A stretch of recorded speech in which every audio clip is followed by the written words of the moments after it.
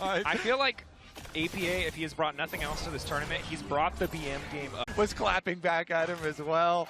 All right, let's see if it turns into anything though, because we are past the 14-minute mark here, and everybody's heading right back towards mid lane. You get your bottom lanes after their skirmish, just reset and come on towards mid so we can change the skirmish territory at least. The top esports already moving up that way as well. It feels like the second this Lucian appears on mid-wave, you open up with the pressure from the Cozy Campfire, make sure you can get on towards Yon, send him packing, get control over mid, and just continue to keep the pressure up for Rift Challenge. TL have the combo of the Vi ultimate and the Aurelion Soul ultimate, but Impact here with a recall, gonna have to get back. Unleash teleport ready. Spotted out by the Scryer's Bloom. Holding onto the fight for a moment, not quite able to sidestep there. Interrupt now coming in, nice escape coming from APA, but now it's only Umpty left in the pit. He desperately wants to secure this objective. Captive audience, the Deadly Flourish. TN now locked up. Ultimate not quite able to come out quite yet. Backstep from TN, 369 able to walk away. TL using a lot of cooldowns, giving up a tower, but securing the Herald. Great patience from TL. They wait out TN's ultimate so that then they can actually use the APA ult on top of him, get him forced out. And now they actually have a bit of a push on top side. I'm watching the two junglers. What's happening here? TN. He's pinging assist. He was pinging for teammates to come, but nobody was coming. Got the blue buff, but they just doesn't have enough information. Umpty thought he could get a cheeky steal. So bold play from TN, but has the backup necessary to make it happen. And of course, the story of this game captured beautifully. Yeah, he had the patience there. He just waits, smites, while the rest of the team. Honestly, top esports came out so ahead in that because Cream didn't have his teleport, and so Cream was able to push down the tower. Then he rotates over to mid lane. They chunk this one down to a 3rd HP. Well, and Core JJ along with it. And Yon.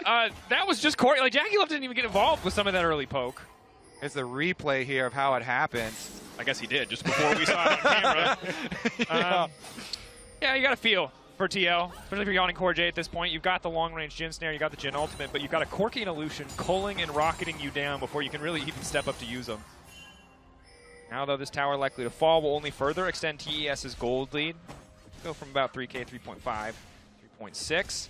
With Cream. Yeah, but who's counting? Stacking. Yeah, really? but who's, I mean, honestly, really, just numbers, right? True.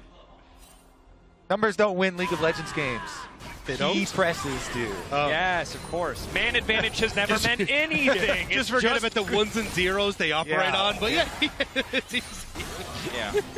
I think sadly for TL, those numbers are 3, 6, and 9 at the moment, but yeah, it's a little tricky. Hey, Impact's got 2 kills for himself here, okay? And he's also got 2 TS members around him, but feels fine with it, even at the level disadvantage. Ooh, gets caught on the way out by the Pathmaker.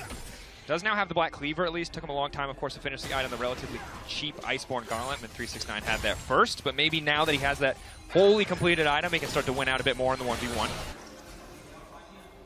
I like the idea here from TL, though, which is, hey, let's see if we can get some sort of control in River and look for a pick as top esports try to establish themselves here. But the biggest problem is just how strong Jackie Love is on mid-wave. Makes it very difficult for you to hold this pressure, as you can see now, because top, no wave in mid, cool, we can then look to respond. And with Impact being pushed back by 369, you just don't have the control you need to commit to this. Yeah, I mean, Cream with package is just... Yeah, okay, he also has big one, and there's some nice poke he's doing as Fully well. Stacked Metamune, and Jackie Love's going to start calling. All right! DL just want to play League of Legends. They just want to fight honorably, but Impact getting shredded. The damage here.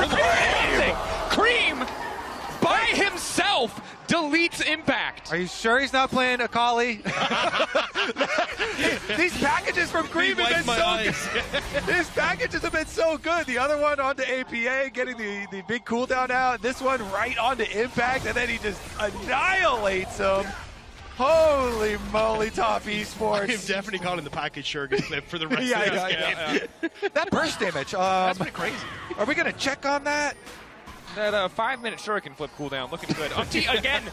Why does Umpty keep coming back here? How many times have they got to teach him this lesson? It's not his jungle. He doesn't get a blue last time this way. He's not even going to walk away with his life.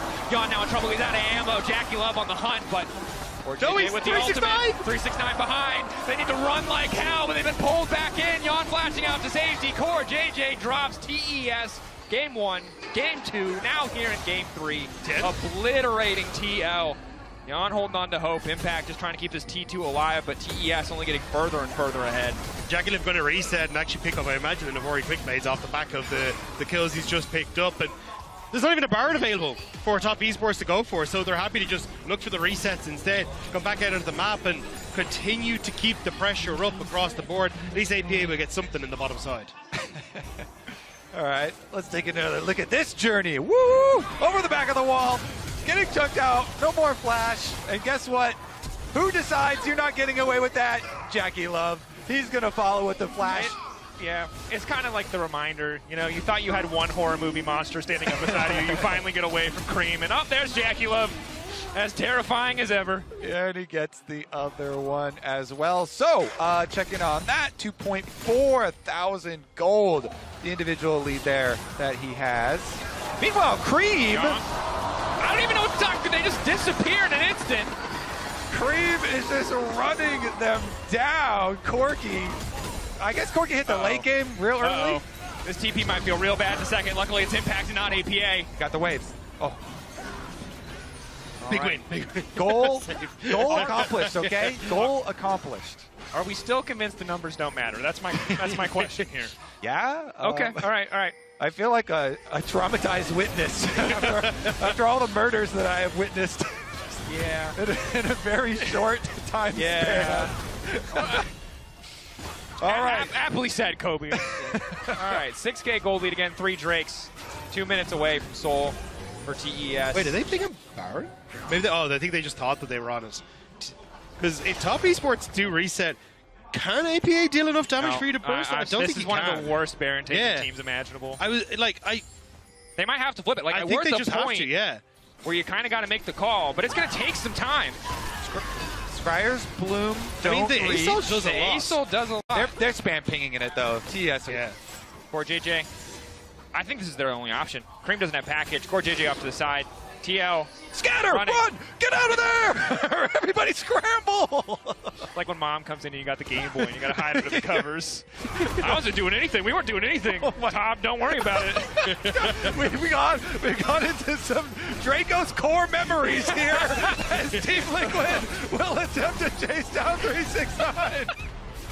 369 trying to mount an escape here. The good news, TL attracted so much attention on the top side that they've gotten a bit extra time here. APA going to grab the kill with the Leandries and a little bit of hope. There you go. One small step for Team Liquid. One giant flight for Aurelian Solkind. All right. Let's see. Well, they also were able to push bottom side after that, and TES did not get any major objective in the downtime. Look, trading even. Oh, you see that dip? You see that dip at the end? Look at that little dip. Heck yeah. That's a kill That's on 369. That's right. That's exactly what a kill on 369 looks like. It's that little... You thought, TES fans, you thought that graph wouldn't go down again, but don't be overconfident. So, Rob, as you were saying, Jackie Love, infallible, right? He can't make any mistakes now. You said the entire narrative is bunk. He never messes up. Yeah, exactly. Yeah. Okay. And he definitely wouldn't do it right before Dragon, 15 seconds before Dragon Soul comes, right? Especially with APA having the ultimate available. There's no way Jackie can get caught by them. It's good that we've clarified that for everyone at home. Okay. As TL, 4 members in the mid lane, Impact on the way. But you see Corky in the base right now, Cream looking to pick up the package.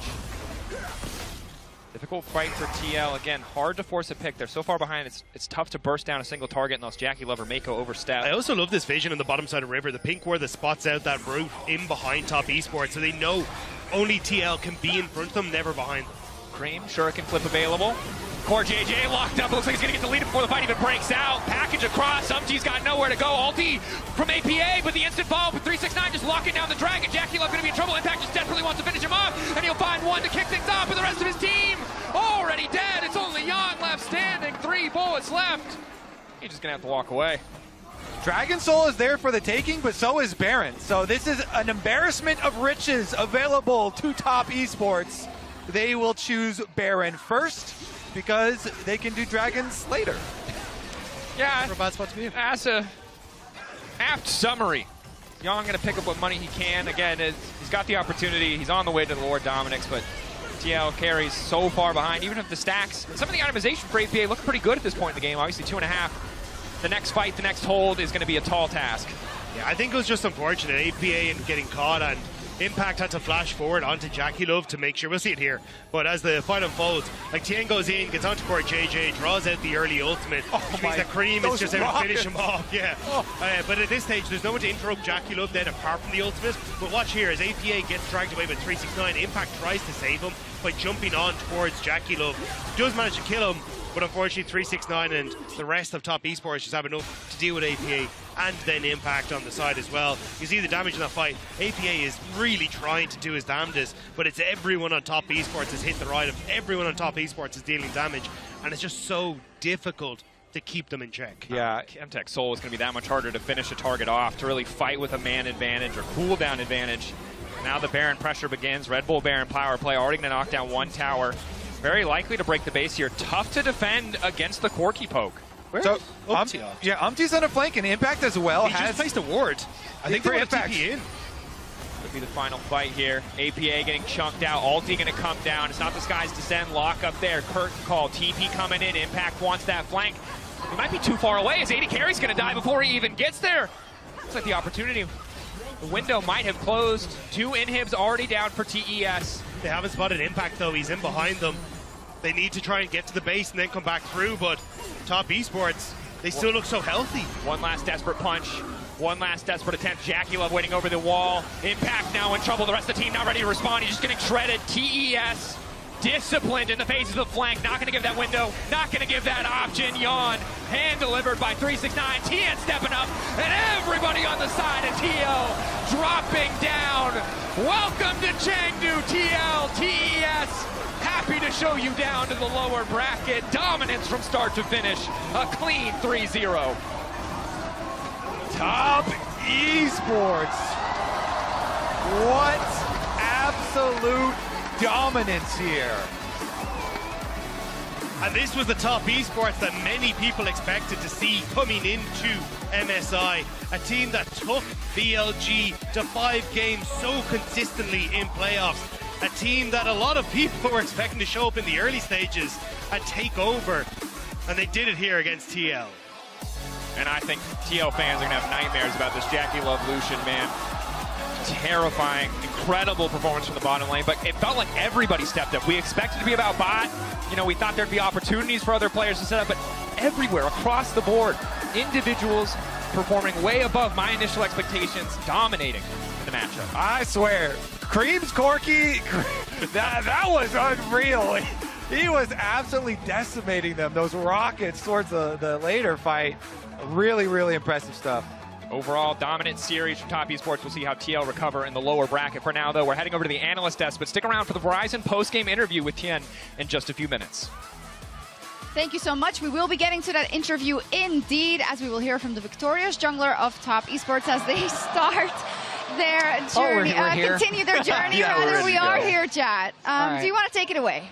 I mean, so what the casters were just saying is, I think if there was a shred of hope that somehow TES was going to be like the most gettable Eastern team, nah. Yeah, about that.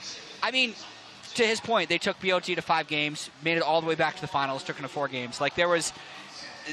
The gap is not that big between these guys and the rest of the Eastern teams. And we'll see. Like, we'll see if I end up eating some words here. Like, I think it's going to be a tough 4 days for EU and NA and the PCS. But we'll see. Like last year. You know, G2 and Fnatic, Fnatic already took 1 game off these guys in their series. Team Liquid obviously did not. They look very good. TES is very good. And it looked like TES was just leaving that points within the series, practicing their swaps, practicing Cream's Corky. You're saying they used this as a practice tool? It kind of looked like it. No, I think they did. Yeah, I think that's fair. Exactly, because throughout the season, Cream in particular was improving on control mages. He was playing a lot more Hui and Azir when he was more primarily known for his Ahri and Akali in particular. So that's just more tools in his artillery that he's able to play now. Yeah, I think that's something we can talk about a little bit in terms of Top Esports. If you say, okay, maybe they had to work on this and that, being maybe Cream after the start to the play-ins, how he could evolve. The Corky, which was not supposed to be that good, actually. That's what we heard, and that's what we saw, at least. It was phenomenal. Bot lane Sovereign. You know, there's a lot of things that we are taken aback by. Yeah, and one thing that I loved from Top Esports side is their willingness to play around Tien's invades a lot more cleanly. The blue side fight that we saw, I would say in Game 2, in Game 3, we just saw a lot of that within... because the comparison would be in the regular season of the LPL or even in the playoffs in the LPL where Tien would just die off of picks, right?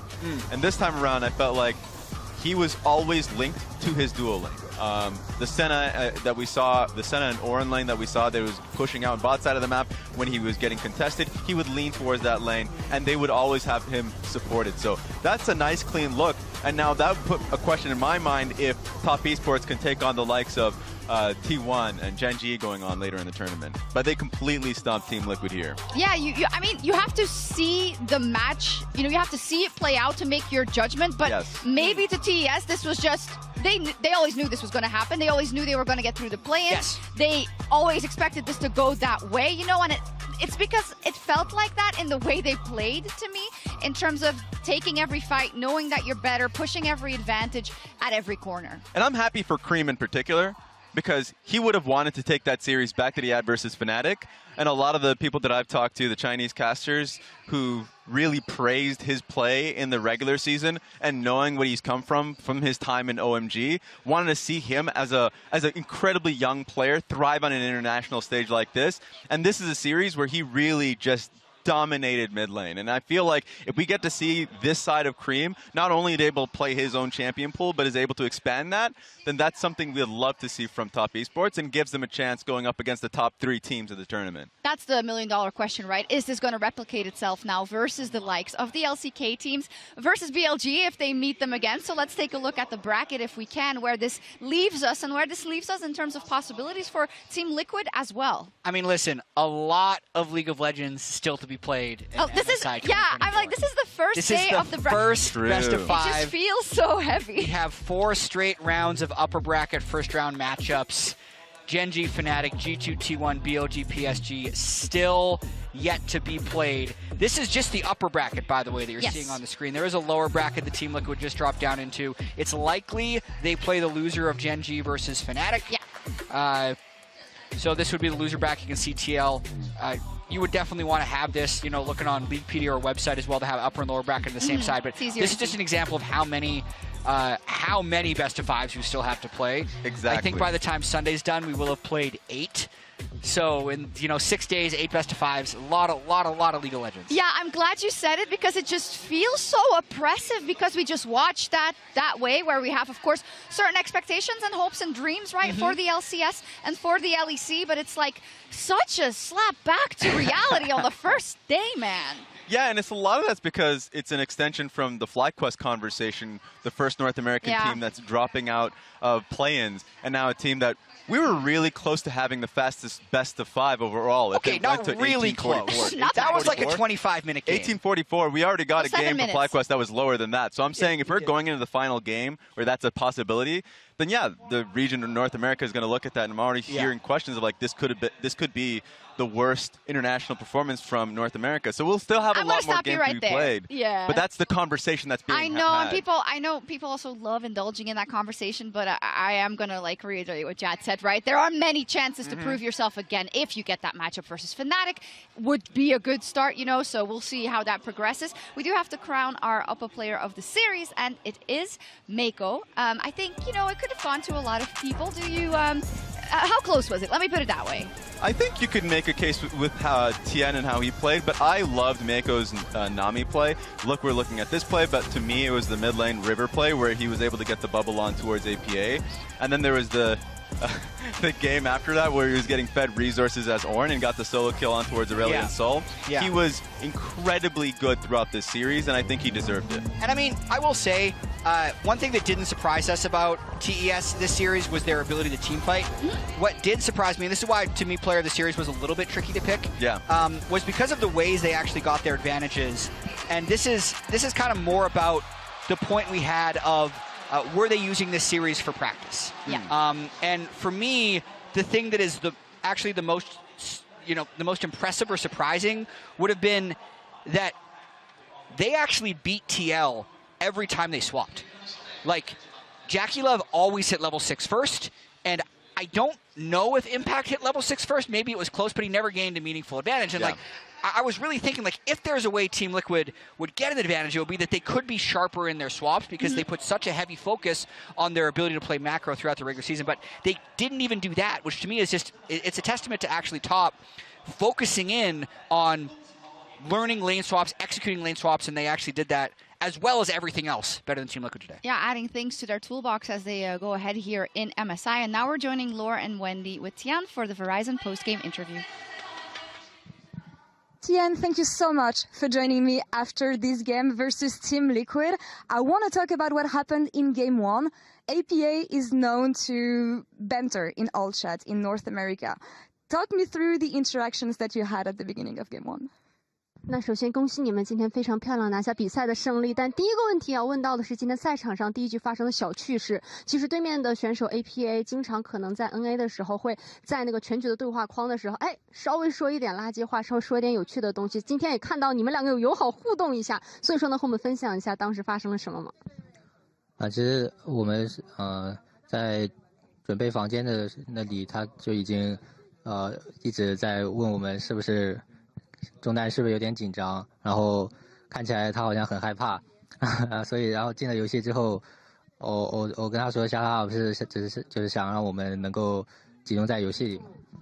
So to be honest, before the game actually started, in the ready room, he already typed something in the all chat like, "Oh my God, for your mid laner, you look a little bit nervous. Are you scared?" And something like that. And after that, so in the actual game, what means to my shut up is like, I just want my teammates, want all of us to just concentrate on the real game. So that's why. I love the banter here. I want to follow up on an interview I had with Jackie Love during the playing stage. He was saying that maybe you guys have been a bit too aggressive during this game, and that's something you should have been working on. Do you feel like you've been fixing these issues moving on?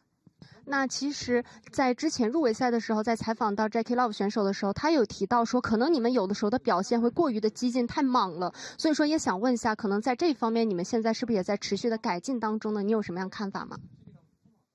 我们的进攻性就是源于我们每个选手时不时都有一些比较激进的想法，比如说这里我要跟他打到底，然后或者说就是可能有的时候会比较突然，所以显得说我们有的时候就会出现一些问题嘛。但是这些事情就是我们有在入围赛之后尽量去避免，就是突然打起来的情况，或者说这种交流不好，然后导致的一些很糟糕的情况。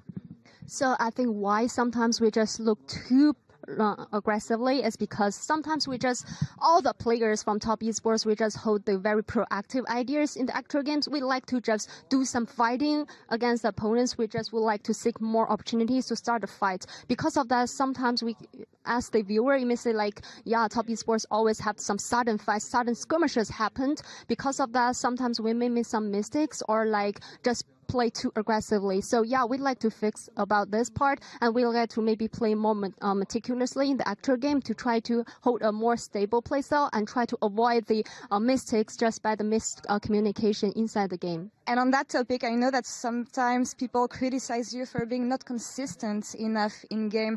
Is it something you acknowledge? And if so, how are you trying to fix these consistency issues that you have?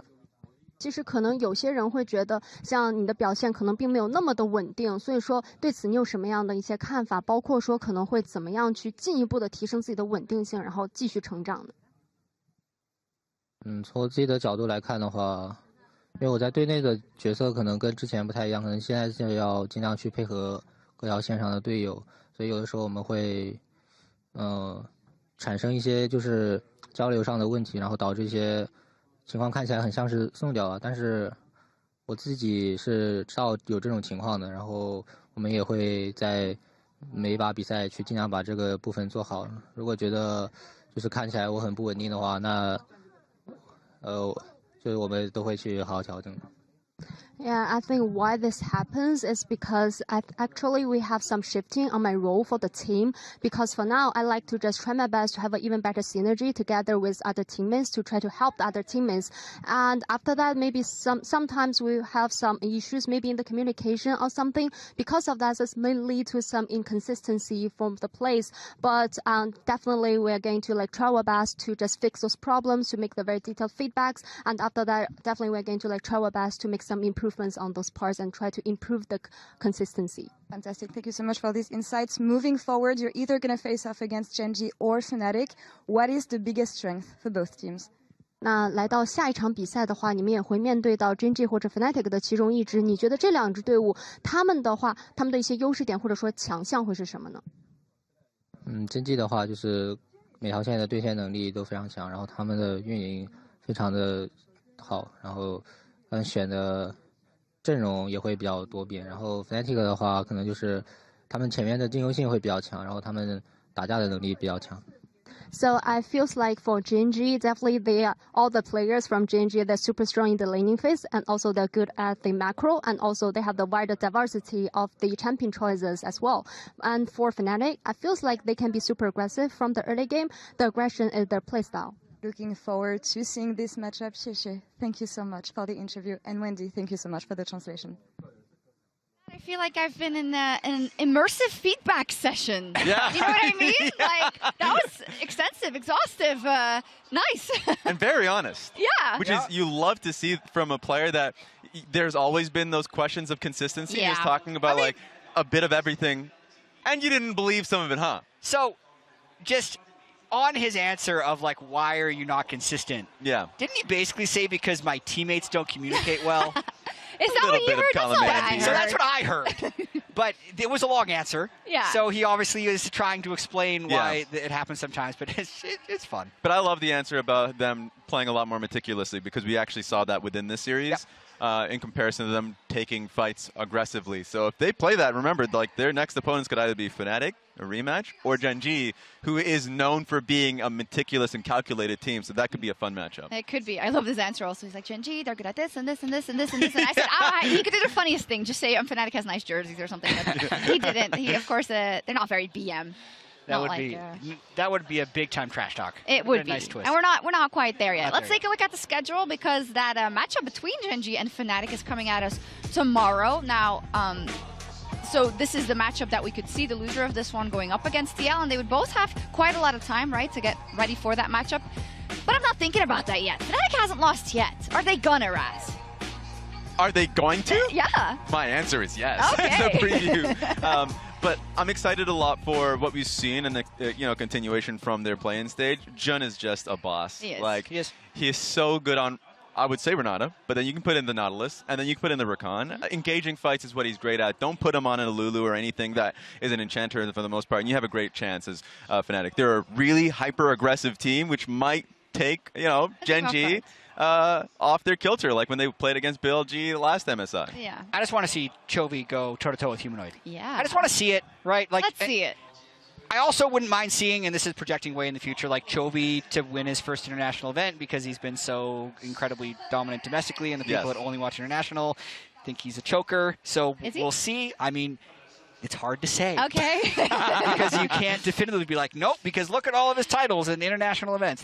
That's a discussion for obviously tomorrow and future days. Excellent. I'm glad you set us up for that. We will be back tomorrow. I do hope it's not going to be a repeat of MSI where, I mean, we saw some great League of Legends, but for the side of EUNNA, it was like, and tomorrow we have a new chance. And tomorrow we have a new chance. To be fair, we just saw a bad NA today. So we don't know what will happen with EU. Schrodinger's Fnatic. Like, they could be the best. That's true. Or they could get 3-0'd. You never know. They do. Let's see what happens. You'll see us all back tomorrow at 11 a.m. Central European Time, 5 a.m. Eastern US for Gen.G versus Fnatic. See you tomorrow for more MSI bracket stage. Bye-bye. Happy birthday, Baker. Oh, yeah.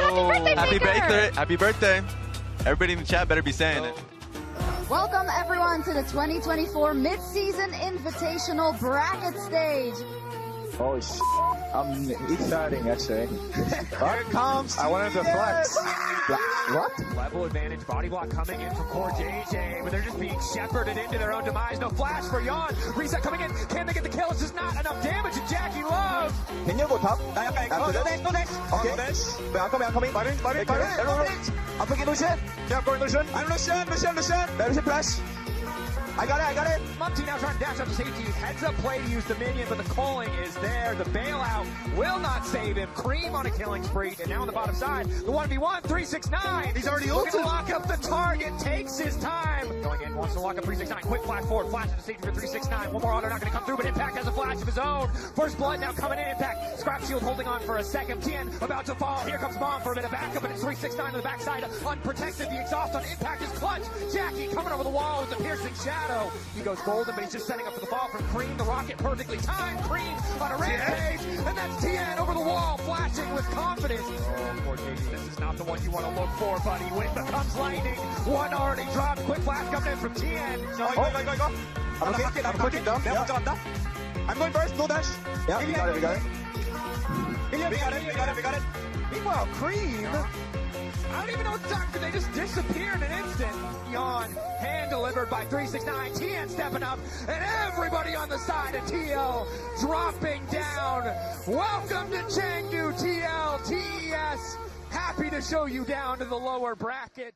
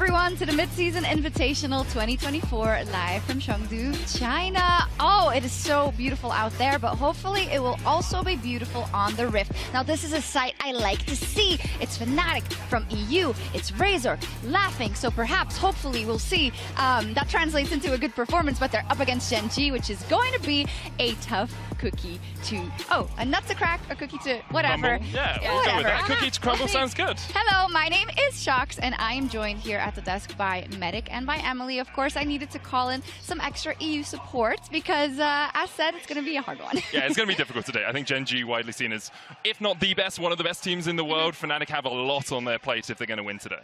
Yeah, it's going to be a tough road. Yeah, I feel like I'm at school, and yesterday I did not do my homework, and I'm in class, and TES Liquid was before me, and the teacher is yelling at them, and I just know that it's going to happen to me as well. Can you relate? I really can, but I really hope not. Also, my first time on an international AUD, so I'm kind of feeling that from the other side as well. Well, we're really happy to have you. Let's take a look at that bracket. Of course, first the upper bracket, then the lower bracket. And there we see that, of course, since yesterday, TES is moving on and will be playing the winner of the match today. Yeah, and I think it was a pretty dominant showing from Top Esports. In particular, their bot lane is absolutely not to be messed with, which now means that TL drops down to the lower bracket and will face the loser of the match today. And that's why MSI is one of the best formats, I think, in international competition. The ability to have this double elimination gives TL another chance, and likely we'll see an EU versus NA battle in that losers bracket. Yes, it's also one of my favorite tournaments. I'm just kidding. Best of fives are impossible to win for us versus TLPL. So we're best of threes, okay. Oh, well, best of ones. This is why I'm a fan. Anyway, let's talk about Gen G. We, of course, haven't seen them yet at MSI. They are the first seed coming out of the LCK, and historically, they are completed the 4P. They are just head and shoulders above anyone else. Yeah, and if people are wondering what the difference is in this roster, obviously, Delight, Peanut, and Doran all going to Hanwha Life, and now we have Keen in the top lane, Canyon in the jungle over from Damwon, and Lehens joining Pays in the bot lane. They just got their 4th LCK title, and it was, I would say, a closer series than I think many people expected, but they did emerge the victors. They did, and I guess the question still stands as to what can they do internationally. I know we'll get into it later as well when we talk about Chovy particularly. But Medic, tell me about Fnatic. We've seen them already in the play-ins. How do you feel about them overall going into these best of fives? I'm worried about them going into the best of fives, but I'm enthusiastic about them as an EU fan, just because it's been so long since we've seen Fnatic really step up to the front of the LEC. I think right now they still sit slightly in G2's shadow, but for an organization that since 2018, since the last time they made an MSI, has been all about unrealized potential, we're actually starting to see some of that potential be realized, and the hope is that against tougher opposition, they can continue to step up that ladder. That's what we want to see, but you said it there, the pedigree of the organization that Fnatic is, there just haven't been any accolades to speak of, be it in the region or internationally, and always that feeling of this roster should do better. But it's going to be a difficult one today. Perhaps they can utilize the lane swaps. We've talked about it so much, so Emily decided to help you out. Yeah, so I love lane swaps, and I did want to talk about maybe when you should swap. So this is a chart where it says, are you demonstrably worse than your opponents? Are you more well-coordinated team? Are you better mechanically? Did you draft a hyper carry? Did you draft for a lane and only for lane, so help you insert your deity of choice? Here, the point, a little tongue-in-cheek, but the point is lane swaps have emerged as the default optimal strategy at this tournament, and I wanted to talk a little bit about why, because originally in patch 6.15, that was the original we're murdering lane swaps patch. That's where turret first blood came in. That's where the fortification was dropped on the bot side to make it so uneven that we would not have to swap. You're doing a great job, Medic. But since then, especially through seasons 12 and 13, a lot has changed, basically to the point where obviously turret first blood gold is now 150 from 400.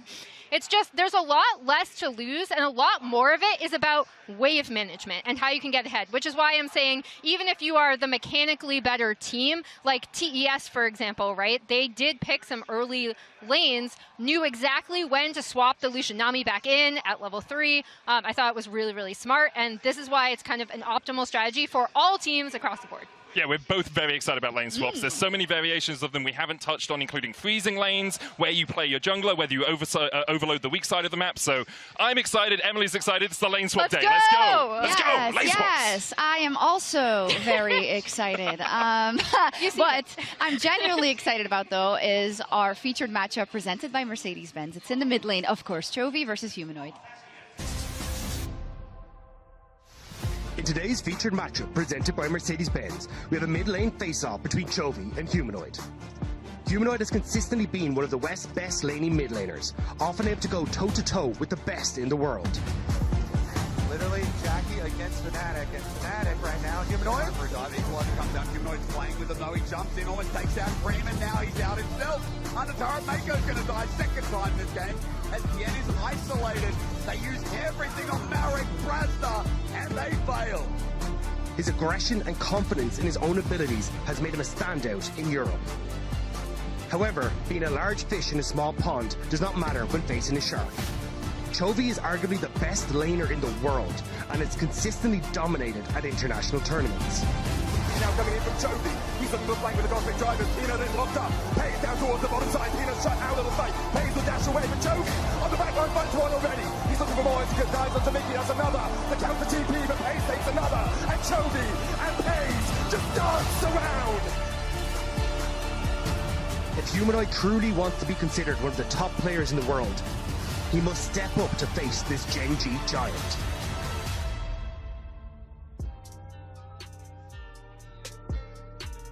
Humanoid savors. He lives for these international tournaments, but Chovy has been one of the best to ever do it, but is still missing that international trophy. Yeah, I think the big thing people are going to look at is the 7 international appearances to 0 international titles, but Chovy, kind of unilaterally by so many people, is known as the best performing player in League of Legends coming into this MSI event. This is kind of the event that everyone's looking at him and Gen G and being like, okay, this is your time. Like, this is your tournament to kind of take over and win. Yeah, I mean, if we throw up the Humanoid graphic, it's all good and well for Chovy, but it's the same record for Humanoid. 7 international appearances, 0 wins. So. Obviously, they're exactly the same players. You see Nightshare on screen. Oh, that's not Humanoid. That's Nightshare. I think for Humanoid, the big thing you always have to think about with him is how much is he going to elevate his game from the regular season of the LEC into international tournaments. We've already seen it in the TES series, just how good he was on the Blanc, just how well he can control a game. But compared to his LEC performance, Chovy is just a cut above right now. Absolutely, and we gotta be honest here as well for Fnatic. Even if Humanoid comes out on top and has a monster series, there is so much to think about. Let's start in the top lane then as well with Keen, who has been having a fantastic performance, and it was such a long time coming. Yeah, so I followed Keen's career for a really long time. This is a graphic that I stole from the LCK. Thank you, G-Sun, so much for letting me borrow this. So it's basically something that they showed going into finals, which is that Keen had placed in every position in LCK history, and finally, with this most recent win, he actually got finals MVP. I know that was a little arguable. Maybe people wanted Chovy based on performance, but congratulations to him. He finally got that championship and is now finished in every single possible position in an LCK season. And I think the thing for Keen as well is he did perform really well in the finals, as you say, especially in Game 5, but it's the perseverance of this player. That he made second place in 2018, and now we're all the way in 2024. The ability to strive for so long, ended up crying on the stage after the finals as well, showing that emotion, showing how much it meant to him. I have a lot of high hopes for Keen. The question is, has the long road been enough to get him to an international title? We'll see indeed, and it's so interesting how for his counterpart, Oscarina is really very much at the beginning of that long road. We'll see. And when we go from a high point for Gen G, and many of them, I do think we need to talk about perhaps what could be a problem for Fnatic in this series, and that's Noah. Yeah, Noah, when he entered the LEC, the discussion around him was around, does he have a champion pool? Is he just playing one champion at a time? It was Aphelios, it was Zeri, it was Varus. Now we're starting to see a little bit more from him, but especially here at MSI, he has been underperforming. With Jun roaming around the map a little bit more, he has been a bit isolated in that bottom lane, and against Jackie Love and against Top Esports, it was really a struggle. So my concern is perhaps the stage is getting to him. He talks about how much he aspires to be like the Korean players. Now when you're playing up against them, sometimes that can weigh on you. Yeah, and I think going up against Pays and Lehens, it is really interesting because obviously Pays, coming off an incredible rookie year last year, hasn't lit the world on fire as much during this season, right? So if you are looking at a quote-unquote weak point, you might want to look at that, but then the problem is Noah hasn't necessarily been lighting the world on fire either. There's weak and there's 51 CSD at 14 behind in the lane, right? Pays is stable, just not explosive, I think is how I'd look at Pays, whereas Noah has definitely been a collapsing brick in the wall. Collapsing? Collapsing brick in the wall, yeah. It's, you know, falling apart. That's harsh, but I guess he needs to prove us wrong. Let's see what the people at home think in our MasterCard fan predictions of the day. They were, I think, they were correct yesterday. They were a bit harsh on Team Liquid, but it turns out that's also how it went. And now we have 61% for Gen G, and for Fnatic 38. So they're gonna get, they're gonna get slightly less stomped than Team Liquid did yesterday? Is that how I'm reading this or what? I mean, I guess so. I think I'd go like 70-30 Gen G to Fnatic if I was doing it myself. I think Fnatic can take a game. It's just going to be really difficult for them too. And I have written down some of my ways to victory for Fnatic. First off, I think you have to play through mid-jungle. Razork and Humanoid are always the key members on the team that you have to look to for Fnatic. And if you can get them ahead, they are very good at moving that lead around the map. Also, you need to unleash Jun on the map. He's so good when he can be top lane level 3, when he can be on his Renata and be moving around the map. And finally, you have to pray, because it's likely we're going to be in the Church of Chovy today. And so, you know, just send one up and hope. Sounds like you should be blasphemous. Yeah, yeah, anyways. Comes as no surprise. I think Gen G is going to win. I think this is a really tough matchup stylistically for Fnatic for the reasons that you actually said in your keys to victory, right? Which is that Gen G are so good at playing around mid-wave pressure, playing around Chovy's pressure, and I think that is also a strength of Fnatic. However, Gen G should easily be able to shut that down. Much like your handwriting, very methodical for Gen G. I'm really jealous of that. I worked a long time to make sure this wasn't Doctor's handwriting. It looks awful. And predictions then. We have our win conditions and our possibilities, so let's see. Yeah, it's Gen G. Oh, Gen G. I actually picked up the wrong one.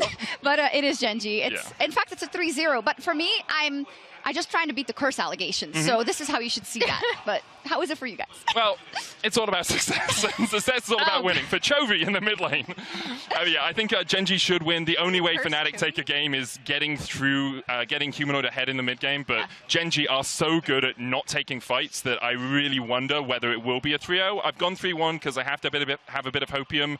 I think it might end up being a 3-0. Where's our flow chart? Should Fnatic lane swap? Where is it? Yes. The answer is just yes. Why? It's always yes. Tell me. Both teams should. Are you demonstrably worse than your opponents? Worse than your opponents? Yes. Lane swap. Are you demonstrably worse than your opponents? No. Are you a more well-coordinated team? Yes. Both teams should lane swap according to this. Okay. Yeah, and then swap back, and then wait. I think lane swap is just the superior way of playing the game right now. Yes, and I mean Genji in terms of the macro game, and I think that's kind of the biggest problem, I guess. That stylistically they are very good at macro, they are very good individually, and you have Fnatic who are hard to read in that sense because they just seem so random in the decisions they make on the Rift. Yeah, I mean, I think in Fnatic's mid-game, so like my answer, in addition to what you said, would be just to make the game super volatile, right? Like try to make it as volatile as possible, as early as possible. But even then, the mid-game, like lane assignments and macro is going to be so important. And that is where I think Genji excel. Okay.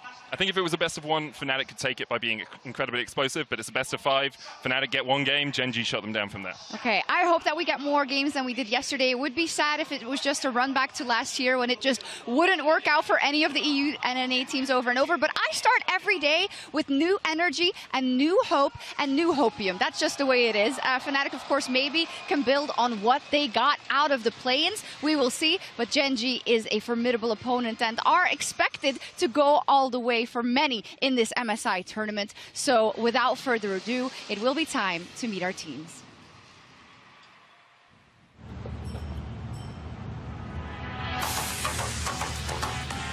For me, I'm always happy to make it to the big tournaments.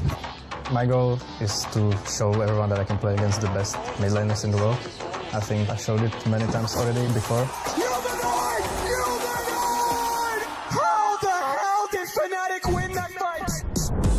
국제전에서 좋은 모습을 보여줄 수 있는 기회가 찾아온 것 같습니다. Chovy for sure looks like the best mid in the world right now. There's some stress, but I never felt like I am worse than any of the top tier players, so I think I can do good. 최근에 제일 잘한다고 생각되는 T1을 이겨서 어느 팀이 와도 두렵지 않습니다. And that will do it! Genji will take the 3-2 victory. They will win in Silver Scrapes. I think you should be scared of me. If I win this matchup, then I think I'm the best. 정신 차려보면 호랑이 발 아래에 있을 거야. 더 이상의 말은 필요 없는 것 같아요. 경기에서 보여드리겠습니다. LCK가 MSI 우승컵을 차지고 왔습니다.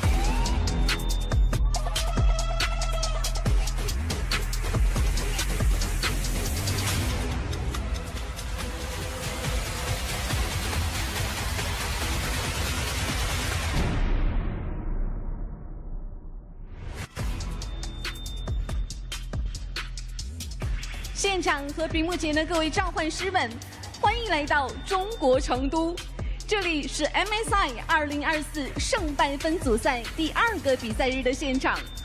今天将会迎来 Genji 对阵 Fnatic。首先，让我们欢迎 Genji。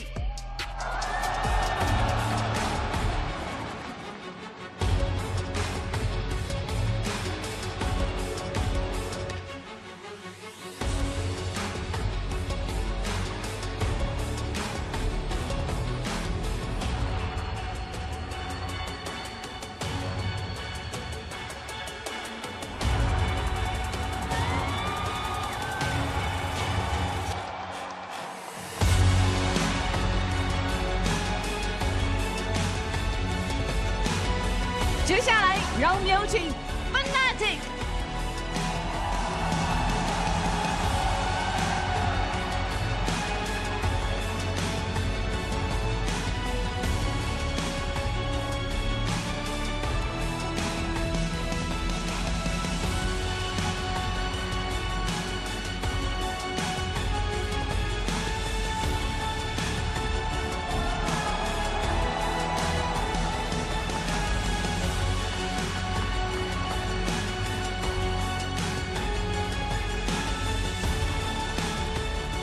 真季对阵 Fnatic 比赛即将开始，让我们共同期待两支战队的精彩表现。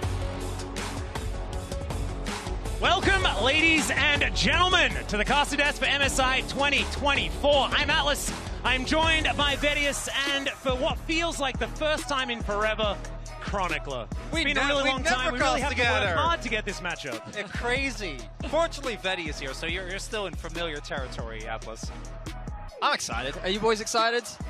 Or are you nervous? Because I got the sense that sometimes when you guys hear you guys. You can't hear us? Struggling here a little bit. All right, there we go. I can hear you. I hear you. That's fine. We don't need Atlas. No, I turned you off. I don't know why I did that. That was rude of me. I apologize, gentlemen. It'll never happen again. We are ready.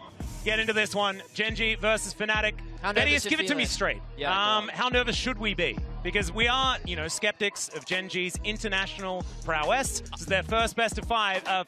Should we be worried? I love casting with you both specifically, because whenever I ask you about the Korean teams, you're always like, I think they're going to suck. I'm going to be real. The skepticism you two have around your teams going into international events.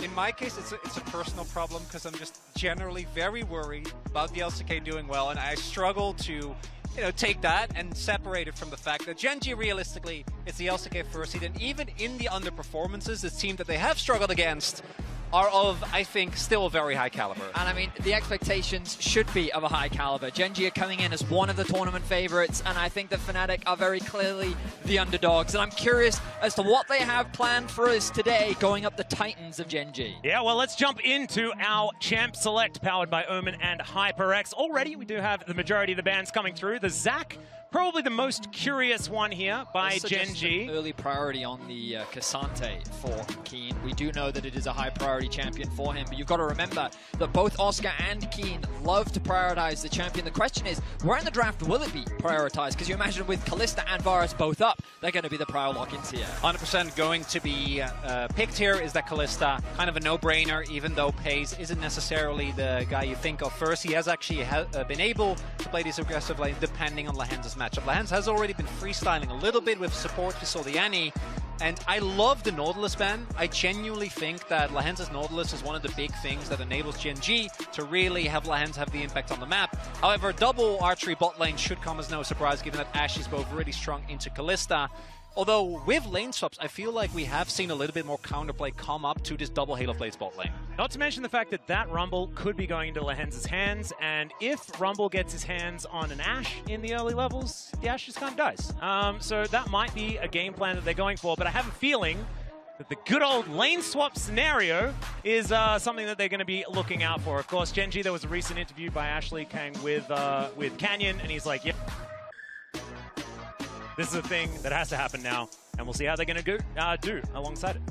The Sejuani lock in here for Canyon. I'm curious as to whether or not Fnatic want to prioritize their mid laner here. With Azir still up and available, it could be something Humanoid wants to lock in, maybe even the Talia, if they want a little bit more lockdown potentially for Paze on the Kalista. Talia and Vi, well, Vi taken off the board, of course, but the Talia going to be locked in for Humanoid means that bot lane is definitely going to be the focus. That was clear from the drafts. If we don't actually see any lane swaps, Fnatic's game plan here is going to be to try and look for those early dives and attack bot lane as soon as they can. And I love the Talia. I think it also forces a Poppy ban out of Gen.G, because we have seen Razork play that a decent amount, and the Poppy, especially if you add it with the Talia, Kalista basically can't play. Even if you go, and we've seen that as a response for the lethality Kalista, it still is really hard to pilot that mid to late game. Xin Zhao already also kind of a no-brainer. It is really able to put the pressure on this Sejuani, as a lot of these control mages going to get taken away. Yeah. Chovy ends up going toward. That suggests Fnatic's trying to push Chovy more towards something like the Azir. I guess Humanoid feels that he can have a little bit more control over the lane, having that early pressure into the matchup, but we'll see what Chovy chooses to go for. We know how deep his champion pool can be. As we imagine now, jungle pool continues to be pinched. You already highlighted the Poppy, one of Razork's favorite and most successful champions throughout his career, something that he's more than happy to lock in if it's available. It is up and available. The question is, do Fnatic want to prioritize it, or instead are they interested in something a little bit more early game focused? You can see them hovering through a number of options. So we'll see what direction Razork wants to go. Looking like Oscar is going to be able to get that counter pick against Keen in the top lane. Does mean Keen probably, even though it's not going to be very interesting, is looking towards that Cassante. As it is, they did actually think about the Poppy. It's going to be the Wukong instead, so even more ways to post-6 reliably lock down that backline and make it really, really hard for the Genji bot lane, which again, I expect it to be the Rumble and Kalista, but we'll see what direction Genji is going to go with the final 2 picks here. As far as I'm aware, as far as my memory, assuming it's correct, this is his first Wukong game of the year for Razork. Like, this is not a champion. Wukong hasn't necessarily been top of the meta so far this year. But it's definitely not a champion you typically associate with him. Very excited to see him pilot the champion. And speaking of pilots, we're going to get to see Chovy's Corki, one of his most terrifying champions, I would say. It's like terrifying, but it's in a slow and inevitable kind of way. It's not like the most exciting kind of terrifying, but it certainly does tick the same boxes. There's the Cassante that we were talking about earlier on as well, which will confirm that Rumble towards the bottom side of the map. Pretty stock standard Genji composition here. Something that was popularized by DRX kind of many years ago. The Kalista Corki. Yeah, really not seeing anything out of the ordinary here for Genji. I think, as you pointed out, actually the most... he's bringing it back! Nice, he's doing it. Into Keen as well, damn! The confidence, we saw him doing this throughout the play-in stage. I was wondering whether it was going to come back today, but look at this top side from Fnatic. This type of composition is uncharacteristic for them. Carries across the board, multiple damage threats, all with the sole purpose of killing Pays. That lockdown potentially for Chovy as well. Genji, their bot lane is going to be tested, and coming into today's series, I thought that the best way to beat Genji is to attack this bot lane, and Fnatic seems to have come in with that game plan. I really like it. I think it's a good call here from Fnatic. Pays and Lehens definitely have struggled the most. And when you look at the champions, Cassante, Sejuani, and Corki, you're not really going to be that afraid, at least on paper.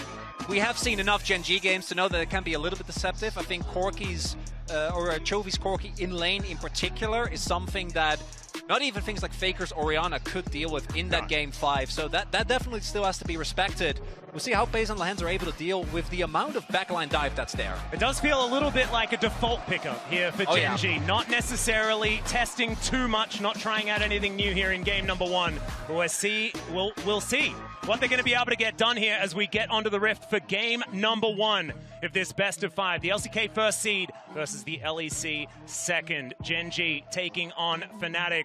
I actually think these compositions are kind of perfect for what we wanted to see out of both of these squads. I think that Genji not necessarily needing to show too much moving into game number 1, but Fnatic looking like they have a lot of aggression and a lot of comfort here as well with what's been working recently, outside, I guess, of the monkey in the works that's been thrown into the jungle. But we know that it can go very well into the Sejuani. I'm excited because this is what I wanted to see from Fnatic. When you think about the traditional standard macro high-level pro game, you're always going to give that advantage to Genji. They are considered one of, if not the smartest team in the world. Their lane assignments, especially past 5 minutes, are incredibly difficult to manage. And I think that Fnatic trying to match them in that style, trying to just go in terms of scaling team fighting, was never going to be their approach. And that's not what they've done. Side lanes, looking to find 2v2s, looking to attack you in 1v1s or 1v2s or 1v3s and trying to catch on the map, trying to pressure this bot side as well. Fnatic's game plan is about aggression, skirmishing, and catering to the style that they found success with this year, which is kind of getting into the mud and getting down and dirty. It really does kind of counteract what Genji is necessarily known for. They can certainly skirmish, but they're not necessarily known for it. As Lehens has found himself a Camille. See whether he's going to find some harpoons in anybody else, but as we know, there is no one else in the area, as Oscarinen is just going to be heading towards the bottom side of the map as the lane swap has been found out. And Genji, the ones to instigate it here. Not surprising, given the lane matchups. You see there as well, Oscar actually was waiting, leveling his E, did actually end up going it here. So it does have a lot of threat, but because there's an award, not going to find anything as of right now. In terms of summoners, Jun actually going for the Ghost here as well, which with Ashe in particular, the extra movement speed in the longer trades can be extremely beneficial. Thus far, we do see Oscar now also heading towards the bottom half of the map, whereas Keen is still just shadowing Canyon. Canyon should be looking to cover here. Oscar, again, does have his E. Keep your eyes on Razork as well. He's doing Raptors into red, looking to get a quick level 3, but by pushing in this wave, Keen is going to get a lot of benefit. The fact that Canyon is also shadowing means that it's safe for Oscar to TP towards the top side of the map because the risk of a dive is now significantly lower, which means that he's not going to lose too much, but losing that TP could be detrimental depending on what Gen.G choose to do here. Are they going to threaten a dive? With Canyon not in the area, it does seem like it's a bit dangerous. Is casual turret shot going to be taken there by Lehens?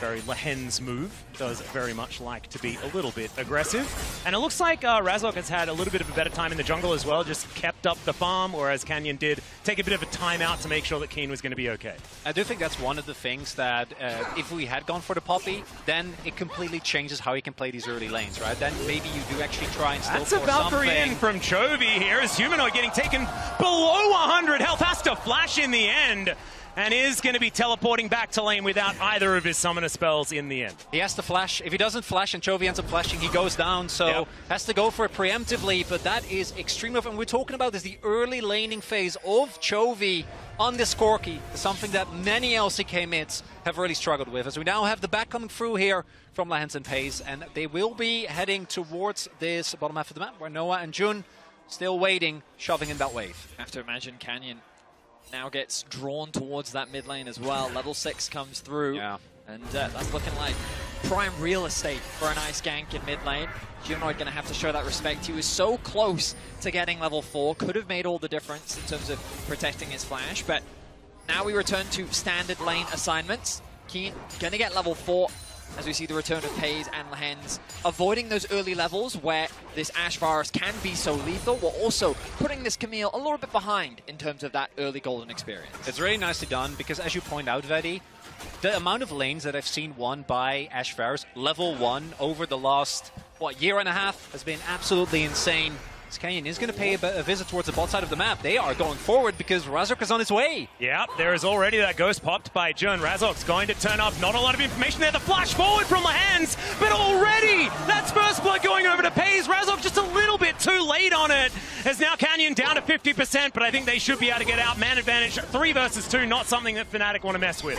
And the mistime there from Fnatic, you have to be ready as Keen. That was so sexy from Keen. It's Oscar going to have to flash his way out of there, and Gen.G picking up these incremental advantages already. You're already starting to feel the pressure just from Gen.G's lane. As a flash lost in mid, a flash lost in top. Fnatic thought that they could fight in bot lane, but they get punished by Canyon, making the play happen that much faster than Razork is able to. And you can already see a level difference being built in the jungle as well.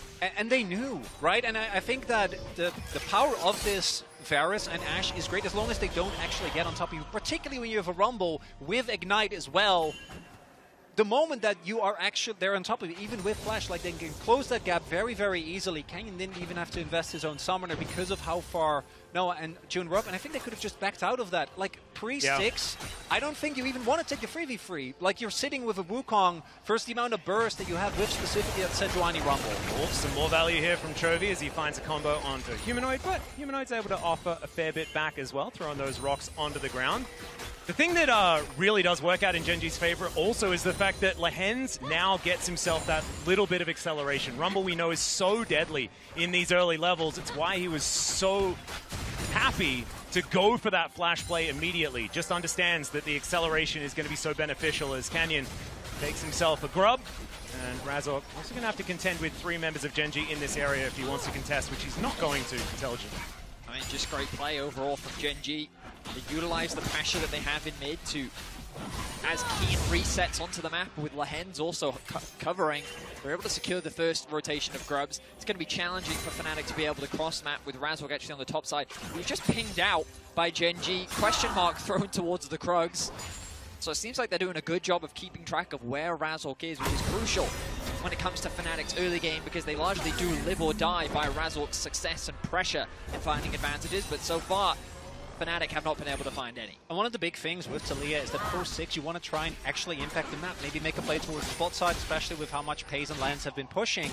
But because of that early flash force, Humanoid has to play so much more respectful already. And Canyon didn't even have his level 6 yet, but as soon as that Glacial Prison is available, he needs to be so respectful, and Canyon might be looking for an angle here. Yeah, the flash not quite up and available. There he is! He finds the ulti, the Valkyrie forward, and it's all too easy. Chovy even turning around a little bit early, has to go back to make sure that he locks down the second kill for Gen G. I mean, we talked about it. The moment that Humanoid's flash was burnt, we literally said the moment Canyon gets level 6, he has his eyes on mid and he makes the gank look flawless. 2 kills in favor of Gen G. They have a 1k gold lead already, and Chovy off to a fantastic start. We do see here towards the top side, Oscarinin, even with the early flash burst, hasn't really been a lot more attention towards that top side. Camille also notoriously hard to lock down. Razork, the win rate has now hit 6, and I think that an early skirmish with this Wukong is going to be pivotal for Fnatic to prevent Gen G from snowballing, because if you go into a mid game with Gen G already having a lead, it is so oppressive, because usually they don't really start building large leads until they get to the mid game as Canyon. It goes in once again. Good seismic shove here from Humanoid, as he does get permafrosted, but not going to be too worried about it. And this Drake should go over to Fnatic with that bot lane priority they did manage to grab for themselves. So, a neutral objective on the bottom side going the LEC's way. Definitely a good start, as Arrow is going to be fired from base. I remember this one from Season 1. And it's not going to land onto Chovy, but it was relatively close. I like it. Close. He was just missing the teleport. That's what you used to have to do. Yeah. After you built your Thornmail, of course. Nerves of steel there from Chovy. He always finds himself just a slight level up. I mean, we saw it in the early exchange where Humanoid was forced back, but every single time we move towards mid lane, there's always that experience differential, and obviously thanks to the kill, he's now ballooned it even more, holding almost a full level over Humanoid. I think he has like some forbidden tech where he finds minions on the map that shouldn't actually exist. We're still trying to figure out what it is. I actually forgot. I think it was an interview with someone who like did some VOD reviews, like how does Chovy get this much creeps? And the answer was very easy, because he just doesn't miss any. Like, he just hits every, which is like just get them all. Just get them all, which is very easy to see, but not very easy to replicate, unfortunately. Big thing, though, is that some of the gold lead that is there for Gen G is currently sitting on Pace, is going for lethality, so it does have a lot more effective range to play with, but still, I want to see how Fnatic is going to be able to isolate targets, because while I do think that, again, their backline dive is incredible, they have a really, really high amount of damage, just killing, say, Pace isn't really going to be enough, especially with Lahens or also on the Rumble, level 6 now available, and Chovy building up this big a lead this early on the Corki. Have to be able to deal with multiple threats when we get to maybe a fight, possibly around the second round of grubs. It's a very polite way of saying it's not looking good for Fnatic right now. I'm always polite, Betty. Come on, you got to look at the bright side of things. It's very true. It's not looking great. Oh, there's a chance of corruption here towards the bottom side. It is going to be answered with a Fates called it already. Lahen's down incredibly low. Equalizer just thrown out to stop them from going too far forward, but Pace is the one flashing away. Harpoon going to connect. Second one going to land there as well. There's the flash forward from Noah, but not quite enough damage. And Gen G will be able to make the great escape. Oh, will they, as Humanoid comes down. Lance trying to burn him, but it's not going to work. Seismic shot Lance. It's a double kill for the Taliyah. And now Chovy will punish him, but he gives him the thumbs up. He'll take that trade. Very nice aggression from Fnatic. Started by the bot lane of Noah and Jern. They're able to punish Paze and Lahens for their aggression, thinking that with the Rumble ultimate they would actually have enough damage, but in the extended trade, the Ashvaris ends up coming out on top. Nice roam from Humanoid, but a good response from Chovy as Canyon sits his eyes on top. Yeah, Keen still tanking up the turret here, so not exactly an optimal play, but Canyon's going to turn up as well. Oh, there's the Glacial Prison. Hextech Ultimatum does come down. He gets the shield as well as Keen trying to land it. Canyon was tanking up the turret, but the hook shot is going to be there, and Oscar makes his way out. Camille is so insanely slippery with flash, with ultimate. You can dodge so much damage, and even with Canyon hitting the Glacial Prison at the beginning there isn't quite enough to actually get the kill. Good arrow there from Noah, but does take a pierce in exchange. Exactly. You've got Jun making his way down, looking for that angle. Not going to quite throw it just yet, as this turret is not long for the world. Yeah, that's the big thing. The gank, even though they don't get Oscar in, still super successful. Keen is able to further extend his lead. Turret, I think, will drop there on the means. Might just barely be alive, but a stiff breeze will make sure that that isn't going to be the case. I mean, it's one of the terrifying things about Canyon, his ability to find these cross mats. If we go back into the 2 versus 2 initiated by Fnatic, once you saw Pays with the ultimate, you think this is a great turnaround, but a good Ashe ultimate from Jun gets Lahens incredibly low, and then the extended trade means that Fnatic can start the chase back. We're back to life. Lahens, what are we doing there? Cyclone's going to come on through, and he is really dead. We're going to have to get a little bit of an update on the tape, like what was he there for? Still a great move here from Fnatic. Yeah, not the first time we've seen that from Lahens. Him and Pays have been definitely the weak spot on GNG, and I gotta credit Fnatic for actually having both the outplay in the 2v2 and then Razork also paying a lot of attention towards that bot side of the map, as it was the arrow from Jun who found Lahens. Flashless there, of course. That equalizer that we saw in the replay as well was not gonna fill Huni with a lot of joy. If you're wondering, that's how we in the LCK rate any Rumble performance. we might be able to we might be able to send him a little bit of a message after this game, see whether we can get an update on Lahens'. I don't think he's gonna be Rumble. I imagine probably not quite the level of Carrier's support Rumble, which did have the highest score in the LCK at the end of last season. Compared to top Rumbles too? Yeah. Yes. Yeah. Impressive stuff. And Huni doesn't pull any punches, I think, when it comes to I'm Rumble. very aware. He really doesn't. There are some Swifty boots as well, so it's doomed. No one's going to take a lot of damage from Chovy. And this is where I think the problem still lies, right? Because this bottom lane from Gen G, I don't think that's going to be the focal point in this game. I think there's a certain guy in a plane that is going to be the problem. Oscar doesn't have to teleport just yet, I think. There is available for Keen, so there is a small window here where Gen G might be able to force a fight. Yeah, Weave as well is going to come on through. That is the Drake secured, as now Chovy looking for some rockets, but Humanoid will thread some volleys through. Good seismic shove to play defensively here, as it's a Hex Tech soul this game as well. That's pretty high octane. Still 2,000 gold to lead for Gen G, but these dragons are stacking. Really, really good wall there from Humanoid, actually blocking off Gen G unless they really want to invest heavily in terms of cooldowns. I mean, Humanoid, he put the Weaver's Wall down onto Chovy. He also used the ultimate, and he got the knockback onto Canyon. So, great highlight there, Chronicler, because Humanoid providing a lot of defense. But again, you kind of look at the map state. That's Gen G just continue to put pressure down everywhere. We kind of go back to that top lane. Remember that Canyon was able to secure the 6 scrubs, which contributed to Keen being able to secure that top tower. Chovy's now moved into bot lane. He's chipping away at this tower. And even though Fnatic is showing promise, we're seeing a similar situation to what we often see in LEC versus LCK, which is that, okay, they're finding picks, they're finding kills, they're finding small objectives, but you look at the top of your screen, and somehow it's a 2.5k goal difference, and it's just through the way in which this team is playing through the map. Oh dear, that's a flash over the wall from Lahens, and I don't even think he needed Chovy there, but Chovy will very happily pick up a killing spree. Nicely done. Gen G find themselves another kill, and it's in Chovy's hands, the scariest person on Gen G to be accruing all of these kills. 1.4k the goal difference between the two solo laners, both in top and mid. Another big thing is we talk a lot about the offensive power that Fnatic's comp has, and that is still true.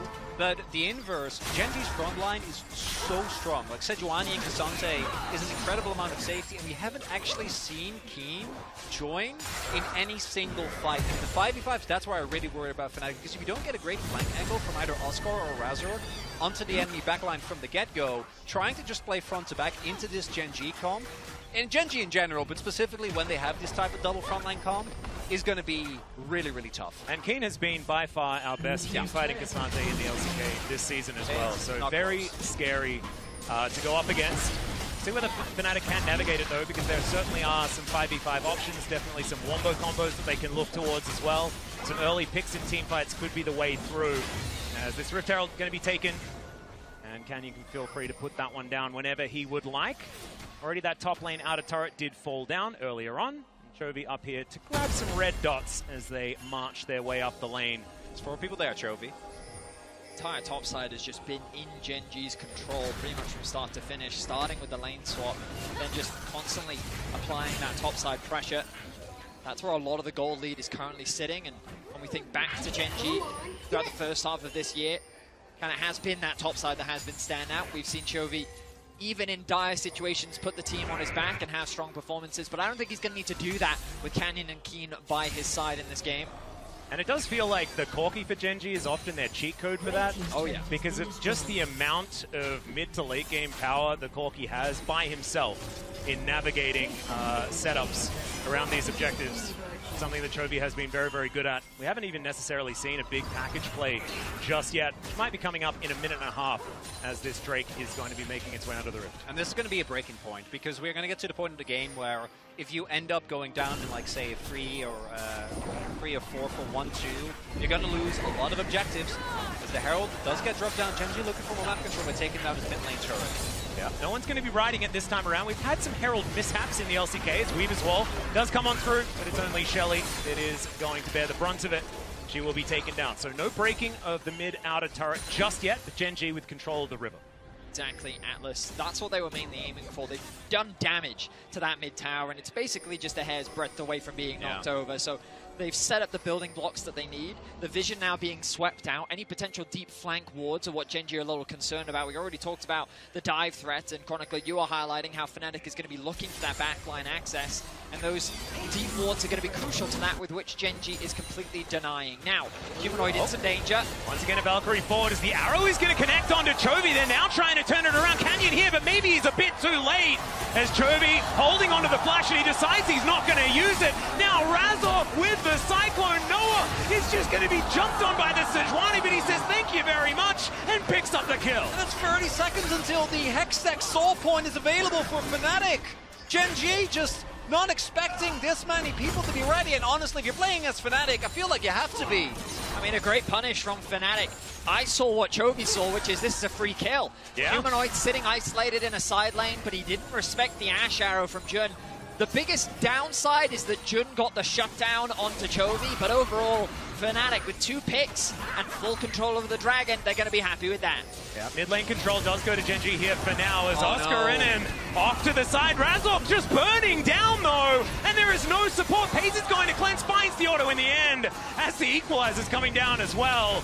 And it looks like the Drake will go over to Genji, Canyon even turning up in time. Oh, Fnatic, you had the opportunity to set up Soul Point, but you don't need your jungler!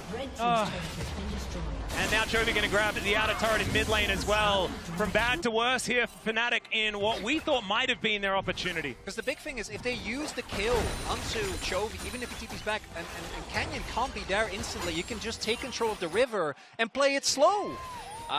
The biggest problem was that they used so much to actually get these 2 kills. We look back at it, and this collapse from Chovy, again, looks promising, but now he has nothing to be able to dodge away from the Ash Arrow. Humanoid and Jun have good damage. The TP was committed as well.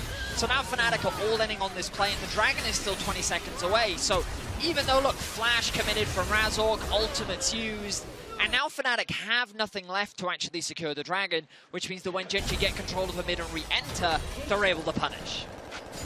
Well, now having a look at the dust settling, it is not a massive advantage here for Genji as we press the 20-minute mark, as now Hextech Ultimatum down onto Keen. Flash out from Oscar Innen, though. He wants nothing to do with this ghosting Cassante with his 2 items already completed. That item lead actually looks like it's, like, why does that exist? And I think the 1.5k is probably there, but man, Keen's kind of huge. Keen has been able to pick up, thanks to even like ganks didn't work out, like Canyon trying to play towards the top side. I think it's crockery money, right? It's just plates. It's been a whole lot of plates, and I think he got the first turret blood, and then I think he got another turret towards the bot side of the map. And Camille is insane if she can get her items, but if you start falling behind, that point takes so long to get to.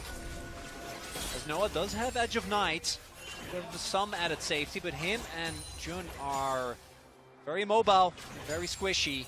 Double flashes available here for the Fnatic bottom lane, so maybe not a kill opportunity for Genji. Wanting to get a few of those summoner spells if they can. Not wanting to dive this inner turret, as we can see, and Canyon going to be spotted out by the Hawkshot. Heads up play there from Jun. Genji just back to clearing out this mid wave. Baron up on the map. It's another thing that we're going to have to keep our eyes on, and the next team fight might really be a big turning point in this game. You know what? Clears up that wave as well. Still has absolute parity alongside Pays here as both of these lethality 80 carries looking to try and get that poke damage done as this game goes on. I'm really interested in how these fights actually play out because you mentioned it earlier, but the gold difference isn't that dramatic. We look at the bottom of our screens, we can see very similar itemization, really only Oscar who needs to secure that Ravenous Hydra, but once he gets it, Fnatic have ways to win fights.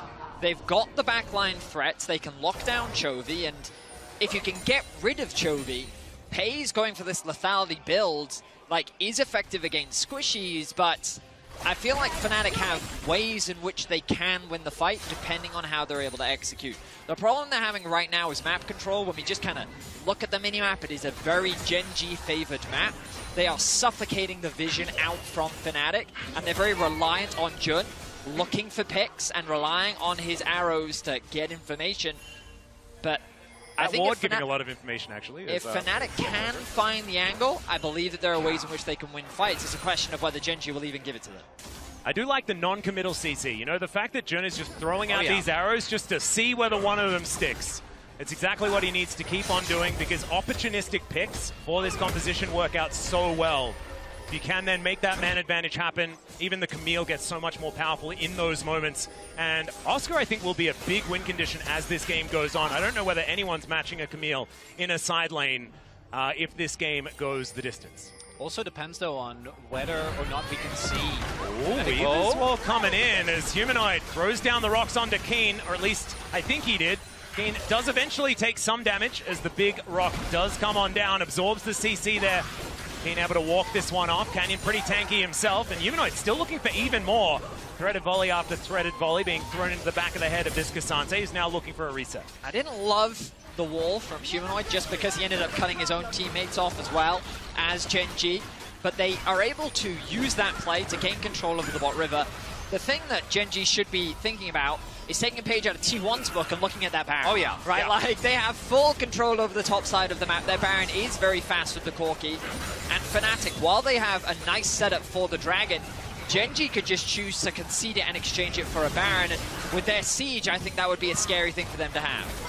Keen's on a pretty nice flank angle here. The equalizer's brilliant as well, and he finds two with the shove forward. Canyon's going to take down Jun to start this one off, and Humanoid is just thrown into the blender. Noah follows, and this is just a wash. Gen G, they will clean up the fight, look for the Drake, and maybe more. As it turns out, all Gen G needed was Keen to just be there.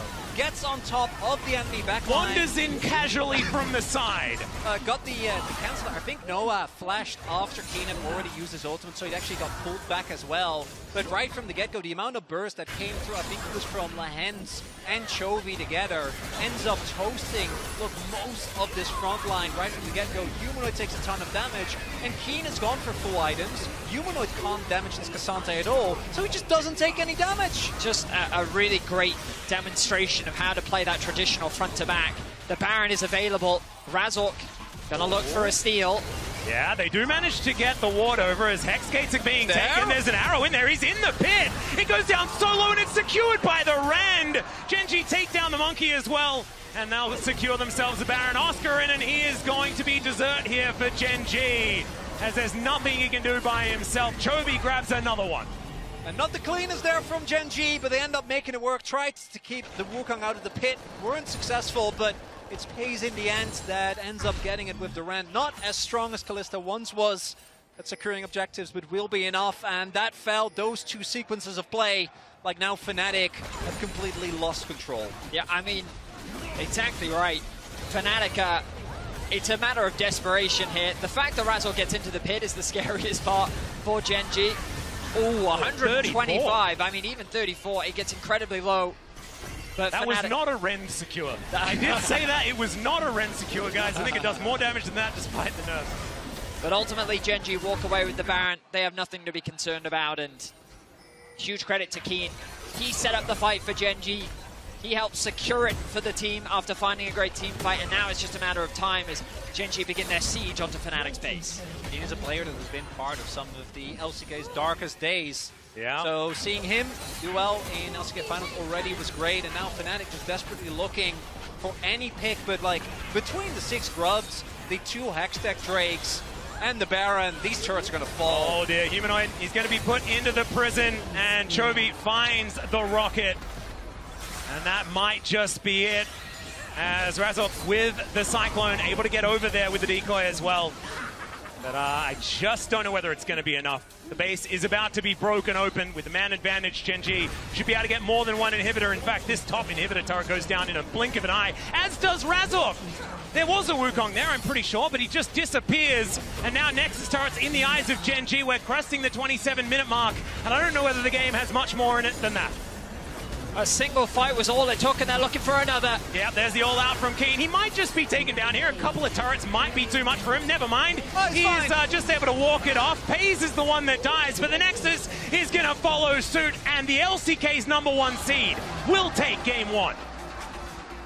Bit of a bumpy ride, I think. Fnatic getting punished at times, or rather, Gen.G getting punished at times by Fnatic willingness to throw everything at specifically the bot lane in the initial play, and then Chovy in the layup towards the Dragon, but not getting that Hextech Soul Point, I think is going to be the main point where they're going to look and go like, if we could have gone that, maybe we could have played out the Baron situation different as well. I mean, I think the frustrating thing on Fnatic's part is they never got the fight that they were looking for. Yeah. We never got to see them really control vision, set it for flanks, and really attack the backline and have the fights go on their terms. But Gen.G, their topside control was immaculate from start to finish, and this Camille never got off the ground. So huge credit to Gen.G, because even if their bot lane was faltering, it was overall a very clean topside and a well-executed game from Gen.G. Yep, and make sure, guys, don't forget to log in to lolesports.com using your Riot ID to earn exclusive MSI 2024 drops. Now it is time to for us to throw it over to the desk to break down that game #1. Thank you so much indeed. Sovereign out of Gen.G in many parts of the game. Of course, I'm a little biased, right? But in the legendary words of a legendary LCS player, Skara, up until they lost. They were winning, it seemed like, up until they were not losing. They were doing, like, okay in the mid-game, I want to say. But that's really all you can say, unfortunately. Or am I underplaying it in terms of how this game went? I don't think you're underplaying it. I think our expectations for Fnatic was they were just going to get outmaneuvered on the map, but they actually had a few really good moments of movement, especially around the second Drake. I was very impressed by how they knew they were on a mismatched TP timer. Oscar made sure that Keen couldn't TP down. Fnatic separated the fight. It was really well done. Just Gen.G were a better team, Shox. Like, yes. Every time they found a little advantage, Fnatic would overstep, and Gen.G were just able to take a whole hand away from them. Yeah, I like their response to Chovy kind of pushing out as well on the side wave on bot side too. I thought that collapse was really, really good from Fnatic. So yeah, it's true. Small moments. Yeah, it is. But I think in a Gen.G dominated game. Absolutely. And when you look at kind of the individual performances, you see that Chovy is building up a huge lead in that mid lane. You see that Keen is doing very, very well. And for Oscar, he played defense really well, but that just isn't enough. You have to be able to play offense when you're playing against a team of that caliber. So once it came to the team fights that mattered most and the moments that mattered most, it was hard. It really was. I think in every lane you can see a small moment where Fnatic player made a mistake. Noah, you saw Canyon on vision, then you have to burn flash, then you still die in the bot lane. You saw Chovy just destroying Humanoid in the 1v1 in mid lane because Humanoid's overstepping a bit.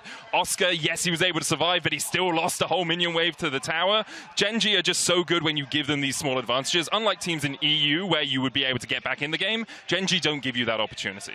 Yeah, absolutely. And I think like a lot of it came down to when I said the keys to victory for Gen.G are just like play as you normally do, like around Chovy's mid pressure. I thought that came to fruition, right? Like very easily in the Corki Talia matchup. Yes, indeed. And every second counts in League of Legends. And thanks to the reliable Cisco network, Gen.G win a team fight against Fnatic and take that dragon and really slam that door shut. And it's one of those things again with Fnatic where they just don't quite go through all the steps to secure control around this Drake. They get the mid-prio, they push in, they get vision, then they don't cover their flanks. They don't think about the range that Gen.G can engage from, and as soon as Keen's on the backline and that equalizer is chunking you out, it becomes impossible for you to actually peel back out of this fight.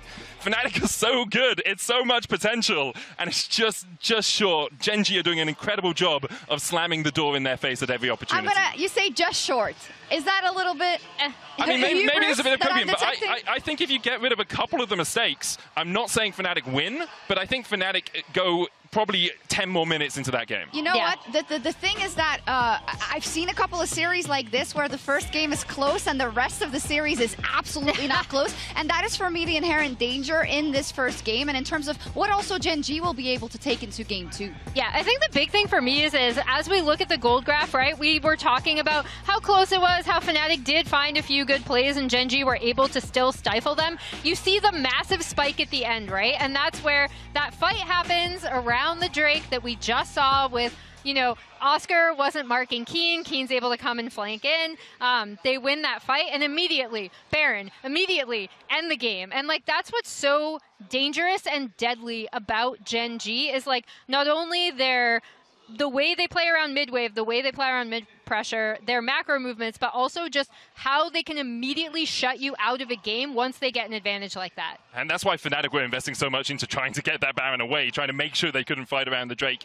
Gen G's 6th man are the minion waves, and when those minion waves are all buffed up by the Baron, it becomes so much harder to play against We're waiting for a side selection in just a second. We haven't even touched on it, but lane swaps again. There's a lot to talk about. We don't have a lot of time. What are the high points in terms of this one? And is this something we're going to see going forward in the entire series? Is it just now the meta?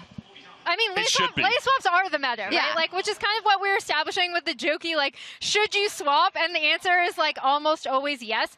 If a team that is as macro-oriented as Gen G is doing this, that means it is an optimal strategy. And you saw them being very thoughtful about when they're swapping their lane back. Once they get that lane through until level 3, they swap them back into bot. They were very, very thoughtful about it. I think the execution of this was really good. It came out pretty even on both sides. I don't think Fnatic's response was disastrous or anything. I thought they were fine. But it's exemplary of why you see a team as good as Gen G lane swapping. It is, and we're gonna stay seeing it. We'll see if Fnatic can bounce back. Up next is, of course, Game 2 of Fnatic versus Gen G. And as we go to break, check out some of the behind-the-scenes footage of our bracket stage video shoots with Chovy, thanks to the Oppo Cam.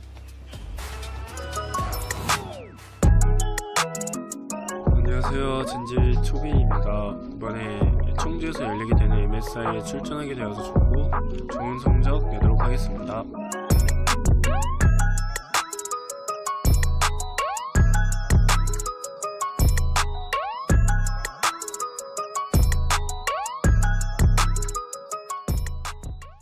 Welcome back, ladies and gentlemen, to the Costa Desk for MSI 2024, and we are diving straight into the draft. We have the Rumble taking away the center as well. Fnatic on the blue side, and gentlemen, Darius, especially you, I've got some hopium for you. Do you? Guess how many games Fnatic has lost on the blue side so far this MSI? How many games have they played? 0! Oh, wow. They are unable to lose on blue side. It is impossible based on what we have seen thus far this tournament. Atlas, this is I end my points. Stop now, just let him end the point. No, relentless optimism is my thing. It's not a good look on you. No, it's relentless. Wait. This isn't... Hold up! Guys, we had a deal, okay? This wasn't supposed to happen. But last time we saw Nami picked away from Lucian, it didn't go so well. Okay, but that had Jin. This is Draven. It's definitely an upgrade. I'm very happy with that. I'm a known a Jin anti. I'm just not really a huge fan. Melio and Xin Zhao both going to be taken away here by Fnatic. I actually really like this first 3 picks. Hides their solo lanes as well, and Melio does just fine alongside the Lucian. And Cassante priority always very high, especially for this team because Chovy also loves playing it. I mean, you have to wonder if the Zac is going to be the ban again from Gen G. They know that Oscar likes to play it, and it can be a pretty good matchup. Especially if they just want to play it safe. But top lane answers definitely seem to be the approach for Gen G. The other problem that Gen G have introduced to Fnatic is, if you pick Camille again, we're just going to swap on you. We don't even care about our bot lane matchup. We're just going to make it harder for you to play and lane and basically make Oscar uncomfortable. So you either play a tank, and then you play tank versus tank in a Gen G matchup, or you pick a carry and we lane swap on you. So I don't know what Fnatic's solution is going to be, because even if Oscar is feeling himself, I don't think Gen G is going to give him the opportunity to take advantage of that. And I've got another thing, because I was talking to Dracos earlier on, and he is not a huge fan of Lucian. How are we feeling about it in the hands of Noah and Jun as far as the Lucian Milio lane is concerned? Thaddeus? Against Jackie Love, wasn't it? But after game 1, it could be it. I'm optimistic. Hey, that's true. Yeah, I was about to say, if this was even from my perspective, this was a Guma carry, I'm like, no, pack it up. Yeah. Go quick, go to the next one. But Pays on Lands, we even saw it in the last game, definitely have not been infallible. And with champions like Draven in particular, just a single misposition, a single misplay in lane can lead to you falling substantially behind. I was actually wondering if they wanted to go for a Jax ban or a Sejuani ban. Jax because he's specifically just really strong into the Xin Zhao, and Kane has played him before. Sejuani because it's what they played last game in a double. Another Kha'Zix, really maybe, gentlemen? I don't know if we're gonna get it this early. That would be a treat, though.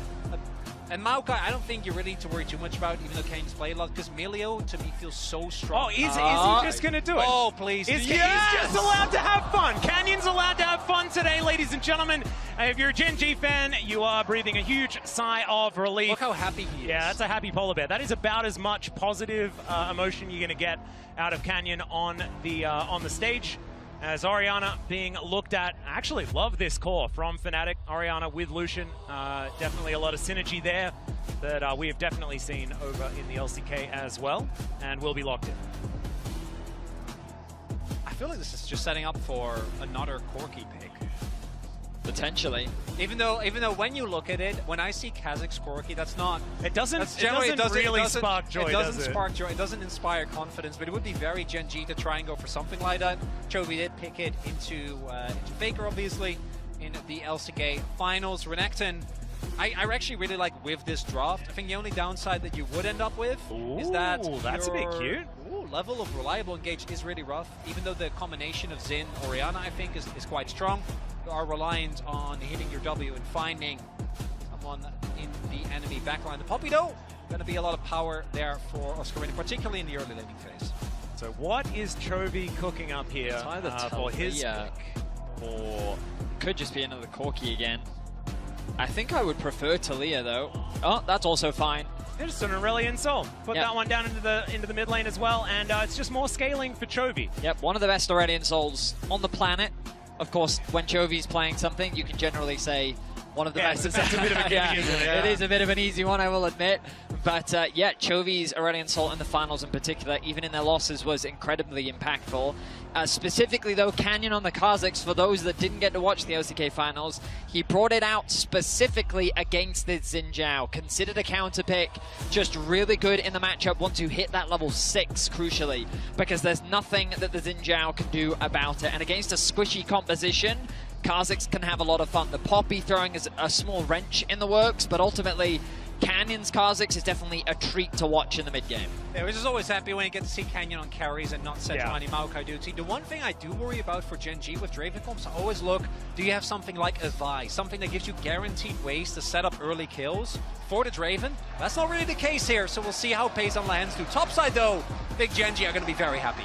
Yeah, I think this is something that Gen G are very happy about, but I do love the cohesion to come through from Fnatic's composition. Poppy always makes things difficult to play around with that Keeper's Verdict, being able to make the battlefield less even. And we'll see whether they can play around it and find some advantages there. Definitely very different drafts coming into this game number 2. You love to see a team mix it up completely after a difficult first game, and Fnatic have done just that. Now we'll just have to see whether they can actually topple the first seed from the LCK in at least one of these games. Give us more than another 3-0, guys. That's what we want.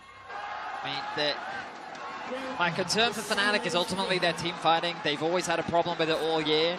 Their main problem with team fighting is that they have this tendency to fight 4v5. They tend not to respect where their teammates are on the map because they are a very aggressive team. So going in for more of a team fight direction against Gen G is always going to be a scary thing to do. But I think the way you beat Gen G is just get a big enough early leads. And the question for me is, can Fnatic pull that off? Razork on this Xin Zhao needs to make something happen between levels 1 to 5. I want to see some aggression. I want to see some threats of a dive. Maybe try and burn Chovy's flash to set it for a level 6 play. Something. I need to see something from Fnatic in the early game if they're going to go toe-to-toe against Gen G. And I'm excited to see whether Canyon's going to once again be playing his Q Evolve. I'm just going to go and murder the Xin Zhao over and over again playstyle that we did see. We've seen a few different takes on what you're supposed to evolve on the Kazakhs, and Q Evolve is often what the solo Q Kazakhs will take just to murder people. Well, shout out to Kadril in that he's the one that taught me that in pro play, Kazakhs kind of has to, because usually you don't get leashes, so you're very dependent on your jungle play, so you just kind of have to take it, otherwise your jungle can be very unfortunate. So normally in the pro level you'll see Q into W, but as you rightly say, some individuals have their own perspective on I remember when we had like the Bruiser Kazakhs with Aravor first and Conqueror. Hasn't been in the game for a long time. Thank goodness. I hated Bruiser Kazakhs so much. I thought it was. I mean, if you're a real OG, you'll remember Alex Dish's Kazakhs. I know. Or you'll remember Ambition's Kazakhs mid. Hell yeah. When he evolved just in lane. One big thing though with the Kazakhs, and we saw that Genji was able to do that consistently, and it's a big task for Chovy in this game as well, is a lot of what Kazakhs can do, the evade particularly post 6, are going to be relying on Chovy having mid lane prio. And his ASOL, similar really to his Corki, he's been one of the few players that has made this scaling pick, because in the LCK we saw it from players like Bulldog, and it felt like ASOL where, you know, obviously he skills really well, but in the early game he just didn't do a whole lot. Chovy though, his laning is so oppressive that we see him have prio a lot, which might keep Razork on the back foot and buy space for Canyon. The only good news, and I admit that this isn't a perfect comparison, but in Europe we do have Caps, and he's probably the most aggressive Aurelion Sol player that we have, so he definitely has some experience dealing with someone who loves to get in your face and fight you. He even was able to find a solo kill onto Caps throughout the finals, specifically in this matchup, but that was definitely more so on Caps than it was on Humanoid. So we'll see. So far the laning phase isn't going too badly. We'll see how things transition, as both junglers largely just doing a full clear. Ward dropped on Raptors. Razork has been able to navigate his way around that vision to avoid giving information. But overall things pretty even across the board in the early laning phase. Good to see this from Oscar. This is exactly the early levels you really want to play aggressive. Eventually, Keen will get to a point where he can shrug off some of the damage. This is what Razork wants to do. An opportunity here as Chovy does spot him out. He does try to fly away, and it is going to work out. We don't have a knock-up primed or anything like that from the Xin Zhao, so Chovy just able to fly his way out of there. Still going to cost him a fair bit of health, and going to be on the back foot for a little bit in this mid lane. What's bigger, though, is that Razork actually didn't pick up his Raptor camp to try and make this gank work, but because the gank didn't actually work out, didn't get flashed, now Canyon will be able to build an early experience lead. And you already pointed out, Veddy, that like those first 5 levels for the Xin Zhao are so big, because that's where you really want to try and build as big of a lead as possible, because post 6, the 1v1 gets insanely hard, so you're going to have to seed a lot of prio on objectives. Yeah, I mean, when we think back to that finals, Canyon was just power farming on his Kazakhs, right? He was just stealing as many camps as he could. He was playing super selfishly. But I think back to when Canyon was on Damwon and when they won that World Championship, that was his playstyle, right? It was a team that played very much towards him. And while on Genji, he obviously has diversified and showcased that he can play all sorts of styles, because we know how incredible of a jungler he is.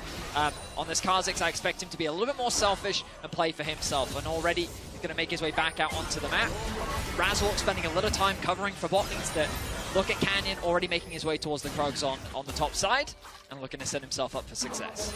A good ward there from Genji, making sure that the bot lane stays safe, and Razork, as he should, looking for a lot of early plays, but not able to find anything. Once Canyon hits 6, he's going to have to be a lot more careful about which brushes he walks into. Another thing, though, with Draven, you're always going to be looking towards what are going to be the plays towards that bot side of the map. And really, outside of Chovy roams or them taking another 2v2, which in the last game didn't quite work out, I do think it's going to be hard for PaCe to build a lead here, which means that maybe if they're able to, say, get Oscar towards the bot side of the map or set up a dive with Razork, there's some possibility for a punish there. Well, Chovy just breathing on Humanoid a whole bunch here in this mid lane, winning out on that trade. I do like the way that Genji plays around Draven is very different to how a lot of other teams play around Draven. Often it's all about, like, let's get that cash in, let's get that cash in. But the way Genji play it, they use it as a threat. As Canyon is just going to steal away a wolf. That is not very nice at all. But Genji just use it as sort of like a, maybe he's going to be able to get a cash in and it'll be fine. But they never rely on it at all. They just add it to their list of threats that you have to deal with. Every jungler knows that feeling where like you have your smite as well. And you see the objective. It was 7 HP. He was just going to let Yeah.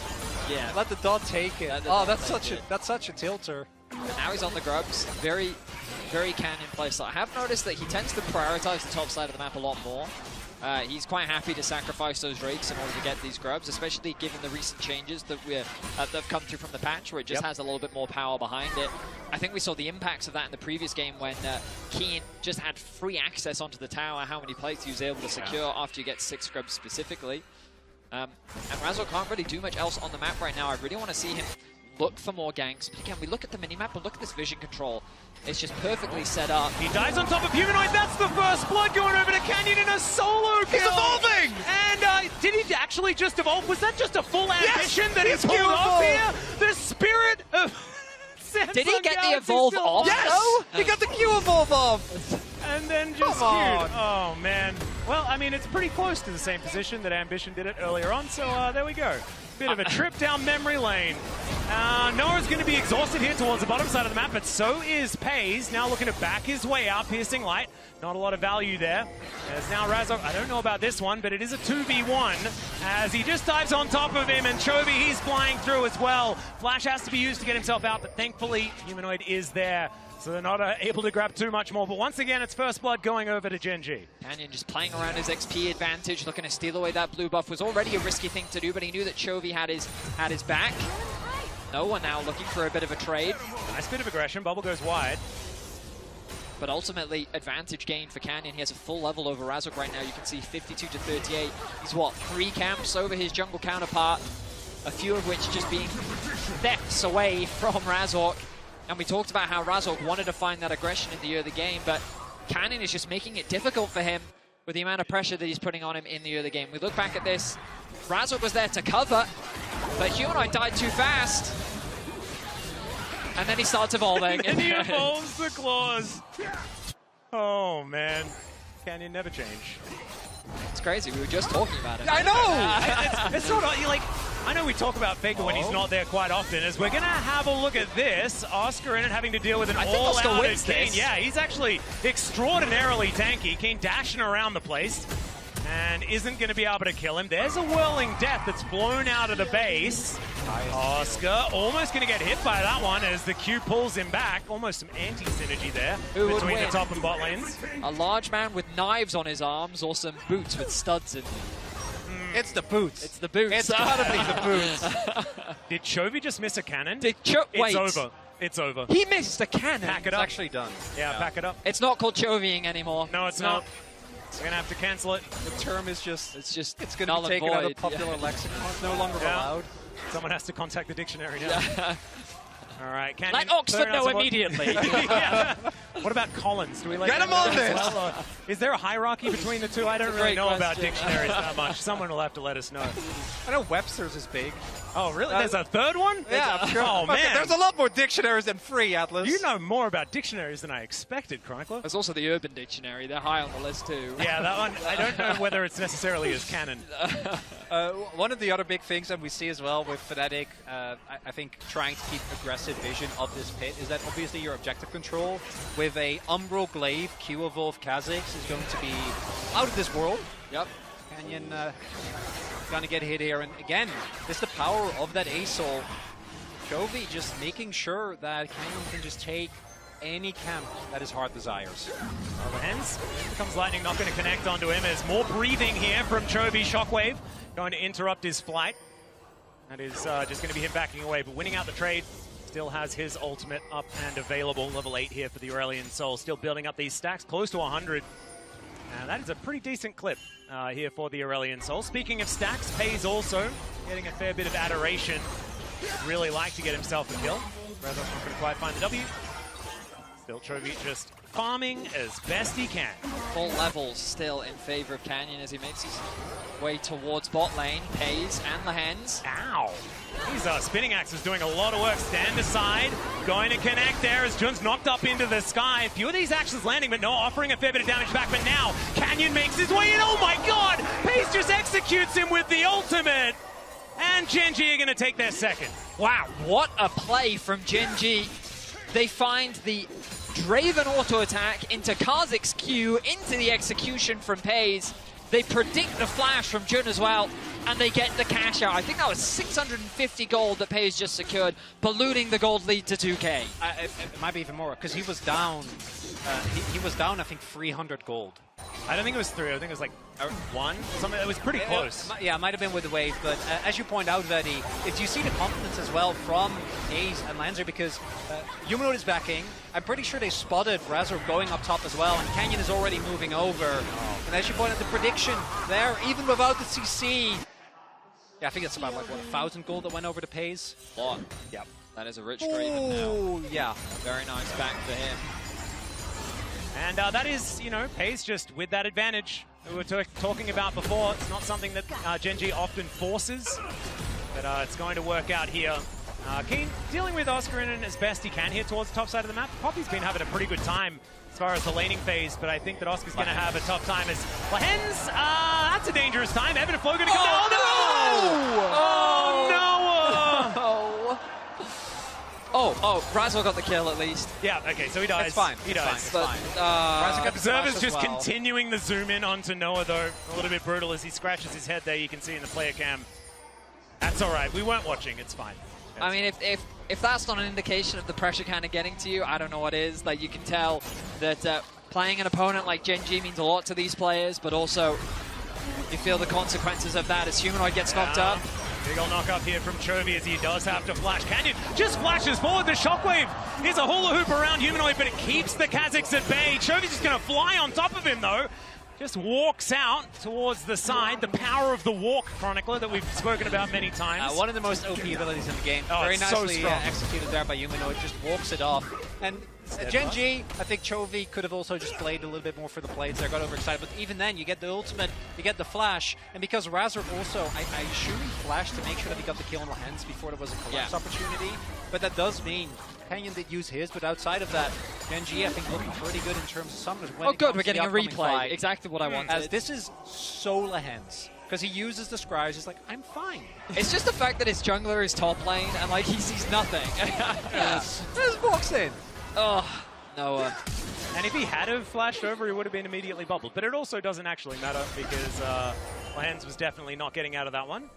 The last cone shenanigans coming down here. Difference between the junglers. Yeah, this 2v1, Canyon gonna have to jump his way out. Not exactly an isolated target there when there's 2 of them. I figured that out all by myself, guys. I will say though, overall, Fnatic, not in the worst of spots. Oh? I've seen worse, gentlemen. True. And I'm thinking about the fact that mid lane is a lot more even than it was compared to the previous game. Orianna's still looking to stack up that Seraph's Embrace, which is totally fine. Oscar doing well in the isolated matchup topside. Wasn't expecting him to do as well as he currently is, but credit to him. The only problem is the fact that Draven is, you know, about a boots up and can.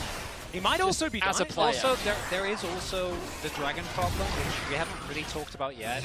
But even though Chovy doesn't have a lead, I feel like Ace game. So oh, that dragon problem. Yeah. That dragon. There's a few different, like the one dragon that they picked up, not really the as one much of a dragon, problem. I wouldn't call a problem. I mean, yet. don't get me wrong, Chronicler. Like Chovy as a being, as a being, is always a passive, as a celestial creature. He's like, in many ways, in a game of League, he's like global warming, the ever-existential threat that we all know we're going to have to deal with at some point. It's very Lovecraftian, yeah. And at some point, it passes the point at which you can deal with it anymore, you know? Like, all right, I'm good with that. Let's disregard Chovy. I do agree, particularly with what we saw in the previous, when it comes to the skirmishes, oh boy. There's a bit of an all-out here from Keen. Decent little shield for Oscar as he makes it underneath this turret. You're not going to connect, and that's going to mean the Poppy will survive, as Poppies often do. Just getting tankier and tankier. Does have that Sunfire Cape already completed. And Oscar's going to happily clear up the creeps. Keen does get the back end. I wonder if they're actually looking to rotate him towards the bottom half of the map, or if he's just going to run to top. Looks like not going to be the case. Just going to stay in this top side of the map. But I think the skirmishes from Fnatic were quite good in the previous game. The 5v5 though, there was one. And it was a complete disaster, right? It was the one around the dragon where they weren't able to mark Keen. So that is something that they're going to have to do. Because I think that when you look at the goal, when you look at the champions, there is actually an angle for them here. They have a really strong combo with the Xin Zhao and Orianna. You have a lot of bursts coming through from Noah. And then you have Oscarinen who can try and turn the numbers into your favor. But actually executing upon it is going to be the big thing. Because in the previous one, that didn't quite hit the mark. happened this time around. Nice dash forward there from Noah. Does a lot of damage to Pays as an ulti comes down towards his bottom lane. As Chovy is busy breathing on minions. Never changed, Chovy. Razok was spotted on that ward, which probably tells us more as to why Chovy didn't go further forward. I will say, very rarely domestically do we ever see Razok controlled as much as we're currently seeing. The vision from Gen G, it feels so efficient in terms of how it just gives them enough information to keep track. Oh, there's a flash onto Chovy. He is immediately going to flash away, though, and then just flies. Has to do that in a straight line, though, as now Razok's on top of him. Dangerous time here for the Dragon, and he's taken down. Great shockwave there from Humanoid, and he's on the board. Still, they're going to lose their outer turret in the mid lane, and Gen G may look for more. Big thing here as well, Canyon sitting on 2 items, almost level 11. Incredible power spike. As Pays. Oh my god, Jun! Ooh, able to get himself out of there. Does have to ulti. Still, the Whirling Death not going to get another cash in. This is one of the big things with Gen G. Fnatic, really good job on forcing a play onto Chovy, caught off guard, thinks that he can just walk up to the Drake, and they get the kill, but they're not going to end up getting the Dragon. With Keen's TP, he saves the turret, and they lose so much in mid lane as well. I mean, it's why Gen G is so good. They can cover. Oh no, the TP interrupted. Oh dear, there's the all-out. That's a big ride for Humanoid. Now trying to get himself out of there. He flashes before the tidal wave gets there, but Keen, he's gone all out, and he's going to be able to take out Humanoid. They'll grab Razok as well. And Gen G, they just took a Drake, and then they killed 2 people as well. And then look at the difference. Now Oscar in danger. Yeah, okay. But no, it's distracted okay. once again by the minions. Chovy is not going to play for that. Oscar knows. He's just like, put minions between me and Chovy, and he will be distracted. It'll be Really? never mind. There's no minions. They ran. Oh, he did it again. See? I can't believe he's like, no, don't worry. Just ult is just to zone you off the wave, and then he's like, psych, I'm flying towards you. But you see the difference, right? Chovy gets killed, and what does Gen G get off the back of that? They secure a mid tower, they use the pressure from the mid tower to convert that into the Dragon, to then getting 2 kills onto both Humanoid and Razok, who then can't cross-map that anywhere because Chovy's covering top, and the mid wave has already been pushed towards the tier 2. It feels as though every time you try to do something against Gen G, they either cross-map it and get something else, but even if you feel like you've punished them, it feels like that they've just somehow mitigated whatever punishment you've just tried to do, and every time you then make a mistake, it feels like that you fall infinitely further behind because you can't get anything else back on the map. This is a more extreme version of what we saw in game number 1 as well, when they got the pick on Chovy towards the bot side. When he went in very aggressively, got picked off on the Corki, but then the investment that Fnatic put into getting that kill immediately got punished by Gen G, and now Canyon has actually hit level 2 on his ultimate. It's a really big win. Takes down the turret here. Let's see what Oscar can actually do here, though, as Kane's not looking like he's taking damage. Oscar's looking like he's not even taking damage. He picks up the buckler, and we could be here for a while, gentlemen. Atlas. Yep. Gotta hit each other as many times as possible. King goes the wrong direction. That's just fine. I don't think you were killing him anyway. Just 2 ships awkwardly bumping in the night. Yeah. Again, so there's some chop. They're both like, oh, I'm sorry. I'll get out of the way. Canyon mainly hovering around Chovy. There are camps on the bot side of the map for him to farm, but those aren't his priority right now. Fnatic have their eyes on this top tower, looking to secure their second of the game. You can see this gold gap about 2.5k. Advantages still largely sitting on jungle and AD carry. I mean, I look at the itemization and it doesn't look that dramatic. Admittedly, Canyon is terrifying right now, but we'll see how things move forward. Again, it's this team fighting where I'm mostly concerned for Fnatic. They prove themselves optimistic when it comes to the skirmishes. Happy to take them. Yeah, but in the 5v5s, I'm still waiting to see if Fnatic can find a fight that are on their terms, as opposed to a way in which Gen G can just slaughter them. I want to see them take a fight with Oscar there as well, because I think that having the Poppy able to change the landscape of a team fight so dramatically with the ultimate, I think is going to be a huge boon for Fnatic. And Gen G don't have the largest amount of mobility with their damage dealers in Chovy and Pays. So if you can sort of get Canyon out of there, get Keen out of there, then maybe could catch a Dragon and a Draven unawares. I don't know how close Chovy is, but if he's able to pick up his Leandries as well, they're sitting on IE Spike. Keen just picked up his Spirit Visage, like almost across the board 2-item spikes, and they have the empowered ultimate. And I don't think that you can afford to give over this Dragon, setting up for Cloud Soul Point. Yeah, that is so much damage. Razork going to be able to use his ultimate. But now they won't have that for the next fight. 1 minute until the Drake, though, so I think he should be okay.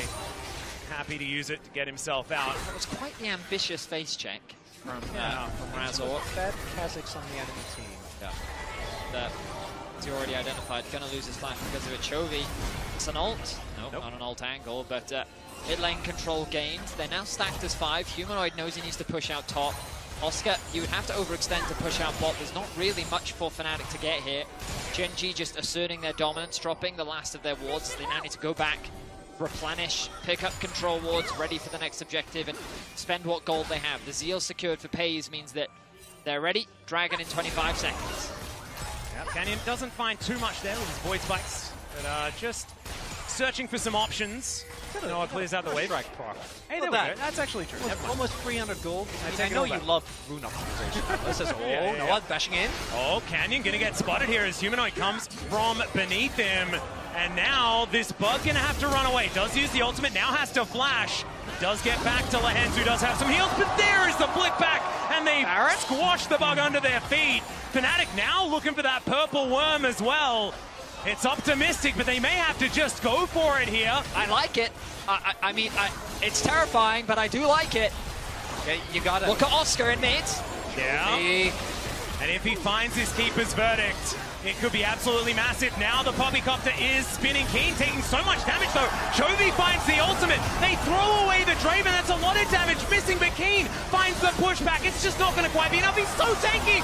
And in comes Pays now with these axes. And with the Draven turning up, I think it's now going to turn out to be a Gen G fight. Oh, Fnatic, that was so close. It's again the same problem. Yes, they get Canyon, but I think specifically Chovy still having access to his empowered ultimate is the big problem there. They need to play so safe, so respectful, because they know if they try and rush the Baron, they're going to get taken down, and even without damages. Back up. Razork. Canyon is here. Razork could get into the pin, but they're not going to be able to steal this one away. Humanoid down to 50%. They're not going to jump on him, though, just looking to grab the Baron, reset, and look for more. The idea behind the Baron there is to use it as an opportunity to turn and fight when you have a numbers advantage, but as you highlighted, Chronicler, and we'll look back at it, just Keen goes in 1v4, right? And so while the ultimate from Oscar Inning seems promising at start, look at how impossible it is to actually get onto the backline. The Baron buff's really proving dividends there as Jun just gets melted. The support disappears, and then Gen G can just kite backwards to allow time for Pays to rejoin the fight. Even as a 4v5, Gen G's team fighting shows why it is such world-class level of the patience that they play. Well, we're straight into another team fight here as it's a great bubble onto Oscar, and Noah manages to take down Canyon here. Gen G now a man down. Can they still keep fighting, though, is the question. That bubble goes wide. The health bar's a little bit lower. Noah still playing so far up, and Keen is a bit of a brick wall. He's going to be thrown away immediately, though. Now a 5 versus 3 in theory. I don't like it, though. Not very close to this one, and these health bars. It's not really what Fnatic want here in this moment. Keen now dashing forward. Pays has to get himself out, though. Throwing a few of these axes around. He does still have that ulti as the all-out does come on through. Razork gonna use it to try and get on top of Lehens, but he doesn't quite get there. He's now able to get out, and now the teleport's coming forward from Fnatic. The exhaust to make sure that the damage is mitigated, and Jun takes down the Dragon. Now Fnatic, it's their time to shine, and Oscar just keeps them away from the Dragon. Fnatic actually want a team fight versus Gen G. They're still 4k gold down, but they'll deny the soul point away from Gen G, and while it looked terrifying, they're able to catch Canyon out once again. Fnatic keeping us at the edge of our seats as they're going toe-to-toe with Gen G in Game 2. Gen G getting kind of dragged into Fnatic's madness there. We saw Chovy on the deep flank, but Noah is able to flash away from his ultimate. And throughout all of that, Humanoid actually able to stay alive and then back off, TP in with a fresh health bar. Ended up being quite big as well. And this is what we were promised, right? We were promised that Fnatic, we're going to drag teams into the mud with them. And that is precisely what's happened. Good bubble here onto Razok, but he's not under too much more threat. He's looking to protect his control ward, and he will be able to do that one successfully. Big thing here is that even though Fnatic, as you pointed out, Vetty is still behind, they did really mitigate the Rebel Baron power play. Only like 400 gold for Gen G. Not even the value you get for getting the Baron in the first place. Problem is that with all the kills that they got in the fight leading up to it, Gen G's still not going to be feeling too bad, but Fnatic's still fighting back. The things to take into consideration are Flash is gone for both AD carries. Flash is gone for both supports. Exhaust up for Pays, but not for Noah. What's crazy is that Chovy kept his Flash throughout that whole fight.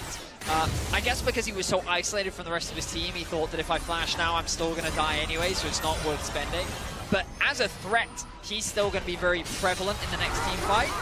Good nice culling. Yeah, half health onto Pays now, who has to throw his ultimate back as well. We'll be able to clear the minions out with it, as Fnatic will just clear out the mid wave as well. Chovy just sort of unanswered here towards the top lane. He puts down a singularity, and we'll just fly on back. Now he's level 16. This is actually really big because Gen G holds on so tightly, and his mid lane turret is still relatively healthy. It makes it really hard for Fnatic to actually set up consistent control, and they've been able to get back-to-back catches on Canyon, but I do think that they're really reliant on getting a pick like that, or finding access immediately with Razork or Oscarinin, because otherwise they're engaged, like their snap engage can be a little bit rough into the Gen G front line of Keen and Lahens' zoning. I ultimately think Oscar is... He needs to start ulting Keen. We saw it in the last fight, and I think that it's proved how effective it can be. Speaking of... Yeah, Keen taking a little bit of damage here, but there's a fight on multiple fronts. Keen has been half health. There's still a lot more to get through, though, as this K'Sante is extraordinarily tanky. Canyon just wanted to get himself out. Will be able to leap in order to do that. So Gen G will back away, and you can feel the amount of added respect that Gen G are playing with here after finding themselves on the losing end of a team fight. It's pretty interesting because Gen G is still in control of this game, right? You can see how they have the mid control. They're the ones setting up vision on the entrance to Fnatic's jungle. But Fnatic are slowly gaining more confidence. It feels like that they're not as afraid of Gen G when they walk up to acquire this space, and it's something that domestically, when G2, they'll push their boundaries to say, come on, Fnatic, we're testing you, we're asking you, are we actually allowed to be here? And then Fnatic will always fight them, and now it feels like Fnatic is slowly starting to say, no, Gen G, you're not allowed in this space, this does belong to us. And as you rightly said, Gen G showing that appropriate respect. Canyon running around the jungle here, of course, can do so very swiftly, owing to the Cloud Rift. Oscar will be able to catch this wave, though, and I don't know whether you're going to be bursting down a pop. Doesn't matter how fed you are. He's just very, very tanky. 3 items now done. As Gen G just tidying up waves, not really finding too much more. Does feel a little bit like handshakes are going out. We'll see who's going to be able to make the next move to really gain an advantage in this game. It may just be this Baron that's going to be coming up in 20 seconds time. I wouldn't be surprised if Gen G, I don't know if they have the empowered ultimate on Chovy just yet, but try and play for that, get that, and then just force Fnatic into going into a fight with you. I think if Fnatic don't have either an angle or Oscarinin gets to ult someone away in a straight up front to back, where Canyon doesn't overstep again and gets promptly punished, Gen G should still be able, because Keen, like even with Noah actually having... Oh, again? Yeah, jumped on immediately, is going to be able to go stealth and look to get himself out, but Razok's just going to be able to lock him down, thanks to Humanoid's damage as well. And Gen G once again lose their jungler. Fnatic find another punish onto Canyon. 40-second death timer for Canyon, but they did have to commit the shockwave and the flash from Razor. Keen, a wall that stands in the way. Yeah, continuing just to walk towards them. My God, the damage as the skies descend onto Fnatic here. Keen just wandering forward. He'll find the Q onto Razor, and now Chovy is flying down. Noah's going to be executed, but Chovy will suffer the same fate. Pays is just popping off, though, throwing these axes left, right, and center, and no one is answering the Draven. There are too many threats for them to deal with. And the man got a finals MVP because of his performance on this specific champion. The amount of confidence that Keen has and Gen G has, even though that was a risky play. It was a 4 versus 5. Canyon, one of their most fed members, wasn't even there, and they still end up going for it. We'll be up now to make sure that this Baron goes the way of Gen G. Yep, Hayes just happily starting that one up, knows that his tankier members are about to join him And Gen.G with their second Baron of the game. This one, I think, a little bit more backbreaking than the first. The commitment onto Canyon proved promising initially, but Fnatic, I guess they overstayed their welcome. You see the execution onto Canyon. Immediately they look to control the... I feel like they should have just moved back into the river to set up for the Dragon, but it just gives Keen this opportunity to set up for the engage. Chovy starts the fight off with a massive ultimate. The follow-up tidal wave from Lahens was huge, and then Keen, isolating 3 members alone, sets up the fight for Pays and Chovy to just do the work.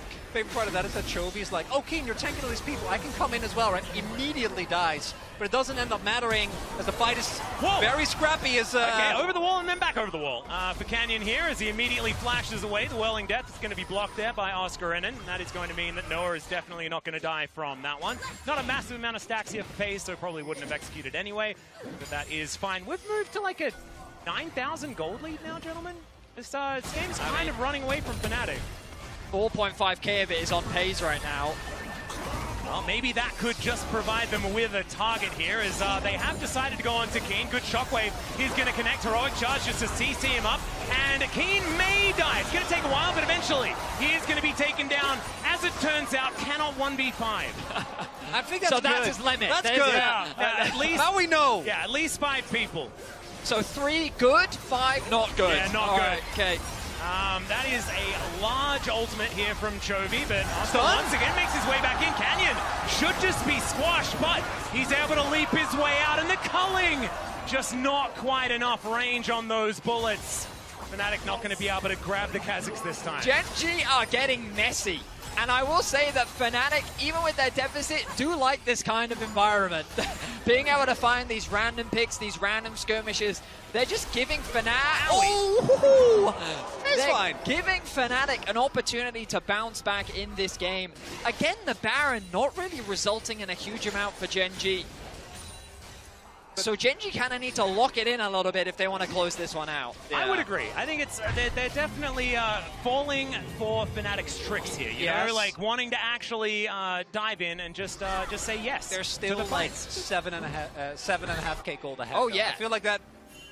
I will say, though, despite everything, if Pays dies, it's not that much. It's also a lot of money for Fnatic. You know, that's a big gold swing. True. You know what I'm saying?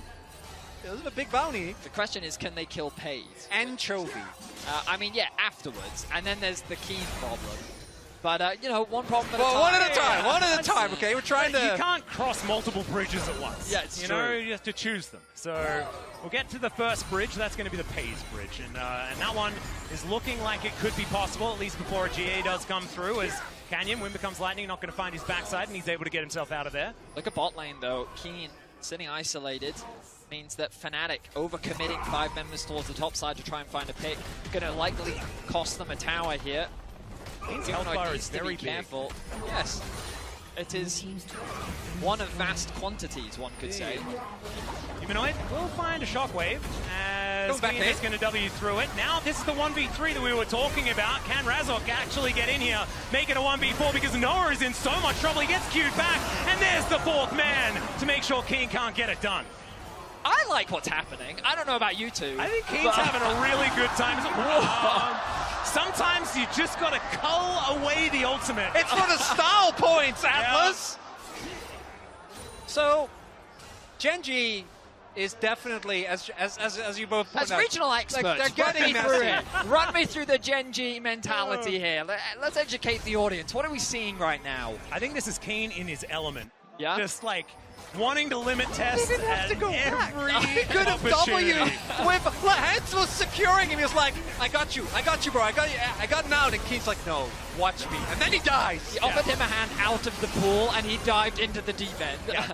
No, you just got the chrome spray and said, witness me, and then it was all done. And then Noah culling his way out of the Whirling Death, which was beautiful. Love to see those mechanics. Little known that actually works.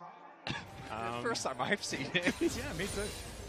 The big thing, though, here, and this is why I think we're having some fun with it, is it needs to lead to an actual objective. If this leads to like a Baron or a fight where Fnatic is actually able to get through multiple members on Gen.G, the mid lane turret is still standing.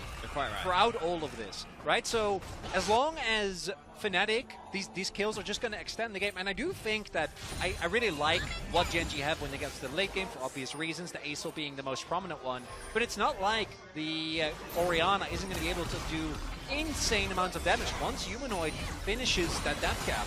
Yeah, not to mention the value of Nelio in late game fights as well is just massive. With all of the CC immunity that you can they're going. Canyon throwing some void spikes around. Fnatic. Razzle I was going to that say they need opportunity. to find a way into the Dragon Pit, but they found one. Yeah. They're forcing the ult out from Canyon. Very fast, especially when he does press that R button. The W quite landing there, but it is looking dangerous here for Gen.G. Doing a good job of keeping control of the mid wave. Bot wave also pushing. Fnatic are just kind of awkwardly abandoning a lot of farm to be able to contest this Dragon Soul. Chovy in a good position, has the ultimate available. And you can see Canyon just, once again, poking his nose in, looking to try and pull Fnatic apart as much as he possibly can. Razzle trying to heal up on the red buff. Hand this over to his team as well. The buff will also help heal him up passively.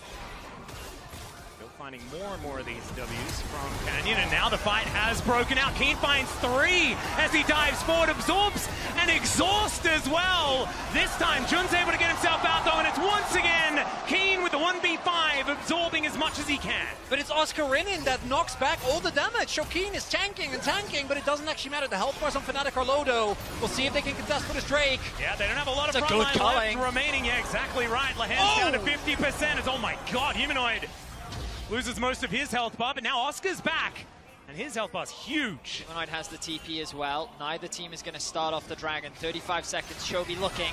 Yeah, flying on forward as Canyon has been spotted. Noah dives on top of him. Canyon's going to leap away. 25 seconds on Keen. Wow. Pace does a lot of damage, and yes, Keen does have teleport up and available as well. It should just be the Drake going over to Fnatic, though, once again, denying a soul, grabbing some bounty gold. They're still in this. Fnatic have taken the kill lead for the first time in this series. And Gen.G looking out of sorts. Their team fighting looking a bit, I don't know, disconnected in terms of their execution. You have to remember, Keen was 4-0-3. He was. A while back. That he was. Gen.G don't actually have the most reliable engage when we think about it. Keen is their engage. So if Fnatic actually... Oh, Canyon, are you dead again? He might just be. He's going to have to flash away. And there's the dive He's forward. dead. Humanoid's going to grab it once again. Can they actually get a kill back, though, is the question. That's a and the Baron. answer's going to absolutely be no. No power. Chovy uses ult. Yeah. Okay, well, hang on. Oscar needs to land the ult onto Keen. They got to get him out of there. Chovy's got the singularity in the pit as well. Gen.G, I don't know whether they want this one. Bubble is going to connect. And now Chovy breathing on them. That's going to be the Drake taken down. Shockwave goes wide. I don't think that matters. They just need to get out of there, utilize this Baron as best they can. Oscar going down low, but he creates enough distance. The culling gets rid of Paze as well. And Gen.G, there's nothing they can do. Fnatic actually get the Baron. Gen.G have made one too many mistakes, and now Fnatic are fully back into this game. The goal difference is going to mean less and less. A death cap is going to be secured for Humanoid. Fnatic stand a chance of getting a big win over Gen.G in this series. Starts again with Canyon getting caught out, and the combination, the 1-2 of Razork and Humanoid finding the extended chase, the movement speed from the Orianna, the threat of the ultimate, and Razork just consistently hitting his Ws. And now, Gen.G, for the first time, really pushed back to their own base. Yeah, and we've mentioned this many times, but haven't said, oh, okay, we've got a little bit of a dash out here by Keen. Looking to try and defend their inner turret. Shockwave is going to connect on to this Cassante. They recognize they just need to kill Keen, and then there's just not a lot of ways for Gen.G to mitigate fights and keep space from this Fnatic war machine that's just walking them down. Yeah, Chovy does manage to find it here as the skies descend onto Fnatic. The knockups were massive, but it's going to connect onto Keen here as well. The two-man queue is going to connect also as now Razzle diving on forward, being an absolute hero. Canyon this time, he is a big threat, and Fnatic's health bars are so incredibly low. It's a double for the Dragon, and I think Gen.G, it's been a couple of fights for Fnatic, but this time Gen.G have found one themselves. Oh, Oscar trying to stay alive for as long as possible because the mid lane highway is open. The minions in the previous play, they take it as planned. Try to 1v1 Noah. Noah says, You are a Nami. Do not step up to me with the teleport. I don't know if they have the wave. All right, Canyon looking for an opportunity here. And, Noah's just going to kill him. Still, Chovy is going to be able to get one back. Still, I wouldn't say that that is necessarily positive. They might be able to grab themselves an inhibitor here in the mid lane, but I don't think we're ending the game anytime soon, gentlemen. So the Baron is a curse. That's what we've learned. The Baron's bad. Yeah, Baron don't get does Barons. not win you games. Chovy, though, when the chips are down, this man really does just put the team on his back. How massive was that ultimate? Like, he literally threw a star at Fnatic. Look at Chovy and look at his engage. Phenomenal. Like, what can Fnatic do? Yeah, they're humanoid, and he has to play aggressive because he wants to consistently find his damage. But as a result, he has to immediately use a stopwatch, so he's not actually able to do a whole lot in the fight. And then once you actually get to front to back, once Keen is there with damage backup, that's where you do see Gen G able to utilize their comp as, yeah, thank you for pointing it out, Vedi. The amount of increased range on Chovy's ultimate is 85%. As this is the most Lahens thing that I've seen, what, like today? Yeah. That's a big one. He was a zoning death. He was making sure that if him and Canyon didn't die, they could have ended the game. Yeah, and I know they were trying to keep the wave safe, but if they were alive, then on the next wave, I think there was a window. Going to be the case. I tell you what, though, Noah has been playing exceptionally well on this Lucian. I think he's been able to find as many opportunities as he possibly can. Currently has 6 items to his name as well. And I think he could be a win condition if him and Oscar can get things together in some of these fights. It's just this Space Dragon. We didn't talk about it for a long time, guys, but I think it's time. But it's about time that global warming is really setting in now, guys. Like it's here. Yeah. Because you can't even walk up to choke points. Like if he puts down the singularity is very scary, but that culling is also very scary. This time, the ulti's not going to find quite as much value. That's a win for Fnatic. Yeah, if they get to back off now, they can get all of that health back. As you can see, Noah's just fine now. His ulti. What ultis have been used? Chovy's is down, and as you rightly said, that's usual. Lahens is gone as well. Yeah, Swirling Death is there, but pays. So hard for him to walk up as this Drake getting taken down so incredibly low. There's the Keeper's Verdict. That's going to get rid of the Dragon. And that is a 3rd Cloud Drake here for Fnatic. Whirling Death not finding any value here. And now the dash forward from Razor. Keen finds 3 as well on his side of the fight.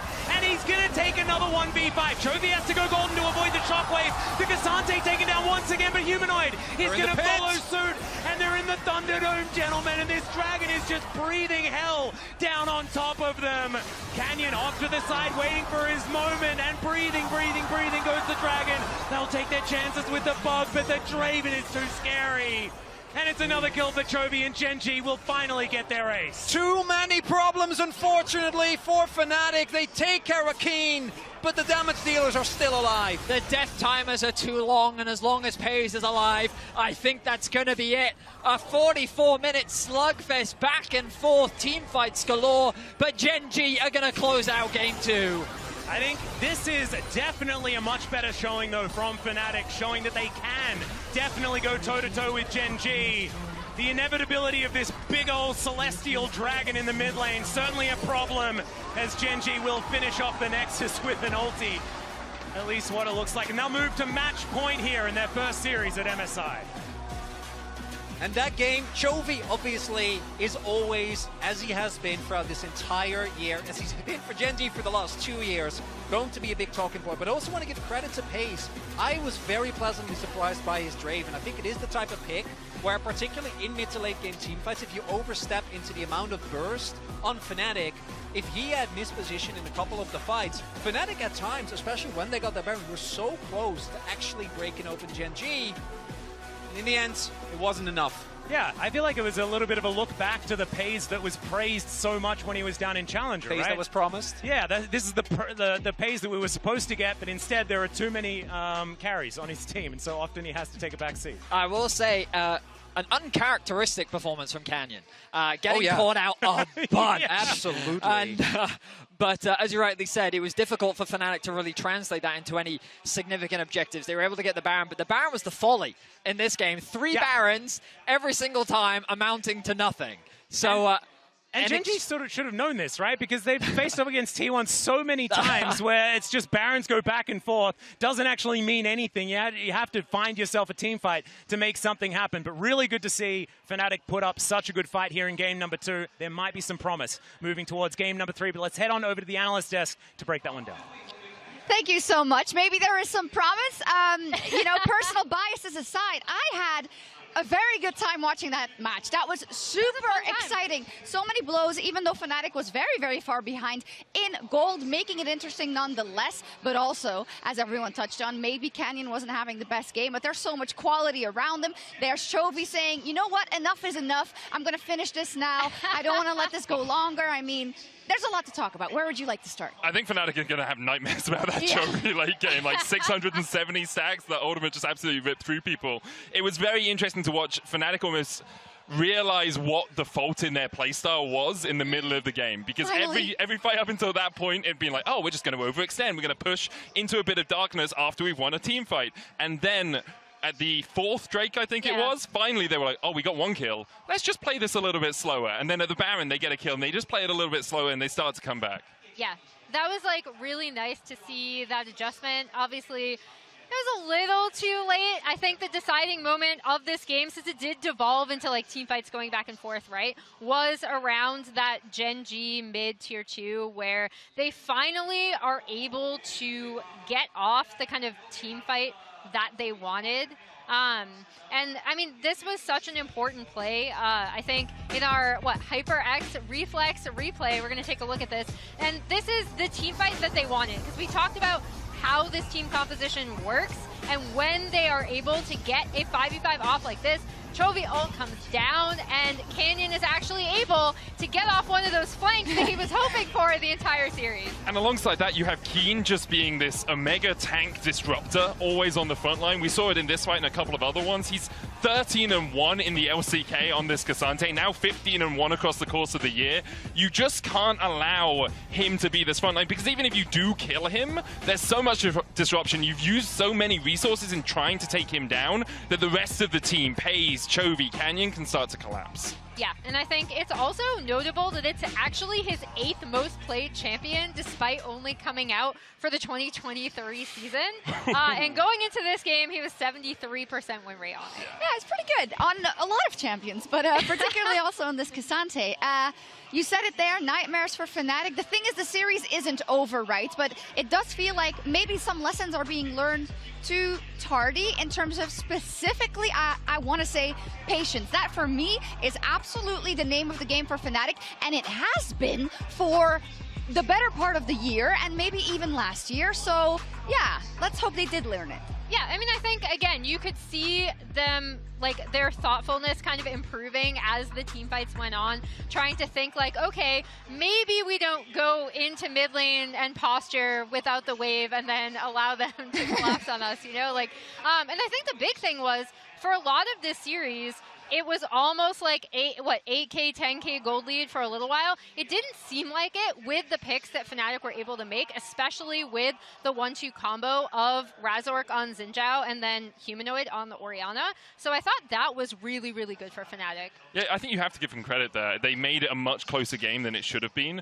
The difference between Fnatic winning a fight and Gen.G winning a fight, though, is so substantial when it comes to gold and presence on the map, right? Every time you see a spike in the gold, it's Gen.G have won one fight, they take a Drake, they take a Baron, they take a tower, and for Fnatic, it's like, oh, we got a kill, maybe we can get a Drake back. Because they were in so much of a hole in the early game, and although Canyon had a bad game, his early was very good. Yeah. It put them in such a hole that it was very difficult for them ever to clamber their way out of it. Makes sense. Fnatic chose blue side again, and fair. They got the closest that they could, I guess, even though it's so weird to say that when you're so far behind in gold. It's just the way it feels, okay? Sometimes it's about the feelings. But now they're going into game 3, and they have a lot to work with, but they also, I think, still have kind of similar issues, right? The problem that Keen is having a tremendous performance that you're always going to be able to fall back on. Humanoid is not having a good time in that lane versus Chovy. Not many mid laners do, but we'd expect a little bit more. That's not coming to fruition, so can you workshop that? Yeah, and I mean, I think the other thing is, right, like, this Canyon Kha'Zix is the special that he brought out in Game 4 of LCK Finals, even though, to your point, it didn't look good when he was trying to find those flanks. His early game was really quite good. So I am curious to see what Gen G now bring out on red side and what Fnatic is going to take on blue. Yes, let's hope at least it's as close as Game 2 was. That's all we can hope for. No, we can hope for more, but no. 3-1. 3-1. 3-1. Your prediction. Perhaps. We'll see. Can Gen G close it out after this game as we head over to a break? We'll be right back.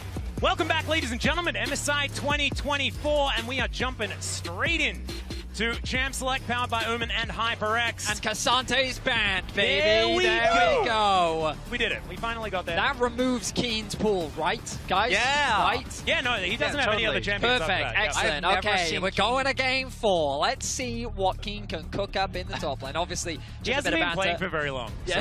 So. It's a good point. By Kalista taken on the side of Gen G, you imagine Varus is going to be taken off next. Wow, okay, we're going to get the Nautilus as well, taken out from the side of Fnatic. So a lot of power picks are going to be available. I'm curious as to what the priority is going to be for Fnatic. Senna.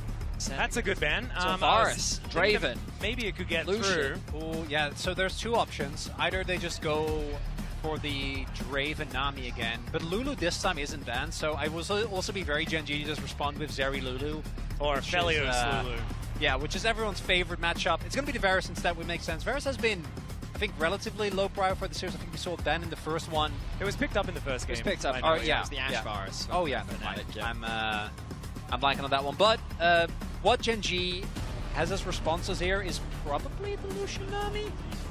Could certainly be I an would option. imagine it's most They obvious. could do Lucian Xin as well if they want. Okay, no, they want to grab the Nami. They don't want to run that risk of getting it taken away. So the question now is, do Fnatic want to do the Ashe pair up like they did in Game 1? And then Fnatic can also round out their draft with the Xin again. I think Razork did have a great game on the Xin. Yeah. It was difficult for him to find any early ganks because of the amount of vision control that we saw coming out from Gen G, but overall, an impressive performance from him, so I don't think he should be deterred from picking it away, even though we did see Canyon's Kha'Zix have a pretty strong early game overall, even if he tapered off later on into the game. Yeah, I would say that getting Canyon back onto the Kha'Zix again sounds like a pretty good idea for Fnatic. As Sire, okay. Oh, it's a lane swap. Yeah, It's, well, it was already looking like a lane swap. That was what I was about to start talking about. But now with the Scion coming in, I have a feeling it is a guaranteed lane swap scenario. I wonder, though, if they want to try and go for something even more aggressive. We saw, I think it was like a year and a half back, some very aggressive jungle invades with the Scion as well. Oh, yeah. The good old T1 Challenger Scion. Yeah, there's a lot of extra cheese available with the Scion. Europe was inspired by the LCK Challengers. It was BDS domestically that was actually doing the split map into stealing away the bot side camps into then a 4-man dive, utilizing the Scion passive as well. We might see that here. They did try it against Top Esports, I believe, but it was Top that actually fumbled their execution, and they basically just had Jackie Love come in and interrupt the invade, stopping the whole plan altogether. But Fnatic definitely have that as an option for them, so we'll keep a track, see if they set that up. Well, bans coming through now for our second round. The Orianna going to be taken away from Humanoid. I really like that respect. I think Humanoid's been playing exceptionally well so far this series. Both his Talia and Orianna have been strong, so making sure that he is not on that level of comfort is a good idea. Speaking of comfort, no Corki for Jovi as well. This Makes music a fair is bit of intense. sense. It is super intense. We're building up nicely to Game 3, hoping that Fnatic can give us a few more games in this series. We just want more League of Legends. We do. That's what we need. Talia, as you rightly called out, Humanoid going to be playing something different in this game. We did get to see his LeBlanc can play in, so we haven't seen it yet this series, but I would love to see it. Not that I expect it in this draft. I'm imagining something like an Azir is more likely to come through. Is it like going to be Azir from Chovy and then the LeBlanc from Humanoid, maybe? Because I wonder, I don't know if they're gonna give counterpick to Chovy if Keen, or I guess you're playing into Scion anyway. So they're looking. So that Tristana ban is screaming at Azir. It is kind of a no-brainer. So we were talking about Keen. You guys have that we're over talking at the Oh, you're gonna walk it in. Okay. Does he know that he's getting lane swapped on? Because he's getting lane swapped on. I think they know, and I think that Keen's just like, I saw Zeus have so much fun on this champion. It's my turn. Also, to be fair, if they're able to manage the early, to navigate the early game, playing Cyan into Vayne does sound like about the least fun. Oh, humanoid LeBlanc. Man, love to see it. It's gonna be Lee. Imagine Lee is the no-brainer up here. Razork's Lee could also do the Xin. Xin was also really good. I wouldn't mind it. I think Xin also really good into Lucian because you can eat Collings without too much risk. Well, this is Poppy could also be really good here, but I guess if you want a stronger mid jungle, the Xin Zhao makes more sense. All right, so a very powerful mid jungle duo coming out from Fnatic. Now, what's Chovy cooked up for us as an answer? I don't love Aurelion Sol into LeBlanc. He's there's a little bit of a wry smile on his face, which I'm a little worried about, and instead we'll just the dragon once again, or the Azir. I think Azir is often something that Chovy gets bullied into playing by Gen.G. He's not necessarily been someone that said, I really like playing it. And Lehens will pick the dragon for him, so he's back on to having fun. And that confirms that Keen is playing the Vayne in the top lane. And we also know, like we already knew, and I think that Gen.G also already knew that the lane swap was coming, but Fnatic do have a very powerful bottom lane, so I don't necessarily, like, it looked at the beginning of the draft like it's Gen.G that had the pressure on them to swap, and now it's feeling like it's the other way around, but the Scion's there, so Fnatic should be able to do it pretty well. I don't really understand, but I'm excited to find out. I'm excited to find out. I'm very much expecting something like a split map to try and basically cut Canyon off from assisting the bot side of the map. But we'll see how things go. We look back to game 1, and even though the bot lane struggled from Gen.G, they were able to make their top lane work to perfection. And I think that the early investment into Grubs is something that when you give to a Vayne is going to be this massive side lane threat that I think even a LeBlanc is going to struggle to deal with, especially if we see that investment into the Hex Drinker from the Vayne too. So Gen.G maybe having a little bit more fun with this draft this time around. We'll see how things pan out for them. I'm excited as Fnatic jump onto the Rift for Game 3. It is feeling like this is the draft that Fnatic has the most winnability in. I don't know whether winnability? That's what I'm going with. It's real. I'm going to lock that one Trust forward. him. And yeah, the Vayne from Keen has not been tested. He has been a fantastic Quinn player in the past, and we do know Keen in the distant past as a very powerful, aggressive top lane player, loved to play split push, but not necessarily in his time on Gen.G. Often it's tank duty as Fnatic make their way out as a 5-stack onto the Rift here. Backs against the wall. They need to win this game if they want to stand a chance in this series. And already, Chovy taking a bit of damage here, electrocuted as well from Humanoid. Enemy forced back to base. Fnatic getting that early vision. We talked about the potential invade from Fnatic, trying to cut off Canyon from the bot side of the map, and it looks like they're going to have that option available to them. Great initial start. Gen.G immediately cross-mapping. Yeah, you've got Lehens already on the top side of the map, so it looks like... I mean, it's Gen.G actually sending their bot lane up towards top, knowing that this is coming. Yeah, the interesting thing is, like, what are they going to do about Keen? Because Keen, unlike last game, is playing something that is very resource-intensive, that does really want to try and get into that 1v1. And right now, with the sign, the entire bottom half of the map is just inaccessible to Gen.G. But here's Keen. He can be a real nuisance here. Yeah. Yeah, and he's ghosting out immediately. There's the flash from Humanoid, and he absolutely had to do it. You had to respect forward, that. Gives him the thumbs up. This is a very common strategy when the swap does come through. The top lane is just going to be roaming around mid. We saw it from Oscar earlier. Humanoid now getting very low. You would expect Humanoid to be losing out on these trades during the early levels because LeBlanc really needs that level 3, the full combo, to be able to be threatening in the 1v1. So Chovy going to have that pressure with Keen hovering around, just going to make things even worse for Humanoid in the early levels. You see there as well, it was the moment that Humanoid distortions in to try and get a good trade. Keen was at the ready. Problem, still of course, here. yeah, still not here. Leaving. That's going to be a whole lot missed because Oscarinen obviously being signed, I think particularly with Unsealed Spellbook, should be fine to, even if he ends up going down, like, if he is able to catch most of the wave, still not going to be too sad about it, but it looks like Keen is instead just going to stick around here in mid. Yeah, I don't know whether this strategy is necessarily going to work out, but I imagine Chovy's not super psyched about someone here potentially ruining up his farm. You know this is coming. Yeah. But even if Oscar dies, he has the passive to be able to soak up a lot of the wave. Why this Scion is so incredibly powerful as he does charge up the Q. That is going to be the go button, and there is first blood going over to Pays. And he just melted. Only level 1 here for the Scion. Now just trying to take at least the cannon. Will be able to get it. He's going to get a lot of the wave too. Level 2 secured. Keen going to soak up some of the farm. But of course, as we know, the bot lane tower is more susceptible to TP back in. For those that didn't get to watch the finals, Broken Blade did this exact thing against Fnatic, where the Scion just kept getting dived. It was Fnatic diving the Scion. Oscar's very familiar with this. Yeah, level 2 now, but he's still so incredibly squishy. The flash has to come out here from Canyon. As this jungle is not the greatest, as finally they'll be able to take him down. It was an execute onto Lehens. And so still not on the board yet for Fnatic, but Oscar is trying his best. So big things here. Oscar is level 3. Was actually able, thanks to the passive and even with the TP back, to take a ton. But when it comes to the goal, because of the kills going over the Dingy and no kill actually being picked up on Lehens as he was executed, gold, at least for now, favorable, but I think the experience might be a little bit tough here. Keen just now hit level 2, but won't have sums available. I mean, crucially, Oscar's going to be able to go back to top lane once again.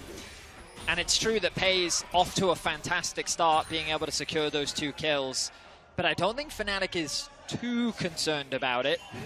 We'll see if I'll eat my words soon enough, given that Illusion starting off this strong is always going to be a scary thing to have to deal with. But we look back at this, and the tower just does so much damage. It stacks up so quickly. There's the second shot onto Canyon, the third one onto a level 1 Keen, and then the fourth one onto Lehens. Means that...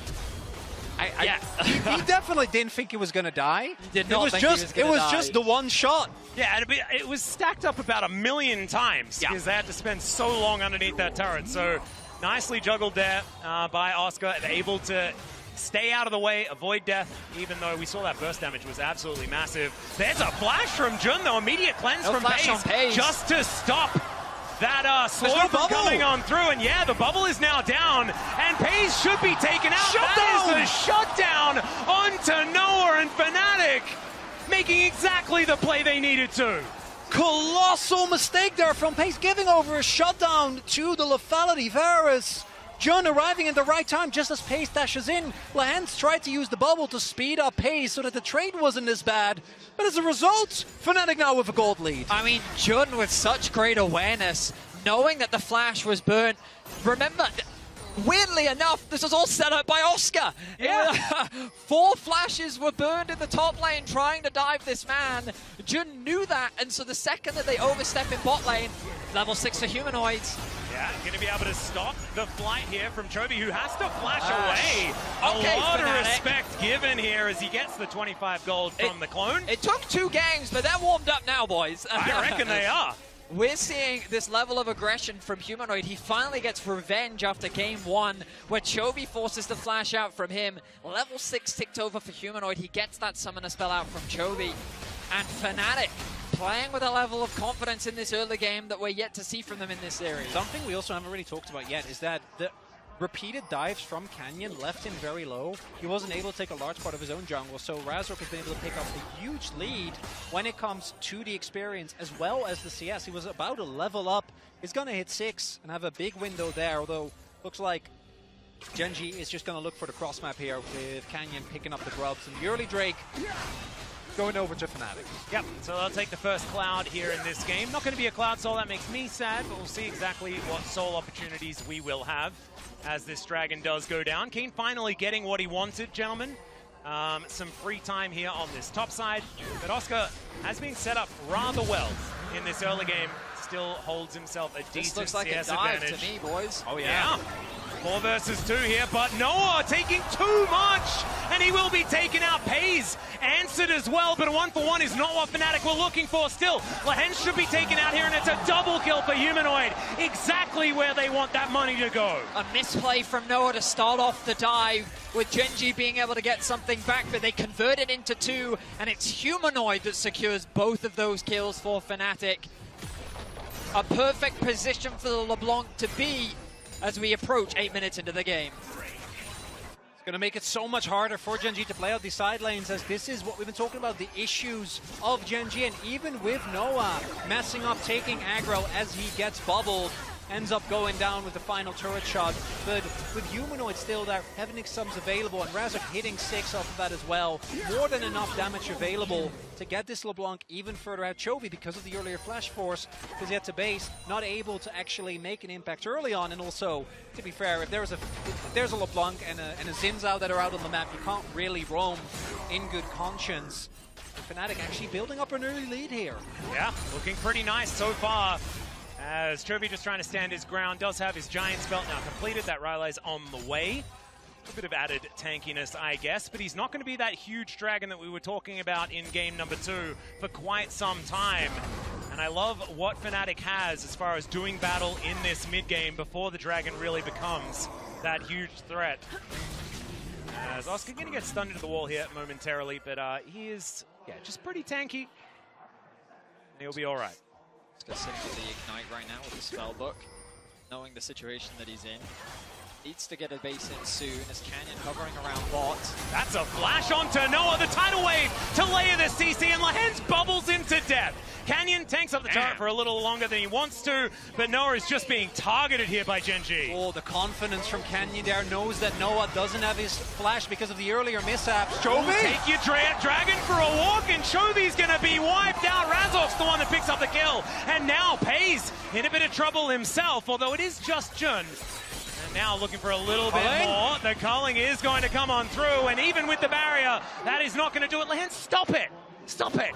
He will never stop Atlas, we both know. We know that, yeah. Lahen's accidentally takes his, Humanoid doesn't have his flash. Yeah, Keen coming down once again. The Contempt coming on through as now Humanoid trying to run his way out. Does try to be a little bit tricky, but they found the right one, and that is going to be the kill going over to the Vayne. That is not what Fnatic wanted. And just like that, the confidence gets cut in half by Gen G. They find a kill in mid, they find a play in bot, 3 kills back to back, just like that. Gen G have closed the gold gap and all of a sudden reasserted themselves in this game. Chovy, while that mid lane play was happening, Keen for the second time in this game makes Humanoid suffer. Chovy catches the wave on top side. And that gold lead that we were talking about earlier seemingly evaporated. Of course, Gen G, not the biggest lead, but they're not going to feel too bad with how rough that early game was. I mean, Canyon has been making moves on the map, obviously involved in those early dives, but if we look back at this bot play, we're not even going to get the chance. It's just going to be the culling execution. Yeah, immediately levels up and immediately presses R and Jun dies. Just not a lot that he can do. Nicely done that by the bot lane of Gen G. And we didn't get to see it, but that beautiful drift from Canyon into the bot lane lands a great ultimate, has to commit the flash, but it was worth it. Lucian now with the fully completed first item in the static shiv. Noah trailing behind him. A lot of an experience advantage though, as 6 Grub's going to go in favor of Gen G. Yep, Noah also does still have a decent CS advantage, so this Varus isn't as far behind that, as these 2 deaths might tell you. As Pays now dashing on top of Oscar. A fair bit of damage here, but does, of course, have the Soul Furnace. Has some ability to keep himself alive as the Decimating Smash coming on down. Len's trying to augment this. Is the Ignite just going to be used to say, please leave me alone? It's going to acquiesce, at least for now. And there with the swap, Noah and Jun showing up. They do deny Gen G the full grubs. I don't know if that alone is enough as Arrow. It is just going to hit him! He just walked into it. There are still minions here available, though, and he just dashes out of the way. Great ulti from Oscar, though, and Humanoid gets in there, takes down the Lucian. And that is a killing spree now for Humanoid, or at least close to, as Lahen's has to tidal wave, and is now looking to try and speed himself up with the Tidecaller's Blessing. No flash available, though, now, and it's going to be another one. Shut down gold, going to Humanoid as he kills the support. And Fnatic again, see the bot lane of Gen G and go, we can take him. We can make it work. Jun sets it up, trying to make up for his last mistake, and man, does it pay off. Pays going down, Lahen's going down, and now the return gank from Gen G. Yep, Razok just trying to stop Canyon from getting down here, but Keen, he wants it. Oscar might be able to get out, but Razok gonna have to die for his sins, as it turns out. That's gonna be Keen grabbing that kill with the empowered tumble auto attack, and they'll take a dragon as well off the back end. We'll get to find out which soul we're gonna get this game. Razok, I think he was hoping to buy enough time for Oscar Renin to be able to TP back into the fight. Unfortunately for him, there wasn't enough Lahen. Oh my god, okay, he just pops like a balloon. That is this Chains of Corruption, but a great Captain Jack here from Pays, as he does manage to get out of the way of the piercing arrow as well. The flash forward from Humanoid. Oh, no! Not quite able to get the kill yet. He misses the chain, and they go 1-for-1. And now the skies are descending onto Noah once more. He'll be taken out also, and now it's Chovy just flying towards Jun, who is going to be swept up. And now the dragon is becoming a problem again. Fnatic needs to chill out. No, I love this, man. This is so hype. They keep trying to force these skirmishes, and respect to Gen.G. I talked about it at the start of this series. Fnatic love to bring you down into the mud and fight where it is dirty. And Gen.G said, you know what, screw it, we'll meet you down there and let's go toe-to-toe. It starts with Lahens losing his life, and then it devolves into madness. As Pays with a great cleanse, Noah, the flash Q missing. So as a result, he almost ends up going down. And then Humanoid wants to ensure, I think he thought that he would get it, but with just a dash forward, not going to be enough. Chain's not hitting. And I am impressed by Fnatic because you know how little teams Gen.G goes this insane against? Well, Keen is going to have to get rid of this Scion. That was a good flash, exactly the angle he needed. And the Hen's going to just get hit by an arrow in base. Well, like, sometimes you got to catch it. You know, he was playing catcher. Why? That's how it works in baseball, isn't it? There's always that guy that... Yeah, the guy that catches. Yeah. That's what Lahens is doing. Yeah, that's what he was doing. Nailed it. The bot lane of Gen.G has been involved in 6 of the team's 10 kills, but also all of the deaths. All of the... Oh, except well, actually, the one yeah, Chovy technically has. no. There was an execution, that's why. I remember. Lahens has 1 execute. Yeah, all right, fair enough. I still think your point stands, though. I would say it definitely. It's not even flame, it's just more to the point that this game has all been about bot lane. Yeah. And like, we've seen, look, Fnatic's bot lane is exactly doing much better on the score department, right? So it's just been a bloodbath. And it's funny how, like, Noah's aggression really isn't converting into much, but it's benefiting massively for Humanoid. Now he needs to be the carry. I think Lahens may just die again, but no, the chain is going to go wide, still gets a tidal wave out of them. And Chains of Corruption going to connect onto Pays, who just sidesteps once again. Looks for a little bit more damage here as Razok pokes his head in, but it looks like Fnatic will just back away for now. Just to prove how old I am as a caster, this Humanoid gameplay reminds me a lot of Faker back in 2013. Do you remember the old support killer Faker on the block where he'd just sit in Fog of War and he'd just murder your support everywhere? It feels like Humanoid has come in and said, Lahens, I got a bone to pick with you, and he is just out for blood as he looks to try and kill this fish. That's a really good game plan against Lahens.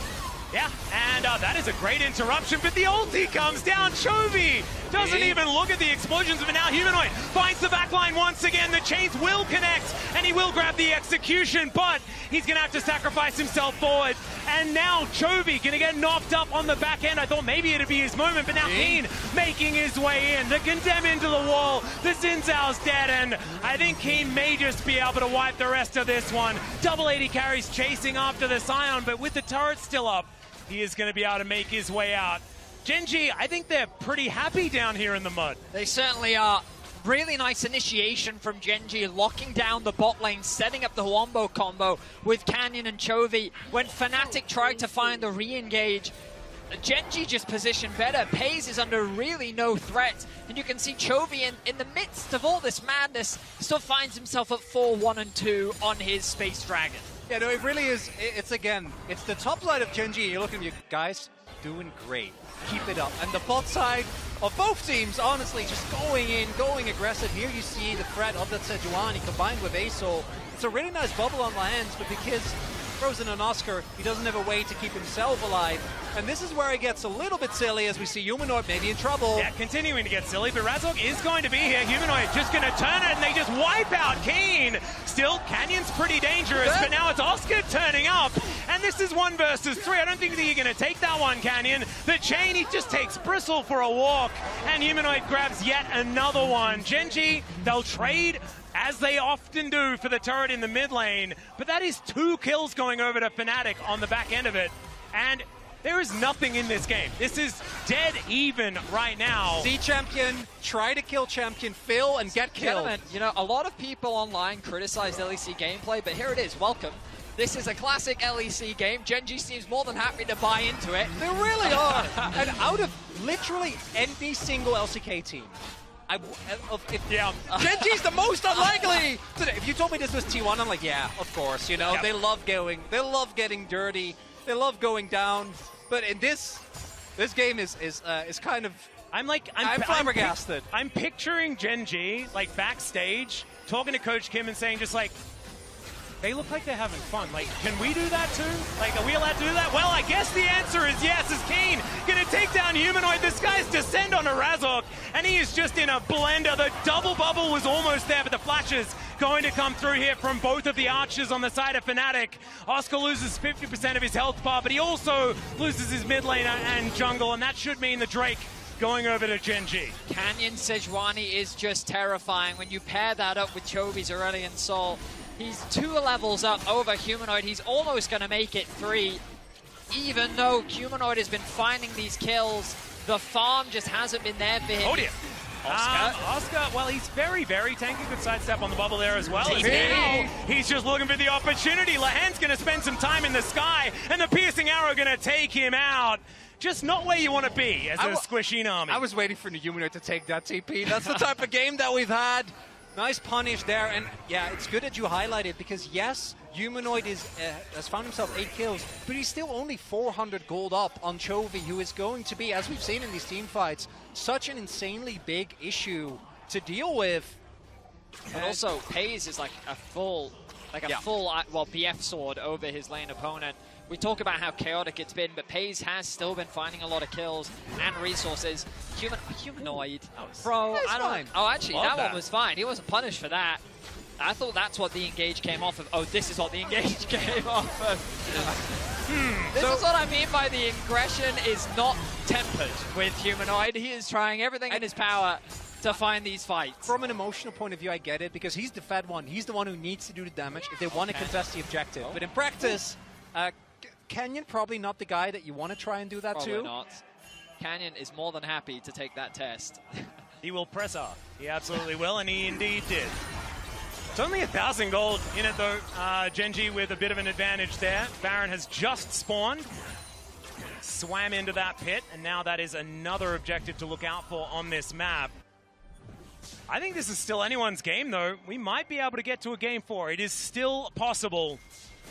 I do want to highlight, though, and this is something that has been very consistent and I think is a really big problem, particularly when you have champions like LeBlanc who thrive in Fog of War and in picking up individual targets, is that the mid lane turret is again standing. As Canyon he's Mercs, he's fine. Yeah, point blank arrow, not exactly something he cares about too much. But it means that you have so much less pressure in the mid lane. You're also playing into Lucianami, who is one of the best tools to consistently keep those mid lane waves cleared and pushed in. Oh, there's another singularity. The ulti actually comes down as well, but it's only under Razork. Fnatic gonna eat that. It's not too bad. Keen still sitting bot lane, doesn't have TP, remember. This could be a good fight opportunity for Fnatic. Yeah, they're all just taking the Hex Gates over, all 4 of them. Oscar on the bottom side of this fight, but now he's 1v1 against Pays. Dashes his way out. Good tidal wave onto the bubble. Going to connect as well, but where's the follow-up?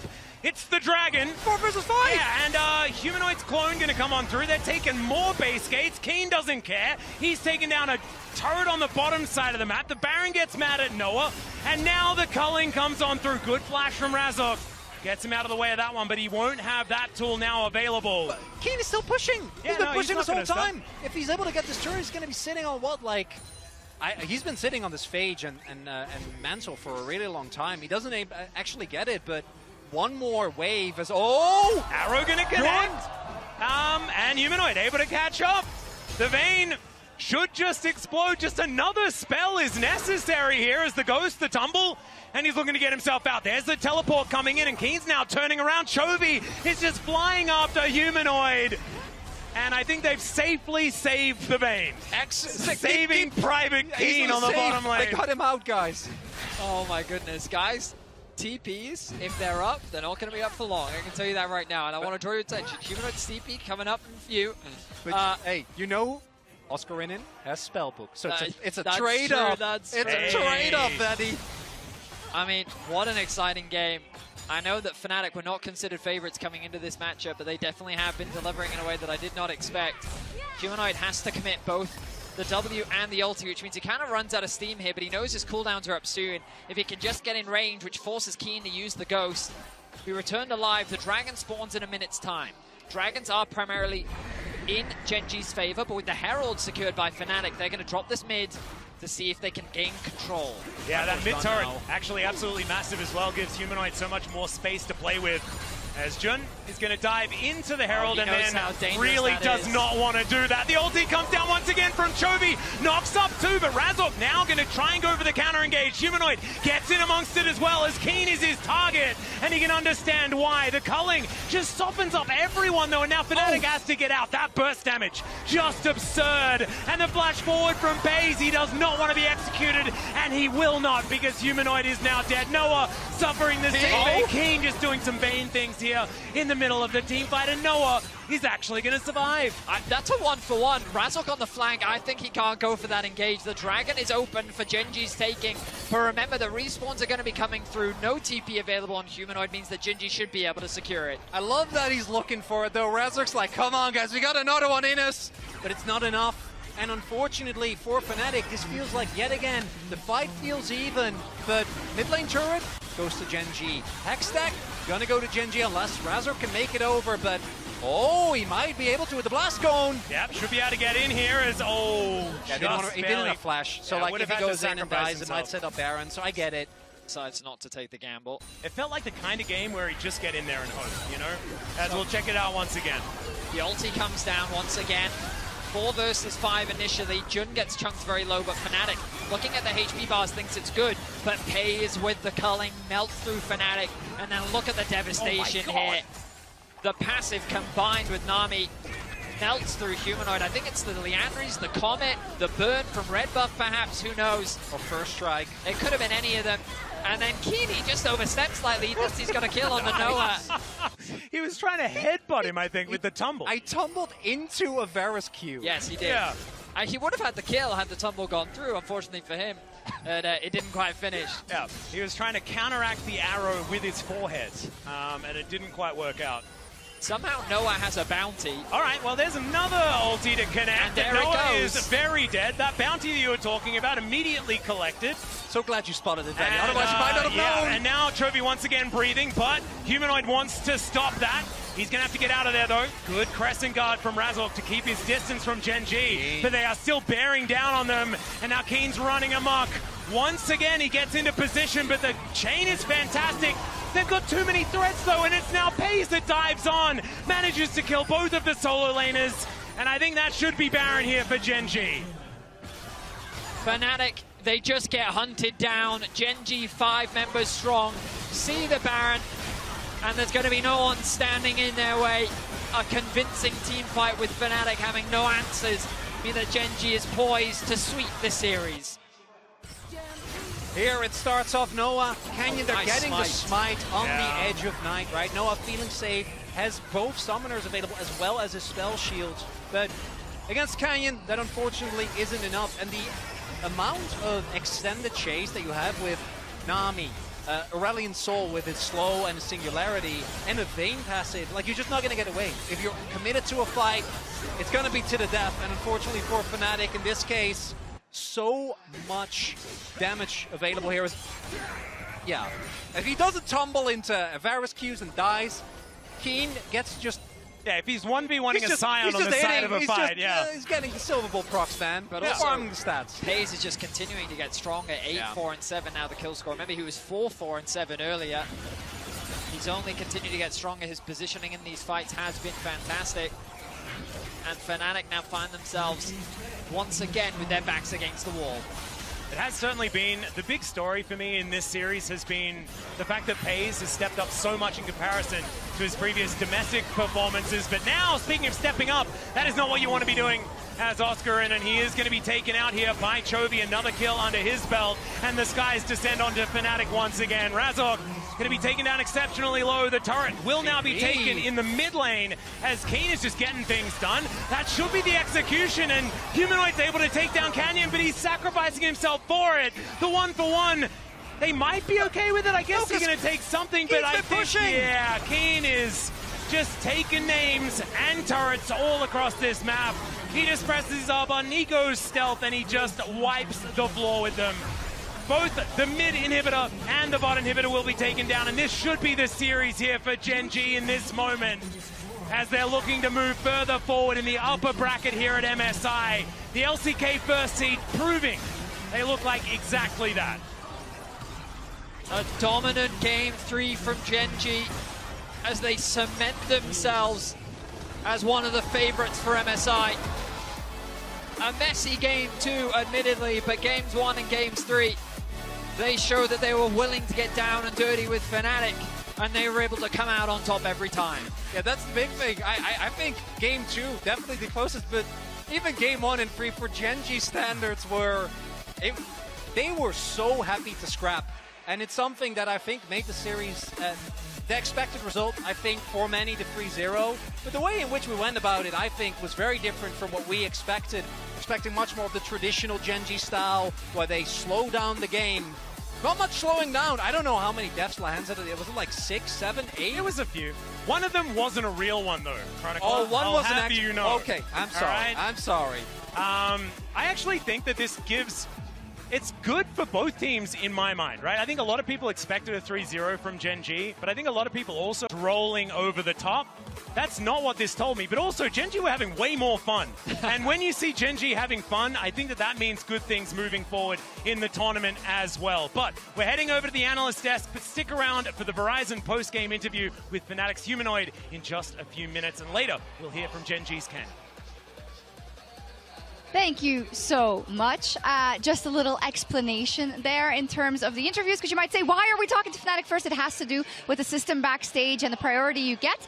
And since the LCK team won, the LCK broadcast gets priority for the interview, etc., etc., etc., just to make sure, because... And we're Fnatic bias. We love him so much. Yeah. I disapprove. Yeah. But of course, it was Gen G that took it, and only right prediction on the analyst desk. But that's true. Neither here nor there. But as you said, Emily, but it felt like it was a 3-1, but that doesn't buy you anything. No, it doesn't. And when we look back at the, like when history looks back on this, we absolutely forget how close best of 3 can be. I think the big thing for... So it's best of 5, sorry.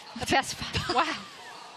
The big thing for Fnatic is that we saw some, like, working on it a little bit, especially in game 2, I think. When we did see in a few of those fights, they were a little bit more patient. They were able to wait things out, as we see a few of them here. But I think the big thing for Fnatic for me in watching them in LEC, watching them especially in the LEC finals against G2, a lot of these situations, they have a really good, like, fight or a really good run of gameplay where it's like, okay, you understand exactly what you want to do here, and then they overextend, and then they misjudge how much tempo they have, or they don't time things around resets well. And it's really infuriating because I feel like this team could be so good. I totally agree with you. It's the skipping the steps that frustrates me, right? And I think against teams in the LEC, apart from G2 and maybe BDS on occasion, you can skip those steps and you can just outhand your opponents afterwards. But against a team like Gen G, you can't do that. There were some signs of brilliance. There were some signs of life in Fnatic. Game 2, the mid-game fights were very solid. Even their map movements were relatively clean. Game 3, I loved the fact they took the fight to Gen G. But today, Gen G were the better team, and I think that just came to the fore at the end of the day. Yeah, we see there that, of course, immediately Nightshare is reviewing a couple of things. I can understand, right? You're probably, especially as the coach, you're watching those games and you're like, oh my, there are so many little things. But it's Gen G that comes out on top and showed us a couple of different looks. We also had the Vayne top. Maybe we would have sang a different tune if they didn't win that game 3. But Emily, overall, like, what you saw from Gen G, and in terms of the curveballs they did throw Fnatic's way, or maybe Fnatic threw them their own way, who knows. But Sovereign, right? A 3-0, no matter the circumstances and no matter the pressure that Fnatic put up. Yeah, I mean, I think the big thing with Gen G in terms of the way they played and why, again, I said going into this is going to be such a tough matchup for Fnatic, is just their, like, not only just Chovy's existence, but also the way that they play around mid-prio and pressure and use it to shut down the opposing mid laner. I thought it was going to be really difficult for Humanoid and Razork, who I do both think actually played pretty well. especially in game 2, like together syncing up. And then for Gen G, the other thing I was really curious about is how they would approach the swap, because like we said, we did see that delayed swap from them previously in the LCK, and I think they took to it really, really well. I think they showcased a really strong understanding of that. So since lane swaps, again, I know people hate to see this, hear this, but they probably will be the optimal strategy continuing going forward. Hang on. Gen G showed.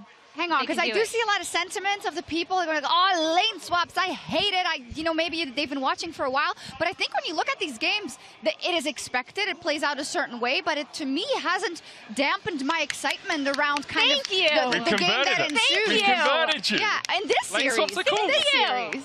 I think the evolution of lane swaps is going to be very interesting to watch, and when you watch better teams enact them, you start to see why they can be so impactful, especially the level 3 swap, which we see a lot with Lucian Nami, where you're just trying to avoid double Halo Blades in the bot lane. You saw, actually, even in this game, how a lane swap can go wrong and how that can then snowball through the game. Oscar Innen was able to survive in the top lane, get 4, well, he died twice, actually, but he was able to get more resources out of Gen G, which then led to Humanoid and Razzle going bot, led to a 2v2 kill for Noah and Jun, and I love the intricacies of it, and I still don't think really our teams have fully explored what you can do in a lane swap. We'll see how that evolves. As I said, we'll get to talk to both of the teams we saw today, and we're starting with the Verizon post-game interview with Humanoid and Lore. Humanoid, thank you so much for joining me after this series. A rough one, but some close games. Well, how do you reflect on what happened here in the 3 games you had? I mean, I think we did pretty decent. I think, honestly, they were just insanely good. Like, I think we played good for how we usually play. So, and even then we got kind of stumped. So, yeah, they are just way better. I know that people often talk about Chovy and how he's insane, especially when it comes to laning. But facing off against him, what are the specifics that make it hard when you play against Chovy? I mean, I don't know the specifics, but I feel like he's for sure like way better than anyone I ever played in my life. So I think it's just so hard to like go on him, because he always just, it seems like I'm never in range to do anything. But yeah, I mean, he was for sure just insane. His champions make more damage. That's not fair. That's not fair. I feel like there's a lot of positive takeaways though from a series like this. Anything that's going to help you moving forward?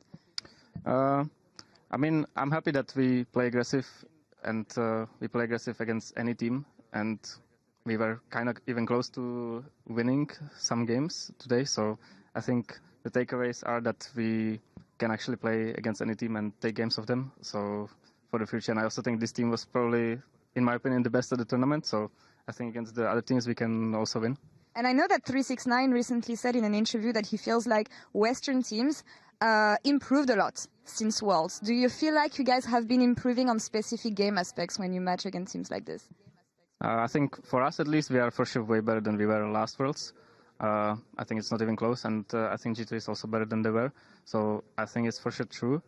I think the NA teams aren't really that good though, so I think he probably meant just EU teams, but we'll see. In that sense, and on that topic, you're going to face off against Team Liquid in the next game, and I know that your opposition, mid laner APA, had some strong words about EU. To quote him, EU is trash. Anything you want to tell him ahead of this game? I mean, I hope he's going to trash talk too in our series, because I can't wait to shut him up. Awesome. Marek, thank you so much for the interview, and good luck on the next game. Thank you. Excellent. I love that candid interview. Just being like, nothing worked. They're just so good. This is the hardest opposition I've ever played against, being in relation to the team and the way they played, and also the mid laner. And I think it's no surprise that our Oppo player of the series is Chovy. Although, I guess if it wasn't for the Vayne pick, perhaps we could have been swayed. But who knows? I think we were both middling between Chovy and Keen, and then Keen picked Vayne, and we're like, okay, we can't give it to a dirty Vayne one trick, you know? But Chovy's A-Soul is honestly such a delight to watch. Like, we brought it up at the beginning of the day from LCK Finals, and what a massive pick that was for him. We also, both me and Medic, are all of in agreement that Aurelion Sol is kind of broken, just generally. But also, watching Chovy play it is such a delight. Yeah, it's different still, right?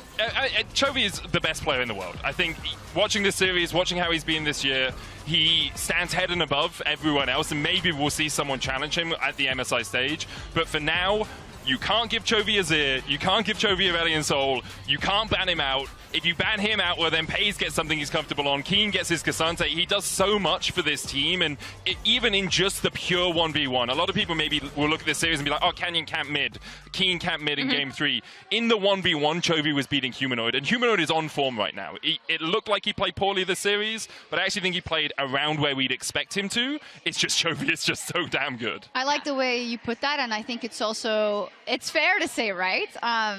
He'll probably think he really did a bad job in the lane, probably in the first 2 games. But who knows? For Fnatic, they're going up against TL in their next match. We know that already. And Gen G is going up against Top Esports. So which one do you want to talk about first? Oh my god. All right. So Gen G Top Esports is actually super, super interesting to me. I think just because if you're comparing the way, and obviously the caveat is I do think Gen G have faced a stronger opponent in Fnatic than T1 faced in Then Tez faced in TL? Or? No, I'm talking about T1 specifically, looking at like overall the 2 LCK teams. Okay. Because I do think it's interesting. I think Gen G have still showcased that they didn't necessarily have a similar, like, you make one mistake and then it's over, right? Like we saw in the T1 FlyQuest series. So I'll be really curious to see them going up against Top Esports, who similarly, I think, a lot of the things that Top do really well are not necessarily always apparent. I think sometimes they don't get enough credit for their, maybe not necessarily macro, you'd say, but like how they find windows for fights and like their knowledge of tempo and timing. I think their understanding of mid-game is really strong and understanding where they need to be on the map to catch their opponents unawares. And I think we saw Gen G actually fall foul of that a couple of times in this game. Chovy, especially Game 1, Game 2, had those moments where he was caught out in a side lane being a little bit too greedy, and Top Esports are definitely a team that can punish that. On the lower side of the bracket, though, TL versus Fnatic. It was promised. It was promised. I'm was. very happy we have NA versus EU. I don't think I'm putting my Euphoria hat on when saying the team's performances so far, Fnatic should win this series. I think you're right, but I am scared because one, I haven't gotten over Worlds yet, but secondly, I think it sometimes is a case where Fnatic can fall into their old shortcomings again. If they don't take the right lessons from how close this series was, and if they feel, which hopefully they won't, that they should win this series, right? And we've seen that mistake being made by FlyQuest as well, right? As we heard it in the post-game interview. It is something that happens.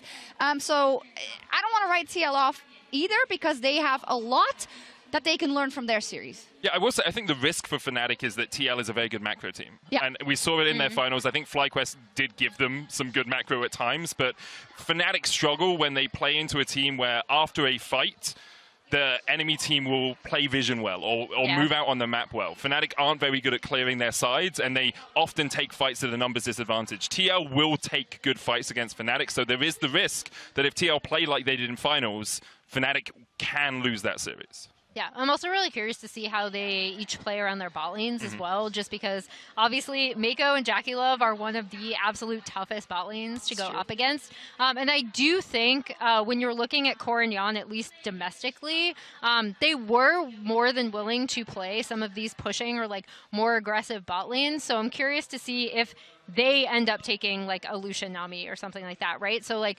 I would still actually favor Fnatic, but that is something to watch out for from Team Liquid side. Yeah, and maybe we can talk about Fnatic's bot lane later as well. But first we will join Lore with Ji-Sun and Canyon for the Verizon post-game interview. Canyon, thank you so much for joining me after this series. 축하드립니다. Amazing series against Fnatic. I want to talk about what you think you could have done better, because even though you've been decisive, do you think there's some areas of improvement from this series? 네, 가장 먼저 인터뷰 너무 감사드립니다. 오늘 경기 돌아봤을 때 이 부분은 좀 더 잘할 수 있었겠다 싶었던 순간들이 있나요? 일단 2세트 때 이제 제가 카직스를 했는데 이제 초중반까지 엄청 잘 굴렸는데 이제 처음 데스가 좀致命적이었다 생각해서 그 데스 이후로 계속 실수가 나왔는데 처음 데스 때 좀 더 그때 확실하게 굳혔으면 그냥 무난하게 이겼을 것 같습니다. I want to talk about game 2 when I played Kha'Zix, because I was going really well and snowballing really fast until the mid-game. And then my first stats was really, really critical, and then it was followed up by multiple mistakes. So I think I should have played kind of safer maybe and solidified the lead we had over there, because I don't think that was ideal over there. I'm really happy you mentioned Kazakhs actually, because it's the first time we see the champion in the tournament. And I know that you've been playing it also in the LCK. How much do you think it fits in the current meta? 카직스 말씀을 해주셔서 사실은 너무 기쁜데 여쭤보고 싶었던 점이 있었습니다. MSI에서는 아직 한 번도 등장하지 않았는데 이제 캐년 선수는 LCK에서도 활용을 하셨잖아요. 카직스가 지금 메타에 잘 맞는 픽이라고 생각하시는지 어떻게 평가하고 계신가요? 일단 카직스 같은 경우는 뭐 솔직히 막 엄청 주류 픽이라기보다는 상대 챔피언을 보고 이제 뽑을만 하다 싶으면 뽑는 챔피언이라 생각하고 지금 메타랑 솔직히 막 그렇게 어울리는 픽 같지는 않아요. I want to say Kha'Zix is not kind of a mainstream champion. It was more of a reactionary pick. I mean, looking at the opponent's comp, and I thought Kha'Zix was the right pick there, but I cannot really say it fits the meta perfectly right now. And talking about the opposition in the series you played against Fnatic, I know that people often say that Fnatic can be a surprising team for the aggression that they have in game. What did you think of them, and is there anything that surprised you from the team? 또 많은 분들이 푸나틱에 대해서 이야기를 할 때 좀 플레이적으로 상대방을 놀라키게 할 수 있는 그런 팀이다, 그런 저력이 있다라고 평가를 하고 계시는데 오늘 플레이하면서 상대해보면서 좀 느꼈던 그런 예상치 못한 이런 플레이가 나오네 싶었던 순간이 있나요? 일단 처음부터 시작하자면 일단 2세트 때부터 약간 엄청 약간 한타 싸움에서 자리를 좀 최대한 안 뺏기려고 엄청 잘 하더라고요. 그래서 한타를 엄청 잘한다 생각했고 3세트 때도 이제 르블랑이 좀 엄청 초중반에 엄청 무섭게 잘 약간 해주고 다녀서 그런 점이 좀 잘했다고 생각합니다. Yeah, especially game 2, I realized they're really good at holding position prior to team fights, and they're not letting it go. So I was like, whoa, they're really good at team fights and team fight setups. And also game 3, LeBlanc from Humanoid was really powerful, especially early to mid game. I could tell he was literally jumping on top of the enemies. It was really scary. Now, on your side, we chose Chovy as the player of the series today, and it's actually the first time I see you internationally with another mid laner. Talk me through the relationship and synergy you have with Chovy.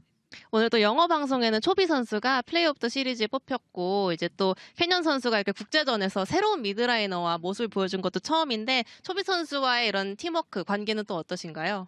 일단 초비 선수 같은 경우는 이제 거의 실수를 하지 않고 항상 뭐랄까 거의 항상 잘하는 게 좀 약간 기대값이라서 항상 든든하고 이제 미드 정글 같은 경우는 그래도 게임 하는 내내 좀 서로 생각이 비슷하다고 생각해서 잘 하고 있습니다.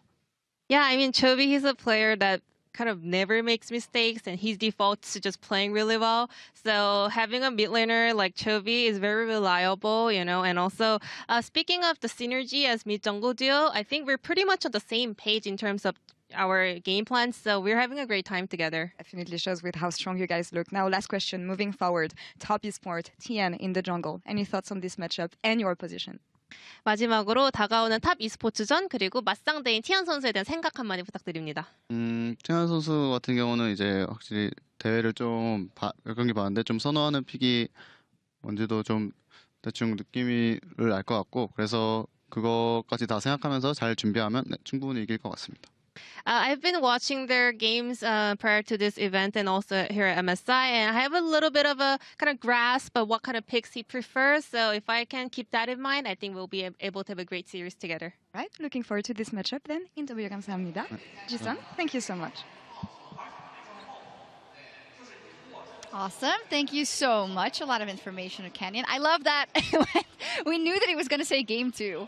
Yeah. When Laura asked about, is there anything you want to say about the series? Yeah. That's what it is. My favorite thing is because we've seen him play this in LCK finals. We've now seen him play it here. It's something he's obviously been practicing. But when asked if it's good in the meta, he's like, I don't think it's actually that great in the meta, but it was good into their composition. Yeah, we'll see. Let's take a look at the schedule for tomorrow. The best of 5s, they keep coming.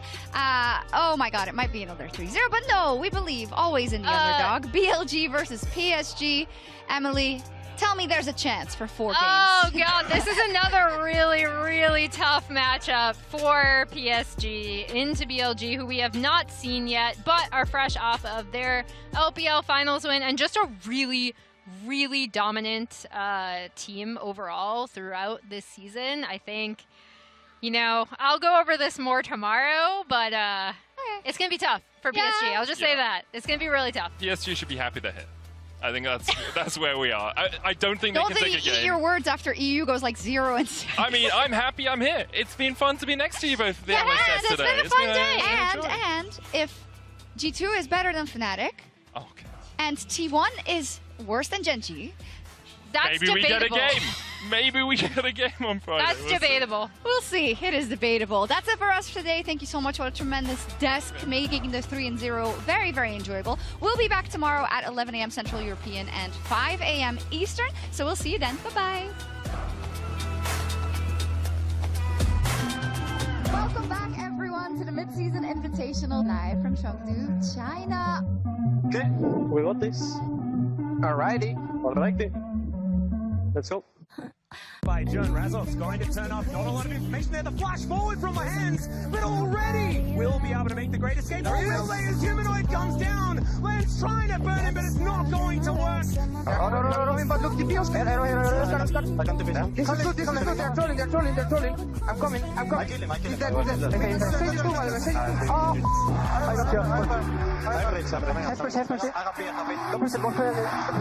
He finds two. Canyon's going to take down Jun to start this one up, and Humanoid is just thrown into the blender, and the LCK's #1 seed will take game one. A few of these actions landing, but no offering a fair bit of damage back. But now, Canyon makes his way in. Oh my god! Pace just executes him with the ultimate. No, it's now Razov's on top of him. Dangerous time here for the Dragon. There's the all-out. That's a big ride for Humanoid. Now trying to get himself out of there. He flashes before the tidal wave gets there, but Keen, he's gone all out, and he's going to be able to take out Humanoid. He's going to have to flash away.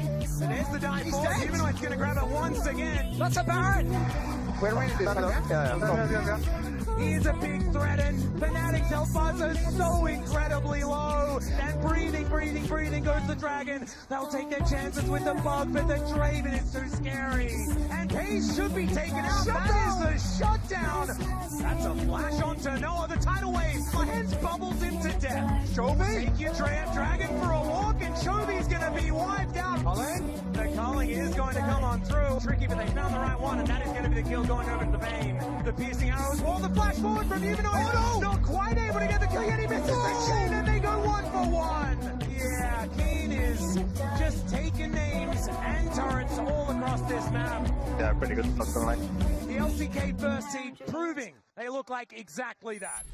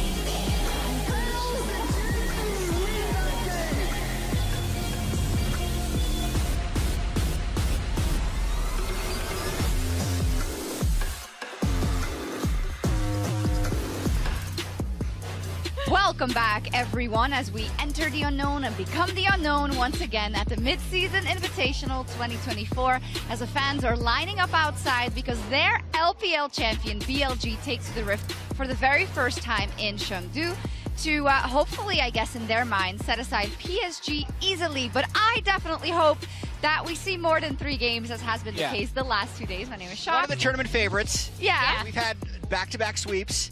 But you know, just when you think it's most likely to be a sweep. It's not. It's when it's not. Okay. So there you go. Yeah, for people who don't know, this is Jazz. Always. All right. Always a ray of sunshine, and Emily equally so. Hello. Hi. Let's take a look at the bracket. Reminder, of course, as we look at the upper part of the bracket and the winners part of it, that the winner will get a spot at the World Championship 2024. So TES started off on a great foot, so did Gen G yesterday. They absolutely did. A couple of 3-0s. I'd say Gen G's was a little bit shakier than TES's 3-0, but they were also in their interviews claiming that they were experimenting a little bit. Although I will say, like, a lot of these games were very winnable for Fnatic, and Fnatic is definitely kicking themselves that they didn't make this a closer series. They did. Team Liquid was a bit swifter, I guess, 2 days ago. Team Liquid's also kicking themselves, but for they are. different reasons. For very different reasons, but Emily for top and Gen G couldn't have a better start.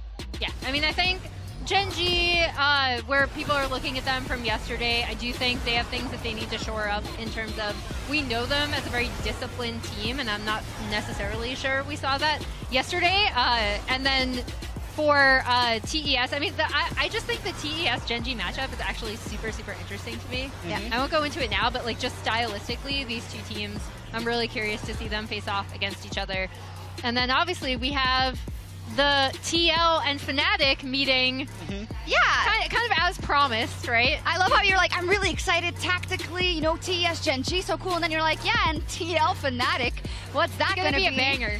But no matter how much we kind of joke around about it, it is super important. This is now your international tournament chance for either of these rosters, right? And it would be absolutely heartbreaking to fall down in that matchup, especially with the regional pride on the line. Yeah, I mean, a lot of us were talking in North America before the tournament about what success would look like for the LCS here.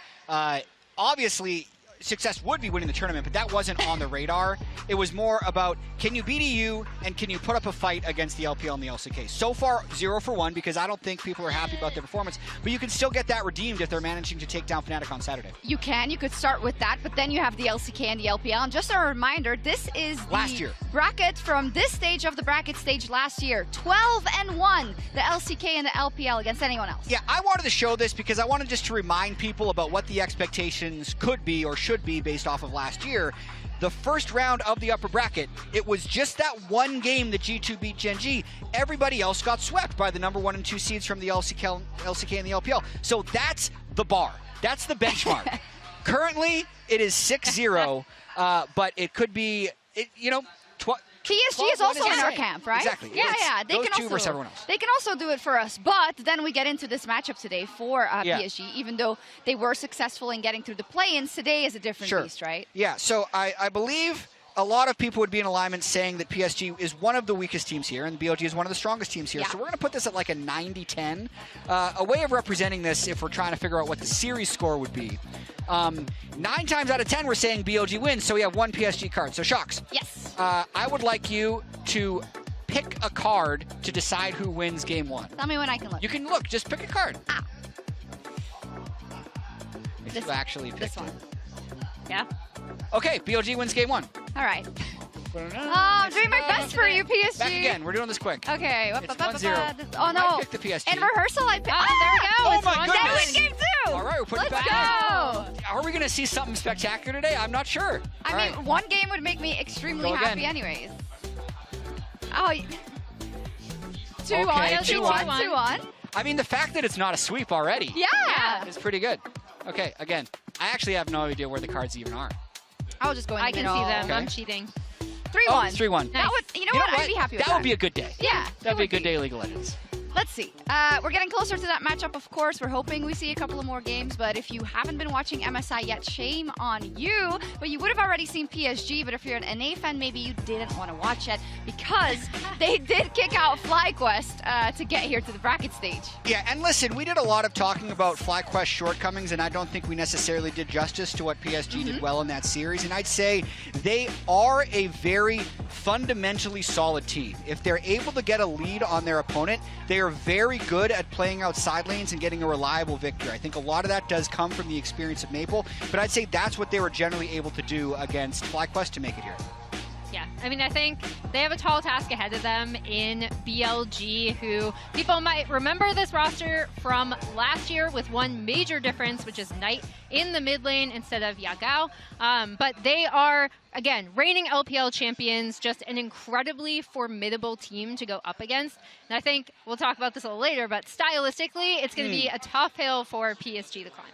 Might definitely be so. You said it there for BLG. I think it was you and I who were talking and felt enamored with BLG at MSI last year already as kind of a breakout team if you hadn't been watching the LPL too much. At Worlds, I guess they didn't get where they wanted to, but this is their evolution. Yeah, in a year that was really dominated by JDG, it was BLG versus JDG the entire year, right? And they just fell short, finishing in second place at MSI last year, finishing top 4 in Worlds when they ended up unexpectedly falling to Weibo Gaming, which is very surprising for me. And then again, the big thing in this offseason, since the LPL is now ruled by Knight and Yagao. Knight and Yagao traded teams again. Knight coming on to this team, and as we see footage from their most recent LPL finals, BLG finally managed to win LPL after trying for many, many years through multiple different rosters, not just different iterations of this roster.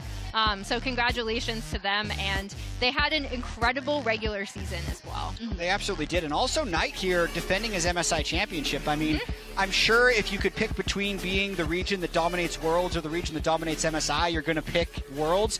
But to win one of them is still pretty good. And I'd say Knight, in particular, the defending MSI champion, the LPL in general, performed so amazingly at MSI throughout the years. They are the favorite of the LPL teams here at MSI. Absolutely, and I like that you called that out. The fact that MSI is traditionally an LPL tournament, and it sometimes comes after a knockdown by the LCK at Worlds. Again, that was the case also last year. Of course, the LCK took that one, but Knight is coming back to defend his championship, and he's pretty good. Yeah, these are his stats from 2024 LPL Spring, and I think people were like, well, he had a lackluster comparatively in terms of finals performance. I'm not even sure if I agree with that in certain games, but he was ranking first in KDA, kills, solo kills, and gold per minute across the entire split. Yeah. Any more things that we want to add to that, or he's good. He's really good. I'd say the reliable way in which he can win laning phase is going to be his greatest strength, but then he transitions into team fighting. He was one of the big reasons JDG was felt so dominant until Faker took them down in the World Championship, is because they could just win every lane. They have a lot of the same ways they win in BLG, and the fact that they can actually just outrun you in lane. Yes, one of the many staples of BLG, one in the jungle as well, and that is our featured matchup presented by Mercedes-Benz. Sean versus Junja. 我踏上过 MSI 的舞台，这次的感觉也很类似，但不同的是，我比之前更强。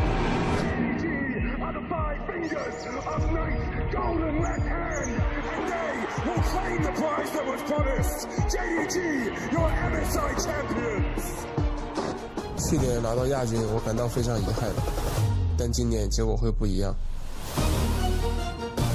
面对像 BLG 打得这么强势的队伍，我们就需要跟他们硬打。如果我们认怂的话，就一定会被他们压制，所以我们一定要用操作去跟他们硬拼。主要我们去年的成绩不太好，所以大家不看好我们，我觉得也是有原因。PSG find themselves and their region out of Worlds 2023. 我们这次回来了，大家都很想证明自己的实力。越是不看好，我们就越想证明自己。黑子们说话。去年我先来 MSI， 今年也不例外。 PSG Talon and Junjia have become expected names to see at international events, with PSG dominating the PCS and Junjia winning the domestic finals MVP award 3 times in a row. Junjia with the extended chase is going to drop on down. PSG are running over them. No matter how many domestic awards and titles they get, however, they are unable to turn it into international success, being seen more as a barrier for entry to the top teams in the world than an actual threat. Facing Junjia across the rift, you have Shun, a pillar of this young BLG lineup that is aiming to dominate the future of League of Legends esports, viewing this match versus PSG as just a stepping stone. The face of disaster! The flip of a coin could just decide it all for BLG! In this featured matchup presented by Mercedes-Benz, will we see the rise of BLG domination over League of Legends esports, or will PSG take down the LPL #1 seed, finally cementing themselves as a threat on the world stage? So obviously Shun versus Jinja, I think when you're looking at both of these junglers, a lot of the early game in particular of both teams really revolves around them. Shun in particular, he is typically pathing bot side for these really hyper-aggressive bot lane dives that Elk and On like to do. And I think coming out of looking at the two junglers, you really want to put your attention on this BLG bot lane. They are, again, incredibly aggressive. Elk and On will dive by themselves, even if Shun doesn't necessarily path down there. And I think it's something that PSG are going to have to watch out for, both in standard lanes and in a swap, right? Because BLG have also showcased that they know the swap really well, in addition to just having a hyper aggressive bot lane all split. Even at the beginning of the year when I thought their mid game was kind of sus, their early game in particular, the way they played around bot lane, the way they played around jungle invades has always been incredible, and it is absolutely the strength of this team. Even when they go 1-for-1, they still want to dive, they want to get that first blood, they really want to disrupt bot. If they don't do it themselves, Shun will come. We will see how it will play out in a lane swap for them, but I think it's a no-brainer, right? You think PSG should do it?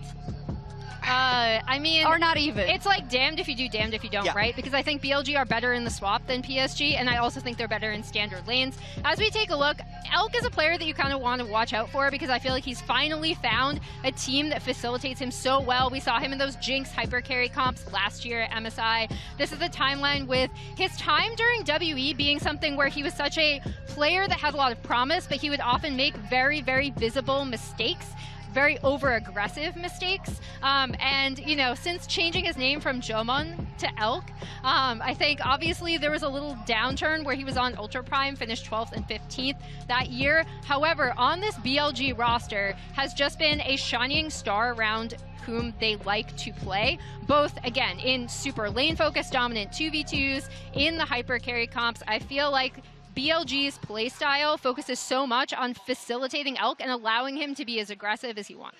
It's so interesting. The name change is obviously useless, you'd think, but like, you never know. It's so hard for AD carries to be that, like, oh my god, they have so much potential, but they're just over-aggressive, because the thing that makes them good is the fact that they are aggressive. Yes. So is it really just like changing your name to an ungulate? Yeah, there you go. So tactical should just be like deer? Yeah. And then he's good to go? Yeah, maybe. Call him up, Jet. I'd rather they be over-aggressive and they rein it in than the other way around, personally. But who knows? Let's see what the fans at home think with our MasterCard fan predictions of the day. Perhaps we will have to adjust our odds here. Oh, yeah. What's it going to be? Let's take a look. 82 to 18. All right. You know? Okay, fair enough. That's kind of as predicted. So does this mean we can switch it up? So quick maths, actually. If we put in a second PSG card and still have 9 BLG cards, that's going to round to 82% chance for BLG. There you go. Yeah. Shall I draw? All right. For game yes. one, maybe. Okay, I put in a second PSG card. Cool. Look away, hold this up to the camera, and just pick a card. All right. We can just do game one. We'll see. Game one, BLG. Okay, Sorry. that's expected. It's still 82%. It's so fine. it's probably going to be a BLG 3-0. Probably, but let's solidify that with our predictions then. What do we got? 3-0. BLG 3-0. What have you drawn? So I think this is the Billy little guy logo thing. I think the big reason why is that not only are BLG just such a formidable team, but I think stylistically, again, from what we've seen of them in the LPL, I think they have a better understanding of the swap than PSG. I think if PSG just want to lock in scaling and wait for them to make a mistake, BLG will absolutely take that and run them over. So I think, yeah, just stylistically, really tough matchup for PSG, even if you weren't counting the fact that it is the LPL #1 seed. Yeah, I agree, and it's so much a damned if you do, damned if you don't. Like, if we're trying to find a window with which PSG can make it into the game, it's just, honestly, you're kind of hoping that BLG is a little bit overconfident, and you need to go in with a lot of confidence of your own. And I'd say PSG, could do that in a sense because of the experience of Maple and the way that they actually did qualify for this when people didn't expect them to. But honestly, BOG is just such a behemoth. It's always in the back of my mind with Maple and how they used to upset those big LCK teams back in the day, but it's so long ago. But you said only 12-1 in this part of the bracket stage last time, so I can't give it to PSG because I want to give it to G2 tomorrow. So that's why my also 3-0. But let's get into our game and meet our teams. BLG for the first time versus PSG.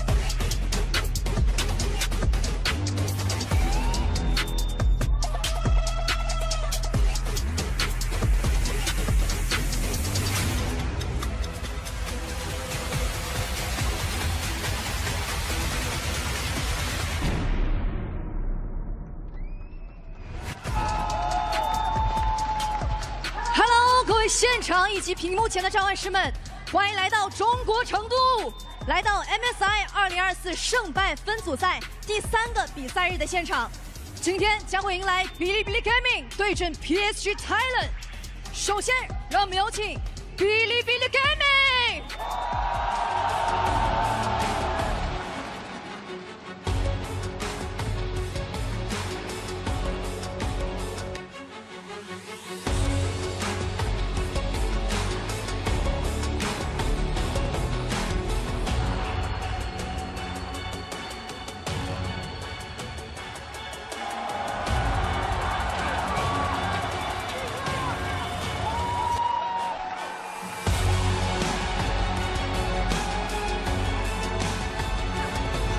接下来，让我们有请 PSG Thailand。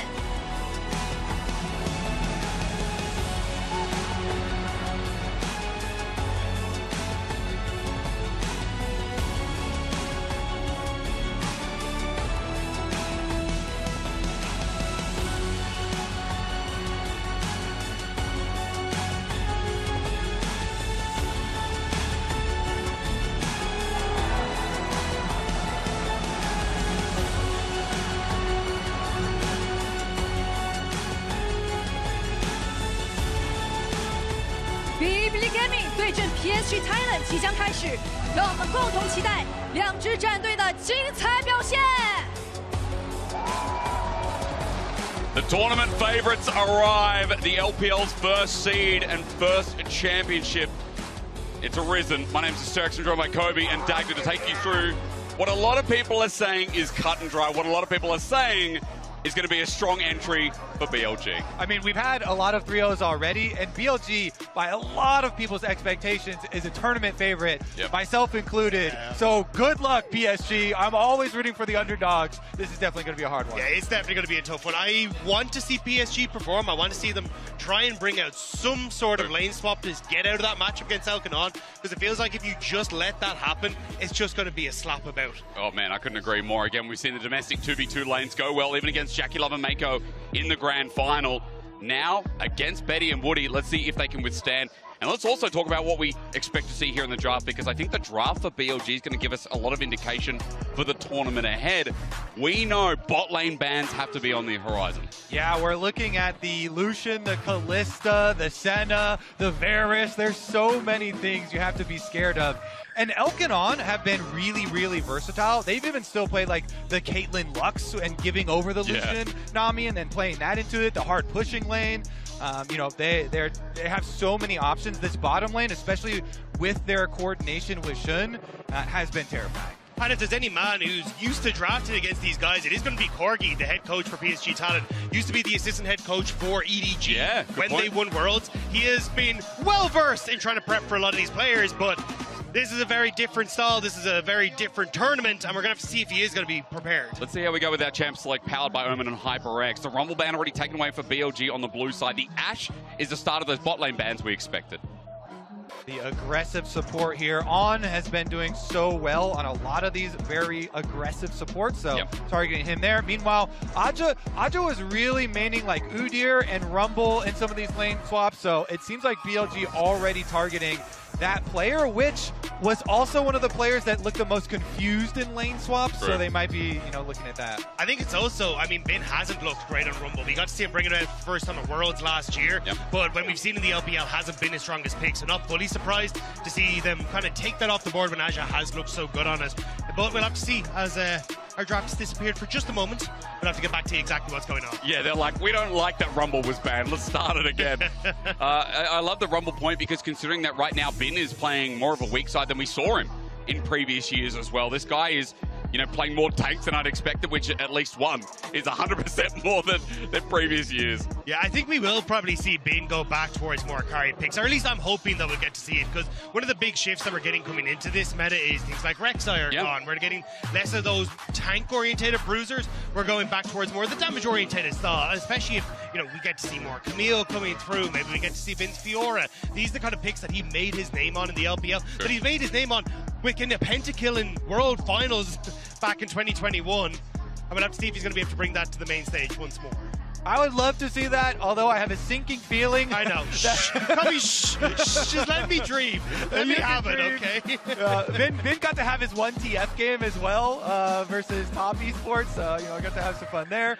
But honestly, I think that another player worth targeting in Champion Select is Knight. Knight has been, he was the LPL MVP, absolutely terrifying player. He even started playing the Azir, which was like the only kind of hole in his champion pool. And most players have been permabanning the Ahri versus him. Ahri obviously very terrifying from Knight. Seems like his charms have been lock-on. So it does, you kind of get pulled in multiple directions where you're trying to protect him against bottom lane. Bottom lane picks right now are so strong, but then also mid lane, you really have to worry about some of those power picks. Yeah, especially because even his Talia, his Orianna, a lot of those control mages are great. And the Azir is kind of one that he was a little bit shaky on in playoffs, so maybe they just leave that go through for PSG. Talon, we say, look, it's the best of a bad bunch when it comes to Knight. But I am curious to see exactly what the game plan is, because honestly, Maples look best on the Azir, so maybe that's something they want to get themselves. Like scaling. I know everybody too is on the Aurelion Soul train, especially after watching Chovy's Aurelion Soul. But Knight, even in his interview after his Aurelion Soul game, was like, my Aurelion Soul wasn't that good. I picked it up and played it because Chovy played it. But obviously he's had way more time to put in on it now before this series. So let's get right back into that draft. We are just continuing with the most common bans for BLG. Both Nautilus and Rumble are some of their most common bans already in the LPL, and they're just continuing that strategy here versus PSG. And one of the big things that we were talking about backstage is the Nautilus ban opens up for On to go for his Rakan. Like, he is the Rakan player in the LPL. He's absolutely insane in this pick. Above 70% win rate all time on his career. And he's known as the handsome player for his handsome plays as well. So it's definitely something that he gets to shine on when he gets to pick it up in the LPL and internationally. Always so impressed when your most played champion is 74% win rate. Yeah, not bad. Yeah, a little bit scary. After like 80 games or something of it as well. Especially when On started. On was not the most consistent player. So the fact that he has started on that and kept it for the last 3-4 years has been absolutely insane. But for anyone who doesn't know, On had a bit of a meme in the LPL when he wasn't playing well. He got called off a lot. I caught him a light switch a couple of times as well. He's definitely kept that on for the past couple of years. He always knew he had hands, though, because I still remember there was that play where he flashes over Dragon Pit on Sunni to get this insane thresh hook, to get the lantern back, and you're like, oh my god, he's done it. And then he drags his jungler in for both of them to immediately die. And it was like the most sick play I've seen, but it just, the brain that needed time to develop, As soon as he started talking, I was like, I can picture the play. I remember that one so clearly. Definitely a fun one. He's also had a really versatile LPL split. He played the Ornn support as well. He had I didn't really like his Kalista support, but he did have that one as well as the Camille support. I do remember the Camille play, though, where he's running and he's getting caught in mid lane, and then he does the classic, like, hook shot in the direction that you're running. Yeah, instead of, like, at the wall. I mean, he's even practicing Sejuani in solo queue as well, so definitely going to be seeing a lot more from him as soon as we get into draft as well. But that's why you want to try and get away from that when it comes towards PSG Talent, because this has been the most dominant bot lane in the LPL. So if you end up going up against them in a 2v2, you're putting yourself in harm's way with the hope you can try and make it out of that. Because as we were saying before, and I think it was said on the desk, like this bot is going to dive. If it's not with a 2v2 dive, Shun comes down, and then it's just a menace. Level 3, level 4 gank, like on something like a Maokai, Sejuani as well. Hell, Shun can play anything too. So I'm looking forward to how this early game erupts. We do have a delay, ladies and gentlemen. Once I get more information about that, I'll let you know. Obviously, something wrong with the draft. As a couple of times we've been baited and lured in with another ban. Yeah, we just got an update there. Both coach accounts weren't put into the lobby, so we will get them back in as soon as we're able to. But I definitely think when we look across at PSG Talent, I want to see what Junja's going to bring to the table. This is kind of the guy that I have my eyes on whenever I watch this team. And he's had a good tournament so far with trying to control things. He's had the Jarvan come out. That's worked very well as their engage tool. But I want to see what's going to happen coming up against a player like Shun. Do you remember when he was on RA for a bit in the LPL? And even, I think, times when he filled in for Jeje? This guy was also like a Nidalee player. He had a lot of specialties. So I see him in a similar light that I see Shun, just obviously less game time. Versus the Nidalee is what you're saying. The meta develops. I hope we don't see a Nidalee come out for their sake. Definitely, I feel like that would be rough to pull off in the current meta, but it would be exciting. I mean, I really... Also, as well, if you're looking at his champion pool and the very successful champions, you know, the Xin Zhao, the Vi, the Wukong. The Wukong is the one that I would kind of pull out of that champion pool because I just think it's a little too slow versus BLG. I feel like you can't afford to play a jungle champ that needs level 6 to fight. Definitely one of the, you know, like Viego even, you know, one of those other ones that can definitely scrap and actually contest BLG a little bit earlier, or else they're just going to run you over. Yeah, you need the level 3, level 4 spike from a jungler so you can try and protect your bot lane. Because realistically, we know that's what Shun's going to go for. He's gone for so consistently. And I think that's where, if you can try and find that way to protect Woody and Betty on this bottom side, you have a chance of coming into the game. Yeah, it's always been PSG Talent leaning in towards team fights, but the problem is that, I mean, that's where BLG have been incredibly strong as well, so it really does feel like you are on an uphill battle here as PSG Talent, and they need to find some magic in the early game to try and shut down BLG. Now, obviously, if everyone at home, they're thinking like, man, this sounds like so BLG-sided. Well, I think the truth of it is, in the honesty that we've given both the desk and us, sits exactly there. Like BLG, they're tournament favorites for a reason, not just domestically finding their first championship, but the way in which they did it and the way they play the map so convincingly throughout. Yeah, and that's why I think I want to see some adaptation coming through from PSG Talent. We know from back in the day, Maple's always been incredibly strong when he's able to get onto these kind of more roamy mid laners. So if he can get something like the Talia or something along those lines, he can maybe look to try and get an impact in towards this bottom side, look to outnumber BLG when they go to make these map plays. And I think it's going to be that mid-jungle for PSG Talent that need to come alive here. Well, Kalista is left up and immediately locked in here for BLG. What's the answer? You know, you could try and go I would say a Draven lane, but Benny is not a Draven player, so we'll go with the Lucian angle.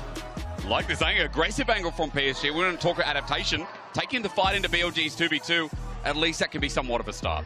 And it might be the Lucianami's side, like trying a lane swap for the first couple levels and then swapping backs, depending on support pickup. We'll see. Of course, PSG, their lane swaps originally here were not very good at MSI. They improved a bit on them. I don't know if they've even further improved for this series. Oh, they definitely would have had to. Oh, that Ari we were talking about. Oh, my goodness. Nice, Ari. And you can hear the crowd. The crowd immediately reacting to that one. Ari was banned in the last 9 games versus Knights. And this is going to be very, very scary. Especially after he got that predict on Rookie with the charm and playoffs. It was so disgusting to see. So this is a guy who is an absolute masterclass on this pick. And especially when you look at Knight, he's been renowned as the murder book. He likes to pick it up on Ari as well, so he seems he gets to go rolling. 85% of the time against BLG in playoffs, this was banned against them for big reason. Let's see if PSG are going to excuse me, what's the word? Regret Regret. Regret. There we go. English is hard. Maybe not as hard as this Talia is going to be in the mid lane as Maple tries to take the matchup. We did say, though, I think this is something that you can look to try and play through. If you can get a strong jungler here, get Maple to level 6, try and lean into this bottom side, because realistically, I think that's where your biggest problem is going to be. You've got an incredibly aggressive bottom lane here with the Renata and the Kalista that you can stand toe-to-toe against this Lucian Nami. So if you can get control there, that feels like how BLG are going to snowball. So I want to see what Junji's going to bring to the table. But on the opposite side, it does help as well. Aja having that counter pick against Bin. They've already removed the Renekton. That has been his strongest blind pick for several years now. Sure. So getting that off the board is definitely going to help the PSG talent top laner. Meanwhile, BLG doing some bin protection bans right now, too. Banning out the Twisted Fate in addition to that Rumble and really whittling it down here. So, although Aja and PSG will have the final Red 5 counter pick, they're taking away basically the only main things that they're worried about. I would still say like Udyr, just because it is just most comfortable, most spam champion. Maybe throw that one in the mix too. Yeah, I agree. I think we'll probably see it, but I'm curious because traditionally when I see like a TF ban and stuff, I'm like, oh, we're probably going the Cassante angle, something along those lines. But it's not exactly like Bin's a big Cassante player, has much more leaned in towards the Aatrox and the Bruiser champion. So I'm curious exactly what he wants to try and bring out on this top side of the map, especially when we've got, the Rek'Sai started to disappear. The Rumble hasn't been a big pick for him, but that's gone as well. So I'm trying to figure out exactly what he wants to go for. Interesting, though. We got double jungle ban from PSG. Again, we can use the word adaptation. Maokai gets locked in, so we still usually wait for the level 6, but a lot of CC chains built up here, while for BLG, Jarvan gets hard locked. What goes well with the setup here when mid jungle is already so strong? Bin loves Jax. No one else looking at it as seriously as he is right now, but Bin still looks at it, even if he's going to end up playing weak side. Oh, man. If you have to play first game versus BLG against Knight's Ahri and Bin's Jax, it's just... Okay. Oh, they still went here. That's what I was looking for, though. Instead... Oh, never mind. Kobe. Okay. Maybe he's just hovering what he thinks. He's like, oh, you're the Udyr guy. Maybe you'll play this. Wait, no way. The crowd's getting revved up. They're like, are you actually going to take Vayne into this top lane? I mean, just because we saw it yesterday, is Keen enough data to start looking at this a bit more seriously? Why is it coming through? Wait. Oh, it's a bait, isn't it? It's an absolute bait. You're always told in caster school, don't talk about the hovers. And that's why Urgot gets locked at the end. Not as exciting, of course. I don't know. I feel like Urgot has been kind of stealing the show a little bit at MSI. Kobe, bring it up. Definitely been in the spotlight a lot. The ultimate is also a very good interaction with Cassante's ultimate, chunking himself lower and then going for those executes. We've seen multiple times. And with some of the nerfs to Cassante, giving Urgot a better time, we'll see. We will see. It also has some really good scaling, so maybe they can get there. I just think it is so scary here outright. What are you going to do about mid lane? Because mid lane's going to be under a lot of pressure, especially with Shun, with this Jarvan, trying to throw the extra pressure towards Maple. And then once Knight gets control of mid lane on Ahri, like, you never get control of the map back. Now, he's very, very good at looking for these picks, pushing off of mid-wave, leaning in towards bot, looking in towards picks in the jungle with Shun. So I think this is really where you're going to be under pressure for PSG talent. So I am looking at Junja to say, look, you've got your work cut out for you. Aja just is hoping that he's going to have a good matchup on the top side. They get left alone. It is going to be this mid and bot side where a lot of this pressure is going to be taken. As per usual, mid and bot side, that sounds a lot like BLG. But on the other side, while we've been tooting their trumpet the whole time, let's go back to the other side and just say for PSG, what has been unexpected and been really nice was their FlyQuest series, their ability to adapt. It was talked about. Yes, there are a lot of mistakes from FlyQuest in the early game due to lane swap, but I think for PSG, they've again shown some adaptation within the draft, and there is something unexpected every time we see them once again. Yeah, they're looking at mid-game, mid-game, mid-game. Can we please get to some mid-game team fights? Play it faster. Because that's where PSG are strongest, and especially if you can get that Lucian Nami to their single item breakpoints, rotate them into mid lane, and have some big plays that way. PSG really fighting for their lives. Versus tournament favorites. We're in Chengdu. Let the Gyos ring.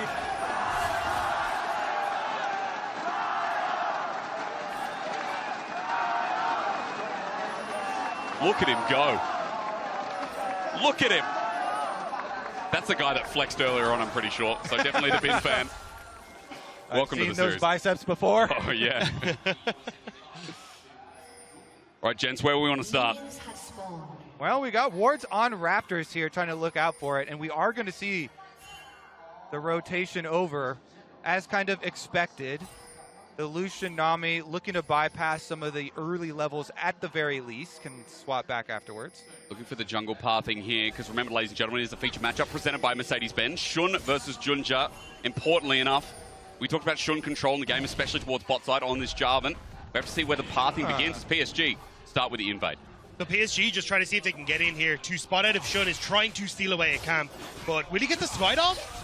Ooh. 600. Flag. Okay, waits it out. Baits it. Archer goes in. He gets a smite. He gets level 2 as Maple's in a bit of trouble as well. Bin's come down. He shocks him into all the charm. Is the start orb of deception as well, because Knight hit 2. Ebb and flow as Bin's goes in with the flag and drag gets a knock-up.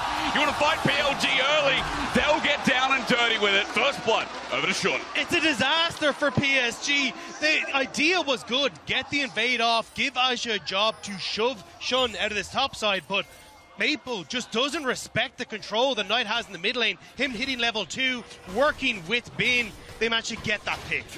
Uh-oh, they're going to go for round 2, it looks like here. Shun doesn't have smite this time around, so is not going to be able to secure his blue buff. Woody and Aja will at least push him off that. But remember, again, look at this bot lane, guys. Elkanon have already started firing at this turret, so tempo begins. And Kobe, as you like to always say, this is the squishier turret, so pace is definitely in BLG's favor. Yeah, certainly is.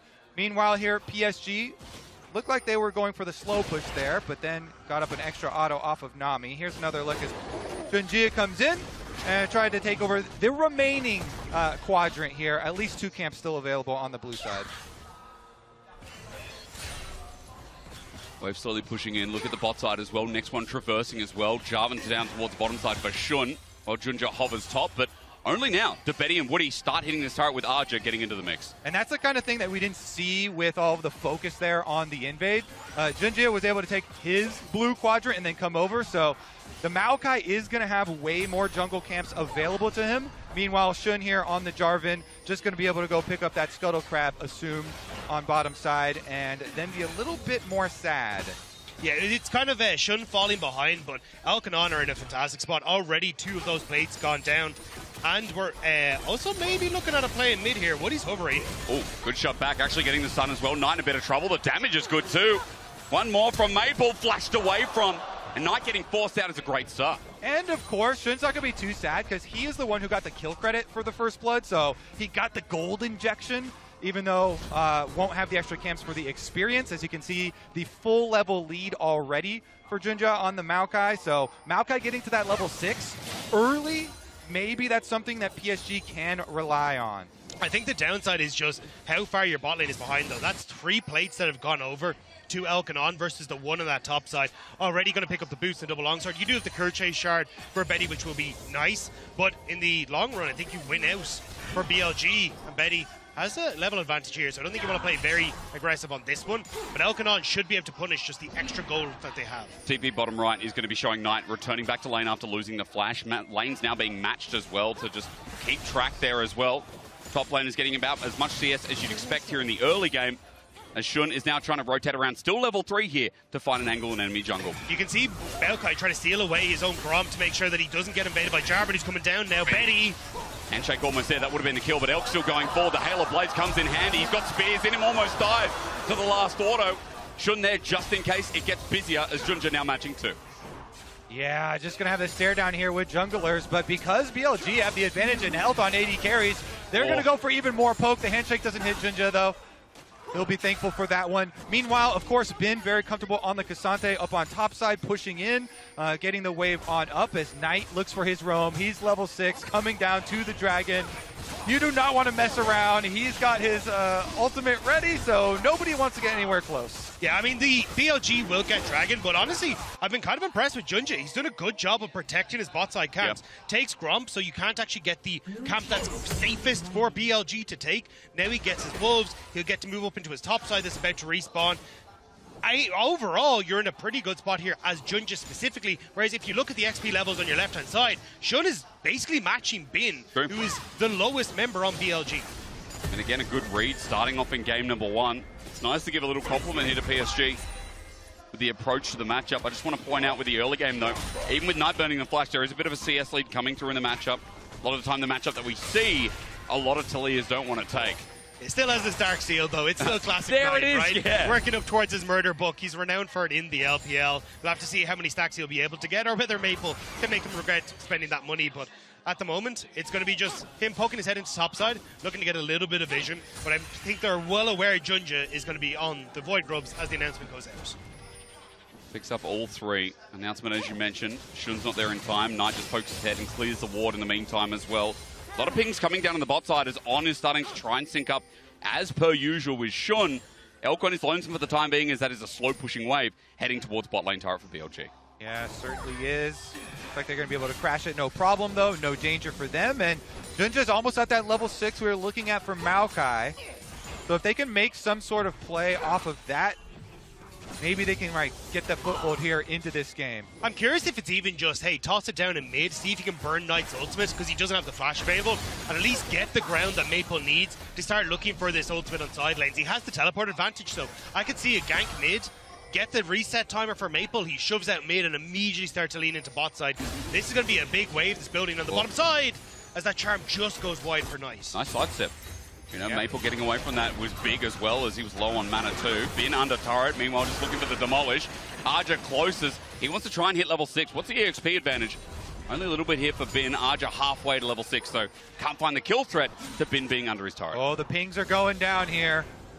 On waits ever so patiently. Sapling throws out. Junja runs away. Now level 6 here on Junja as well, as he's right where he needs to be once again on this bottom side. Yeah, if Jin's able to finish stealing away this blue though, which he should be able to, he sticks around. This turret's getting very low. It is indeed, as you'd expect. Good handshake this time around from On. Elk has level 6 as well, and well, Kalista showing up big. Junglers are fighting out in the meantime as well. Remember, Junja holding onto that ult is big, as he just dissuades Shun from getting involved in a potential dive or potential all-in, but Junja says no. Okay. I ulti in, trying to block for the time being as Elk has the Fate's Call. He used that handshake, goes a kilometer, and On is out for ulti trade. Yeah, BLG actually have a lot of answers for a Maokai ult. They have not only the Kalista ult, but they also have Cleanse on Elk, depending on positioning. You know, he can walk up and soak one too, so they opt in this scenario here to use the Kalista ult itself, but they're on ward.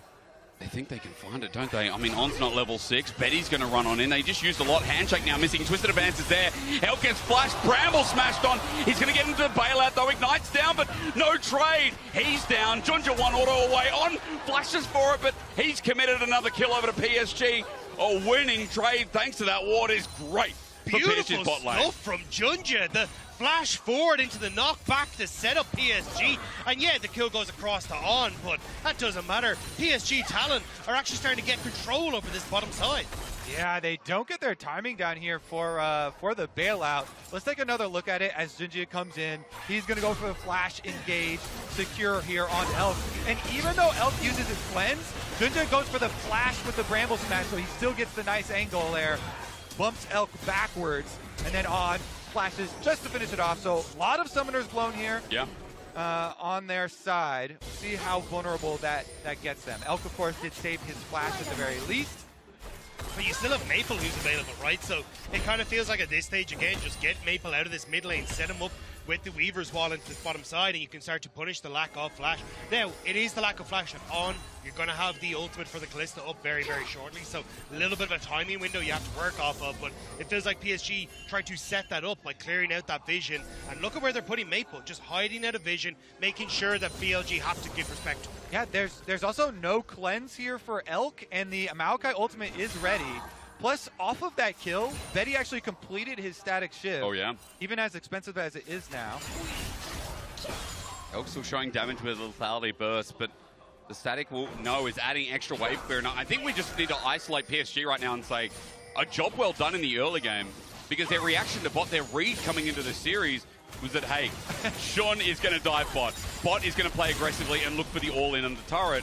The constant shadow from Junja has been fantastic. The problem, though, is that your mid lane is still losing out. Just on CS-wise, Knight's done a great job of controlling Maple. And top, the counter matchup you're supposed to have is also going in favor of Bin. So bot lane needs to perform, and Betty wants to make that happen, but Culling not really going to hit.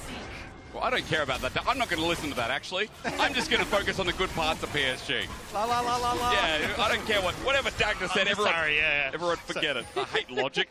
Woody running in. Wow, maybe not logical there. The timing he thought with Dragon was okay, but he now flashes away, almost getting caught out while Dragon was the trade for the grub exchange top. Are they going to go for a dive up here? Because they've got a roam from Knight. Knight and Shun working in tandem. Versatility of BLG is also something to highlight here, but it's 3 members in the wave. Look at those little minions, not long for this world. They don't care. They still dive regardless. Arja flashes away and buys time, which is great, but Knight hits the charm. All out in the end. Bin tanks up the last turret, and he's okay. From downtown, though, is Junja with a reverse. As a flash from Elk goes in, fate sealed out. And now the re-engaged Knight has TP down. The charm hits. Hostile takeover. BLG are insane. On tries to run forward for the reset, but eventually Knight does the same. Maple survives, and Elk now has no mana. He's running for his life, but sped up is Junja, looking for a twisted advance. He's close, he's in, he's under turret. Junja going deep. Elk survives, but BLG get messy. Oh, the cleanse clutch there for Elk to be able to survive, but they get messy indeed. I thought Maple was going down with the extra phase rush speed running under the tower. He tries to go back to mid lane. Don't get hit. He's going to get hit, He has the flash, he has the ult. I don't think you're getting away from this, Maple. Still there he goes. About it. Where is he? Flash tackle and the absolute dunk at the emote afterwards. It's still, though, PSG Talon succeeding on the bottom side, which Yeah. I think is actually the important part of all this. The fact that you end up getting the kills, losing that wave, that is huge. We'll see it on the replay here. So they start off where Elk flashes forward onto Betty here. As they go forward, On does the right thing of blocking up the Maokai ultimate. Elk flashes over, but doesn't realize that Maple's going to be here. So very quickly after retreat, On falls. And Knight here, I believe, is trying to get the reset for on Maple. Yeah. So maybe they can escape, but he ends up just walking directly into all of Betty's damage. And Maple just does not die, hiding in the bush. There's nothing they can do. And now Oak's all alone as PSG chase him down to get another Summoner's Call from the BLG AD carry. Yeah, that cleanse is going to get a workout every time that thing is up, being used with all the focus on bottom side. It's crazy. PSG coaching staff, though, feeling it a bit after the early game. Again, there's still a 1k gold lead for BLG, which they've maintained through the first 13 minutes, but PSG have got their bottom lane in a good position. Maple as well, catching back up on CS, and a kill is going to make this a much more competitive mid-game as BLG try to fight around blue. And this is something that PSG mentioned themselves. They said, we have to fight them immediately. We can't let BLG run over us. So they're really trying to contest them in the early stages here, splitting objectives, going 4-4 on kills. The extra gold lead definitely is going to be a little bit of an issue, but honestly, with kind of the expected matchup here, PSG doing decently for themselves. The fact that you end up with the lane swap earlier come back to bite them, though. That tower very, very low, but there's a lot of PSG members Speaking here. of which, Elk is low. He took under turret. Shouldn't go to the back line. They're trying to kill Betty. Knight goes in as well. They're teleporting in. This is so ambitious, but BLG get the reset. Now for Maple to run on in. Knight flashes away and disengages while the rest of BLG found their mark. How are they winning the fight? It looks so janky, so weird. And even better than the top side. Solo kills. The arena roars at this combat. The cross map ace! Just as we're trying to compliment PSG on keeping it close, BLG kick it into overdrive. Cross map ace as Bin finishes up his solo bolo. They're going to get 2 turrets after that. And guess what? That's just going to be an avalanche of gold that immediately gets spent and makes it so insanely hard to win any team fights now. There was 1,000 gold difference between these two teams, and this has now happened as suddenly as 5k. No. It is absolutely absurd, but All right, this had who no was it? right going the way that it did. You can see Maple forcing BLG's bot lane away, and here I'm like, this is 2v3. They should have this, but instead, Betty ends up falling to Knight. Shun with the Sunder Sky getting that healing in and the Triumph as well. And then eventually Elkanon ready to get into the mix. And it's just pick after pick after pick. And you know what happened topside? It's an interrupt on the teleport that got him killed. Oh, it's like a humanoid style play here. Hey, what are you going to do us like that, man? Anja's like, I'm trying to help the team, but it actually ends up so much worse because the team lost 4v4 anyway, and then now he dies to Bin. That was so clean as well. I mean, yeah, it's frustrating. Dagda pointed out, ladies and gentlemen at home, 5k gold lead all of a sudden just sprung up. And now as culling comes through, look at the poke damage from Elkanon. They avoid most of the culling as well. That just shows you this Kalista has caught back up. from what was an early game success in that bottom side for PSG. Yeah, the lethality making Kalista into a bit of a burst mage more so, especially when she's got this much gold. So this is where, again, it comes hard now to try and contest on mid-wave. You can already see Knight setting up nicely in that top side. He's going to have the opportunity to push. You can then collapse onto mid. Bin as well, winning in the 1v1 means that he can also collapse on mid. And Betty's already super low. Bin's here on the flank as well on a ward, so they're going to pay respect. The wave at least cleared away, but yeah, the Betty poke keeps getting worse and worse against him. I also love the adaptation from BLG. Immediately they pick up the double sweeper on the solo laners. So it's like, cool, we can continuously shove waves in, then clear out all the vision that PSG have established in their own jungle, and just make the map dark, make it really difficult for them to know what's happening. And with this Rift Herald, should be able to crack open mid if they want to, after this Dragon is taken as well.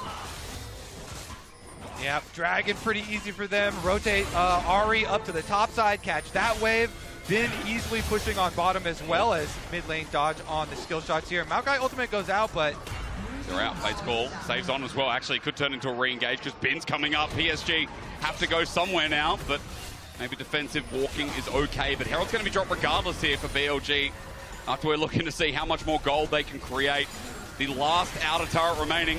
Herald's going to charge on in and make it one-shottable. all right, they're going to call over Aja, but that just means you have all 5 members here for PSG, so your side lane's going to get pushed in. Knight up there on the Ahri has free reign. He's going to push that one all the way up to tower. And they try, at least they have plenty of defensive wards here through their jungle for PSG, so they can try and rotate to catch.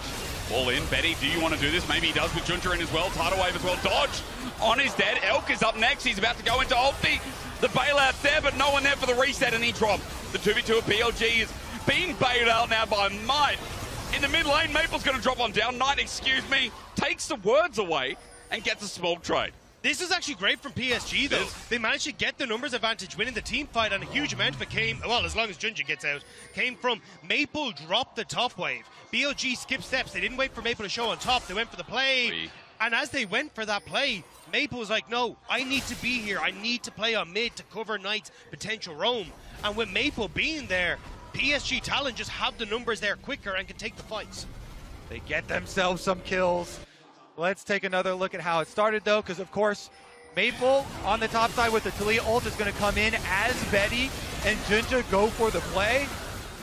Elk there barely doesn't get hit by the seismic shove, but does get finished off there to the flash. And then, honestly, I thought the collapse might even get more for BLG, but they really only get that extra kill back onto Maple. And Junja does get down to bottom side, finish off his recall, and escape with his life. In the opening game here, bottom lane has been caught out a few times, and I think also, you know, some of these great wards from PSG, whether they're lane wards or brush wards, have spotted Elkin on positions maybe they have no business being. Usually, it's the fundamental of BLG in this very new world of LPL. And it's crazy that, again, Elkin on right now are the ones who are getting punished the most. Yeah, it's definitely BLG skipping steps and trying to play through sides, but this is something that's been happened a lot, and it's happened Running again. up to On, he's going to hostile takeover, and again, saving the day is Shun. Betty takes it as Cataclysm jumps on down. You can see Bin teleported in, and Maple is stuck in the Aerodome. Knight with the Spirit Rush over, wants to go part 2 onto Junja. The charm connects his Ahri as clean as ever as Bin shows up to the party. The turret got dropped on down as Junja running for his life, but Knight's Flash Orb is great, and even if the bottom lane's not working that well, the rest of the map is. This time around, BLG are ready for the counter in mid lane, and not only do they win the fight, they also get 2 towers.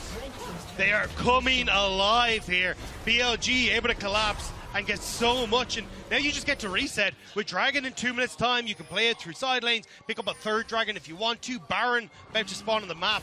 This is so much gold that's just been handed to BLG right as all these important objectives are coming up. I see 8 stacks. I see 8 stacks on that Ring of Power. Remember, 9 were given out.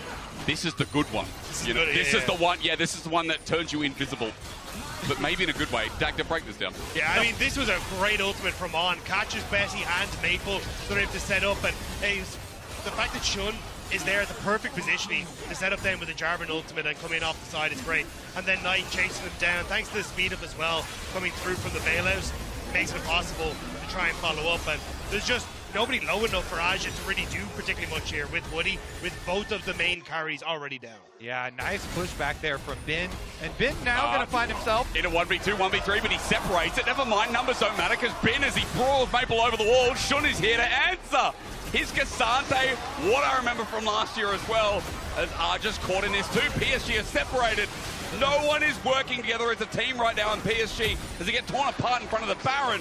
That's an easy move for BLG. Yeah, even though we generally see Bin tend towards the bruiser tops, he still looks sick on the Cassante whenever he brings it out. And now PSG Talon are staring down BLG at the Baron, but I don't know how the hell you can test this. Jun just flashes up in a few minutes, but you don't have it. Yeah, that's going to be a dream steal. No way they actually pull this one off. BLG are going to secure the Baron. And we're only 21 minutes in this game. There we go. We got the Medjai's upgrade. The murder book. I know you like to see that one, Asterix. Oh, yeah. All right. Break this down because Bin again, as he separates Maple. So he goes and runs straight at him. Cassante, of course, with the Unstoppable, is able to just use the W there and then ult him over the wall to separate from what PSG thought they were going to be able to get a 3v1, but really good pass maker there from Bin, able to get him against the wall for a perfect ultimate, and the rest of BLG were on the way. But of course, PSG know they're so far behind in this game, they have to keep on just kind of rushing. Flag and Drag starts us off. This could be the fight that just leads into the enemy base at this point. Junja is getting soloed out by Elk. He has to turn for the engagement. Culling's helping out, but Elk at max range, never mind. On flashes in to Illusion. He sends out the takeover. Elk goes over, and he's bailed out. On is an animal. Knight picks up the tails of the Ari, and Shun just sends in the Thunderdome for a third time. Yeah, and they have Baron, so they're immediately going to destroy your base as well. Is that just BLG? No way. For what felt like a sloppy game, PSG adaptations, PSG positivity. The Weaver's Wall slowing it down for the spawn time, and so maybe it doesn't end here. But in 22.5 minutes, although it hasn't been clean League of Legends, it's been aggressive and abusive. I mean, to be fair, it's been clean on both sides. I think PSG Talon in the early stage moments, for sure. Played well against what BLG were doing, but that one skirmish broke the game open, and from there, BLG have looked for skirmish after skirmish, push advantage after advantage, played through their sides into collapsing mid, and they had one fumble where they end up just overextending on mid-wave and PSG punished, but straight after, it's just stuff like this. How to get free stacks, part 1. Knight says, hey, tune in for my next book. It's going to be another page. But he's running for his life. It's a 3-level difference between him and Knight. And as he charges down, this is a reason why probably this pick won't be available for the rest of the series. Yeah, I mean, you can go back to the cross-map ace play plus 2 towers and see the turning point there. That's where they really just exploded the game. BLG still with a little bit of this Baron buff. They've got another minion wave's worth with 35 seconds left on it, but they're just going to take their double inhibitors and call it at that. And what do you do at this stage as PSG Talon? It felt so close for I say so long, for at least 10 minutes, and then BLG kind of just said, right, we've had enough of this. We're going to play off of Knight's pressure in the mid lane. We're going to lean in towards that skirmish, make sure we're able to find it. And now you're in a position where 2 towers down, or 2 inhibitors even, gone on this bottom side. You just get to play up into this last 2 towers in the top end of the map and take everything from PSG Talon. Yeah, this is why people were so excited to see BLG. Such an explosive team here. Yeah.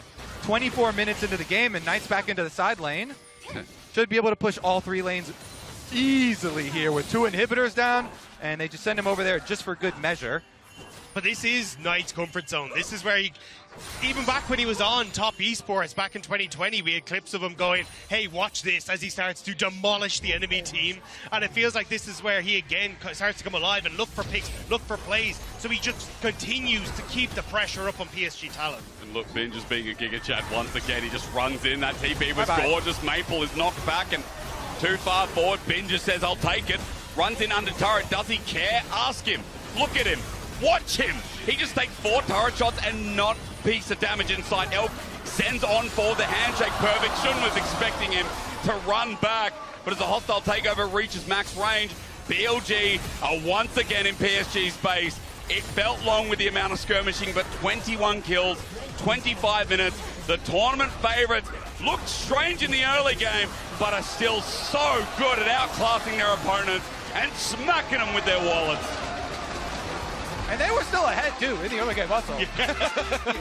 Just not as much as after the explosive cross-map ace. And I think that's the heartbreaking point is you had the counter pick against Bin, you had the counter pick against Knight, and still you couldn't do anything against them. It was the solo laners that really were the difference maker leading into those skirmishes, leading into that ace, that now PSG Talon have to find a way in draft to break.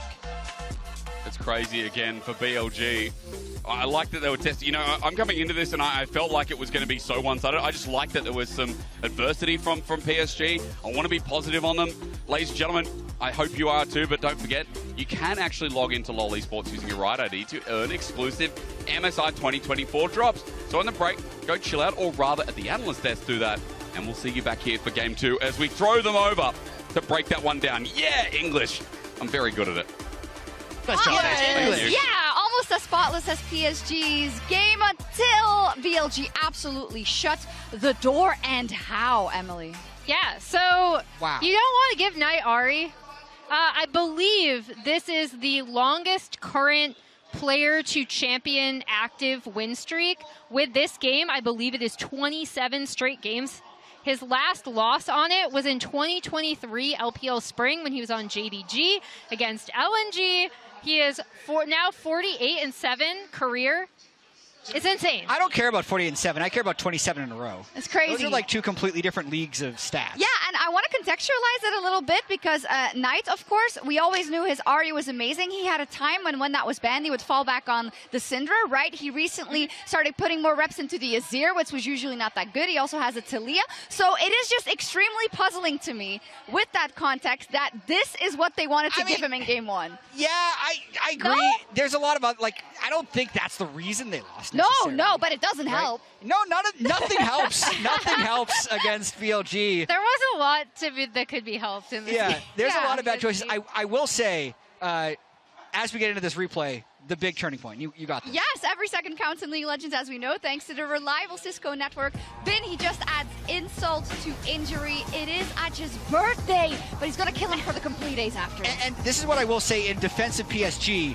Up until this point, it was a reasonable game, but when something like this happens where June finds an amazing engage, everyone in PSG tries to fly in to help, but every single member of their team dies while no members of BLG die, and the insult to injury on this one is the fact that even when Aja tries to help his team by interrupting the teleport, he's just the one who completes the ace, because not only did they lose 5 players, they lost the 3rd dragon, they lost their bot turret, they lost their top turret. It's like a greater than 5,000 gold swing in a pre-50-minute fight. Like, I don't actually think that's happened this MSI. So that small sequence made the game completely unwinnable. Yeah, I'd be surprised if that happened before. It's just a reminder of how explosive of a team BLG can be, and you see exactly where that fight happened, and then the gold just slowly creep up and up and up. I do want to call out, obviously we were talking about whether PSG would initiate the swap, maybe try to get the Lucian Nami past those early levels on Kalista. They did. I still think BLG came out ahead in that swap, actually. I still think they have a better understanding of lane swaps overall. And then also shout out, I mean, obviously off of the level 1 play as well, right? Because then Shun gets ahead. And even though we didn't see like the hyper-aggressive invading Shun that we saw for most of the split with a lot of like super hyper-pushing lanes, I thought he had a great game. His teamfight targeting was absolutely stellar. And yeah, he was kind of the driving force behind a lot of these initiations, and you can see how BLG just immediately go in.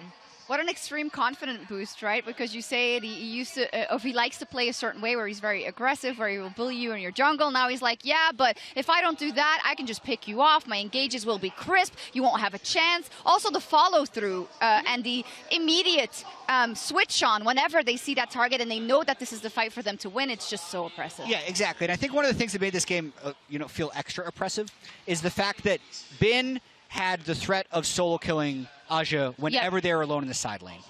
The Maple's Talia was without his flash for basically the whole game, and then if Jarvan ever finds him in a side lane, and it's another kill. So what ended up happening then is PSG just has to group as 5, so they're losing on every side, but then the instant they move beyond the halfway point of the map, BOG collapses and wins another team fight. So they really did, once they had that advantage, remove all of the options from PSG, and that's one of the things that makes BLG so scary, is the speed at which they make those decisions. Yeah, I like the way you put that, because I was watching and I was like, why are you kind of banging your head against the wall that is trying to push through that mid lane? And you both said, what other option do they have? They didn't have any. No, choking them out completely. Now, I did pull the cards, and there was one win on the cards for PSG. Let's say it's the next one. What are the steps? What are the steps? So if the MasterCard fan prediction is to be believed, it's an 82% chance of them winning. I mean, the steps, so... Wait, you want me to draw for game 2? Yeah, sure. Let's do it. All right, cool. Wait, okay. No, I didn't cheat. I didn't cheat. Gonna pick one. That was close. Oh, no! You're one away from picking. So maybe it's going to be a 40-minute game? Okay, you ask steps, so I think it's pretty unlikely.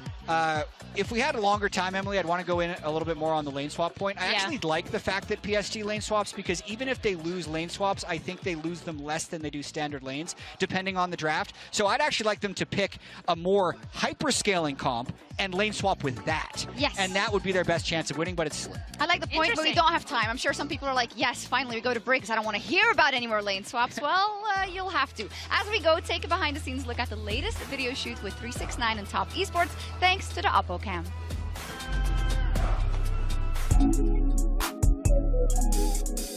Hey guys, we're here behind the scenes. I'm G2 Caps. We're filming some cool videos, some hype videos for the MSI, and I'm just looking forward to MSI.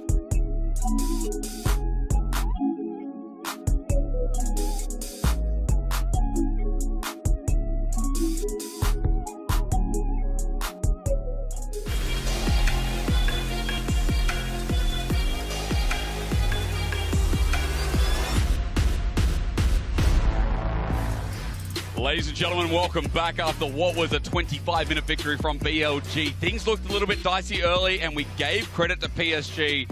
But once again, as BLG just continued fighting and continued taking 3v2s or 5v5s, whatever it may be, it worked out well. Mr. X, this is Kobe.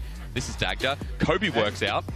Very, very buff human being. You've also got a lot of strength as well. And as I need strength in this because PSG are relying on you guys to hit hard in game number 2. So what would you do in their situation? Are you talking about go up there and like hit the monitors, hit the computer? Talking physical. Have you seen Bin punching? I don't want to fight Bin. Oh, true. Actually, on the other side. Okay, so you refrain from fighting. What would you fight for in draft? Did you see the post that went up on Twitter where Bin was walking on the treadmill in slippers at like 4 a.m.? Yeah, 4 a.m. They posted on socials, and they were in there, getting their gym time in. So, nice. Yeah. It's crazy. In slippers on a treadmill. Bin in style, apparently. Now, I set that strength up because I wanted to see what the adaptation was from PSG. Okay. What would look strong? I think Ari is a strong first punch, right? Yeah, definitely. Banning away the Ahri. Want to get Knight's OP champions out of the way, at least. Yeah. Still going to have to deal with the Kalista, though. They're going to make a run back. I mean, honestly... Worked all right in game 1, right? At the beginning, the targeting of the bottom lane with Maokai coming over and over and over again was kind of getting them their little bit of foothold to be able to fight in the game. So they want to repeat that. Yeah, I feel like you're still happy here as BLG. Maybe you just end up drifting over towards the Talia pick for Knight instead, now that the Ahri's been taken off the board. Also an exceptionally strong Orianna if you want to, but they did drop the Renekton ban for the Ahri, so that could just be taken for Bin, ban away some of the bad matchups in that top side, make sure you're all good. Historically been a great pick. You talked about it in game 1 draft, Dagda.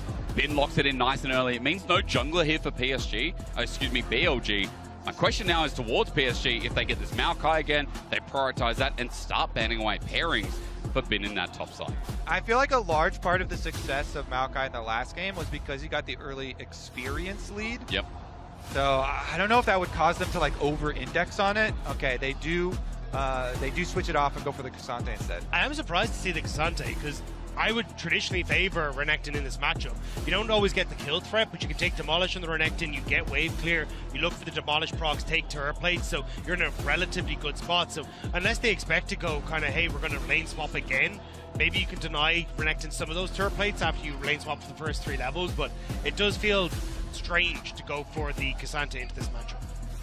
Meanwhile, time to target Shun here. Take away the Zins out. Do you think that we are going to get a Kindred game at some point here from Shun? Definitely. Because I really hope so. Italy angle here. Also on the card, surely in this tournament, as Tilly is banned away from the other side. All right, taking away, already highlighted, some of the most successful champions here for Maple have been those roaming, playmaking mid-lane champions. So BLG targeting that this time around, especially since they aren't going to be able to start it out with the Knight's RE. I'm curious what their final ban here is going to be for BLG, because it either feels like it's going to be an Orianna, and essentially you're trying to force Maple into the Azir, or you're going to ban the Azir and then see what Maple has left in the tank, because this has kind of been his go-tos, have been the Tilias, the Azirs, the Aries, these kind of things. So I am curious what way they want to try and go for this, and maybe if they do try and force the Azir, it's going to be nice going back towards the Aurelion Sol. We said already, look, he brought it up before, it wasn't his best showing, don't get me wrong, but he's had a bit of time to work on it. But there is the Azir ban. The Azir ban as well, just note that, I mean, Knight has a lot more in the playmaking. Like, we've seen Veigar in playoffs, we've seen Syndra, he's Tristana, he also plays the Aurelion Sol. Dagda just brought that up. The Orianna also Knight has played and gotten really good at in the past couple of years too. So Knight has an extensive champion pool, so they're going to give PSG a bit of priority here for Maple. That R5 for mid. If they go with the Maokai, they're going to do a Maokai-Tristana combo here and grab the Trist for Maple. But then does Knight just play Syndra and just win out Blast the him? line? Yeah! Yeah, I think if you go for the Tristana here for Maple, though, you're very heavily indexed into the AD, right? Yes, you got Maokai and some AP damage that will come off with an Nami, but I'd still be worried when Renekton can go in towards Dead Stance, these kind of things, get some early tabbies, he's going to be completely unkillable. And especially when you've got things like the bailout there, it makes it very tough to deal with, but what, is it going to be a away angle for Nice? You reckon? Way to steer. Oh, I love please. It. This historically is sick. I mean, just trying to get the crowd excited. Just trying to get the crowd excited. Will be the classic Orianna. Knights, one thing he does super well with the Orianna is like hide the Orianna ball. I know people have been focusing on a lot of those hidden Orianna ball plays, but I feel like Knight was kind of one of the OGs at that. Yeah, that's game. That's you know, for Maple, that's very gutsy. In a matchup versus Knight, I think we kind of remember, you know, Orianna's laning phase being favored here. Maple has to get through the scaling. It's not going to be like going up against FlyQuest. Knight is very strong in lane on this pick. And you've got an incredibly strong jungler to follow up as well. This 1-2 punch, especially as you hit level 6, is so incredibly strong. And we already saw a bit of that attention from Shun in the early stage, and I wouldn't be surprised to see it again. You know what something's really annoying, Kobe? Is in LPL, the top-tier top laners do this thing, whether it's Ornn or Renekton, they like ganking mid a lot. That happens a lot. Bin does it, 369 does it. They just make these random roams when they get push and top, and they just appear mid. Now, this is a very potent appear mid composition. I think very potent BLG composition if we round out the fact that this team loves skirmishing as always. I see a comp that skirmishes again. Look at it. Yeah, I mean, fight. You got your classic Jarvan plus Orianna combo, the Shockwave delivery system here, and then you have Renata ultimates to follow it up. So you're talking about, you know, team fights. Those are some beautiful team fights, some really good AoE combos, some really good, you know, mid-jungle synergy there as well for them. And I think we are definitely going to see some, you know, some pressure towards the bottom side of the map pretty early on. Usual, wasn't it? PSG good at reverting that in game one, though. It has to be said in the first 10 minutes. Yeah, and I think that's where we're probably going to see the same adaptation here from PSG talent. Try and look for the lane swap. Don't worry about the first 3 levels. Just make sure that you're going to be in a good spot. See if you can go for that invade again. Don't die would be the ideal one. Oh, yeah. That's the checkbox for me on this one. But at least go for the same idea. And if you can get into a position where you end up with Junja being able to steal some of these camps, especially the way he was able to get that bottom side for himself in the last game, that is probably the way that you want to try and get this early lead for PSG talent. And the crowd revved up today, I tell you what. It's crazy again. I mean, BLG, their first title, they come into MSI's first seed. And against PSG, made it a quick showing in the first game. Now, this is the main stage. PSG earned their right to be here, beating down FlyQuest. Every time I talk about it, I feel bad casting with Kobe. But I've got Dagda now, so I can throw it into the middle. Do you guys have game sounds? Speaking of what it's you a little have? low. It's a little low, but It ain't there, but that's okay, Kobe. We'll get there eventually. What do you reckon they're saying right now, the champions? It's a mystery. Saying invade, invade, invade. They've got the words on it. Do you know the most messed up League of Legends you can have? You can turn on only champion sounds, and right now you'll be hearing, ha, ha, that's it. Least in the best of it. And Kalista, not too bad as well as BLG make this an invade, forcing Junja off the blue buff, but nothing more. that is huge, though, because BLG aren't getting that same disruption on the opposite side. So Maokai will go back towards his wolves. The question mark, though, is how do you try and respond now? Does he still completely clear at this blue side jungle as Aja walking into experience range, but... Oh, he wants a W under turret. He does so successfully. On actually has to flash away. Not too bad getting the flash from On. But in the end as well, Aja gets tanked heavy. What an odd interaction we just witnessed. Walk right up to him, hit him with the W back, and Summoner Spell advantage. Now, Jinja definitely did get delayed, and he's still on ward there. So Maokai being behind to a Jarvan plus being on vision is a little bit dangerous. Are they just going to go for On, though, is the big question, because there is an opportunity. Oh, wait, Aja! Oh, the Ren's in as well. It brings the game sound back, and with the blood On is dead, you're right. He's going to be a trade, but a minion kills him in the end, so first blood, no response. Shun gets the invade in, and Georgia just has to watch as Elk is on the board nice and early. It does help out spotting Junja on this bottom side, though, because no dive can happen. Elk now going to spot out Aja again, interrupts the recall. Oh, no. Which is going to do nice for him, but Maple... I talked about it. Maple, the flag and drag is volatile, but he gets out. Shun doesn't pull the trigger and doesn't pull the flash. Maple just runs his life. Meanwhile, top side, been under tower there, trying to soak up his experience, and he does get to his level 2. Looks like he wasn't under too much pressure up there. That's disrespectful. Maple just sits there, breath of light. Bramble Smash saves his life as On has roamed up as well, but Shun is just running into him. Jarvan level 3 damage cannot be underestimated as Junja Bramble Smashes once again. Meanwhile, Elk almost getting soloed out by Archer. This early game is chaotic. Woody's roaming over to help defend the jungle right now. Let's go again. Handshake brings Junja back on in. Woody with the ebb and flow. Good healing here as Junja thinks about a twisted advance. BLG have to back away, though. The TP is going to come in from Maple in just a moment, and as soon as that happens, PSG Talon have a go button if they want to. BLG playing with fire at the moment, but at least Knight has the level advantage in the mid lane, but here comes Betty. So he said BLG must back away, and Shun's like, maybe I don't have to. He's thinking about going back in with On and Knight now moving up. Knight is level 4 as well. Flag and Drag doesn't connect, but good damage here from the dissonance. The splash away from the handshake was good. Now the heal for the re-engage. Junja trying to slow down, but the sapling is out of range. Meanwhile, Betty versus Ben. He's punching again. Oh! He gets the auto. Giga Ben has debuted at MSI. Ben was so ready for that one. Goes up against the wall and immediately flashes, gets his auto off, gets the kill under tower. And again, it's these little things going in BLG's favor in the early stages. Game 1, it was that kill in the river. Game 2, now you're getting these leads, but Ben finds Woody. Look at the Fury as well. He's close. He's slice and dices, gets the upgrade, gets out of the Aqua Prison as well. Oh, no. Cole the Meek, and with On's help, it's another kill. The Croc is snapping. And he came home and caught Woody. It's an absolute disaster. Shun is able to get over the wall into the pit. What is happening? Bin is happening. BLG is happening. This one starting out more akin to the pace that kind of people were expecting. Almost barely even 5 minutes into the game, and you already have the massive BLG lead. Here's another look at it as he dashed right into Bin's face. You dash into Bin's face. That's less than ideal. You're going to get stunned immediately. He charged it up, and then here I like how he hugs the wall to get ready for the flash and force the extra little bit there from Betty, and he immediately answers. If you get your auto started and then the Lucian doesn't get out of vision, then it will go off, it will get the kill. Also the ward over the wall to make sure that he was going to be able to immediately get the auto attack off, because you kind of expect the dash to be coming through from Betty, so really good stuff from Bin. Still going to lose a turret plate though, as is expected, but now 2 kills against Aja's got nothing and level 6 nice. hit. Okay, I was just gearing up for that the way this early game has gone. Knight has flash available. On.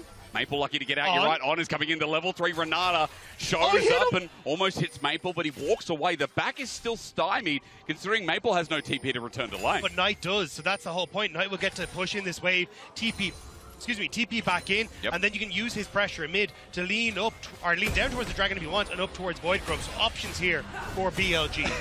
We even have a bounty on Bin's head, even though he has the 19 CS there. The 2 kills obviously contributing to that, giving him the bounty, and he will be able to soak the top wave, no problem. Oh, he's going to flash for this, isn't he? I didn't realize that was a problem I had to contend with in lane swaps. If you get a bounty as a top laner. True. Not something we're used to.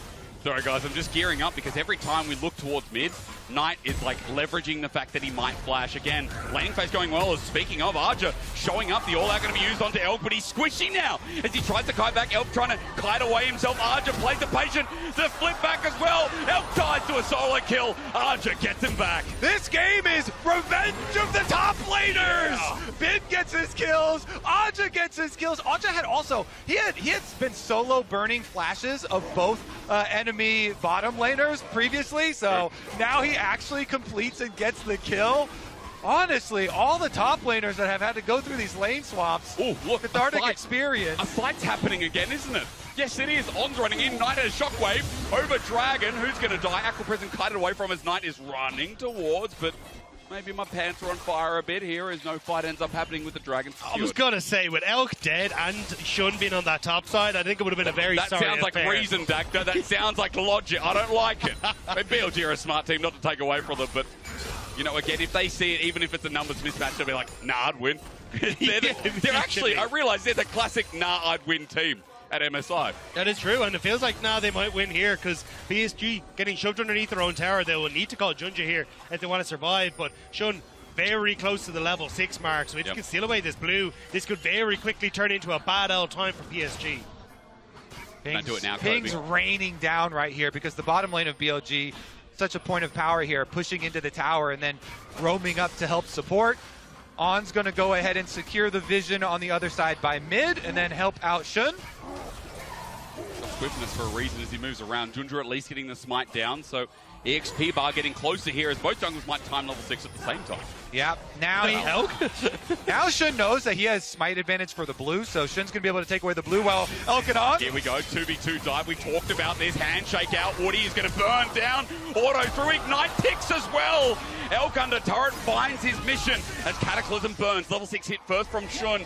You very smart analyst talking about that level gap. It forces the flash. They're trying to isolate on this bottom side. I thought they might continue to go for Betty, but they're going to just back away, happy with the turret plates until Betty and Junja are still here. You don't win this! You don't win this! You have no mana. Waiting out for the dash is easy. Elk styles on him. You know, in LPL, Betty had a positive win rate against Elk, and he is now shutting that down real quick. Elk and On, what a terrifying bot lane duo. And they just lay waste to this game. Yeah, I think the last time Betty saw Elk as Jomong, it was a long hell time ago when he's playing an RNG, but Elk is a changed man. No more Jomong madness. On is no longer off. The bot lane for BLG has come alive, and it is decimating Betty and Woody. And I have to say, it's easy when Elk had to do his hard years on Ultra Prime, that 1 year in 2022 to be specific. It's a much changed man, as we said, Elk and On, great duo, but I think we need to talk about the early game here for BLG because it has been Bin, it has been Shun, it has been the laning phase from Knight that is leading him in the CS lead. Everything working well here with BLG having an almost 4K gold lead at 10 minutes in the game. Yep. BLG bot lane advantage is ginormous at the moment. Elk was able to finish his opportunity, so gets even more scary with everybody doing Say he has more opportunities. Yeah, it gets even more.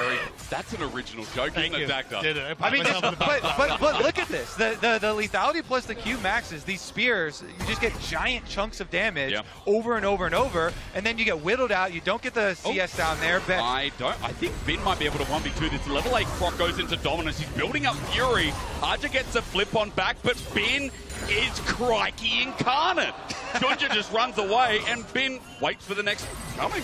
Yeah, and Shun was on the way as well. You know, Jarvan's coming up there. If they really tried to go for it, Bottom side again, though. Look at the pain.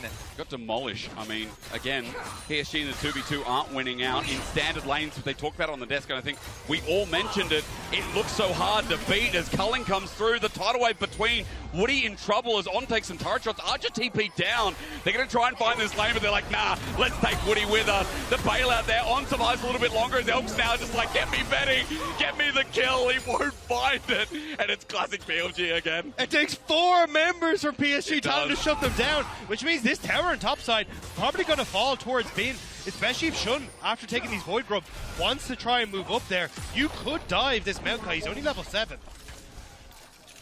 Knight here zoning Maple off from the minions as well at tower. Okay, jump on in. The singularity down. Slow is there. Good Aurelion Soul damage and stacks to boot. Just classic what you expect of Aurelion Soul and what you've seen at this tournament so far. And Knight continues, though, to squeeze out these CS leads in mid lane with Maple roaming bottom. You know, PSG sending 4 people to try and put a stop to this devastating BLG bottom lane. Knight pushes up on the tower again. So many mid lane turrets taken as well as the big CS lead. This guy is everywhere. On is just always out of lane. And I think it's something we talked about at the start of day 2, where the sync up between On and Shun, between support and jungle of BLG, is another strong point. On is always right where he needs to be, and it might sound like a cop-out, but I think as we watch them through MSI, we'll see more and more of how On affects the map state for BLG, and how he can really be a pain in the side for people like Maple as well. Just hit level 6 off that ward. Massive for On as the Dragon has just come up, especially with Shun on this bottom side. It's going to be a dive immediately into it, but there's the power again of the lethality Kalista. These Qs do so much work. Who are we calling the ambulance for? Let's find out who has the better health insurance here. Is Betty.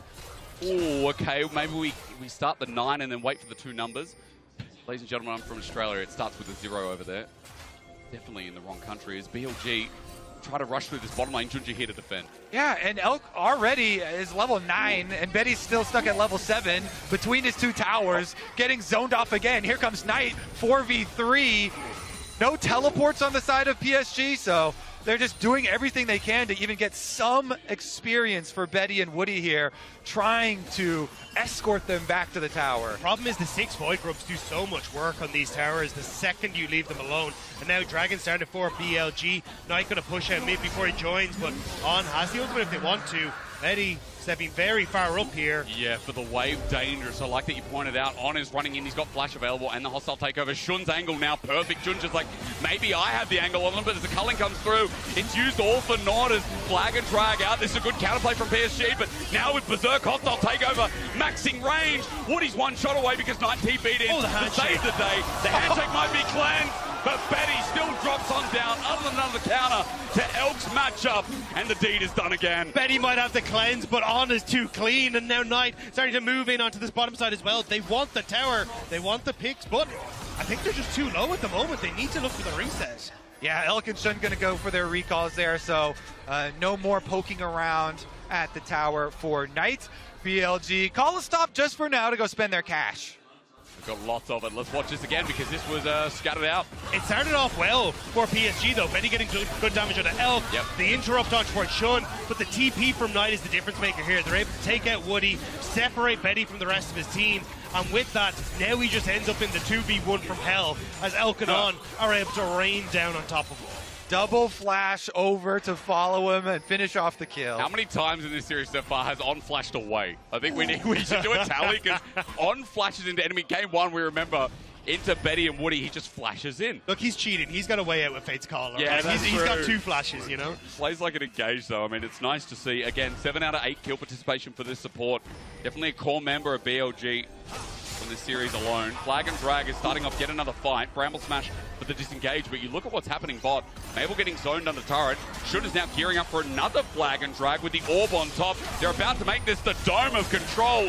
Junja Twisted advances out, but Knight finishes the kill. It's a nice setup as a flash away from Shun to get away from the ultimate from Maple, but as he flies through, he's interrupted. The disrespect there, and Maple thought he could channel and get the time, but again, Knight won't let him. On the top side, though, Bin ends up falling to Aja, who gets the solo bolo there, so you get 1 win for BLG, 1 back for PSG, but now what happens in mid? Turret's going to go down. Cullen comes out to try and stop it, try to delay it as Elk just deals with the way, but Betty's standing there! Down goes Sean again! A handshake back as he trades his life, but Elkanon will be waiting as always. BLG take the fight once more. I love it. 17 kills in 15 and a half minutes. Laughing. This is my They're kind of having game. fun. This is having fun. This is playing League of Legends with your friends on the international stage and just absolutely smashing. Bin here, the only one having a rough time as Aja got a really nice, again, pathmaker there. Got the knockback as well. And then under tower, like, oh, no. Well, I was like, how is this going to end? Is it you going to be able to win get some, over you that? lose some. Nope. You know what? I think now he's even in this game. The early gameplay was sick, and that one, as the Mastercard latest economy snapshot pops up, gives a bit of gold back to Archer. Yeah, and we have another murder book nicely picked up for Knight as well. He has 7 stacks of that now, so going to try and play with Bin to try and pick up a few more here. Junja just need to be careful because there's more members of BLG are coming as they shove in mid lane and starting to rotate up towards this top side. That top laner life, you know. Aja has actually had a pretty good game here. Yep. Meanwhile, though, Shun wants more. Woody's just caught out somewhere where he shouldn't be. Who wants Sashimi? Woody runs away. That's lucky for the time being, as the poke from Elk would have finished off in one shot at this point, but an inner turret going down and almost a 10k gold lead. I'm blinking again, and I shouldn't, because though my eyes at 17 minutes, the game feels like it's done once more. Nice, he needs to get away. The Nature's Grasp might catch him out. He flashes for max range, but he's not out. The Shockwave in return is built different as PSG find the pick to open up the handshake. Good though, but Shun now isolated. The flip back sets up for the team fight as Aurelian's on the back line as the new target has been. He's taken on the world. He'll burn down 2 PSG are getting numbers here in this fight. Cullen comes out. There's the handshake. Elk stops that in an instant with the Fate's Call himself on his out, luckily. Huge for PSG there. Aja is doing everything he can to get them back into this game. He puts so much pressure on Knight there and gets Knight's flash into the ultimate from Maokai and getting that kill, opening up something at least for PSG. Even though BLG are still going to keep steamrolling, you gotta give them their due. That was a nice moment for PSG. Yep. And now the next step is going to be the Dragon coming through here in just a matter of seconds. A lot of members from BLG going up towards the top side. Looks like Rift Herald more in their favor. They're thinking, look, 4 dragons is never really going to be a thing. Let's instead try and hammer this Rift Herald home into the turrets. But we're going to get the replay here of Aja chasing down Knight. Yeah, honors for Aja in this game. Oh, hell yeah. Goes all out on Knight. He's going to be able to pressure them. Good angle here from Junja. They get the flash, and look at that. Barely the Maokai ultimate still hits. After that, then they're able to clean up since Knight is already down. Maple coming in, Aurelian Soul ult does a lot of work. Woody had a nice Nami ult to delay that BLG bottom lane. The Nami ult making sure that the Callista doesn't come and wreck house. It's also crazy to me at the end of it. Alkanon were like, we can still do this, right? We still got this. I told you, I'd win. And that's the thing, the rest of BLG is clearly like, no, stop, it's over. Where they're like, we can do it. As BLG, though, back out onto the map, they will go for the Dragon in the end. The Knight just going to collect the waves on top side. But I think it's a case of like shove in this wave mid, shove in top, and then look for the Rift Herald as well. Because yes, PSG had a nice moment there, but if you actually fight toe-to-toe with BLG, they are still massively far ahead here. Yeah, I mean, that's a very relatable moment to a lot of players in League of Legends, you know, when if you're so far ahead and then you have a smart little bump there, then you tell everybody, all right, let's calm down, let's get all the objectives before we go super aggro again. They grab the Dragon, they grab the Rift Herald, heal for themselves, then they can get back to it. Because again, as we see, the setup is huge. Both neutral objectives you guys were highlighting, but it's also the ward control in River that is controlling PSG's space, and we know that this team as well looking towards that Aurelian Soul scaling if they want to have any flying chance in this game, because it's still 19.5 minutes with a 3-item Callista just about for Elk, with Knight also having the Deathbook Dagger highlighted, but now a fully stacked Seraph's Embrace. Oh! On, that's a start. Cullen comes out as well. Max range, almost dies. That's a start for PSG again. Yeah, even getting a Callista ultimate cooldown there would have been super nice, but they couldn't quite squeeze it out, and so On is able to walk off. No real cooldown opening, but still going to be able to push out the mid wave here as they do have a reset for On. Going to have to go back. Yeah, I wasn't sure if they're going to take that advantage and go, hey, look, Elk now can't contest mid wave. We're going to lean into top and try and look for a tower there, as Maple had already pushed in the wave, but Instead, it looks like they're very worried about losing their own jungle camp, so just want to make sure they can actually collect some of these while BLG are off the map. But BLG then use that window to take mid and then move into the top side instead, so you still end up losing control of somewhere on the map here as PSG. Yeah, for PSG, obviously it's really difficult, but if you're trying to drop a plan, you know, like a side lane play where, they're going to Hexgate actually. They see it though, they see it. Hang on, it's a bait, it's a ruse, it's a hostile takeover. It's a bit of a schmooze. The pullback from Archer though is good as Maple's ulti is isolated. It's great. It sets up for the kill on Elk. BLG thought they had this in the bag, but again in the same place. PSG are winning the fight, but the turnaround is there. Archer on top of Knight is soloing him out while Betty and Woody are now feeling themselves onto on next. BLG are throwing it all away. They're in the same place again. PSG are resilient. They will carry on, and they'll find another fight. Hexgates! They YOLO it on a Hexgates play, and they're going to get Baron. Objective bounty shut down. PSG are doing it. The comeback. That is huge! The fact BLG all in onto the two tankiest members of PSG with zero control on the map.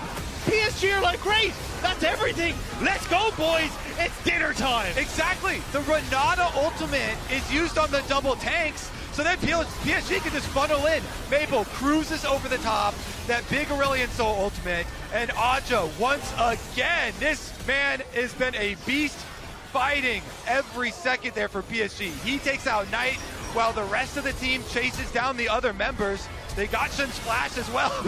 Betty even flashing there. They're getting all so hyped up. Just get him there. We need Baron. Exactly. So hyped up. You gotta go Baron, now. But this is a team with Aurelion Soul. We know from the rule book, as the PSG Baron comes up, the Red Bull Baron power play, that they've got the Aurelion Soul scaling. It outscales all. This dragon is about 500 kilometers long.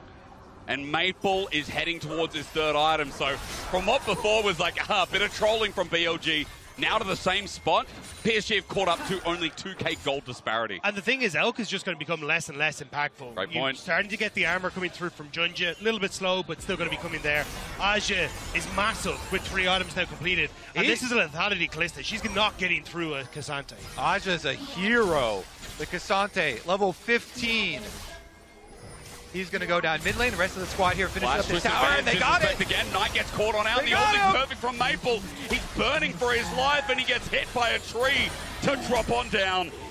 The flash as well, burnt by Knight, is huge. That means in the next fight, they can just turn and burn again, and now everyone on PSG starting to come en masse. You can see the Callista's trying to come across, so at the moment, PSG gonna back it up. Dragon in 30 seconds though, PSG. Is it towers or is it Dragon? What are you looking for here? Like it's gonna be the tower for the time being. They zone off as Elk comes through, pokes out Betty, but the zone control continues. Cullen comes out, Fate's Call gonna be used. Elk sends him in, or rather On sends himself in. Hostile takeover is gonna land as Maple can't dodge away, but Betty does. Archer TP's in under turret and has no fear. This Cassante carrying the game further as the Ninetara drops on down, and the Spring Kings catch up in gold. BLG trying to do a little bit of a counterattack there, and they do get the teleport cooldown from Aja, which is big.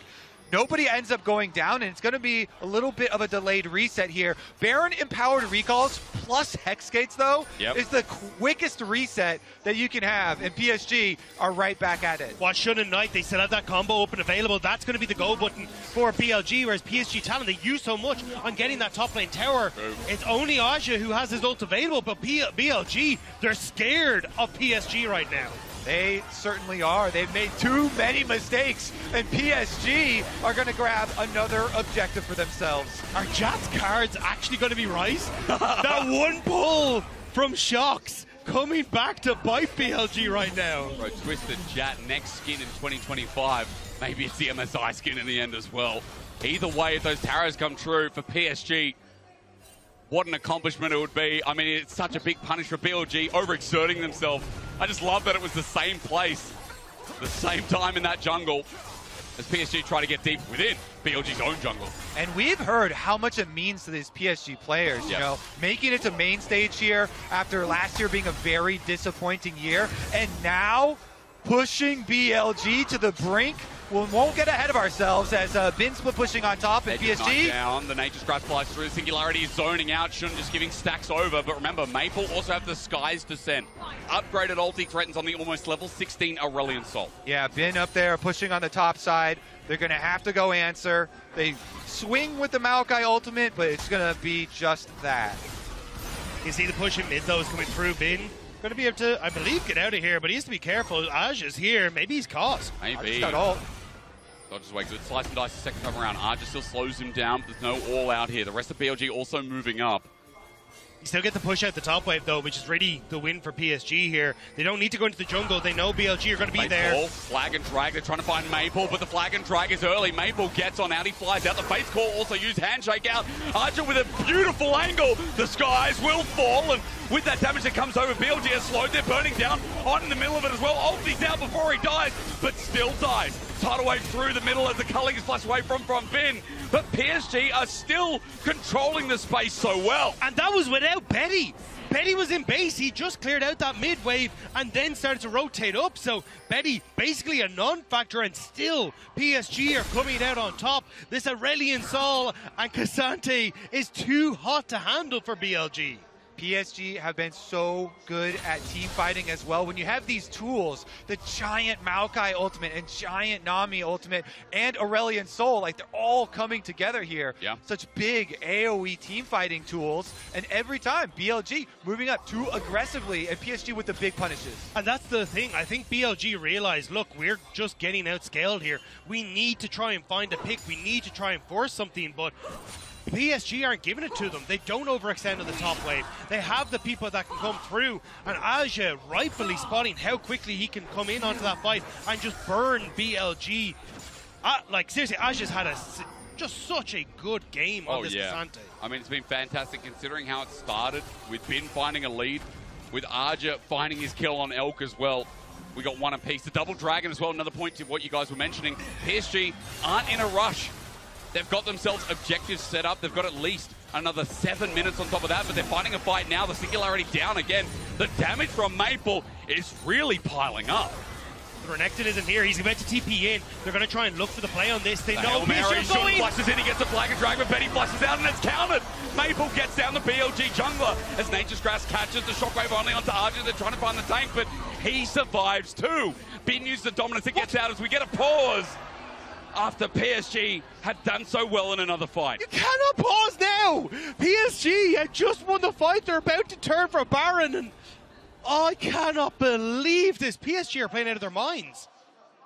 Oh my, okay, well, we'll wait to hear an update here as far as what this is, but that was just another instant deletion there as Jarvan jumps in, Star falls on his head, they blow him up and are looking for more already.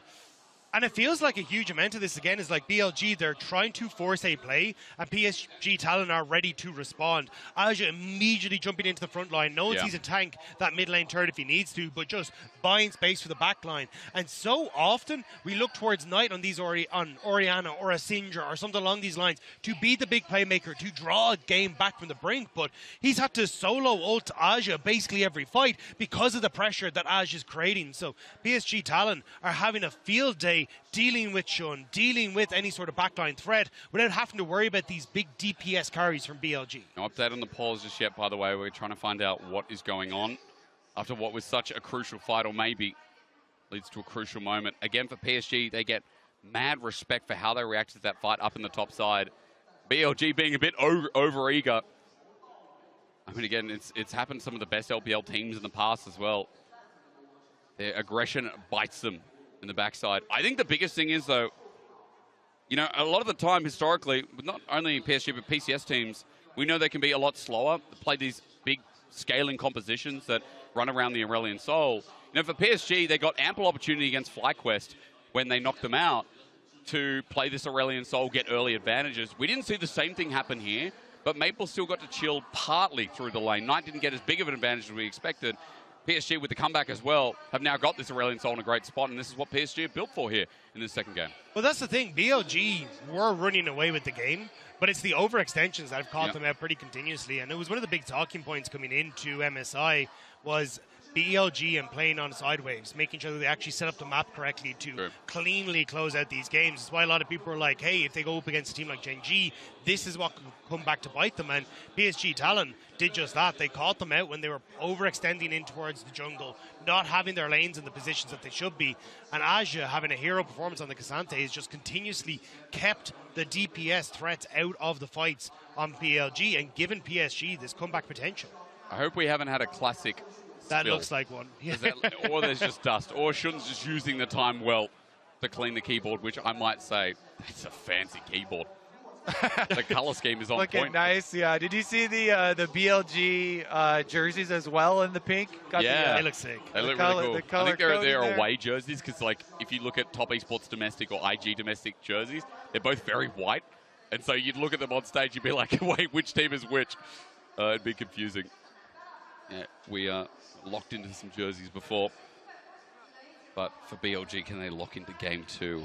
Oh, man. Yeah, going into that last fight, I'm just trying to go through it in my head right now because one of the big advantages that PSG had is that they had all summoners, I believe. I was checking with the flashes, but Elk did not have his on the side of BLG. And so I think that's like they were able to avoid that big Jarvan Orianna combination pretty well and get the counter kill really quickly. I guess we won't speculate too much on it. Just a bit of an update. Arja did report a bug.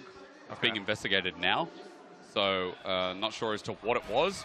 We are back in the game, so everything must be fine. I think that's the correct call. It's like, hey, look, lads, we've got a really big lead here. Let's not try and muck about with this. Let me start you off by saying culling has already come out. Petty's damage is great. Handshake does nothing because Baron might just drop here. We come back to live. Shun's not there to smite still. BLG won't take a 4v5 with everything they tried to commit with the mid push. So Baron again, and for the first time in this series, PSG are ahead in goal. And the only thing they really had to use was Betty's flash. Betty flash on the Jarvan Orianna engage, and they get the kill. They get the Baron. Yep. Back to pushing. Okay, here we go. We can investigate. Betty knew he had flashes out. The star comes down. Oh, the Pathmaker didn't go off. So Aja's Pathmaker didn't actually end up going forward there or even in any sort of direction. So that must have been the one. But either way, I think correct call. Look, it's not worth worth giving up the advantage that you have right now, PSG. So certainly not. Yeah, I'm going to set up now on the map. You got Dragon in 30 seconds. Push in mid for PSG. And BLG, Bin is not with them, and he has no teleport. So this is where PSG, they'd love to try and get mid tower, but they're happy to just get the push and lean into River. Getting more and more, as you said, looks like BLG won't be walking towards it because Bin doesn't have that summoner available. As he deals with top wave, BLG just clearing out some of the offensive vision that PSG have been able to acquire with this scaling really taking off. We're looking at BLG running out of options continuously, every single fight going towards this red-sided team. And PSG getting closer to picking up their own game in this series. Teleport under turret. It's a great ulti, and Maple's angle leap better than tidal wave. Combos so nicely.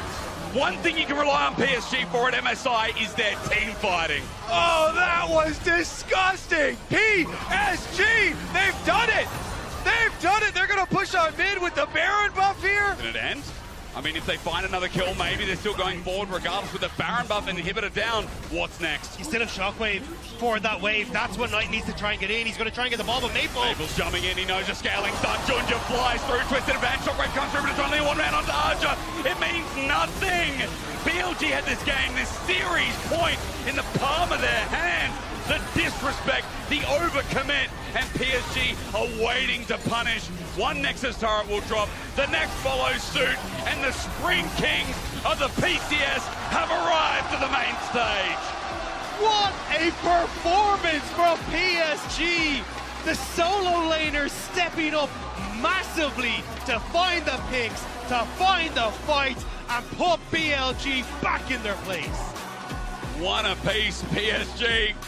Are not going quietly into the night. People said this might be the most dominant opening to the main stage, the most dominant BO5.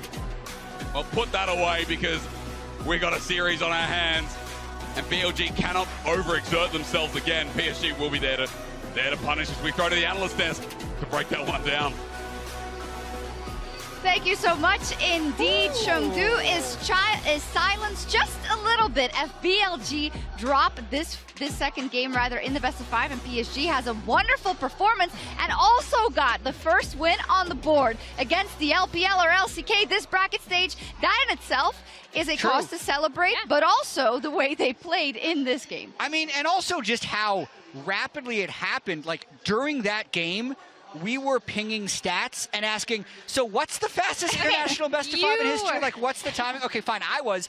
But then I'd say it was really those back-to-back fights in the jungle where PSG just kind of caught them in the right choke points and they crushed them. Yeah, and I mean, this is a lot of what we were talking about, or what I was talking about with, like, okay, BLG, best early game team, right? And then their mid game can be kind of sus. And I think we saw that in the series. Like, this is not anything that anyone who has watched BLG all year, even with them shoring up some of these issues come playoffs en route to their title, has not seen them do. Right? Because, like, they do get over-aggressive. They do lose track. They do suddenly have, like, blinders on. And they're like, we're going to try to jump on you. And those were the perfect windows for PSG to get back in because they have this scaling Aurelion Sol. And that's, once those two fights happened, the game was actually very firmly in PSG's control. It was. I want to take a look at the HyperX reflex replay. It is PSG in those back-to-back fights, and both in the same position, really, right? Where the lesson was not learned from BLG, and at that point, PSG has scaled to a certain amount and knows that if they get the right engage off, they can push that advantage. Yeah, so BLG was in a state where they thought they could just hit PSG with their wallets and win any fight imaginable, so I don't think they were actually actively planning how they were going to be going into the fights. But if we're talking about the team comps at even gold, PSG's is much stronger because comparing the front line alone with Cassante, Maokai full tank against Renekton, Jarvan, Bruiser builds, hugely one-sided for the tanks. And then Aurelion Sol with scaling is going to be better than Orianna when paired with the front line like that. So that's why I think once it was even gold, the game ended so quickly. And it's also weirdly, I mean, it's like the same way they beat FlyQuest, but it just had to do so much more work. Like, instead of being down like a level to Whippo's Urgot and 1,000 gold, they were down like a bunch of levels and 8,000 gold. But then it still actually turned on at the right time. Yeah, and I mean, I think a lot of stuff that happened, especially in the first fight, was Aja's Cassante ended up coming up huge because when they all jump on him, he's actually able to tank it. Fights. Yeah, he's able to withstand it a lot as we see this topside fight. But like, that was the big thing, because if you watch Betty in these fights and you watch Maple on the ASOL, they remain untouched. Yeah, so this is actually not the specific turning points fights that we saw. This is, I believe, after they'd actually gotten the Baron. So this would be the third time they were able to have a better front to back. But I'd say those two fights in the jungle in particular was just them playing very calm, controlled team fights. And you actually do now at this point for BLG have to think about the way they approach their fights, because PSG is not just going to roll over and die. No, especially with that note of Emily saying how this is actually something that we know and that we have seen. And sometimes those things do perpetuate themselves when you think that you should be the stronger team on the day than your enemy. But in terms of PSG, I can imagine they thought that was a very tall mountain to climb. Now this is different. Now they know if we have a certain amount of champions, if we have our solo laners also keeping our eye on the ball, even though, let's think about that top lane. It wasn't a good time for Aja at all, right? But what a recovery also. Yeah, I mean, I think once again, in choosing to swap, obviously they still get the Lucian Nami through those initial 3 levels, but then they still got obliterated in that bot lane, right? Yes. Like, they were continuously diving them over and over again. Classic BLG, and I think it's absolutely a credit to PSG. This is one of the things that they are known for. Again, we saw it in the FlyQuest series where they can, when the opponent makes a mistake, sit back, be able to slow the game down, really catch some of those mistakes and turn it in their favor. And with a composition like this, with the Aurelion Sol, which I've already pointed out, another Dusk is pretty broken. It ends up looking pretty good. It does. Quick callback. Sure. For the loyalists who watched the whole show. We called this a 90-10 at the start. So we had 9 BLG cards and 1 PSG card. True. And I had Shox pull the cards. First game she pulled BLG. We shuffled them up. You actually pulled PSG in game 2 and then back-to-back BLG. But you know what? Let's just try one more time, because I think Emily and I would agree, like, yeah, we still think that BLG is going to be able to win this game, but just pull. I am very curious about this. Just pull another card. Let's see if they can pull off an upset and get it to match point. If we still think it's 90-10, which I actually still think it, just pick one. What are we doing? I wanted to look at her Was eyes. it close? Was it? Oh, yeah, sorry. I have really bad. I think you were close. I have really obvious tells. You Yeah. could actually look at me and probably tell. It keeps being close, so that's a good sign as well. Yeah. I mean, I'm very happy that PSG is putting up a fight here. They've been underestimated this entire tournament. They've already knocked out FlyQuest, and they're going to try and do the impossible and beat BLG. And I've always liked them, you know? They're kicking up those numbers for the versus LCK and LPL. They're doing it. We're adopting them Yeah, to the NAEU squad. I mean, their game on social media is also really good and really funny. is. So, but great, they're still in it, and hopefully this spells the start of a lot more for PSG. I certainly want to see them go on a run. Wouldn't that be something? BLG remains on the blue side. We'll see where they go in game 3. Sorry. Well, PSG caught the ball. BLG decided to throw that one far, and PSG were there to catch it. But again, props to them, punishing in the same spot. And only a couple of minutes later, after BLG had such a big early game lead, myself and Serex, Kobe, and Dagda will take you through game number 3. One apiece here in what is, I think, one of the most unexpected turn of events when BLG tournament favorites came into this with a 25-minute win in game 1. All right, PSG. Pretty fun stuff with Aurelion Sol. I'd say that champion scales quite well. A little bit silly. Has some really good team fighting ability. A lot of damage there. We'll also be tracking the Cassante this time around, as each of them have traded possession of that champion. BLG, similar bans here, and PSG going to stick with that Ahri one. I think that is wise as well. Keep that Knight Ahri on the bench. Let's just change though. Yeah, so now the Renekton is open, which I don't think you first pick. I think you take the Lucian here, yeah. And you make sure that you're in an okay spot. Betty and Woody could potentially respond with something like you try and take away the Nami, like we've seen.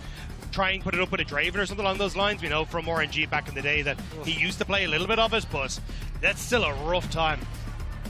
Yeah, I don't want to see that. Let's see. Vi is up. And All Talia's right. there as well. Vi, Talia, a pairing as old as time. That's a perfect combo. This is why we don't talk about it, isn't it? I think you take the Zarya. I think you still take the Vi though, because it gives you the opportunity to try and play off of mid-wave and disrupt the Lucian a little bit. Because more than likely you'll get Shun going back towards something like the Maokai in response. Yep. They can still play relatively well around that mid lane, but it does mean that you've got an answer into Lucian for these team fights, and option to go towards the Lulu if you really want to. But more than likely we'll see something taken for Maple in this third position on red side. Take the Talia, take something that can work well with this, and then you've got a great team fighting composition already laid out by PSG. Yeah, definitely like to see this. Denying the Vi, make sure they can't lock down that Zeri. The classic matchup, the Lucian and the Zeri. Lucian Nami, Zeri Lulu, the classic. What about the final lock-in here for the first round for BLG? What do you think, Talia? I think it'd be Maokai. Maokai's a good I one. feel like Talia's a really good denial. They've really liked Jarvan in this series so far. Like, if you give over Vi Talia, then your mid lane is just under so much pressure. And in the last game, Knight on the Orianna was picked off a whole bunch there. I think the biggest problem now, though, is you get to ban the Maokai, you can ban Sejuani, and then, Jarvan, but you've already got Zeri, who's going to be very mobile and easy to get away from that. You're not really going to have too many threats that you can keep locked down, especially if you want to go back towards the Aurelion Sol too. So this is where I think it does get difficult for BLG. Maybe you get something like a Viego or something along the lines of a Lee Sin, but honestly, I think that is still a win for PSG in that scenario. On Xin Zhao, maybe for Shun. That's the only other thing I can think of. Okay, well maybe they start banning it away. I mean, you've already got Junja on something again that can be proactive. The level 6 mark is something we'll talk about extensively, I know. I like that you mentioned the Xin Zhao. Maokai is also something that's through our minds. The Jarvan we've seen a lot here. That can also sync up with the Talia. What else am I missing here? What hits the spot here that PSG want to prep for on 4? But this is what I was saying, right? Ban the Sejuani, ban the Maokai. These are both answers into Vi's that does well, and also the lockdown that you kind of want for the Zeri in these sort of situations. So getting her off the board is going to be fantastic. The only other thing I could potentially see is getting rid of a Renekton here in this last rotation for PSG, because you are worried about maybe a flash stun onto Lulu in the middle of these team fights. But honestly, with the wild growth and the potential for a Whimsy coming through, I don't think you're a polymorph, I should say. I don't think you're particularly worried about that. But surely the last bit we need to mention is, aren't you worried about Cassante coming through here blind as well for PSG, for what we saw before when you already have Zeri Lulu? I think BLG will have learned from their mistakes. Like, let's be real, BLG were the ones in the lead and through, so if they can clean that up, I wouldn't be surprised to still see them lean into some sort of early game aggression. There's also the option here, if you really want to go for the, well, the Maokai is going to be left open, but maybe we actually do see Bin go for something like the Jax that is often banned against him, where he's like, look, I've had to keep these gloves on for way too long. Let me at Aja. Let me take the gloves off and just go at him. Meanwhile, Maple's champion pool here is getting whittled down pretty heavily. BLG with another possible protection one here. I mean, do you even take out like the Karma and stuff that he was playing? Like, Asol gone. The Asol was massive in the last game. Just make sure that there isn't going to be that scaling net if you do throw. I think you just go back towards the Orianna. Not great in the side lane, which is the only downside when you do imagine it's going to be locked. I think the combo is there, but Nico works very well in that regard as well. Follow up for the Vi. Great opportunity to try and keep BLG at range as well, because the second Lucian starts to come in with a culling, that's when you can try and come in here as Maple and make sure that he's vulnerable. Yeah, this was a huge champion for Maple, for PSG this year. So much playmaking potential. A lot of CC setting up here. Honestly, they're setting themselves up for a pretty good lane swap opportunity too. If you have the Zeri Lulu, let's see on the side of BLG and the answer here, because they are going to have to blind for Bin. Wukong will be interesting. Something we talked about coming in for Junja, but Wukong Cassante combo maybe? Yeah. Grasping at straws. Let's find out.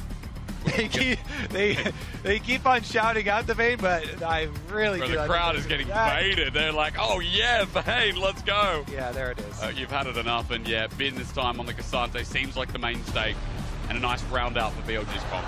Yeah, I think here you could end up just going back towards the Udyr if you want to as Aja and just look to be a frontline tank, which wouldn't be the worst idea in the world.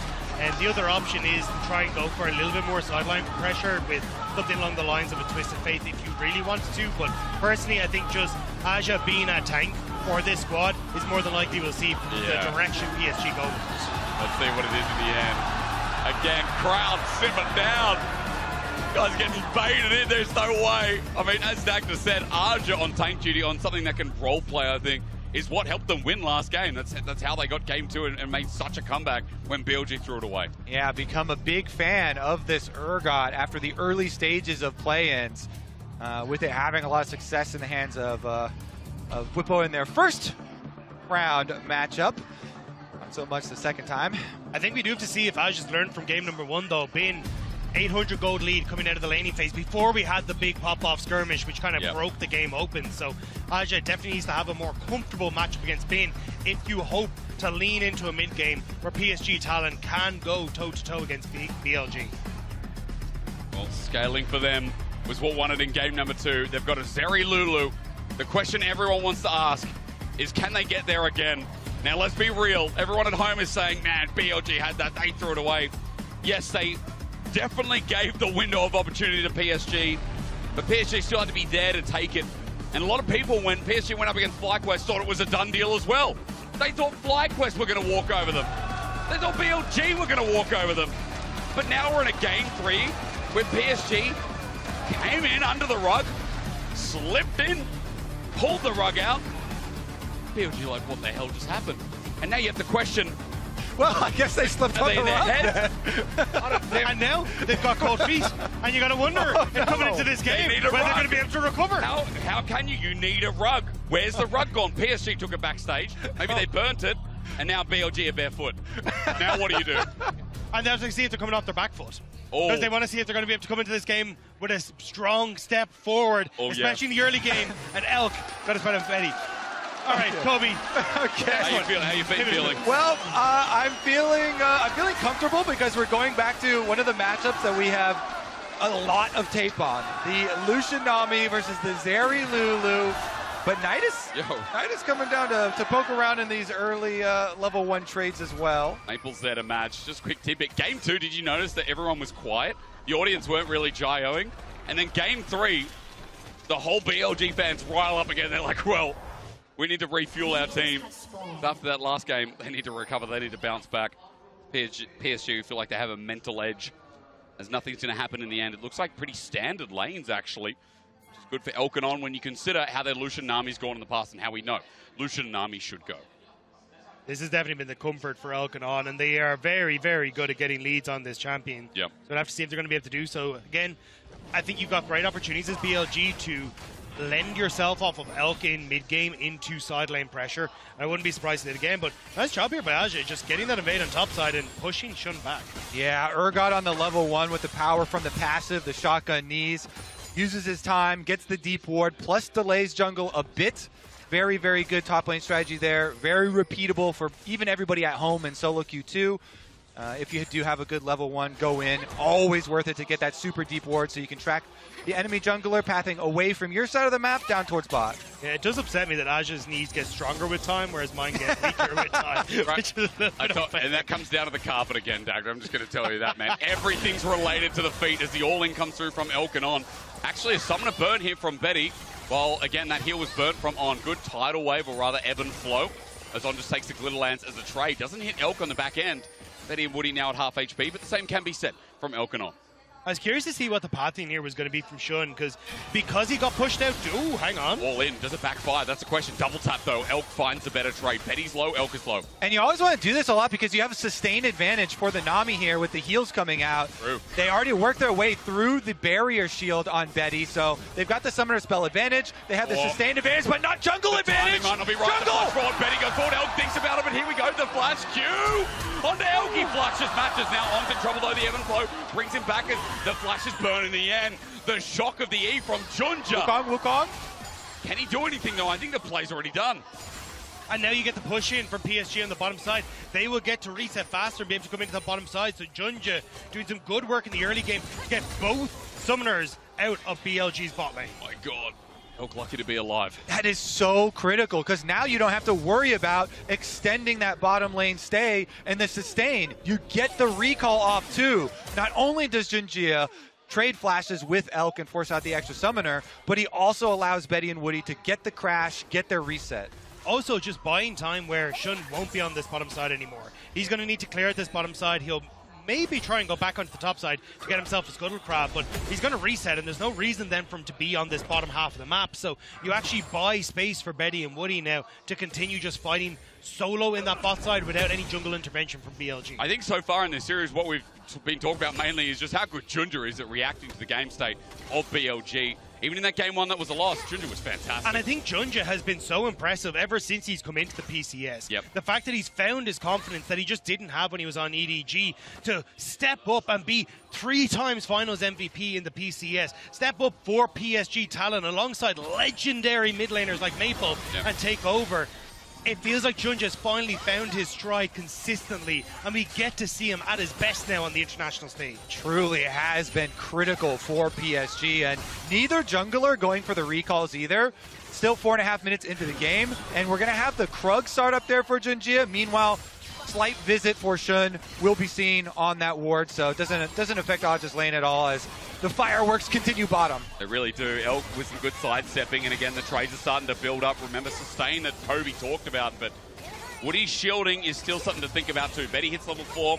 Elk and On back off a little bit here as the wave crashes in and health bars go back up. It is going to be a biscuit diff for Elk and On, though. Elk having his still available means he'll be able to top himself up and move in towards another scrap.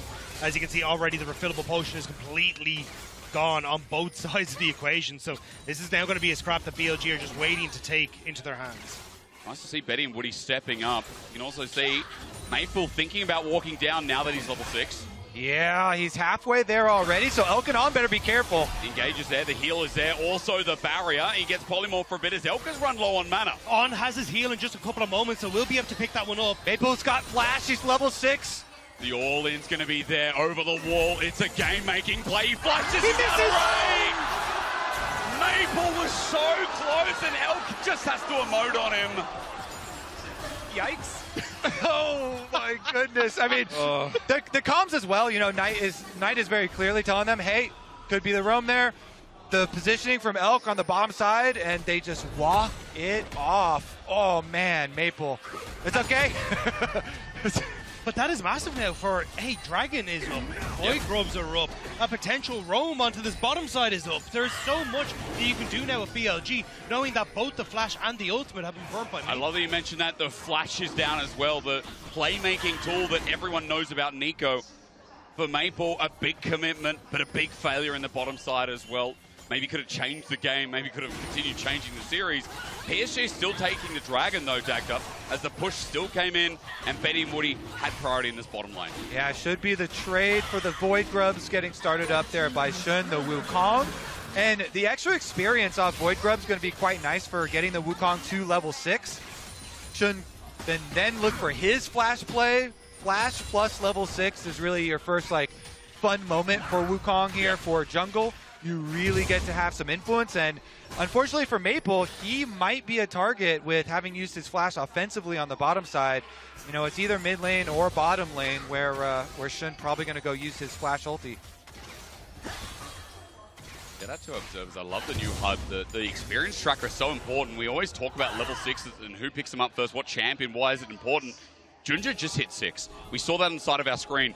Elkanon still without the 6 tools themselves as the wave's crashing in. And look at where Shun is. He's gone in to steal away the Red Buff on the top side. So again, PSG, they're beating BLG to the punch here. Such a different look, but the wave ain't there. It's going to push out, and as it gets thinned out, now they're going to see if Elkanon move up. Yeah, Elkanon do have some summoner spells here, too, to outplay, and so wave about to crash. But low mana bars, what's going to do it? Looking for the level 6. Heal comes through, Junja matches, and the flash comes through, the cease and desist. First blood for PSG. Junja on the back end looking for the next trade as plate's taken. Junja about to die. He flashes on in, runs on in. On's out in the meantime, and Junja oversteps. Knight for the trade-off as Maple now rolls on in, but he's got no flash. Knight saves the day from the play going any further. PSG needed to make that play work. Everything on the top side was being stolen by Shun apart from Krug, so if Junja didn't make that play happen, he would have been so far behind. But getting the kill, denying the wave, getting Knight's ultimate as well is huge for PSG. And again, all of the summoner spells off this Lucian Nami lane. The bot lane focus in both games early for PSG. Yeah. Right there with the flash, ultimate follows through, so Junji is able to get that one. And then the repeat gets a little bit dicey, but they have Betty tank the shot. But then he moves from aggro. Yeah, Betty could only tank one shot. Yeah. And so he had to get out of there after that one. They couldn't finish off the repeat there onto On. Then they rotate him on over to the mid lane here. Elk through mid now for the time being, though. There's a lightning crash down. They flash on top of it. Gets taken out by Betty. We go back to that head-to-head record, and Betty starts styling again. Betty with the flashes. That's the electric Pikachu. Oh my goodness. He goes for the summoner spell advantage play. Level 6 blows him up. This is supposed to be the best bot lane in the LPL, and Junja is helping Betty and Woody style on them right now. And with that, you just don't get control of the mid wave in the same manner you need to. You get to start to look for team fights. You get to look for dragons, for Void Grubs in a minute and a half. This is a massive win for PSG. PSG in their heads after the last game. It's a 1k gold lead in the early game. The dragon stacking begins with a Zeri Lulu. Betty now with resources. I mean, it feels like FlyQuest all over again, where the scaling element of PSG gets more in the early game than you'd expect them to get. Betty's got his static shift done here as well. Better watch out. Scuttle Crab picked up as well there for PSG. The confidence, though. Yeah. Summoner spell advantage immediately punished. And now the bottom lane becomes so difficult. You got fully completed static shiv advantage here. Yep. But you also just don't really win in a 3v3 skirmish because you can see what Betty can do. Elk thinks he's got the advantage, but takes 2 tower shots. Then the ult for Betty comes through and he's like, it's game time. Flashes over the wave from On, which was perfectly timed. I'm not going to lie, On's bubbles haven't been hitting the way they should be, which is giving this space now to PSG's bot lane. Yeah, hard to nail down with all the extra move speed there. And Betty makes him pay for it. He's got his barrier now as well for a possible barrier bait play. And Junjia's back bottom. Junjia with his ultimate ready. Here we go. All in. Pop Blossom comes down, but Shun's waiting in the wing. Cyclone comes out. That forces the flash from Maple. Ult and flash down again from Maple that BLG capitalize on. Ult down from Shun as the 43-second mark ticks on towards Dragon, though. True. Means you can reset and come back out. Maple not having his ult is actually pretty impactful, though. So Junja going to see if he can look for the pick beforehand. TP to mid. Shun moving down to try and cover the play. One gets tagged on the way through as well. PSG have the wave pushing in, and it feels like Dragon could be a done deal. It's a good timer there. Dagger has been trying to get something in his solo lane. And as long as you're able to keep this pressure as PSG talent on the bot side, deny the reset from Elk, he can't match the first item buy that Betty already has picked up. So that's where you're seeing a ton of pressure on this bottom side to try and get an awkward back timer, even interrupt the back timer with the static shiv there. Got him with the bounce. Elk gonna stick around now. Dragon coming up pretty shortly as well, so more and more advantages as they force him to watch. Turret play in your face. Should be Dragon number 2 for PSG. And Junja is the biggest bouncer in this game. This man has just set himself up in this bot side river and gone, no, I will not take top camps. Yeah. I will not go and take my next turn. I will sit in this bottom side and make sure Betty and Woody get to play however they want. Elk has just got the reset now in that bot lane. He did get the static shiv, but the Dragon has already been taken. And like, there's a lot of questions online and both by the desk and even the casters about like, what was the best lane setup coming into this series? In standard lanes, no doubt, BLG have been thwarted through bot. The fact that Junja's adaptation was so big, you can see the trade-off is going to be this top side for Grubs. But it's just crazy again that PSG are setting themselves up for Dragon stacking, which is going to lead to a Cloud Soul, which is so OP for Azeri. Yeah, I mean, both games, they clearly came into this series with the plan. Yep. We must focus bot camp, try and keep down Elk and On, and this game is going so much better even than the last one. Especially when you think about having the Wukong, he just hasn't had that impact early game, and Junja's done a good job of taking that advantage and running with it. Now he's going to turn on to Shun with Aja. But the counterplay as well predicts where the Wukong clone goes. Shun now thwarted away again. There's a bit of turret plate damage though from Elkanon, thanks to them having 6 Grubs as they push in for the next. And this is why I wasn't a big fan of the Wukong when it got locked in draft. Culling. It feels like you just can't play around the lanes, but now on That was Dirty the Culling. business He end of a committed punch. forward as well. Cease and desist is up, and it locks down this 80 carry flush away from the Aqua Prison, and fear beyond the death and the death of BLG in this game 3. Junjia Vi does it again. This champion is so good. The guaranteed engage right over the wall. The flash used. They get Elk again. 0-3 for Elk. And BLG have to be sweating. The fact that now you've got 2 kills and assist over to Betty. The objectives are going to be PSG's favor. Yes, the gold is slightly close, but this team fighting composition that PSG have is going to be massive. And you don't have a massive lead on Bin. You don't have a massive lead on mid lane. This is a big, big position for PSG to come into game 3 at. It might be caught out as well too. You can see the flip is buffered out, and Woody's down here with the slowing Glitterlands too. It's going to be Bin ghosting, but Arja's still on the chase. Maybe he gets out and PSG leave him in peace, but still a summon of burnt while Herald is the trade for BLG top. Yep, they're going to get that objective. Should be able to just push out mid there for PSG. Aji going to focus on finding Almost. Bin, but doesn't quite get there in time. Back to way in the nick of time. What is happening, by the way? PSG are playing with so much confidence here. Yeah. Off of their victory, coming into this one with a very comfortable draft for themselves, having Betty back on this Zeri, the scaling champion here with the Lulu to back him up, focusing bottom side so nicely. Junjia providing them all the cover that they need on the famous Vi. He just loves this bottom side. Dagger's point continues all about the bot side jungle, whether it's enemy or not. On the note of Betty as well, dude, this guy is so great on scaling, even on anyone's legend. When he was in the LPL, he was great at teamfighting. Jinx was his primary pick, and you could always rely on him for teamfighting, like last game, and especially this game, as he stacks up to 3 items. BLG are trying to split the map right now. You can already look, push in mid. They had a ton of control on bot side for PSG. They want the tier 1, but BLG want to respond on top side. Maple needs to be very careful underneath this tower that he doesn't fall, but he's not giving an inch. He's just going to reset, make sure that there's nothing that BLG can get on the counter punch as PSG get the bot lane turret. All right. All of this hype off of the upsets, and yet BLG still should be able to finish up this outer tower here. Okay. To catch right back up. They also do have the 6 Void Grubs for split pushing to acquire a lot of the standing tower gold. They've got the Herald. See the lane economy snapshot there. Big wins for Betty on that bottom half of the map, and again it feels like you can't really contest midwave in the same way you would traditionally see BLG do with this Lucian Nami comp because of how far ahead Betty is. And as you start to lean towards Dragon in 45 seconds, that's where you can start to shove in mid, start to lean down onto this bottom side. Although as I say that, because you get to skip the boots here, Kirche Shard for Elk, he's kind of firing on all cylinders as well. So let's see, is that movement still going to be punished? Betty just runs on in and ults. He's up, cease and desist on Elk again. Caught on out as he flashes over. Betty's feeling the series. Pop Blossom comes up as well, and Shun's ulti's negated. PSG are taking everything from the LPL favorites. In a split second, MSI 2024 is turned on its head. Where were you when the PCS rose up? They just run down BLG. As soon as you're on their screen, immediately they go after Elk again. That's 0-4. They're not even done. They're still looking nice. Trust trying to get as much damage as he can down, but the Dragon is spawned. PSG have the position.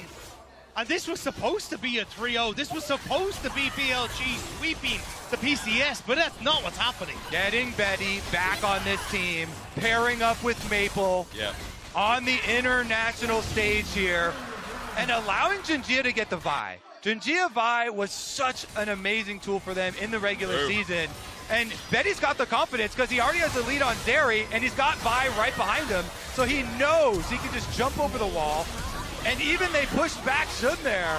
He goes for it, gets the kill onto the Nami, the entire team here. And again, it's BLG. It's BLG playing to where they're not supposed to be. It's BLG trying to force plays into this bottom side, but you just do not belong in that area. But there's a Riptail. Good skip BLG, though. Get the look at charge. Aja. You mentioned Arja on the side here, no flash available, but fear beyond death. PSG are running on low mana bars here. Cullen comes out and tags them. BLG, we come back to reality, and suddenly this double mid push turns the play back on its head, and it's still dead even gold here. Remember, PSG got the sole point from that pick in jungle, but now mid is wide open. All right, Dragon soul points.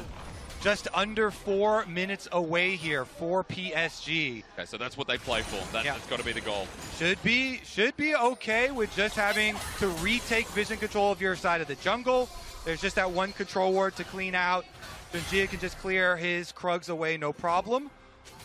I want to see PSG get some of these standing towers though, because that's kind of the big thing at the moment.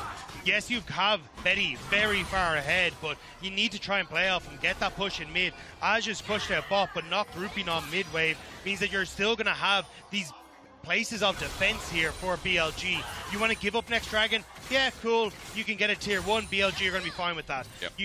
The BLG can also just play off of this mid lane turret to constantly defend the mid push, even shove out further than you really expect because 2 towers are gone for PSG Talon and can get in a good position for the Dragon contest. PSG need to use these next 2 minutes really well to crack open these standing structures for BLG. Looking at items now, 2 here for the Zeri. Betty is cracking up to the 3rd. I think the biggest thing is we've almost got 2 items for Maple as well. Need to pause. Elk jumps forward.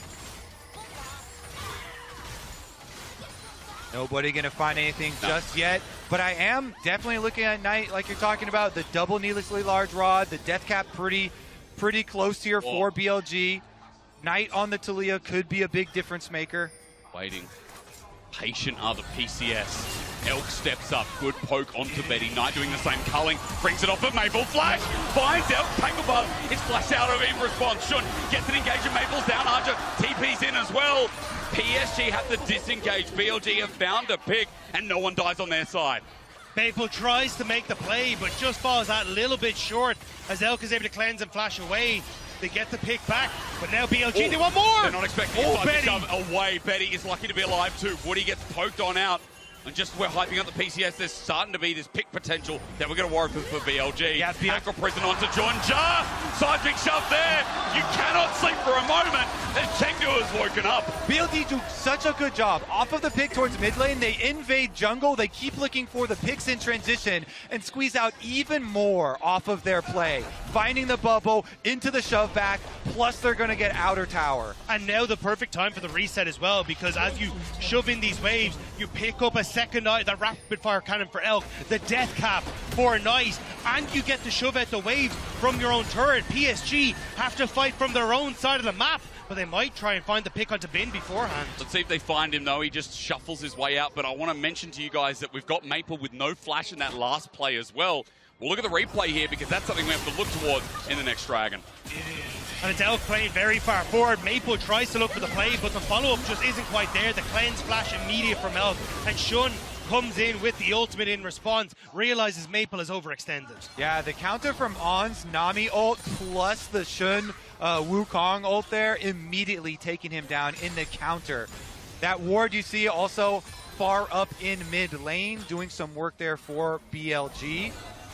And here's the tempo swing we were talking about with the push out of mid. Now PSG are the ones on the back foot. Bin's going to get to push out this bot wave. We'll have great flank opportunities onto PSG, who are just coming into the spot side completely dark. They're going to try and respond by playing off this mid wave. All right, eyes on Betty. Betty with double summoner spells here. Yep. Plus the Lulu to back him up. Shun is frontlining for the time being. Seismic shove all the way. Arja gets caught on up with the pebbles in the way. Junja flashes, but the clone! Maple can't get in. He's ulted. Nothing. No flash on the Nico Hertz as a seismic shove. It's gorgeous. PSG is only one mistake. But BLG is there waiting. As Betty gets in the back line, the wild growth might bring the fight back. But Shun, double cyclone. It's enough. The golden left hand is still ready and willing. Woody is the remnant of this hope from the PCS. But again, we close our eyes, we open them once more, and BLG are back on. And that's going to be Baron. They ace them, they wipe them off the map. Oh, Junji is going to want that one back. Sent everything there, but Shun's so quick with the Wukong clone. They are deceived. And it's PSG that are deceased. BLG find the fight that they needed, and a huge amount of it is BLG. We thought they were flipping it, but it's actually setting up for Nice with the flips. Shun doesn't get caught. Maple overextends, and watch the flick here as Aja and Maple caught. Bin goes forward, and then again, Nice goes forward into the pit, and Betty sees his chance. This is the separation. This is the fight. He immediately goes forward, but again, it's a flick with the setup coming through from BLG to take down the threat on PSG Talon. All right, back at the Dragon, trying to rush down the Dragon's soul. Okay, if they get Cloud Soul, we're back in the swing of PCS as Shun jumps on in, looking for the steal at 2k, 1k. It goes down, Knight took it! Running on in, PSG now. Do they fight? Do they look for BLG's window as Betty runs forward again? This Zeri is everything here as Culling comes through. Junja is the new target. He's running away. The Vine needs to be healed up. Redemption does it. But Shun's in. Cyclone again. Backline. They're all together. Maple's too late. The mid laner from PSG saw it, but it's too damn late. They're teleporting mid lane as well. They're going to go straight for the inhibitor tower, chasing down Ajas. I called them resilient. I called the PCS a surprise, but BLG, you can never doubt them. The aggression continues. Bin runs forward, ends his life. The ace, the open base, and BLG smack PCS in the face. BLG, they find their moments. Once they get that one fight, that one opportunity, they completely blow open the game, and PSG Talon are left dizzy as the base is taken. What resilience in the early game, but it's thrown back at them. The Nexus is still there. It's still BLG's. They're back, and now on match point. Oh, it's one team fight where you have Junjia use his flash and the ultimate on the Wukong clone, and then Maple only gets the solo Nico ultimate on a Cassante, and they just take the entire game away from you. You make that mistake in a team fight, and BLG will take it home. BLG were still pushed. BLG were still threatened. one fight went astray, but that could have been a second game for PSG Talon. And you can see BLG do not look confident after that. Coaches don't look happy at all. I mean, Dagda, you hit the nail on the head. They were pushed, and I'm hoping they get pushed again because I'm starting to love this series through and through. We'll throw to our analyst desk to break down that awesome Game 3. Thank you so much. Oh my God, my heart breaks for them. They were so close again, but BLG just shut the door. This too is BLG. That was 1 kill to 7. The 7 being PSG. Yeah. And 3 of them being on Zeri with a Lulu. Yeah. And ended 1 to 7, ended 14 to 8. That was the changing of the scales. It was all here, really. I mean, yeah, it happened before this. They had a whole bunch of comeback team fights. This is kind of the final fight. I think the big thing was that, obviously, we've talked about, or they talked about in draft, how Cassante Prio could be really important. We see Bin here. We see they have multiple ways, especially with Shun's Wukong, which, by the way, is, I believe, is his second most played champion career. And he has about a 2/3% win rate on it. They were absolutely able to get on the Zeri. The problem with going up against a Fed Zeri is if you don't have an answer for her, like the Vi on the opposing team from PSG, she ends up being quite a problem. So it was good on BLG to recognize when they could just jump on Betty, take him out, and then the rest of PSG were not able to come back. But here's how it started. It started really well. This is why this game and this series became so interesting. I think it's a little less interesting now that BLG came back. But it was just the fact that the standard lanes, for one, PSG by no means got rolled over in the standard lanes. In fact, the fact that they were able to get push with the Zeri Lulu and then also got multiple moves towards bottom lane, both from Maple and also from Junjia, was showing how potent they can actually be individually. And like right here is when it was really quiet in this stadium because it was 7-1. It was a 3-kill Zeri. It was a 2,000 gold lead. You're thinking they're going to be going on a match point, but it was at that moment that BLG actually like woke up in a real way.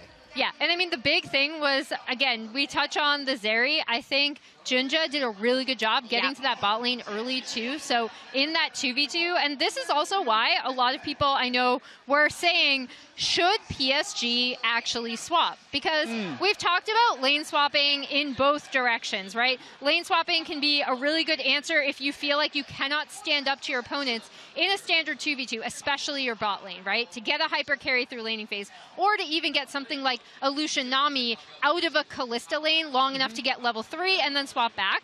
But here, we saw them going standard lanes. We saw them having a really clear game plan around how they did want to play around that.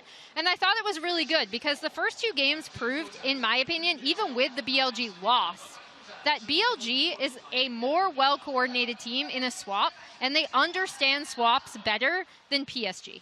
And should they have here? Should BLG have swapped? Yeah, possibly. I mean, where's your flow chart? We had it. Where is it? Spoilers. My flow chart says you should always. Oh, well, okay. Someone's biased for swaps. Anyway, I gotta say, one, respect. Unbelievable amount of respect to PSG, and I think this is something that we keep doing with this team, and I think it's because for the longest time internationally now, it hasn't really clicked the way we wanted to, right? But today it is. Yeah, and I'd say this fight right here was the turning point back for BLG, and for me it was their awareness of where the engages could come from PSG, and their ability to make snap reactions to it. Yeah, they stymie Junja coming in, and that does allow on the backside. Obviously, Betty, he looks like he's still going to be a problem, right? This is still a pretty Zeri who's in a really good position, but they're able to turn on him. And obviously, you see just how much of a threat Betty still was in a lot of these fights, with him still doing the most damage in this game. However, honestly, credit to BLG. We've talked about how strong of an early game team they are. We've talked about how they not we are, sorry. We've talked about how they really love to break up fights into smaller skirmishes a lot of the times. We've talked about how Elk positions very aggressively, which I think you also saw in this. But we haven't talked a lot about their actual 5v5 team fighting, which, as we can see from this, is also quite good. And they're an LPL team, so it probably is. The Cassante was really, really good and really instrumental as he always is. I gotta say, I don't know if it was just me, but I was looking at Maple, even in the beginning when they had that dive that they were going to do where the Pop Blossom just completely missed. At the end, missing the timing in a situation where that would have been a fight that would have put them back in a good position, that left me wanting a little bit. It's true. I don't think he had a very good game, even from the very beginning when he failed the dive on the bot lane using his ultimate early. During that draft, Kobe pointed it out as well, they were a pretty heavy target banning him as well. They picked it to the away, they banned the Azir, they banned the Aurelion Sol, so he was kind of picking between that and Orianna. They wanted to try and combo with the dive, and I think the plan was good, but that's where this game really, to me, came down to execution. Like, I think, swap or not, both team comps have strengths and weaknesses. Standard lanes, PSG outplayed them a little bit, but just straight up in the team fights was just far better reaction timing to the engages. And BLG actually, because of the way the team comps smashed up, had to play reactively, which was very impressive that they were able to do that with the pressure that I think they would have been under mid-game. Because can you imagine, and I was imagining it when it was 7 kills to 1, can you imagine PSG being up 2-1 in the series? I was looking it up, like the highlights from the LMS. I was figuring. I thought it was going to happen. Can I draw one more card? Because technically it was a close game. Yeah, here we go. Sure. I was close to the... So this has been right, actually, for every single game. I'm actually not going to look because I don't want my face to spoil it. Grab a card. I mean, I want 5 games. I'm not against BLG or anything. Honestly, I kind of feel like we should add a few more PSG cards in here because they've been playing very well. I don't think they're as weak as we thought they were coming in. We're going to make it 50-50 by the time they get Just to the pick match 2 point. cards. Yeah, let's do that. Wow. I mean, it is match point still for BLG after all of that, after all the work that PSG did, but I believe that they're not out of this one yet. We'll be back after this. Who knew all along that PSG were the unknown of MSI? At least sure I didn't. BLG have been tested. They found the win in the last game, but it came down to one clutch team fight, which again wasn't expected with how the early game started. Hysterics, Kobe, Dagda. We're going to roll you through in pick ban for game number 4. BLG are on match point, but it sure doesn't feel like it with the way this series has gone. And we've got a side swap, gentlemen, as PSG now on the blue here for the first pick. Very different draft coming in, though. Ari taking off the board, Lucian still gone, Varus banned. So we're still getting the likes of that Renekton coming through, the Azir, the Aurelion Sol. A lot of these are still open, but huge party on that bottom lane with Lucian, Varus, Kalista, Senna. Is it a Xayah Rakan angle for one of these teams? Where are you going to go from here? Man, Knights to Leo was definitely a problem in the last one. And Maple, towards the end, had a bunch of whiffs on the Nico, so I like this priority. Snatch that away from BLG and get Maple back on something he likes. But you can snatch away the Vi here for Shun, and I really liked Junja on the Vi in that last game. Getting ahead of the play because Shun needed to hit that level 6 and just having a great time. So you can see there BLG immediately going to try and take that one away. And then is it a, hey, we want to go for Zeri. We want to go for the Zeri Lulu. We want to go for a Jinx. We want to go for what in this bottom lane for Elkanon? Because it feels like that's the priority with how this has been drafted so far. Yeah, we're getting pretty deep into the 80 carry bands here. If they pull out the Jinx...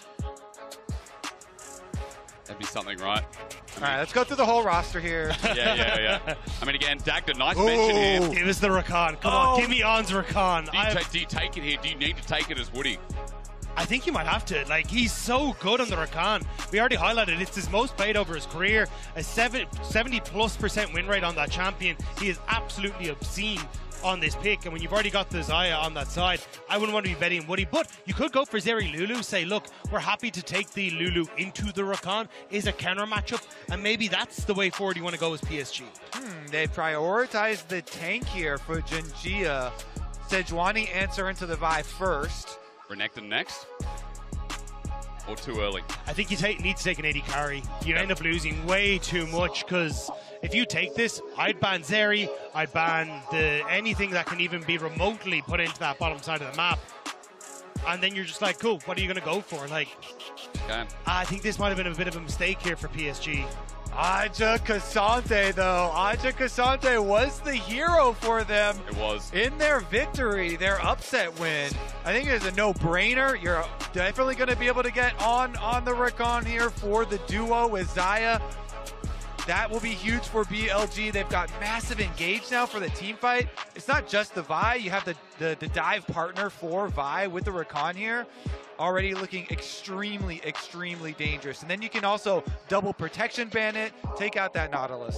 Oh wow! I actually just thought they'd go straight for the AD carry, try and cut the Achilles heel here for PSG Talon, but I don't know what you want to try and get into this bottom side. Like, it feels like you need to kind of opt into the scaling orientated picks, unless there's like a Caitlyn Lux that you randomly want to bring out here as Betty and Woody. I'm thinking of the Kai'Sa immediately, but that's one other reason why you're banning away this Nautilus. Because Kai'Sa, it did get some buffs as well, and it's Seri gone. So again, I like that you're both kind of partnering up on the same atmosphere here. I want to say as well, Jinx Lulu is what we're looking at left. Like, Dagda's face shriveled up a little bit. I'm not sure if he likes that one.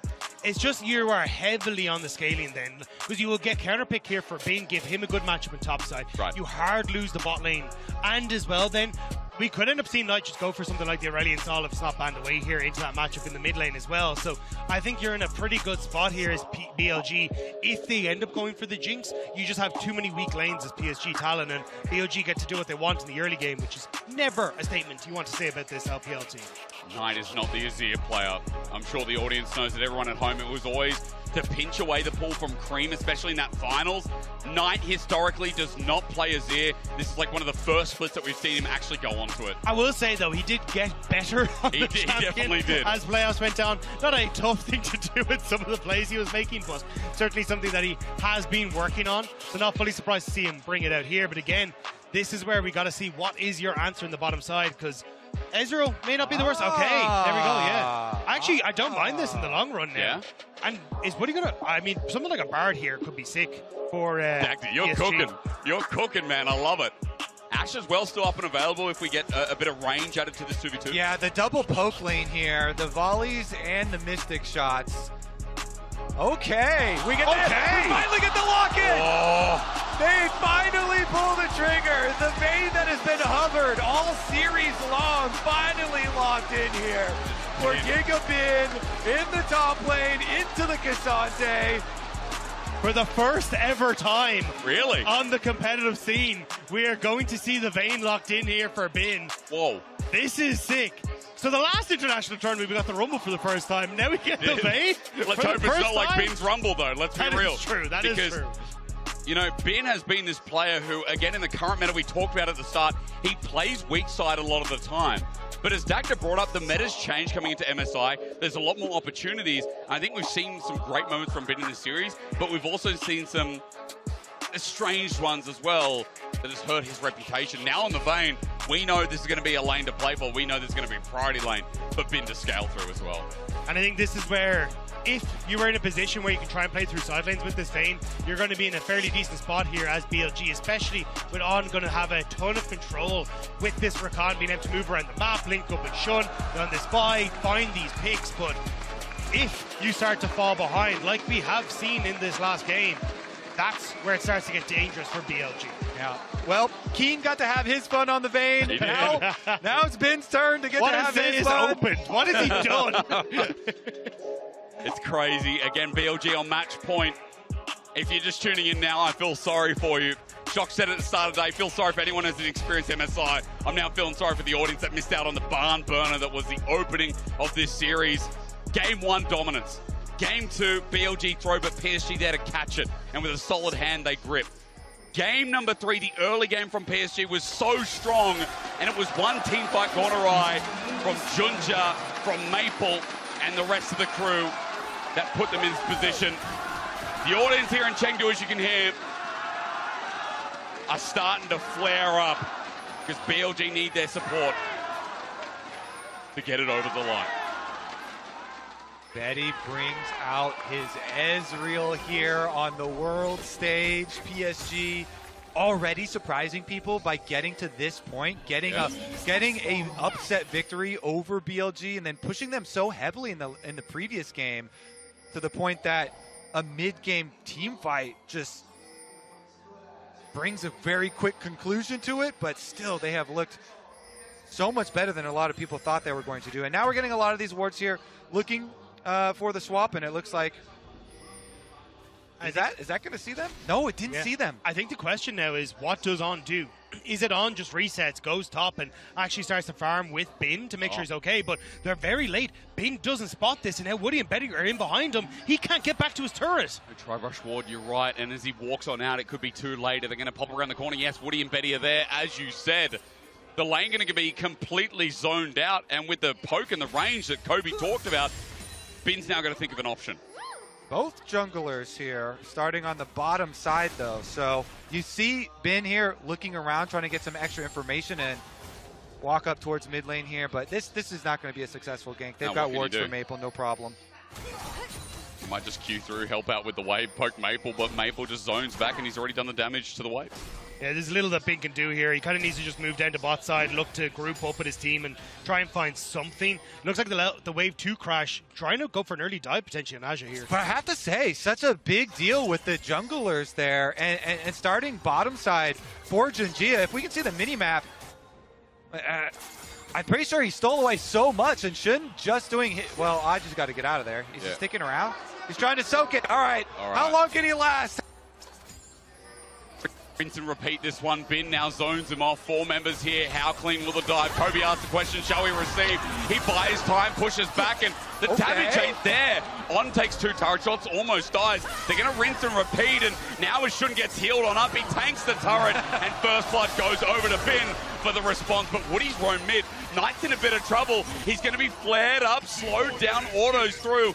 Knight holds onto the flash, importantly, but Betty gets a turret plate. And I got to bring it back to jungle here with the camps available, because it's going to be 4 people pushing on bottom. But Shun's not going to have any camps available since, as I said, Junjia started on his bottom side, took all the camps, and then went up, crossed over to red quadrant of BLG. Aja's back for some more experience. And they've all shared the turret plating, so yes, more turret plating spot, but I think Betty solo turret plating top. And now you've got Woody down on this bottom side to make sure Aja can get this massive wave, whereas Bin, he's not going to be able to get it. It's Knight who TPs into the top lane to try and collect that. So the Vayne going to reset now, more than likely try and move into mid, but you've already lost that wave. So BLG, they lose out on the jungle camps, they lose out on the wave experience and the wave collections, and PSG Talon are setting themselves up nicely. They certainly are.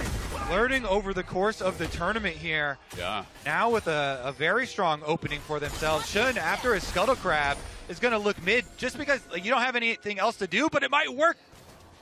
Man, I mean, Maple might have to flash. Here we go. Bolt breaker in. Maple doesn't time it. Instead, it's on. Who gets the knockup? Almost turns into a bad one. The seismic shot back doesn't do what Kobe said. Now Woody here trying to get a trade, but Maple has to back away, and he just teleported in. Oh, yeah, close to tower there, trying to get some chunk damage right as they had the reset coming out, too, and Woody walking up, looking for some extra punishment, but Maple, no flash now on mid. Do you remember in Game 1, Elk got solo killed by Aja? I believe it was Game 1, where he was on Kalista, and Aja just took him out. Maybe giving a bit of respect there as that bottom lane turns into 1v1 again, with On moving down. Yeah, Bin is going to be relatively okay here in this top Maybe side. I was going to say, yeah, you can get those silver bull procs, you're going to be fine. Betty going to look to try and play range and go for the poke. Woody now on that top end, though, is a little bit dangerous, which is why Bin, not really sure what he's supposed to be doing, looking for the reset here, but that could be another wave lost to the tower here for BLG. Bin has to run it into lane. He's got Ghost, remember, not TP. Meanwhile, Junjia, because he was able to clear so many camps, still hasn't reset to go purchase. He's hovering here to make sure Aja's going to be able to soak the rest of the experience, but taking his own Krugs again on respawn and coming back out with a full Bomby Cinder advantage over Shun. Your point hits hard, 44 to 24 CS. I'm glad you mentioned it, Kobe, and tracked this early game because that's big. But the other one is Aja, level 5 to Bin's level 3. Oh, He's now losing more CS to the top lane. He can't sit under turret solo. So Aja soaks one wave, just now TP's back in, gets to soak another wave, and Bin is homeless. He doesn't have a job right now. There's nothing he can do on the map. Just running around, headless chicken, or rather, after top, he gets pushed on out and more plates go down. Bin helps out with the dragon and then goes to return to his adventure in the bottom side. And remember, all that turret plating shared. Betty and Woody are absorbing so much themselves. 3 plates now for this top side. But Aja is going to hit level 6, have Ghost, and Bin is just going to lose his mind because there's nothing he can do about it. Especially, yes, he got the early kill, but Aja has been able to get the CS, get the gold. He's able to answer for a lot of that. I'm going to try and stop the resets here, see if he can do something, but this is a disaster for BLG. Genji looking for some Raptors here as well. But Knight in mid lane going to come back at the same time that Shun is able to collect those. I mean, if that one had gone stolen away too, that would be level 6 for the Sejuani. Yeah. So very, very good that Shun at least is able to get his own Raptors, but still probably should be Scuttle Crab there for the Sedge. Level 6 acquired off of leeching from mid. Elkin on finally going to have to push topside. Remember, people at home, they're going to be looking at this be like, yeah, PSG don't have much of a gold lead, but remember where the gold went on BLG. Remember what PSG are doing here. And remember the jungle advantage. Junja now level 6, as you mentioned. Shun is getting zoned away. Yeah, they can definitely force him off, and they do both have Smite. If he wins the Smite as well and continue to starve this Vi, oh man, I really want to see that story there, because the Ashe moves up to scare him as well. Yeah, Shun didn't even Smite. Never got a chance to get into position, and Aja goes to the top lane to make sure he's able to pick up this wave, whereas Bin just kind of stuck here. Wave is pushing out from him. He can't do anything. He can't, and there's a level 6 Sejuani here. Just walks into Brush. He's like, hang on a minute. Ward's down. Junja holds on to the ulti, but Ben ghosted off that as well. He's scared. He's trying to kite and condemn down, but Permafrost Glacial Prison. Oh. Two-shot barrage. Woody's range in. He flashes, gets the kill, and Ben is down. The true shot barrage from downtown is the extra little bit of damage that they need, and Woody flashes in to finish it. PSG, the lane swap. It's beautiful for them. And sometimes we talk about play-ins giving you a buff. Yeah. The fact you get these games under your belt, you get the practice, and PSG are a well-oiled machine when it comes to these lane swaps. And BLG, they don't look ready for this whatsoever. It's like, welcome to the MSI meta. And it's really highlighting adaptation, because PSG did not come in as a well-oiled machine with lane swaps. It was definitely looking rough for them, but they improved on it. They practiced it. Am I allowed to say Raja Koalas because the LCO were in this region? Am I allowed to attach to that? You're allowed. I think people at home, it's late for Australians, but I think for the LJL alike, remember, all under the banner of their playoffs, the PCS is stepping up huge here today. It's an early game gold lead, and we talk about the state of the map being beneficial right now as well. Betty's having an insane series too. Let's not forget. But at least the BLG bottom lane is starting to push in Arja as they try and push in this bottom lane turret too. It's not just the fact that they have these experience leads for top and for jungle.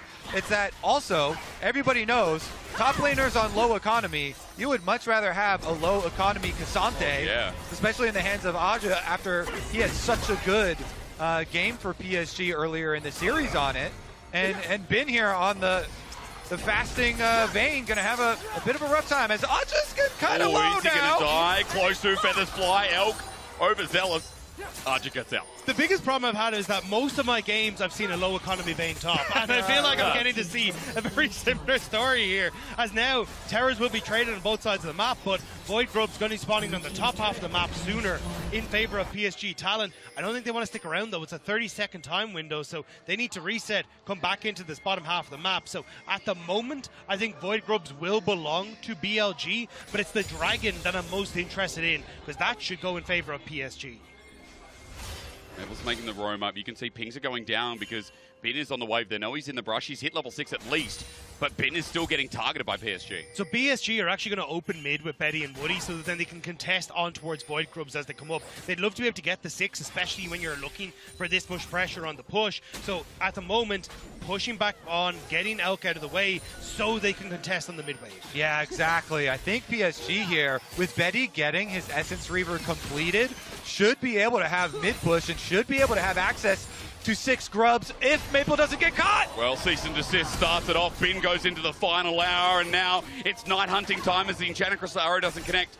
But BLG back away. They don't want to overstep this one with everyone from PSG MIA. All right. I mean, 6 Void Grubs when you're the team that has the level advantage on the top laners and you're the team that has the mobility of a Talia here towards the later stages, that could do a lot for some split push power. Plus Essence Flux for Betty as well. Very good split pushing mechanic, not only turret pushing mechanic here in the mid game. Also, health chipping mechanic is on. Yep. Nicely demonstrated for us, but I do think as well, the fact that you end up using Shun's ultimate on the top half of the map means that PSG know that that ultimate's down for both objectives now. They push in mid, they get the Void Grubs. They push in mid, they get position on Dragon, and Shun just doesn't really have anything available. Neither does Bin. And with Aja actually being in a position to push here, it's very tough for BLG to commit to anything right now. PSG in a very good position here. But remember, we have had 2 games already instantly end for BLG once they get an ace onto PSG. So we'll definitely still keep track of the possibility of those team fights. But PSG, I just have to say, they're racking up so many objectives, so many W's here in this game number 4. And if that team fight is going to go their way, it feels like it has to be Knight. He has the CS lead. You can see a 600 gold lead, 500 gold lead for himself there in the mid lane. But this is not a champion that we've seen Knight massively perform on. This is not the champion that we associate with Knight. Yes, he played it in playoffs, but it was not to the caliber that you expect from the BLG mid laner, from an MSI world champion, no less.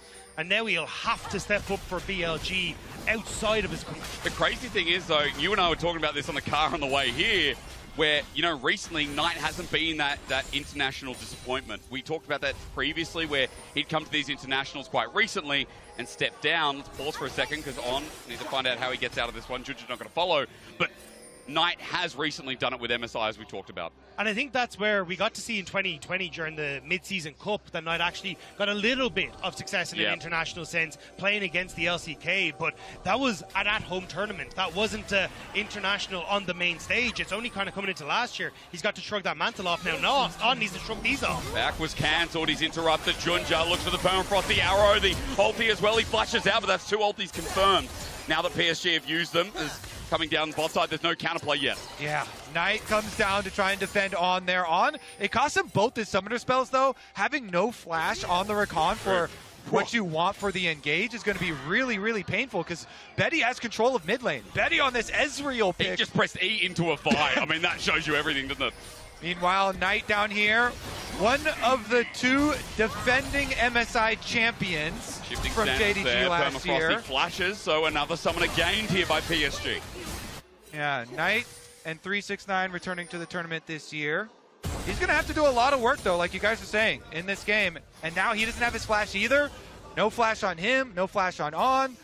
The tools here that BLG have to get that really big team fight are slowly getting whittled away. And with Rift Herald now available on the map, this is where PSG Talon can look to try and utilize the fact they have control over mid. Elk. Quickness. Oh, stops it, interrupts, and with the knock-up as well from the grand entrance, Maple's got nowhere to go. Knight comes in, and giving gold to the hero of BLG is exactly how you start. The golden left hand. We just say how much pressure is on his shoulders, and they give him some gold. And the handsome support on the most handsome of supports, managing to set that one up as well.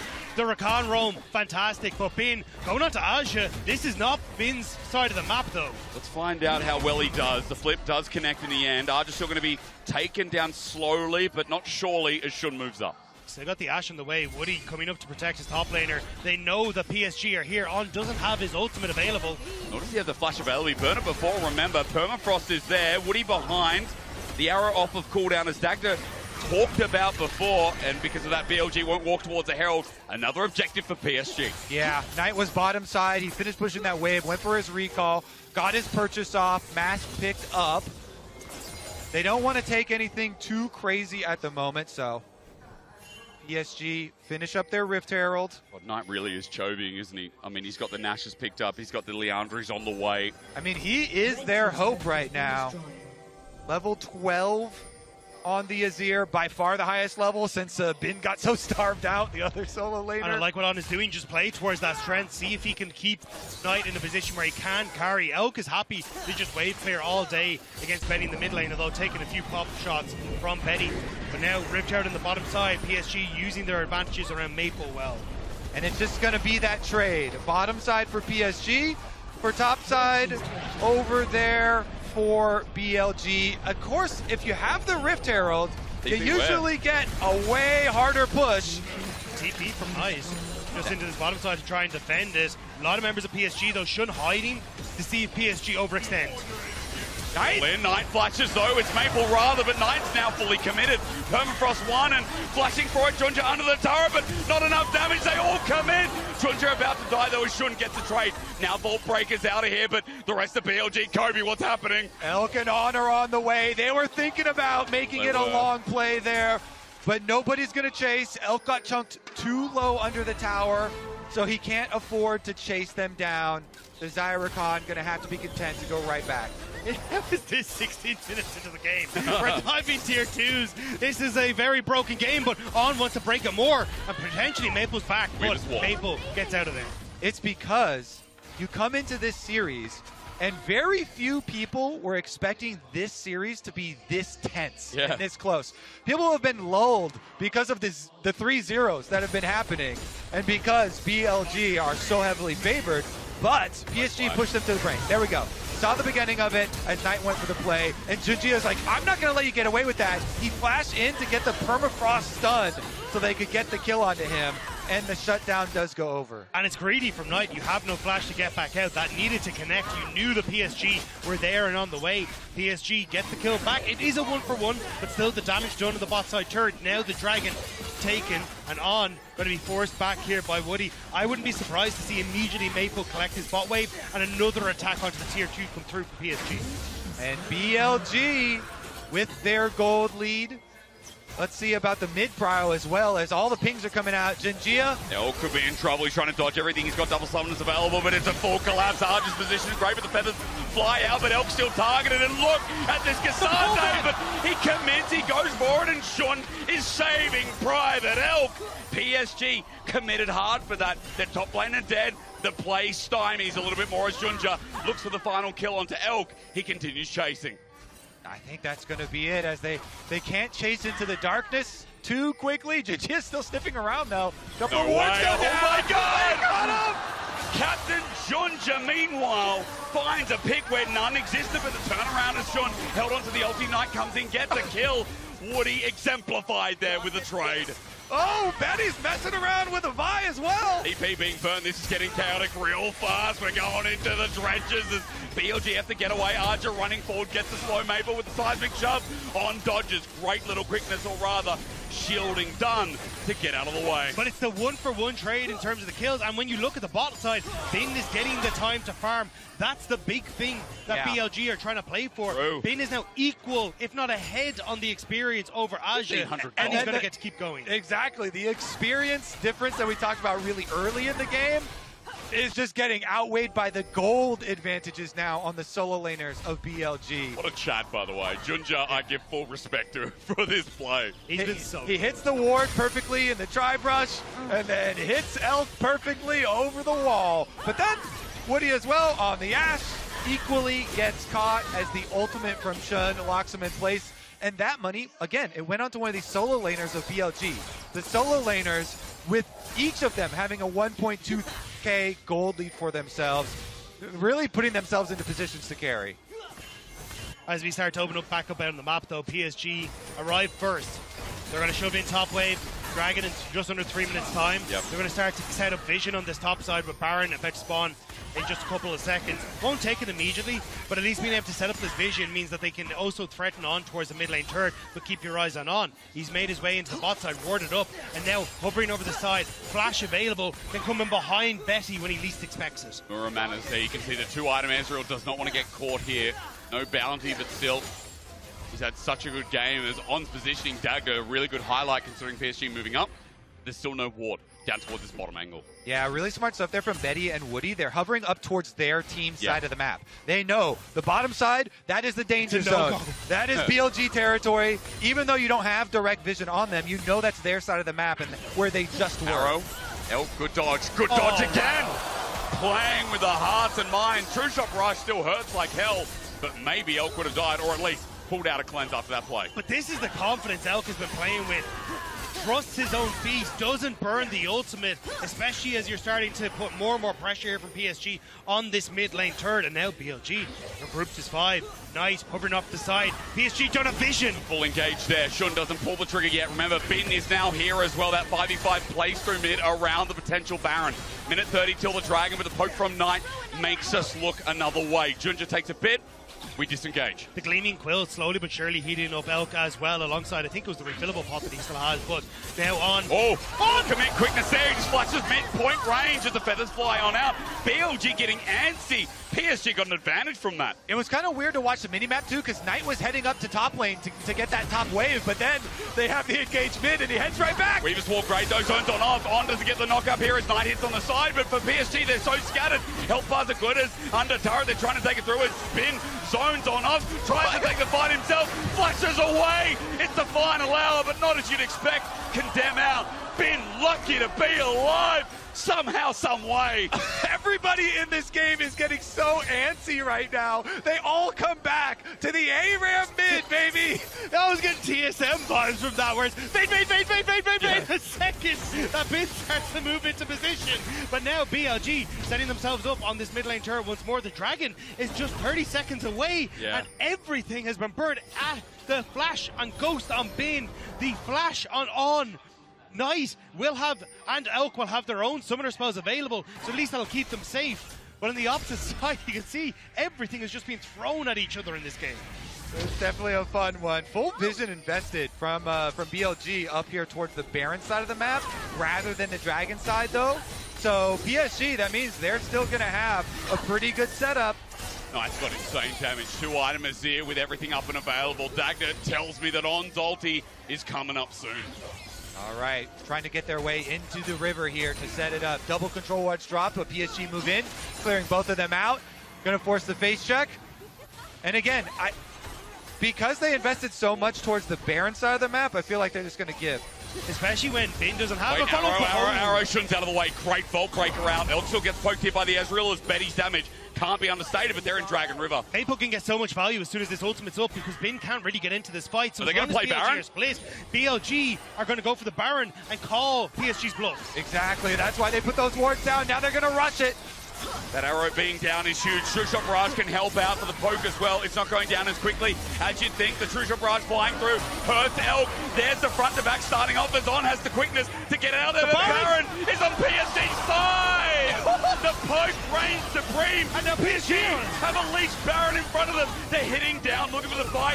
Betty goes forward, but Baron at 2K going down. Bin's angle. Shot. Whoa! He can't steal it. PSG being given a lifeline. Bin goes into the final hour. Junji gets hit. Knight ulti hits one. It's Woody. He may have saved the game, but he's poked out too. The rage insane. Betty still winning the fight. Arcade shit. Insane. Betty. God damn. We're going to game 5, aren't we? Betty and Maple. They take over, and PSG are going to destroy BLG. BLG come at PSG from every single angle. They had to defend themselves. They had to land every shot. And Betty likes those odds as they start to move forward on. Watches as structures fall in his face. Oh my, that Baron was a death trap for BLG. PSG caught them on it. The stun at Baron, they got 2 people down. And now PSG, not only do they get the Baron, they get the Dragon, they get the mid push. They took 2 towers after that. Here, look at this. Betty's ultimate plus Baron. Elk gets annihilated. On gets hit with Junji's ultimate, and then Baron finishes him off.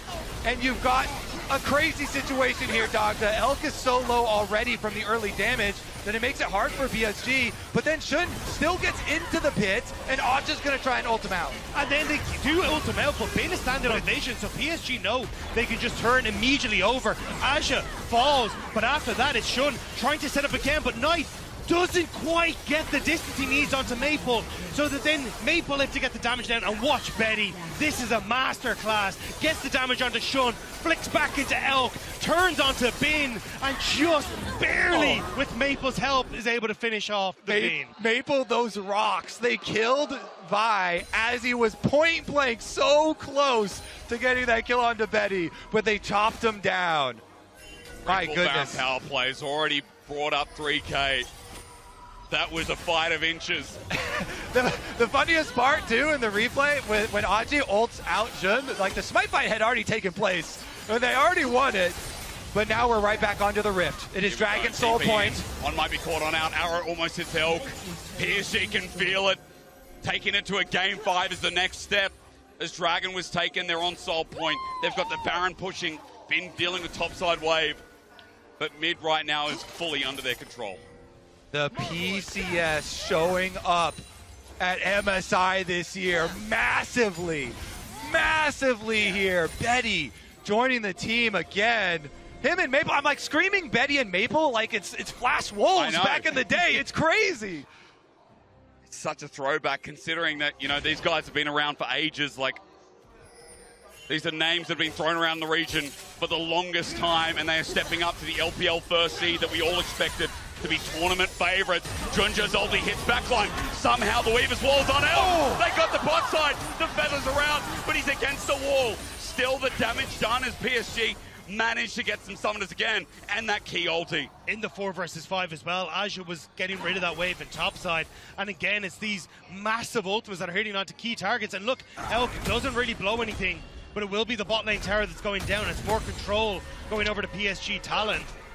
A Mountain Soul in 2.5 minutes. This is everything to play for PSG Talent. It certainly is. Aja on his birthday, really having a treat. Let's see if they can actually close this one out, though, because again, we have to keep reminding people how BLG have won their two. Wait, teleport is deep. I mean, you might have set it up, you're right, but they turn instead. The cease and desist runs on in. Elk doesn't have the ulti burner before Aja behind enemy lines. Elk's been abandoned. Knight may have saved the play, though. Aja separates us. Now for PSG, you can see Woody and Maple's damage can't be underestimated. Elk is down, and Ben's now only come in late. The final hour for this Vayne, as Aja's still squishing up. Watch Ben, the man we didn't talk about the whole game, is cleaning it up onto Maple. He kites away. PSG still has the member advantage, but On and Ben are running for their lives. They're trying desperately to get away. Judges to follow the ult. Hit Ben! On up, but On and Ben, they can't finish the job. The poke's not there. Maple can't get in range. The ultimate to come up from Woody. They're just trying to chase them down to buy a little bit of time. The clock is ticking. They're slowed on down. The vision gained as well. Who's Woody gonna hit? Flashing forward. Ben tries to outplay, gets one, but down he goes. PSG with another. Maple flashes over. They trap the other kills. This game is getting crazy. And it's not going to stop. It's a minute until Dragon flashes gone across the board on BLG. Knights is about to come back up, but this was the fight. The TP coming in behind from Aja moves everyone on BLG forward. They have to take the fight, but the arrow from onto On stops him from engaging as easy as the one to the Betty. Knight tries to save Elk, but Aja still rips him away as there's no ult on the Xayah to keep her alive, and Knight is just being mowed down by Junja, continuously CC'd, so he can't get the damage off until Bin arrives. And that little bit of extra help from Crypt Bloom means that Bin can't turn onto Maple before the cooldown come through. And then the follow forward here, the flash from Woody to pick off both members, with Maple coming over the board as well. They can finish everyone off. I want to get back to live so we can see the setup here, because Dragon Soul is arriving in 20 seconds already. Bridge control here for BLG, though. Shun is the first one in. These Junja, no, rather control wards there. It has to be nice. You have that flash, you have the ult, you have doubt on your shoulders. Yep. The Azir was not something in your wheelhouse. This is your moment to try and show that you can step up when BLG needs you most. Stepped up like you have in the LPL. Step up on the international stage. Trying On's caught out though. On's caught out. The Rakan's caught out. He's down. PSG have found a crucial pick leading into this game for us. Knight takes the Emperor's Divide, or rather, the ulti's there. He's disengaged on as he goes golden. I mean, Knight hasn't found the window. He's caught up. PSG are dropping them like flies. Elk and Ben now getting disintegrated. And man, the PCS is alive. PSG are going to push us to Silver Scrapes. We're going to a game 5 here at Jakku. What world are we in? PSG Talon were doubted to get out of play-ins. They were doubted to be able to put up even a single game against the LPL first seed. And when they were doubted most, they push us the furthest distance possible. We all asked the question, who is the unknown? Who knew all along while taking us to a game number 5 that PSG are the unknown at MSI for 2024. Silver Scrapes, here we come.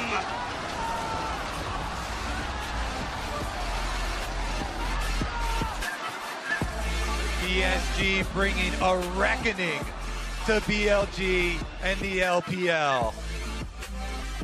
Aja, happy birthday.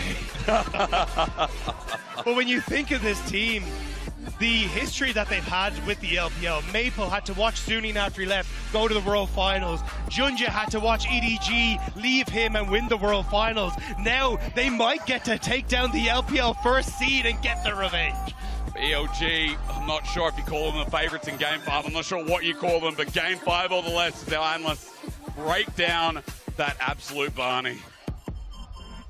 So much we will. I cannot believe we are in a Game 5, and I'm so happy to see it. And I just want to take the layup from Dagda. I was jumping, sorry. It was really exciting to watch. I just wanted to take the layup from Dagda about kind of like the storylines in for all these players, you know, the Maple to LPL story, but also when we look at the region as a whole, PCS used to be LMS. 2015 was the time when they were getting into the quarterfinals of Worlds with AHQ and the Flash Wolves with Maple on that roster, where in 2015 at MSI, AHQ beat TSM, beat Fnatic. And this is 9 years ago. Even. 9 years. They had a highlight in 2018 as well, but for so long, this region has tried to do that again. Well, I was also trying to think of the last time that the LMS or the PCS has beaten the LPL in a best of 5. Never? I don't think it's ever happened, so there isn't a last time. And now they'd be 1 game away. They're 1 game away. And excuse my overexcitement. I think they're not there yet, Emily, but I think the way they have played in this last game, right, and the way they've repelled what BLG has thrown at them is just, it's great to see. I think their draft adaptations have been really good as well. Obviously, in this draft, they went on blue side. They heavily prioritized, we need Maple on something like the Talia, right? Where he's super comfortable. It's fine if you pinch Betty's champion pool. We'll still be able to pull out this Ezreal Ashe bot lane. And here you see BLG getting routed at the Baron. And I think the insane thing for PSG in general is just how they have adapted, right, throughout this series, but also their previous series. We talked about the first 2 games where they looked a lot less comfortable in the lane swap. In this one, they actually did a really good job making sure the Vayne was behind, and I do think credit to BLG where is due. They did essentially sack Grubs so that Bin could freeze the wave, get some resources that way. There was another fight where they just kept him bot, kept him farming. So he was actually able to get back in the game. But the big thing is when we look at BLG and we look at what they're strong at, if they are going up against PSG and they're just like, we're going to, you know, stay mid, we're going to try to fight you, we're going to 5v5, that's about as comfortable as PSG are. Yep. Right? Like, they're going to have a lot more trouble when a team is going to spread them on the map or when a team is going to bash their face in early. And so I think you see not only their evolution throughout this series, but also just putting through draft and the way that they've played, BLG in a position where PSG are very, very comfortable. We've seen that time and time again, and now it's a best of 1. Jat, what a shell shock. It is a best of 1. It's a shell shock. I feel like BLG's a little shell shocked. I think that was also a Baron throw. Yes. We'll call a spade a spade. They were 3,000 gold up after all the shenanigans had happened, after Binneman set behind and caught back up, and they were starting to win fights. You know what you could do? Let's just flip Baron, I guess. You could use your Vayne, who's great in side lanes. You could. And play the map really well. I mean, obviously, that's also going to be difficult into an Ashe and an Ezreal as well, right? Because they just have a lot of vision control and poke. But the Maple Talia, Jet, he's been insane. He's been insane on this champion for a really long time. I always used to talk about this when he was on TSM. I'm like, guys, but you don't understand. He can solo control team fights on this champion. It's not just that Talia is like just insane in general, but Maple specifically knows that champ. And these are some older shots of Maple making some noise internationally. We cannot forget how long this guy has played and how many years it feels like he can just keep going. Because especially when he was with the Flash Wolves, he was the one who would make noise against T1 specifically. That's how he originally made his name. But then he had an underwhelming stint in North America. I feel like anyone who would have seen him play on TSM because of the team's failure. Yeah, I was going to say, maybe that just was not Maple's. He had some good games and some bad games. The team overall did poorly, which generally means you judge the player as poor. You kind of think it's going to be over. Oh, yeah, sure, he'll go home to the LMS and just happily live out the rest of his days. But now, he is one game away from making history. He was going to retire, allegedly. Yeah, allegedly. Right? Yeah. Wait, you wanted to say something. Oh, no, I was going to say another player I do. Like, obviously, I love Maple. I feel like people know that from any time he spent in LCS, where I was just like, Maple's really good, guy. But I also want to call out Betty, right? Because him coming back from LPL, I know he actually did a really good interview with PentaQ that you can find on Twitter, where he really talked about, you know, from being on RNG, I learned so much from Ming. I looked at other LPL AD carries. He even said going into this match, Elk, and specifically Elk on Lucian in TES, is the AD carry that everyone wants to be like, right? And now he is one game away from beating him in a best-of-5. It's crazy. I do want to do something, and you might think it's unfair, but I don't think so, because we're talking about world-class mid laners. We're talking about clutch factors. We're talking about having to play a champion, even if some of your more comfortable ones are banned out, and your champion pool being deep enough and being able to change a game where you're on the back foot. I'm thinking back to an Azir shutdown on Ruler from last year. Knight in this game on the Azir. We've talked about it a lot, right? And in terms of kind of the possibilities that you need to create for yourself and for your team when the going gets tough. Is that too unfair? Was it more the state of the entire team around those mid games? I mean, for me, I think that was a really odd and bad Baron call. I thought, generally speaking, Knight played okay. Yes, you absolutely do want him to be able to clutch up and make the game-winning play, so we could hold that against him. I'm actually just really wondering, like, where do we sit now? Because even if we said beforehand it was 90-10 and the MasterCard fan prediction was 82-18, this is a 2-1 that kind of feels like it should be a 3-1 for PSG, because they were in a winning position in game 3, actually won game 4. Well, so in fairness, BLG were in a winning position in game 2. I mean, so wait, like BLG, I feel like those cancel each other out. Who's going to win game 5? I guess is the question. And what are the odds for game 5? So I always stick with the team I predict. You know this already from LCS. Do we have a pen? Because so we can change it. I'm going to stick with BLG. We can change it. What are the odds? I think the big thing is that they are now on blue side, right? They have selected blue side for game 5. I do think that matters. I do think they'll be able to find something that's maybe a little bit more comfortable for them. And I think that's important. So that's what I am still predicting. However, if PSG win, like, man, what an upset. But based on what I've seen in the series, I will not be surprised. My fear for BLG is these games, they haven't had an ability to accelerate them the way that they want to. I feel like the games end up being too slow, whether it's lane swap or not. PSG has had better scaling and just better team fight comps in almost every game. And since BLG isn't blowing it open, that gives PSG the advantage. And I also do wonder if there's a level of them being shell-shocked, because it felt, everyone was saying this should have been a 3-0. It is clearly not a 3-0. So now that, what is the pressure like? I think PSG is going to be under so much less pressure. Okay, we got to toss. Do you want me to pick quickly? Yeah, I'm going to give, pretty even odds. Just pick a card. All right, pick a card, any card. It's the best of one. Calling the upset. Here we go. We'll see. I don't think it's going to happen. I don't think it's We don't know. What, now I'm drawing it. We'll see what happens. Regardless, PSG has fought their hearts out already. They've given us a show we didn't think we were going to get, and they can hold their heads high, but they can also just finish it and win this game 5 and send that LPL first seed down to the lower bracket. I can't wait to see it. Oh, God. So those are fun.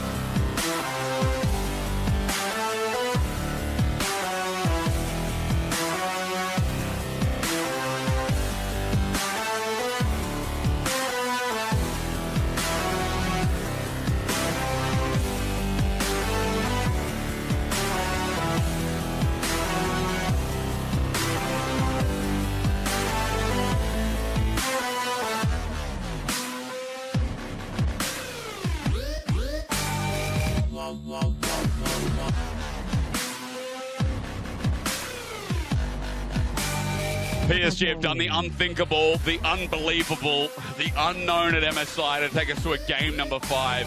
BLG have been tested through and through in this series. What looked like a starting 3-0 has quickly evolved into our game 5 draft. Here we are, nice and quick, gentlemen. And BLG chose blue as they banned Vi as their last pick. Yeah, the Vi ban is pretty huge because chances are we're going to get the Lucian selection coming through here for Elkanon, especially with both Renata and Kalista taken off the board, which means that you don't have that same sort of pressure to go in onto that bottom side. Varus up and available here for BLG, the hover at the moment. Because remember how well PSG responded when they picked the Lucian last time and the Zeri Lulu into it? I feel like they're avoiding that. I thought they would have just gone, hey, we don't want the Wukong. They'll just go for a Maokai or a Sejuani or something that can try and play for a level 3-4 play onto bot side, but it's just not happening. And really, too, the Cassante question here. Aja was so good on the Cassante. I feel like that has been a primo pick here between the top laners. Just done a full evolution, haven't we? We've gotten down to the Senna Tarm bot lane. You know, Senna has other options there for Woody, but the Nautilus is also banned. It's just crazy, again, how much draft diversity we've had between this 2v2 of PSG and BLG. And now it kind of leaves you a little bit stuck if you want to go for something that's a bit more like a Jarvan or something along those lines, because the Tam Kench so good at keeping so many of these members safe. So curious now to see what the answer is going to be from BLG. They're going to double down and just go, hey, we want to go for this hyper-aggressive bot lane, and they're going to take that Cassante away from Aja. Okay. That was what I feel is kind of under the radar, but has been so impactful in this series. Agreed. BLG locked that one up. They get their double Hail of Blades lane, as well as the Cassante comfort. The Azir over here. Bit of a call out. I mean, honestly, if you want to give that across tonight, you're pretty happy with the way that last game went. But it looks like Maple just wants to go back to comfort in this game number 5. And it'll be a case of what does Knight default to? Will it be comfort or will it be the Aurelion Sol answer? Because he has only played it once and did not look comfortable on it. A game 5 memory of mine, Dagda. You might remember JDG Top Esports 2020, the most competitive year between them. And Knight would often pick things like Syndra into the lane. He'd pick something that can really lane bully and stick up with his jungler. Summer was when he won his first title back in the day with Top Esports on that Syndra pick, hiding the spear in the wall. But I don't know if he's going to get that chance here. Syndra just feels like it's useless into what PSG have drafted here. Maybe it's the Orianna. Maybe it is to go back towards something that's a little bit more of that control mage style. But Aurelion Sol already taken off the board. PSG don't want to just dangle that there for BLG, hoping that Knight doesn't pick it. Are BLG also going to be worried about like the Jarvan or something? They have Varus and Ashe, pretty low mobility carries. You're already looking at long damage here with the Senna ultimate coming over the top. Things that are going to engage on the back line there. Ban.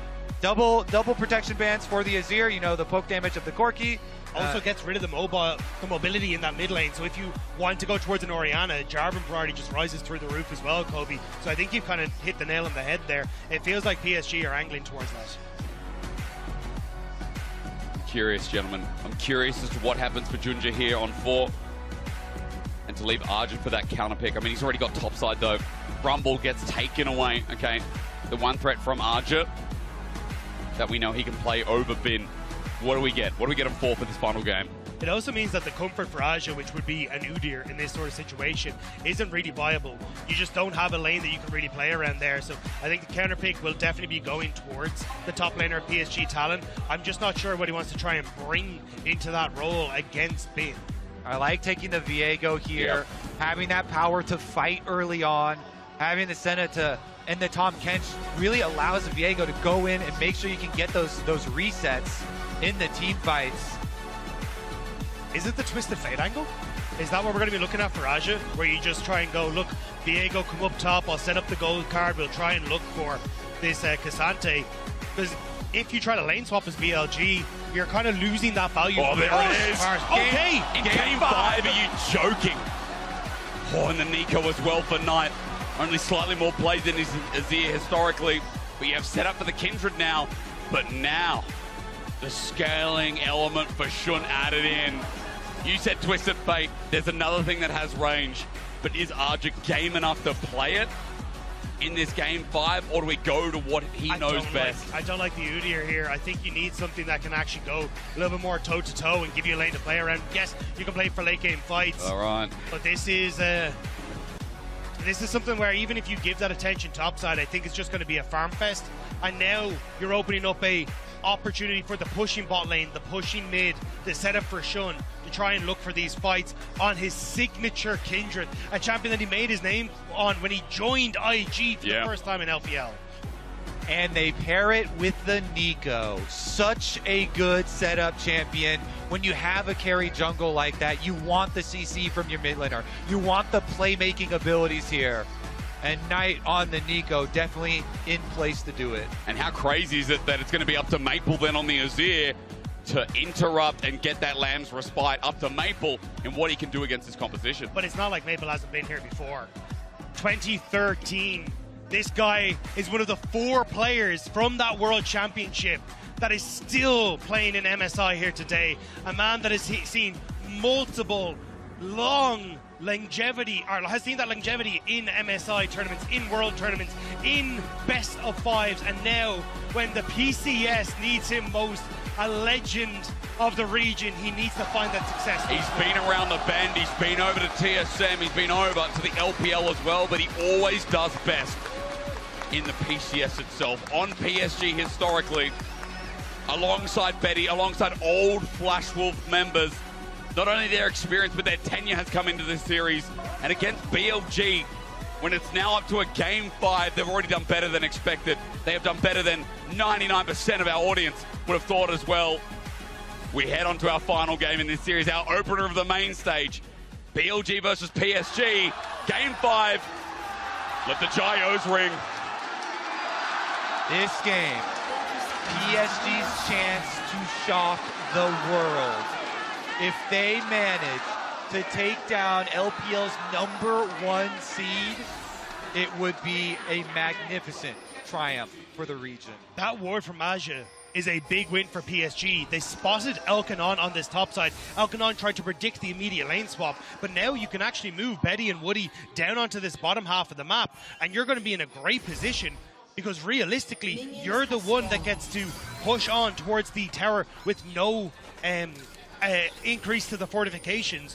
The fact that you have a slower push as well means that you need that little bit of extra help. So immediately Elkanon, they go, nope, we don't want to deal with this. We haven't spotted out where Betty and Woody are. We need to go back to the bottom side. And they didn't fully place all of the lane swap wards there. They just have the one through the lane. So Betty and Woody going to walk their way on up.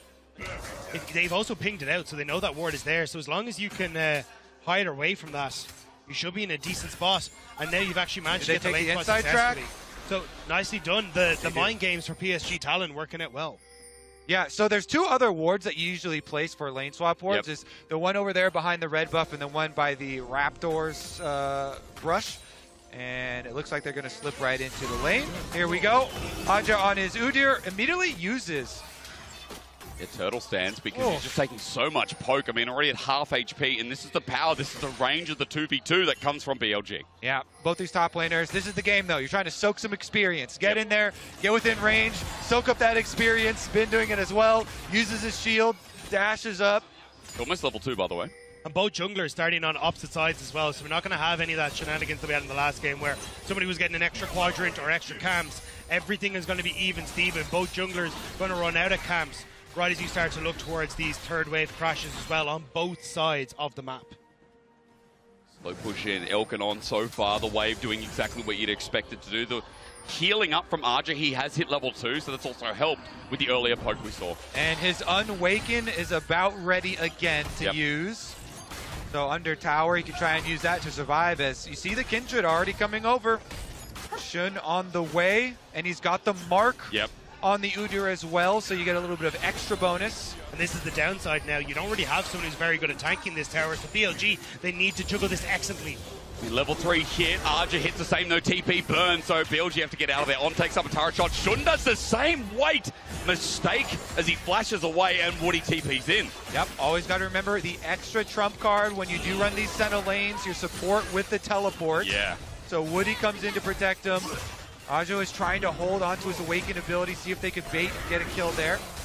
It still puts Aja behind though, so although he gets to collect the wave, it's the two people sharing the experience versus the top side where Bin is getting to push this wave back out, collect an extra wave for himself, so Aja will have to take the step back, TP to collect this big wave in top side, whereas Bin can actually push and now start to walk into bot side, keep his teleport for himself. And remember, every time this happens, if Woody changes, Betty has to either follow or beat with someone else. He's got the support item as the center, so he has to partner up. Betty now moves towards bot. Standard lanes begin here at 4 minutes into the game. Exactly. Aja up to the top side. See what they can do now. This is his most comfortable champion from the year by far. 17 plays in the PCS on the Udyr. Absolute Udyr main. And a solo kill as well if you get them to sit in the flame for a little bit longer. Been doing that. Now wants to walk up to the wave to reset, gets the flip back, and there's a trade there. He hits level 5, but Aja still chases this up. Low on mana is Bin for the time being, and Aja halfway to level 5, so that's probably what's saving Bin from getting out HP traded. Watch where the Kindred's going towards those. Shun has his camps respawn on this top side, so could actually look for an immediate play up towards his top pin. Maybe here just to help push this in, but if Aja overextends like this... Could be a bait, you're right. Aja running forward, still without that level 5. How close is the level up? The pushback as Shun is now here. Mark not on this Udyr, but he's going to have 1-2 of a knock through. It's a first blood for the Kindred. A big opener.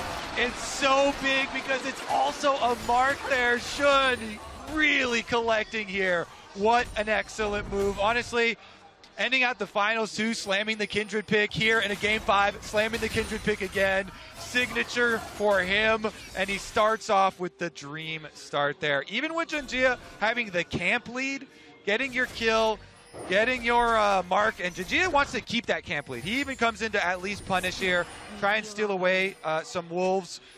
As you get the reset, Shun is coming back out, but wolves are already taken. Great arrow from the Ashe, though, spots out Junja. They expected him to try and go for some sort of invade, so only one camp going to be taken by Junja, so you will still get at least one of those camps on the top side for Kindred. But he will then start to make his way into the bot side, and maybe, just maybe, with the push, you can look for an invade for Shun. Yeah. Let's see here, though. Grub's coming up afterwards as well. They will definitely know all the spam pings come down. See if they can just start him up here. Be nice because the Grubs here with a decent amount of experience try and help catch Shun up in that endeavor. Of course, he's very happy getting the first blood bonus money too to that Quiver. Quiver's such a good early component item there. And he's able to collect all 3 grubs for BLG with Knight roaming in. 2v2, what's going to happen? I mean, Knight here with the Tangle Barbs, it misses, but the Pop Blossom comes down. It might be a bit of a ruse. Junja doesn't have that reset or that Heartbreaker. They've run in deep, and now going forward, Shun almost takes out the enemy jungler. PSG running for their lives. They don't respect Knight, and they get punished for it. They certainly do. That was a massive punish going in on the level 6 Nico. Knight's able to to run them off, and Shun's able to get another mark off of that Scuttle Crab, plus they've got the extra health here to keep on pushing. And Aja won't be able to get the wave push against Bin. Bin very quickly going to start to push that one in, so Aja looks like will just about make it as it crashes, but it still means that Bin will get to hold on to this teleport longer, get an opportunity to reset just before Aja does. This is, again, little victories going in favor of BLG. Much better early game, that's for sure, from what we experienced last time or even the time before in Game 3. But Bin, 700 gold lead individually, are just getting pushed once again, and especially with the grubs. And Demolish, he's making short work of this turret. He's going to get 2 plates here. And Arja's leniency here in the lane is getting less and less, or rather, his ability to punch back, while BLG are not only getting plates topside, then grubs, now bot dragon as well. The early game map is completely dominated by them. Yeah, Nico Kindred mid-jungle here is so massive. Jun just walking around the map, meets up with bottom lane pressure as well to be able to take the other objective. Woody trying to group it up here. And Aja being behind is really going to start to affect this top lane matchup, because Woody ended up coming in to help him get that farm. He's a little bit behind. You still have the TP available for Bane, which is why he's being so greedy on this top side. Knows he's going to be able to reset with a massive amount of gold and pick himself up something nice. But PSG, they have to find a way to break this. You need to find some sort of play that can counteract what BLG have, because right now they're dictating everything that happens on the map. Yeah, it's especially rough because with the Senna Tahm Kench here, only 20 stacks for the Senna so far for Betty. It's kind of hard to get them versus the Ashe plus Varus combination. Looks like they've got him roaming at the moment here as On moves up to try and get some vision coverage for mid. Little bit of a shallow ward there through River. Zelka accepts this wave. Just note that level 6 being hit by bot laners. Close for On as well. Betty's hit his, Woody on the same page. Junja now moving down still with a bit of an experience lead that Kobe mentioned before. He's got that CS lead too. The only difference is that gold is actually in Shun's favor with the early kill. It's almost a 2k gold lead here with BLG stacking objectives we talked about before. And now Shun's coming top. He hasn't marked Arja, so maybe not giving it away, but the all-out's already been used, and Shun has the mounting dread. 1, 2, and 3 is all it will take. He's running for his life, but Shun has to flash away. Still a second kill, but the flash now committed. Oh, run from it, dread it. Shun Kindred arrives again. And Cassandra has such good lane setup for these ganks. Getting all in comes through. Knight might be called out. The binding's there. Pop Blossom to zone them away. Actually, it's Maple on the edge. Tanglebarbs clears the wave too, and he gets out somehow. Just barely able to get away from that one. Junja, though, still trying to keep up this pressure on towards the enemy jungle. With that push on bottom side, they were able to rotate Betty in towards mid. At least they get that ult from Knight. But there's no real objective. Void Grubs, maybe you could argue they could try and pressure for, but I'm still not sure if they're going to be able to with the control BLG have on the top side. Yeah, Jinji keeps taking away small camp here, small camp there, but Shun keeps taking away top laner camp. Yeah. Now he's got Kraken as well, and waiting in the brush for PSG to overstay. The arrow flies through. Junja the target, and he's marked. Remember, he Heartbreaker's out, but Shun has his number. Imagine if he had a flash, it'd be different. But the range, the poke, the heal. Junja's still running out of range as On tries to catch up, but he's out, if only just. Yeah, he's going to live, but it's going to be 6 grubs here for BLG. For a Kindred. They run Junjia out, barely escaping with his life, but the objective's going over. I don't think they should be able to steal any even with the cooldown there for Smite. Everybody from BLG coming over. Knight clears out the ward.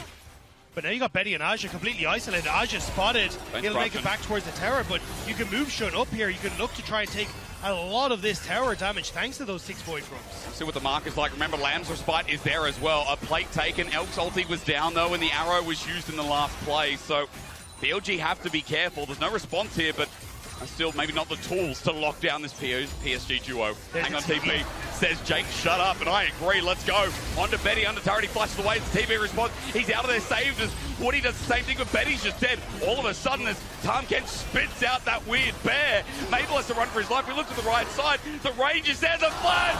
Elk on Varus, Pop Blossom as well, and BLG to game 5 are back. They bring the aggression. On dives to the turret, and now Woody's up next. No Tanglebars for you, but BLG are firing in the early game. They will take no more of PSG's crap. It's a BLG party in top tower might as well have been a clown car. Everyone jumping out with the teleports there.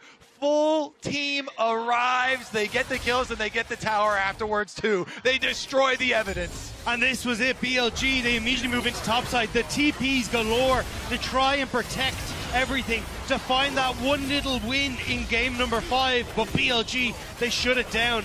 They immediately jump onto Maple with the slows coming through to finish him off as Elk flashes forward with the arrow to sink down the bird. And now the Pop Blossom underneath the tower to finish off the Catfish as well. It's good hunting for BLG and a bad day to be a PSG member. Oh man, you're still so proud of how far they've made it, and it's still only the early game, but man, the gold leaders just run out of control. The arrow flies through.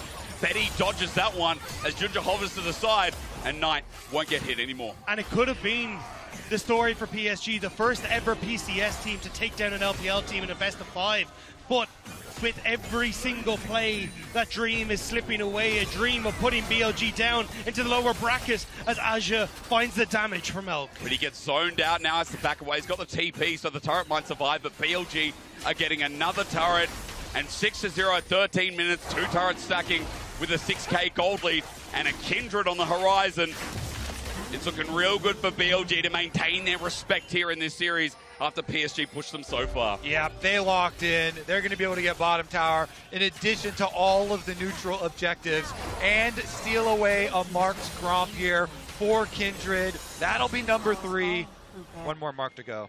You know when Chun brings out Kindred, he pissed him off. Making sure that he just is able to run around the map. And especially the fact that you have the Varus and the Ashe, it gives you so much control. And in these lane swap scenarios, it's very difficult to try and hold on to camps that give marks, to try and hold on to different parts of the map. And especially when Shun was able to get some of these early kills now. 3-0-3, a Kraken Slayer to boot. Yep. This Kindred has arrived at MSI. Man, look at the gold on the side of your screen. Elk, even in this lane, this is on-hit Varus, by the way. To add insult to injury into these tanks of PSG. Things are going to get real difficult real fast. Now, let's readjust a little bit. There wasn't this kind of level of scaling. It was very different composition in Game 2. But BLG threw away a massive gold lead that felt unthrowable. Right now, PSG are on the edge, looking for something. They are. It's a pretty dangerous... Still, okay, that's something. Can he get out? Heartbreaker just in case he has flash too. He's looking for the eye, thinking about it. Junja Heartbreaker's out, denies the gold, and the game from speeding up further. Exactly. That's key. I mean, Rift Herald is one of the biggest tools in running down these towers super early on. One of the biggest tools in helping BLG actually siege the turrets. So not only do you get an objective bounty shutdown, I believe, when he smited that away, but you also deny picking up that eyeball. So nicely done there, Jinjia. Blast cone over. That is a well-spent ultimate cooldown. And you can start to question, hang on, the rest of the objectives that are coming up as well, because do you care about a Chemtech Dragon? Do you care about a Chemtech Soul? Can PSG just look to huddle under tower? BLG say no. Shun just there to punish. I mean, Shun might have to get on out. He's smited down to be slowed on down. There's the Lamb's respite. In it at the edge. He's going to get the heal and then run away. He flashes him back as well. The center ulti there, but nice! Rolls on in and says no more of it. PSG are taken down by the 2. Bin cleans up the rest, and when you can rely on someone, you want to rely on Knight. And they had already prepped the side wave. That one's at the secondary turret, while the rest of BLG here, 4-1 split push. They will push the rest of this one in towards mid, as Bin finished it up there towards the top side. They are being relentless. They just refuse to let up. Junja will spot out Shun on the side, and he thinks maybe we can try and finish him off, but the ult barely goes down just before the Tam Kench comes in, and then Shun playing the side flashes away to make sure Asher can finish him off, and then Knight, great flash over the wall, with being in position to follow up to separate out PSG. And I think we really understand what makes Knight tick. The Azir, we don't like him, not Mori's speed, right? Got a bit of an early lead last game, but couldn't make magic happen. Knight, when he has champions that can really work early, like the Ahri as well, we see a very different man. A man who right now with the Mastercard Lane Economy Snapshot is leading over Maple, has won through the lane, and is bringing proactivity to this Kindred jungle as well. Yeah, it's plays like that where you see the LPL MVP, Knight, showing up here. Game number 5, where they really need it. But Shun, this Kindred, the confidence there. As soon as he saw the Tom Kench W coming in, able to get his ultimate off, just on the edge of the ultimate there too, waits, and then when Aja tries to go for him, just flashes away. And now you're in a horrible spot as PSG, where you're trying desperately to hold on to every lick of vision you can get, but slowly but surely BLG are whittling it down. Aja, the next focus, he doesn't even have a single item completed yet. This man, Bear Pig, has been left limping in the top side of the map.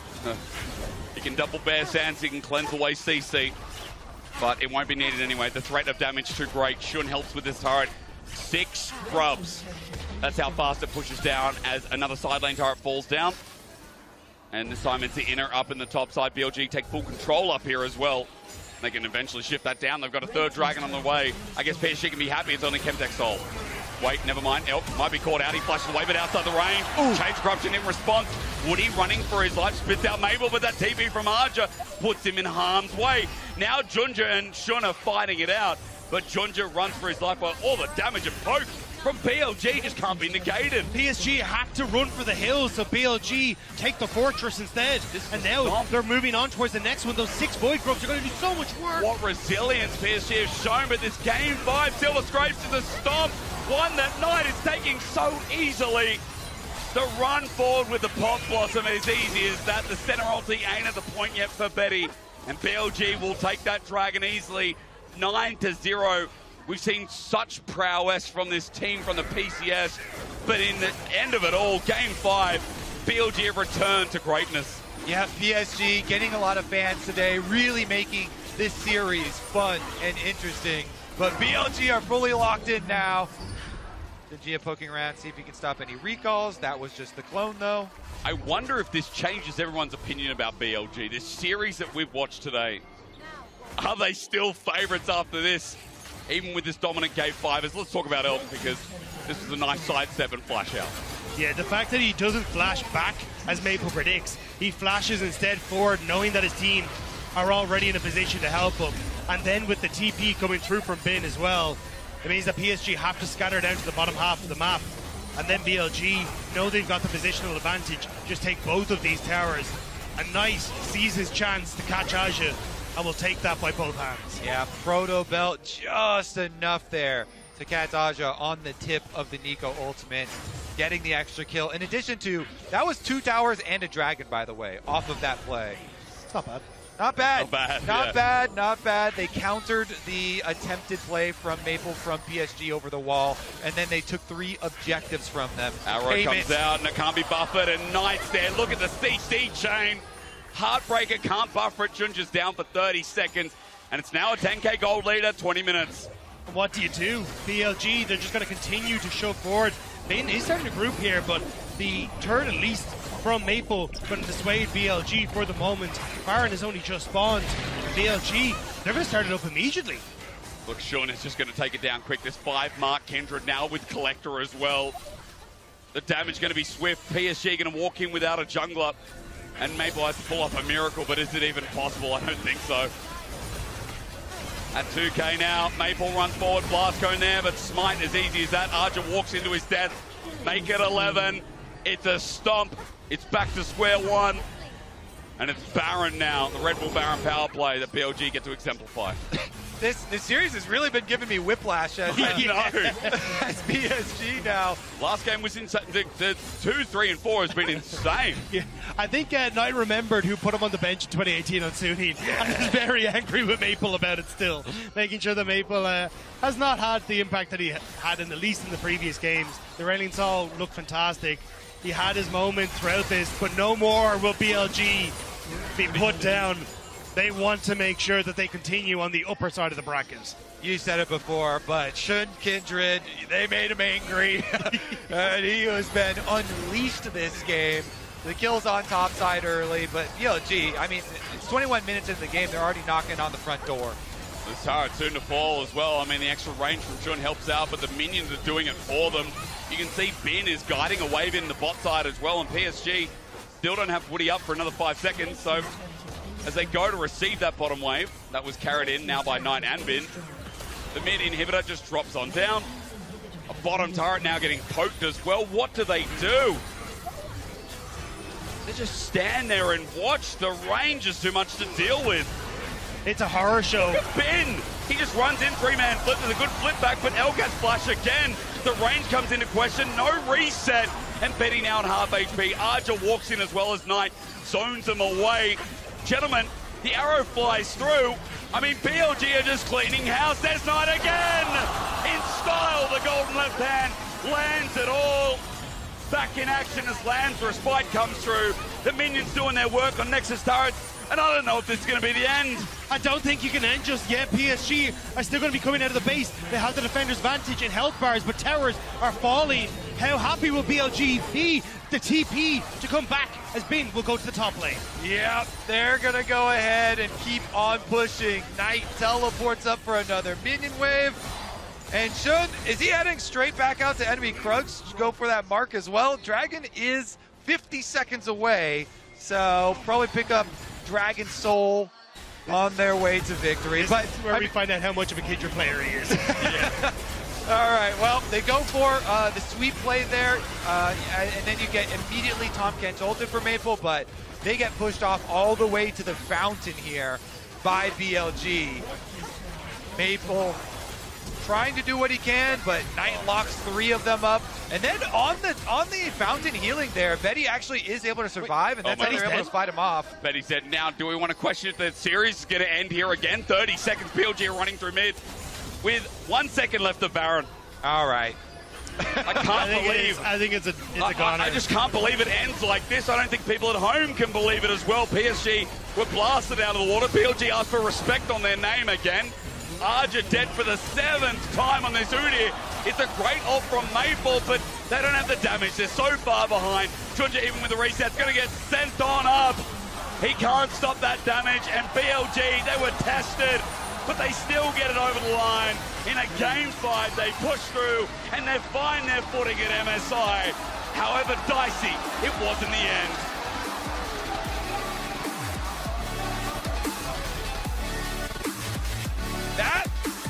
That was more exciting than a 3-0 for sure. I love the wild ride that we were just taking on, even if the ending was just such an emphatic stomp there from What's BLG. he mean? The expected result, BLG won.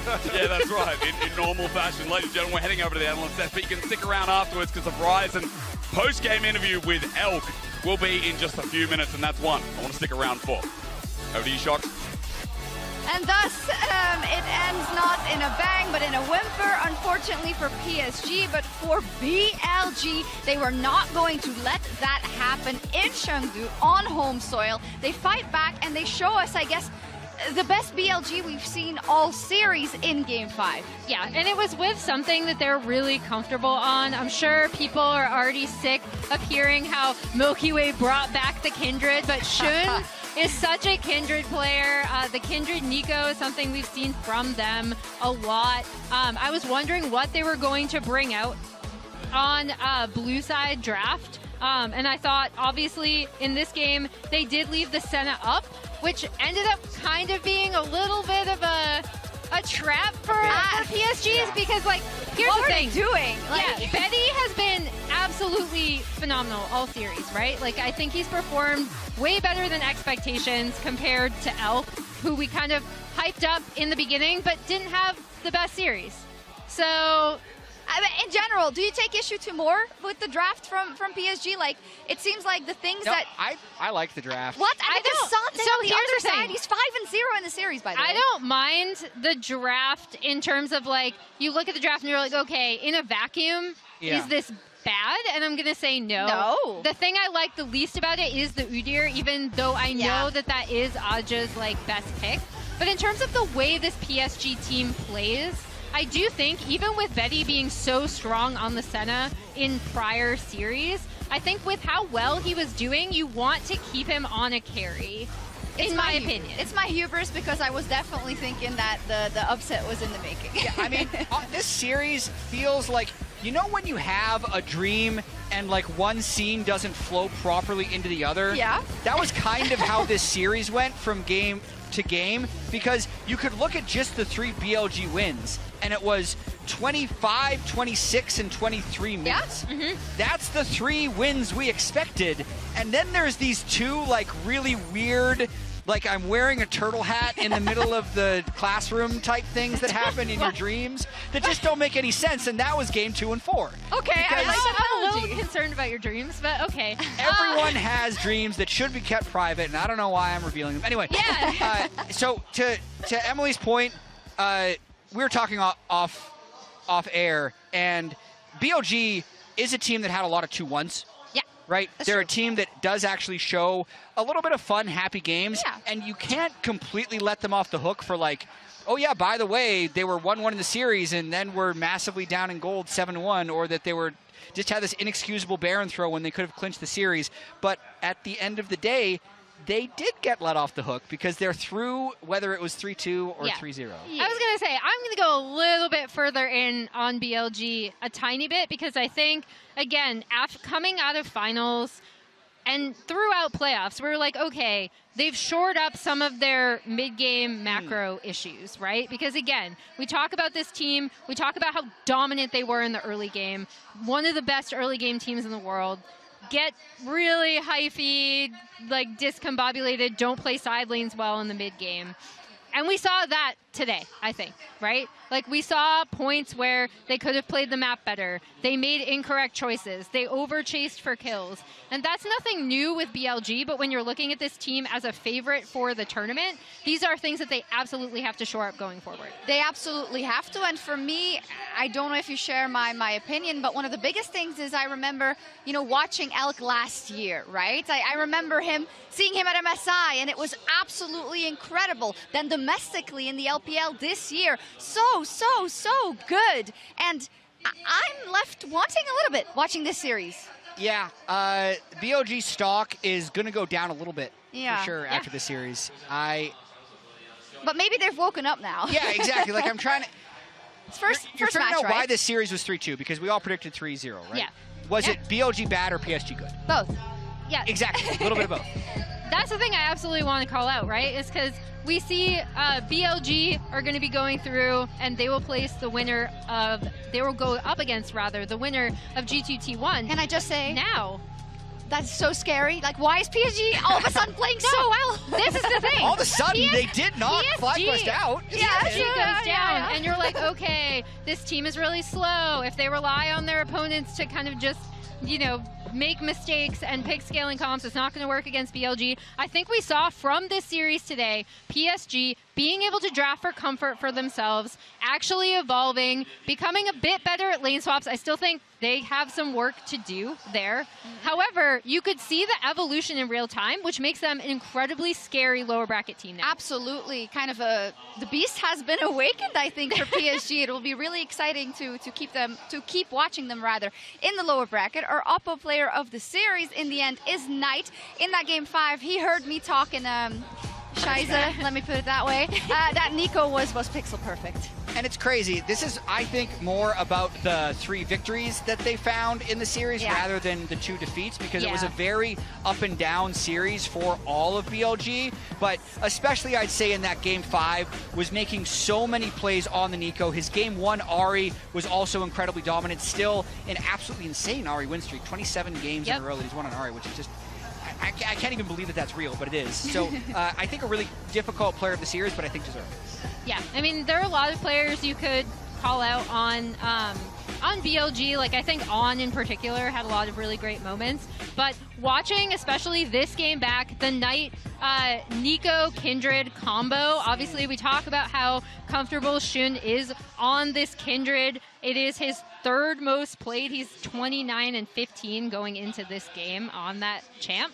But having Knight to back him up, executing those combos together, I think Knight's Nico is absolutely something to be feared. And in their wins, Knight played very, very well. Yes, it was a joy to watch in that game 5. And now we are joined with Lore, Wendy, and Elk for the Verizon post-game interview.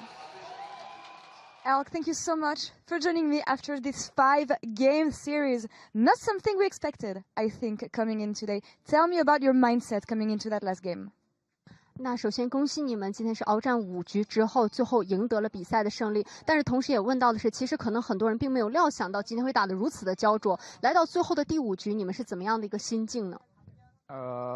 首先我们今天可能也没有想到会打到第5局吧，然后我觉得今天因为也很久没有打比赛了嘛，然后隔了很久再次打比赛，我觉得还是有一点在比赛上面会失误犯的多一点吧，整个团队。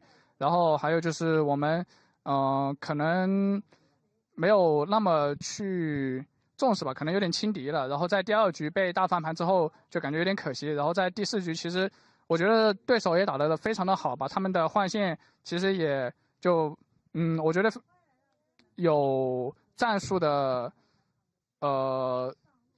就他们有一个换线的战术吧，我觉得他们整体打得都非常的好，然后还好我们最后赢下来吧。To be honest, for us, we also didn't expect it to be such an intense game until the very last game. And also, it feels like for our team, BLG, we didn't play on stage for quite a long time. So because of this, maybe we're not that used to the tempo on stage. So we made a couple of mistakes here and there. And also, it feels like after the loss of Game 2, because Game 2, the opponents, they just bounce back and take the victory from us. And after that, and also for Game 4, we also made some mistakes. So we feel sorry about this part. Yeah, but I also would like to talk a little bit more about PSG because I really feels like they really did a good job in terms of all the lane swap, and also they always have some strategies to target on us, very good strategies. And after that, I just feel like a bit thankful, like hopefully, we can have a better performance in the future, and also luckily we're able to finally grab the victory. It is crazy to see how things developed, and especially I think people have been really surprised when it comes to PSG's bot lane. Anything specifically that caught you off guard when it comes to them?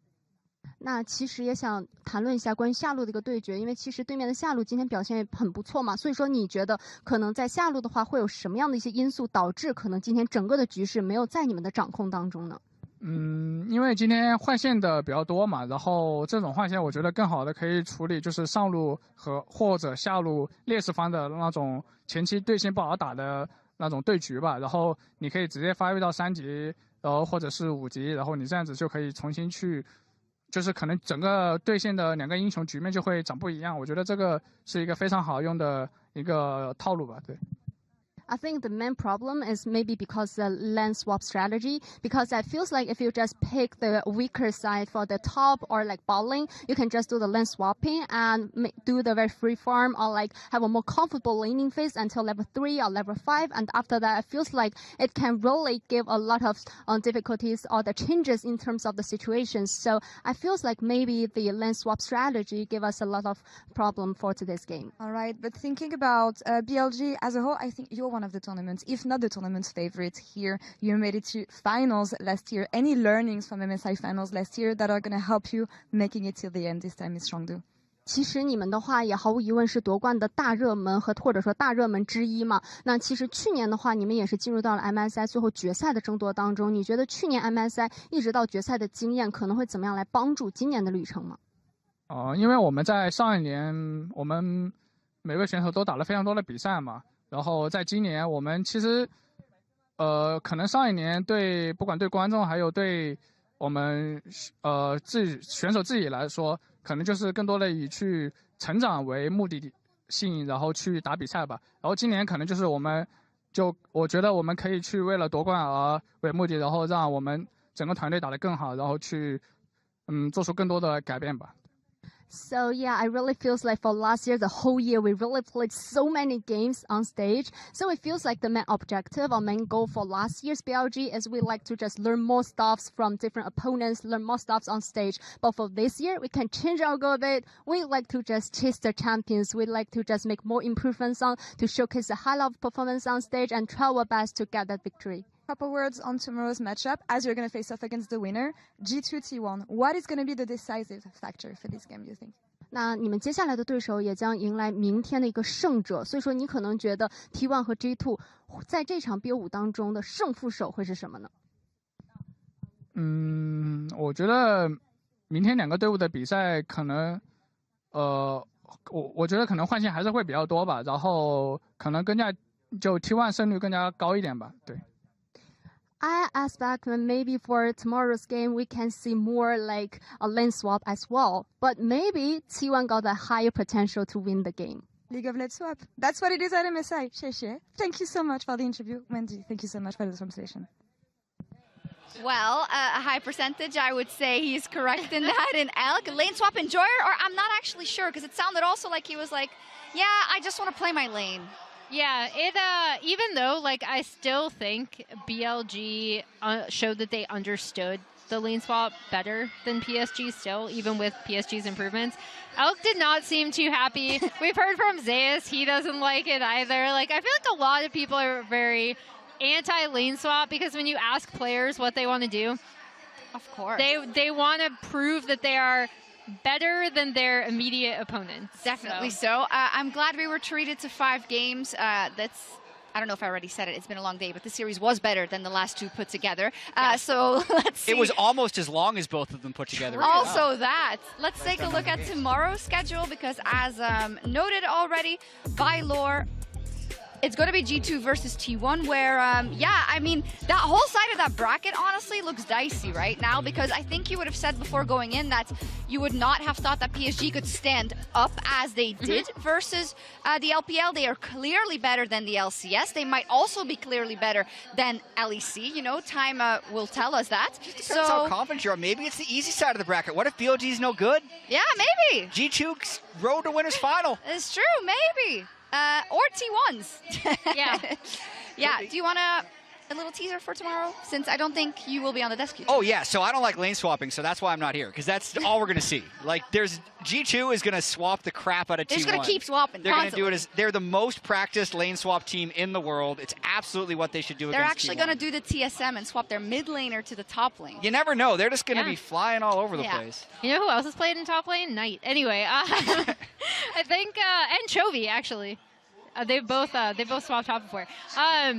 I think we're going to see a lot of lane swaps. I'm a lane swap enjoyer. I've enjoyed seeing all of the different strategies that have come out of lane swaps, right, and how they've evolved. I think that's quite interesting.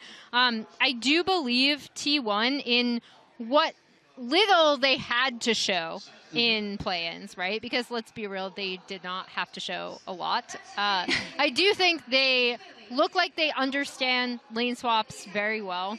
I don't think this should be a super surprise considering how they've evolved as a team and how they understand the map, especially with a player like Faker on that team. So it should come as no surprise to anyone that I am favoring T1. Yes, I will go deeper into it tomorrow, but it's, to me, there is so much writing on this that I don't care if there's a lower bracket, frankly, for G2. You've been, we know all about the World Championship Scrim, Championship memes, etc., but they do put in the work. They say they have found the solutions. They, for me, weren't that convincing even in the LEC finals. This is now where you have to show if you have improved, because this is the series. Because yeah, I could go on forever, but I will tomorrow. But I hope I got you warmed up for it. But I don't think any EU fans are going to be like, you know what? I'm going to skip that one. I don't need to see him play T1. If anything, it should be a treat. Hopefully, not another 3-0. That's it for us. We'll be back tomorrow for that last best of 5 of the first phase of the bracket stage. Good night. It'll be tomorrow at 11 a.m. Central European Time and 5 a.m. Eastern US for G2 versus T1. Bye-bye.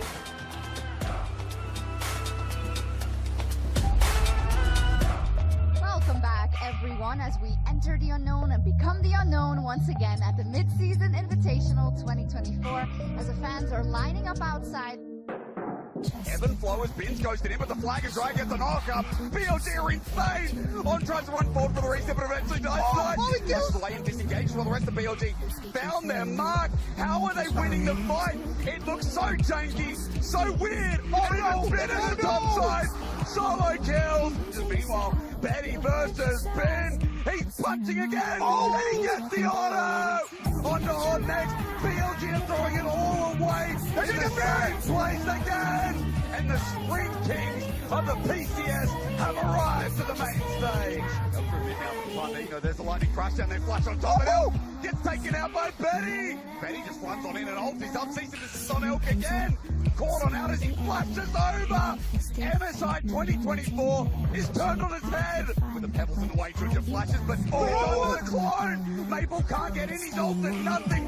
No flash on the Nico, hurts the side, big shove. Sean's in, Cyclone again, backline. They're all together. Maple's too late. The mid laner it from PSG, saw it, but he's too damn late. Who's Woody gonna hit? Rushing forward, Ben tries to outplay, gets one. PSG with another. The range insane. Betty still winning his head. Arcade shit, insane. Betty, goddamn. We're going to game 5, aren't we? The range is down the flash. Elk on Forest, Pop Blossom as well. It's a great ult from Maple, but they don't have the damage. They're so far behind. That was more exciting than a 3-0 for sure.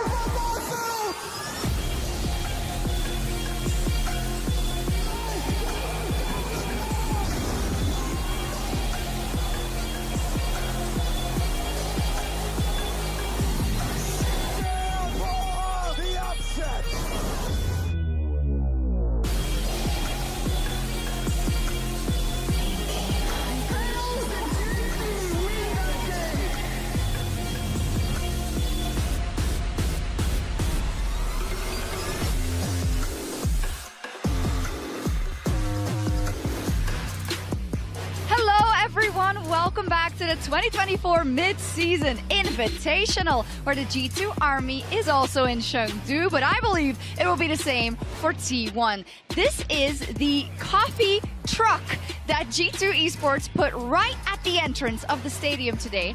And we all know what that's signaling besides, you know, supplying some coffee. These are the good trucks. These are the good trucks. You have to stay hydrated. Nothing else behind that. You know, exactly. No, nothing at all. Only positive messages. Yes, as always. My name is Shox, and I'm here with Dagda and with Raz to go through this. And these are a couple of goodies that the fans could get. There was some tea, also some very, very cute cards. The cards are cool. Wait, you see the... Wait, this one's really nice. Hansama. Hold on. You want to hold the BB one? Broken Blade one? Yeah. It's got they're double sided as well. Yeah, He looks they're really nice. Yeah, he looks amazing on this. Where'd you get them? At the truck, basically. Oh my god! Why didn't I go to the truck? Wait, did you get any T1 goodies? I did. Okay, so there's this one. It's a nice fan. It does get hot in here a few times. And a flag just in case you want to get the crowd going. Yeah, there we go. So let's get into the bracket. Let's get into the bracket. We'll start with the lower bracket first and see who has fallen down already, unfortunately for them.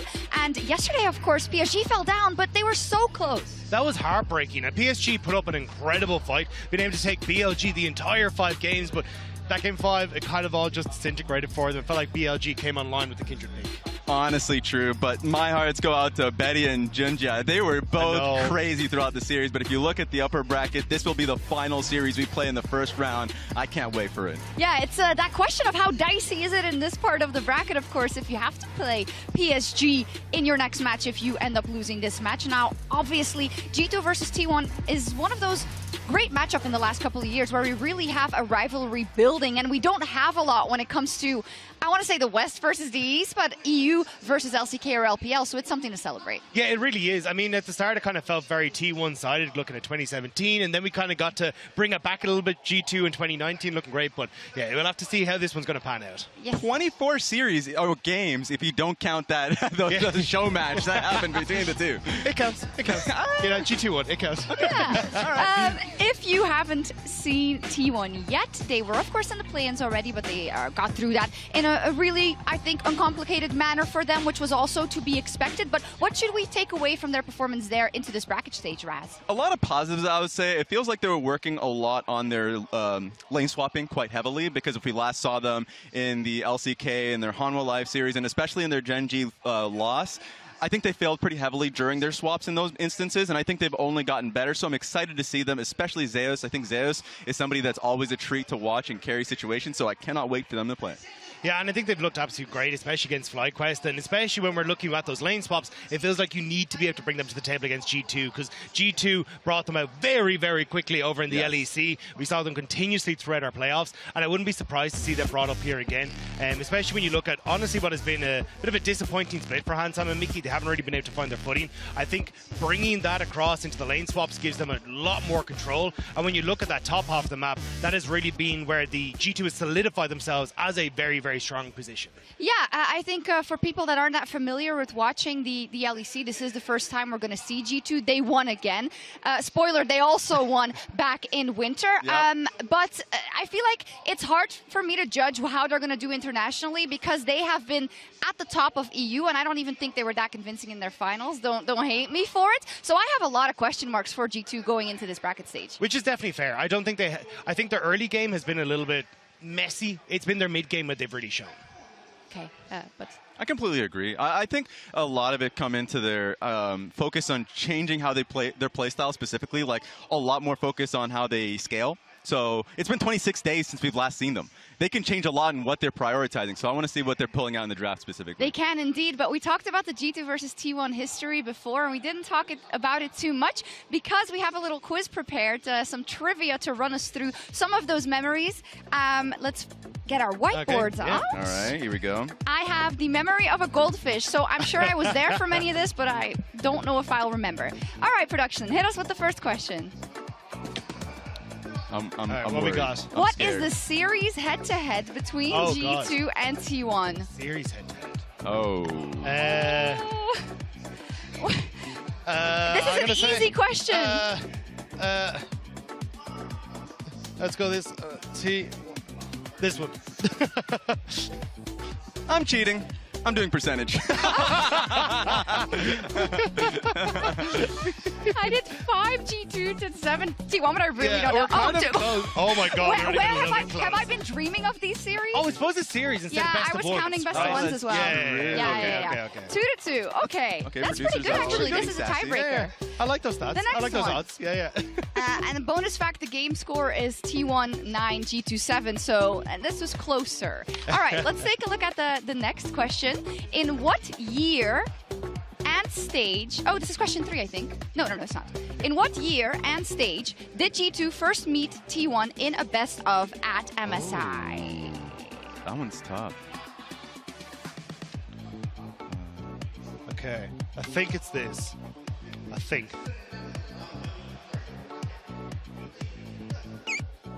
Were they even... They weren't at MSI? Maybe. I think we all got it. Did we get it? Do we count? Do we count? I don't know. Do we count? Boom! Oh, okay. Let's go! I totally didn't cheat. But was Brazil, wasn't it? No, that was 20. Oh my! I have the brain of a goldfish. I'm not going to talk. Are gone for me. Yeah. Anyways, let's see. In 24 games between G2 and T1, how many pentakills have there been? Oh hell no! Well, I know of at least one. I think. So there must have been at least one other one, right? I'm just the one. You don't get that many pentakills, right? There's no way. I'm going 3. Oh my God, we got different ones. Let's go! Yes. Oh, why didn't I follow my gut? I think it was Caps too. Yeah, Caps the Kali pentakill. Yeah, that's crazy. Oh, the answers are also in there. Yeah. Oh, I can't do my job. It was Caps on a Kali. That was the year G2. Then our next question is to complete the draft. Oh God. Good luck with that one. Yeah, I know. What champions? I have to think back to metas of old. Ooh. Okay. I mean, there's the Galio. Oh God. Okay, we have to be quick on this one. Yeah. Play. Wait, is that the? Oh, it's always. I mean, I think it's. Oh wait, I forgot Wunder. What the hell is Wunder playing? And then what's Zaya? Okay. Okay. I think oh my god. This is so hard. Wait, you can't read What it. does yours say? I put Rumble, Oriana for T1 and Aatrox and Yasuo for G2, but I don't know. Oh, okay, I'm not even close to the Right, of course. That's disgusting. I had such a shortcut. Yeah. I knew this was the fuck here. I should have just guessed Pike. There was like a 70% chance you were No, going to but hit I'm Pike. thinking about completely the wrong series also. This Yeah. is, at least I didn't swear this time, so that's There's good. still time. There's still time. Yeah, there is still time. You get one All pass. right, with that was a horrible performance by us. Hopefully a better performance from our mid laners on the Rift, and that's also our featured matchup presented by Mercedes-Benz, Caps versus Faker. Caps has cemented himself as the GOAT of Western League of Legends, making it to 2 back-to-back World Finals, winning more domestic titles than any other European player. Caps goes all the way to the steps of the fountain for a pentakill! But he's been chasing the success he had in 2019, trying once again to win an international title, only to always fall short on the world stage. In his featured matchup presented by Mercedes-Benz, he steps forward with a roster that has been solidified over 2 years to try and take back his former glory and make the West a contender at MSI once again. G2 Esports will win MSI 2019! The greatest Western player means little to the greatest player, period. Faker is a legend of the sport, full stop. Unlike Caps, Faker has been able to capture his former glory, winning Worlds 2023. And now, he and T1 are here to show what it truly means to be a GOAT. The king of the LEC versus the king of the world. Let's start with Caps and his performance so far, because in the LEC, it has been great. It has been wonderful, but it has been kind of the story of Caps finding himself again over the course of the last year. When we look back at 2023, there was a lot of doubts cast at Caps going, where has the best mid laner in the LEC gone to? And the fact that he's managed to find that resurgence speaks volumes about the work G2 have done behind the scenes with him, and also the fact, the confidence that he has had in his own performance. Say, give me Azir, give me the Nico, let me find these resources on side lanes, and I will be the carry that steps up for G2. And time again, when G2's early game has been doubtful, it has been Caps who has stepped up and been that clutch factor for G2. And while it's been amazing to watch Caps, me just watching Faker in the LCK has been incredible as well. There have been moments where he's been able to save games for his team, like the 2 plays that come to mind, Domwana, Oriana ulti on the top side of the river. There was the Azir instant quadra kill where he's just still incredibly clutch. There are moments, of course, like people will never let him live down that Game 5 Rift Herald play. happens, but you will always remember the international clutch factor that he has alongside Orner. They're still insane as a mid-jungle duo, so please watch them. Actually, this is the play that I was talking about. Ridiculous to see. But it's the fact that he's able to call it, especially for this play. I remember people talking about how far in advance Faker was saying, I will get this play.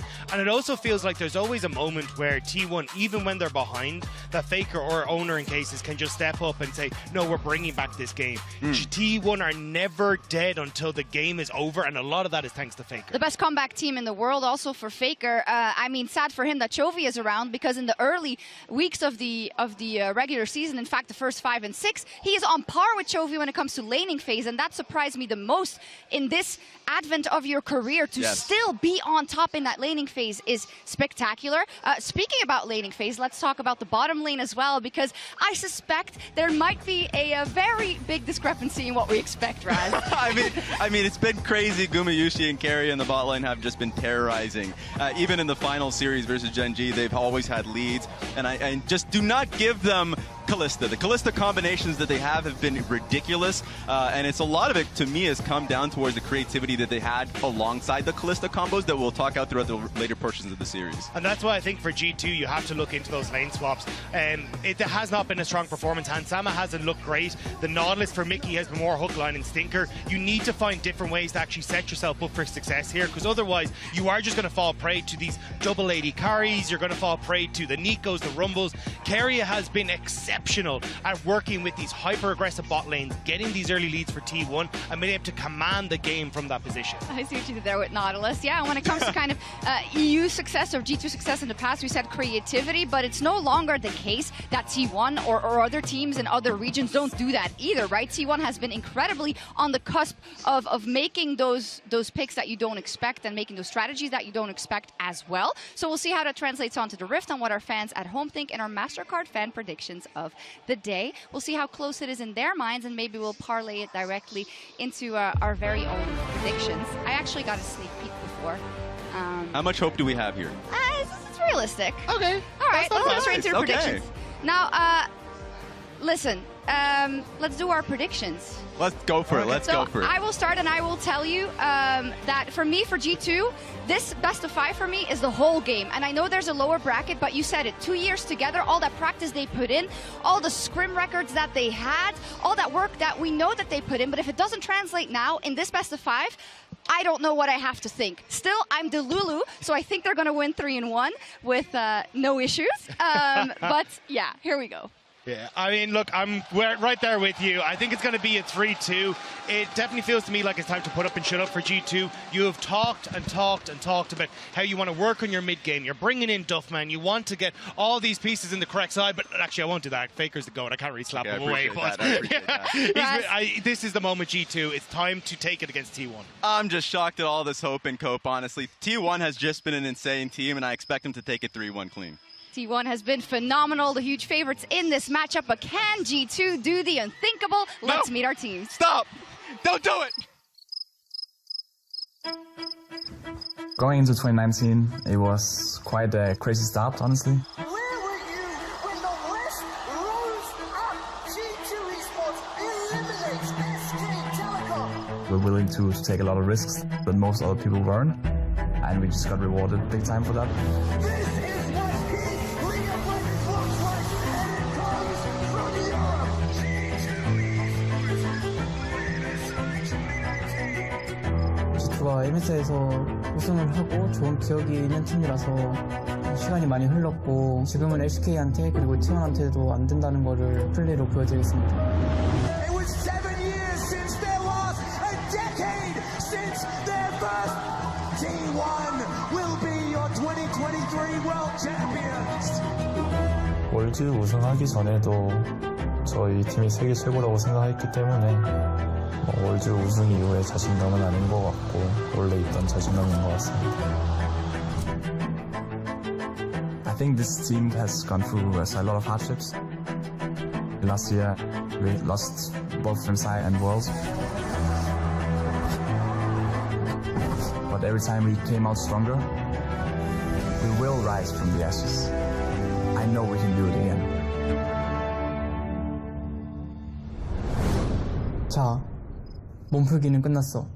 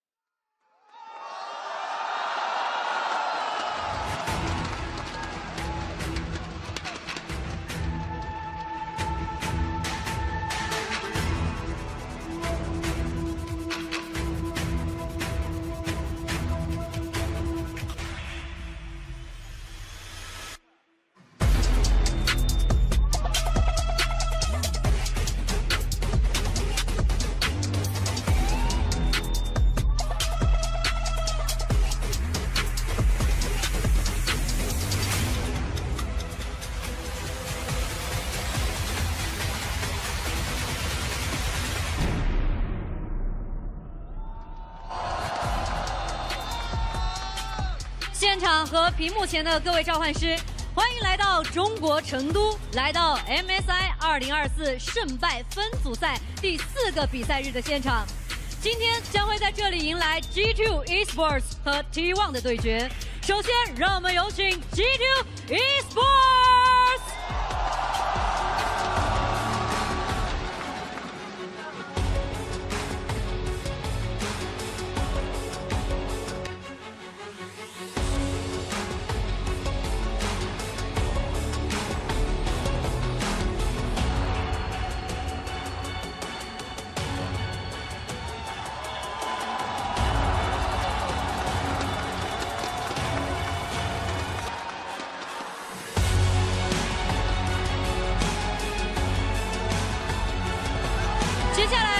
有请 T1。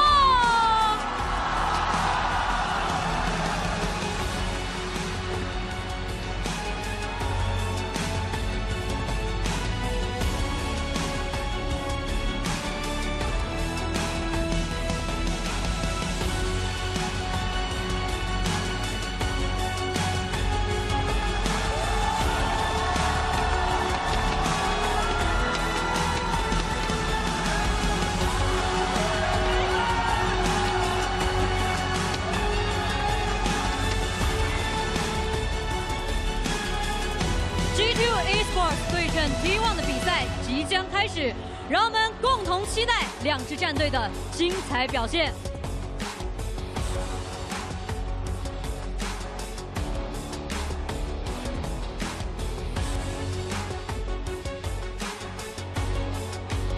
And here we are for G2 versus T1, the two teams' 25th matchup over the years.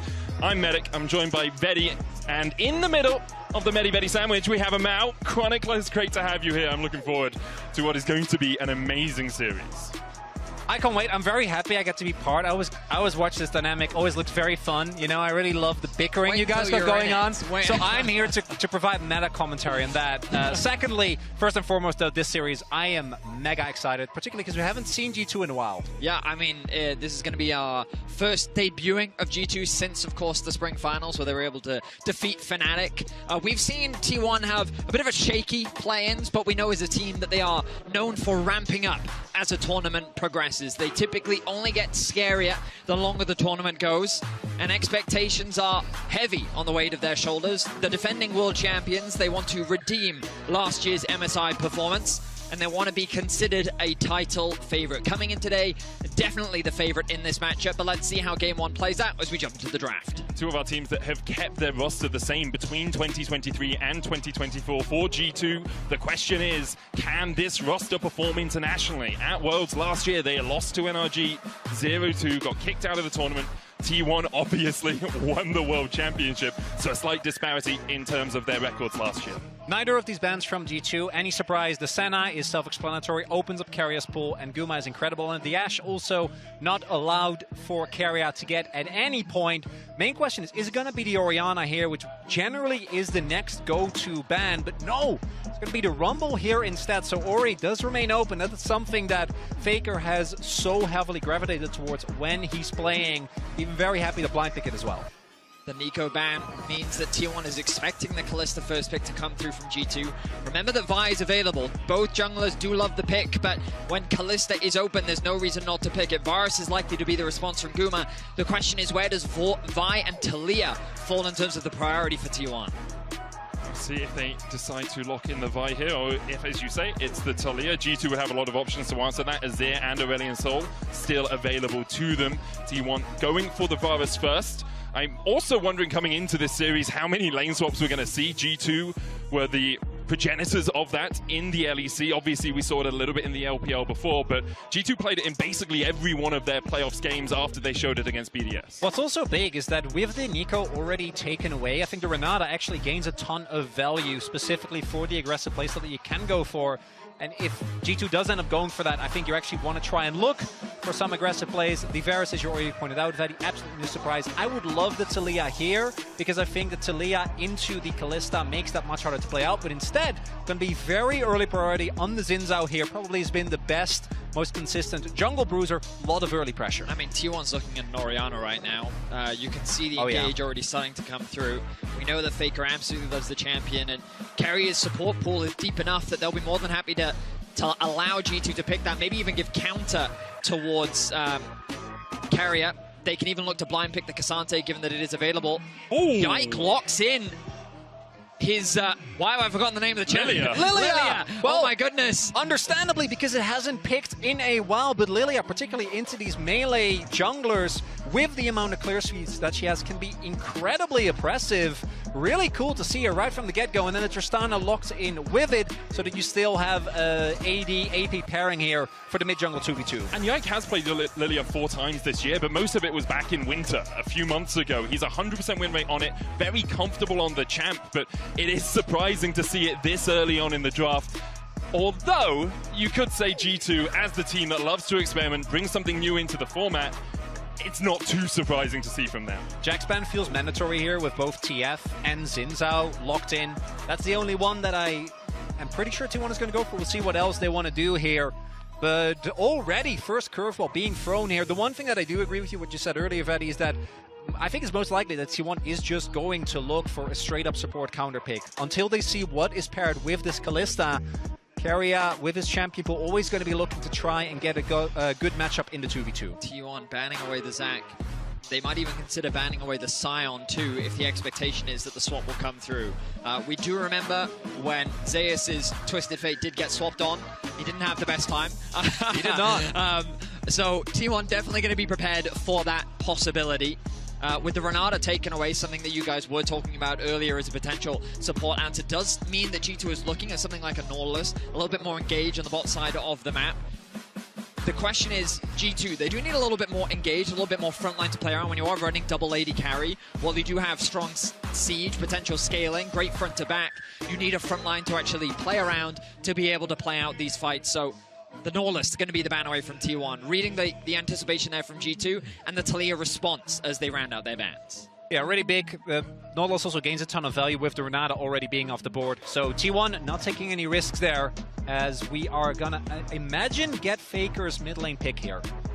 Still has a few options. The Orianna still available to him, Aurelion Sol and Azir still possibilities. Faker not known as a big Aurelion Sol player. In fact, I don't think we saw him on it at all in spring. Instead, the Azir locked in, 11 games on that. Not too surprising he's gone for something a little bit more comfortable. I mean, it's Faker. Yeah. He's naturally going to go towards the champion that he's been known for many years.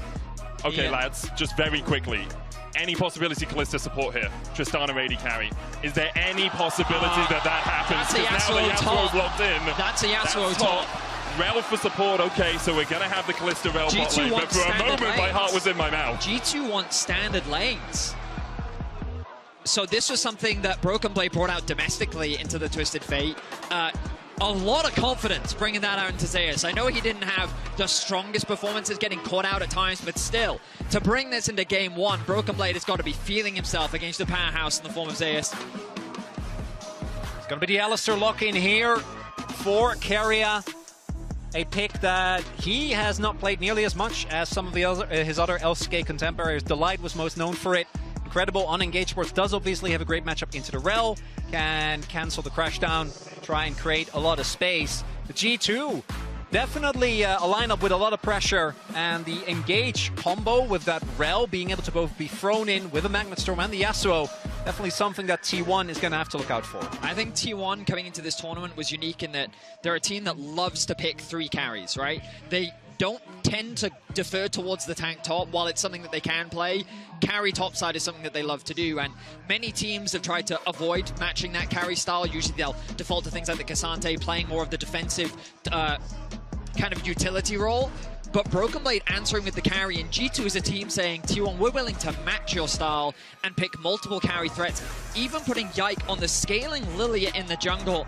G2 is looking to scrap, they're looking to skirmish, a lot of power farming and a lot of early jungle invades. Let's see what G2 can do as they go up against the defending world champions. Couldn't have wished for a better draft going into game one here. Gonna make like Elsa and go into the unknown together, guys. All-time record between the two teams, G2 10 wins, T1 14. If G2 can somehow topple the current world champions here, that will start to even out towards their favor. The question is, can they do it? They brought us something very spicy for game one. We'll have to wait and see if it works. Really right from the get-go, throwing out a lot of curveballs here is G2. Where's T1's draft?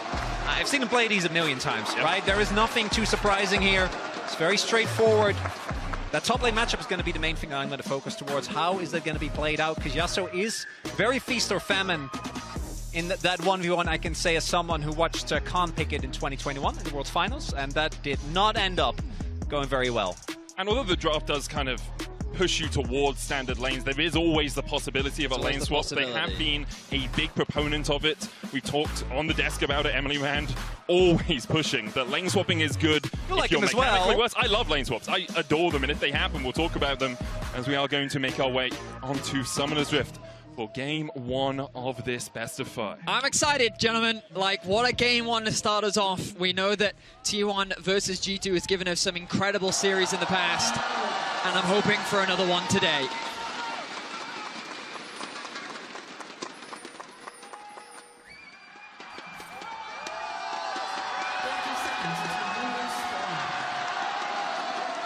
As we hear the support from the fans in the crowd, I'd say about 70-30 T1 favored here in Chengdu. G2 setting up relatively standard line of scrimmage here.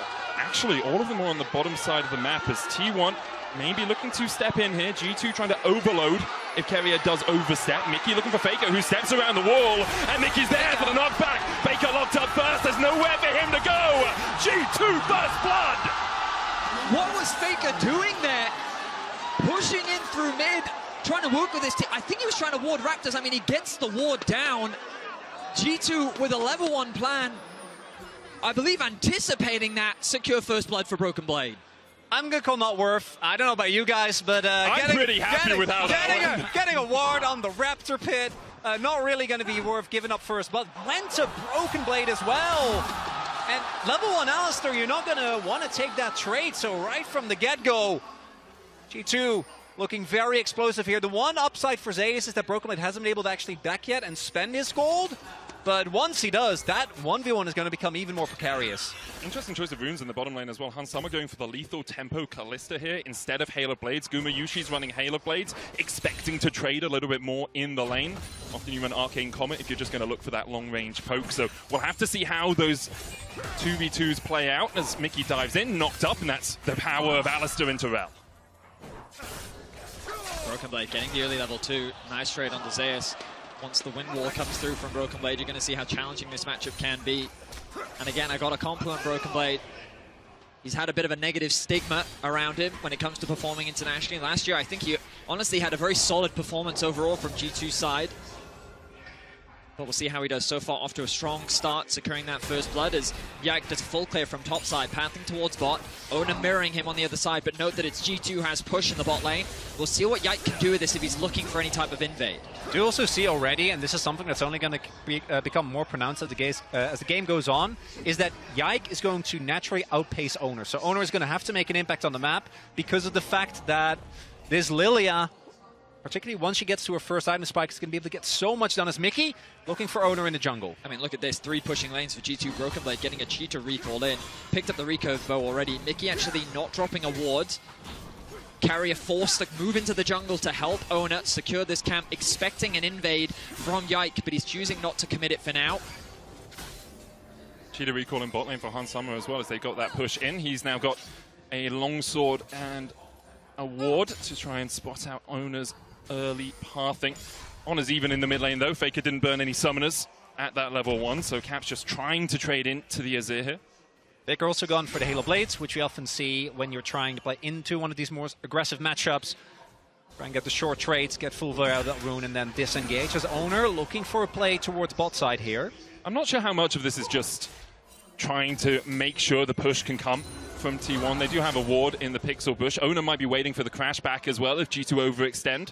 I expect to see him getting to this bush and then just starting his recall.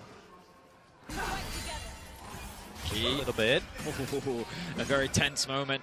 It would be very dangerous for G2 to force this.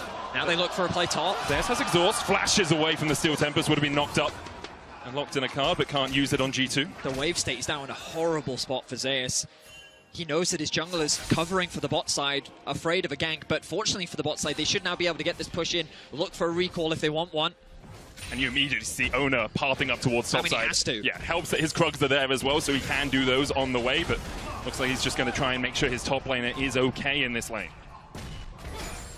Hail of Blades coming through from Faker. We've seen so many different runes for his year throughout the year, but the Fleet Footwork coming out from Caps will help him get a little bit more sustain in the early levels. Yeah, we've seen everything from Comet to Fleet to Grasp. Conqueror to Grasp.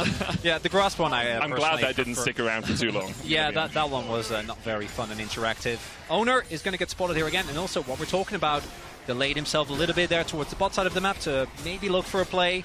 And Yike, he's just farming and farming and farming. And again, with these AP junglers, early on, the difference won't be as pronounced, but once you get to mid-game, once you get to the first item spike, which I assume will just be a Leandri's, you're going to so insanely outpace the T1, they're going to need to try and look for something. But due to the early laning phase, really in every single lane, I don't know how many opportunities they are going to get unless they find an actual play, but with the prio, Owner has been tracked very meticulously. I mean, there's little Owner can do in these early levels, right? You've already highlighted it. When you're playing against 3 pushing lanes, Yike has so much freedom. The fact that he hasn't chosen to invade was kind of the more surprising part, as T1 did try to play around it, but didn't have too much to be worried about. Broken Blade, level 6.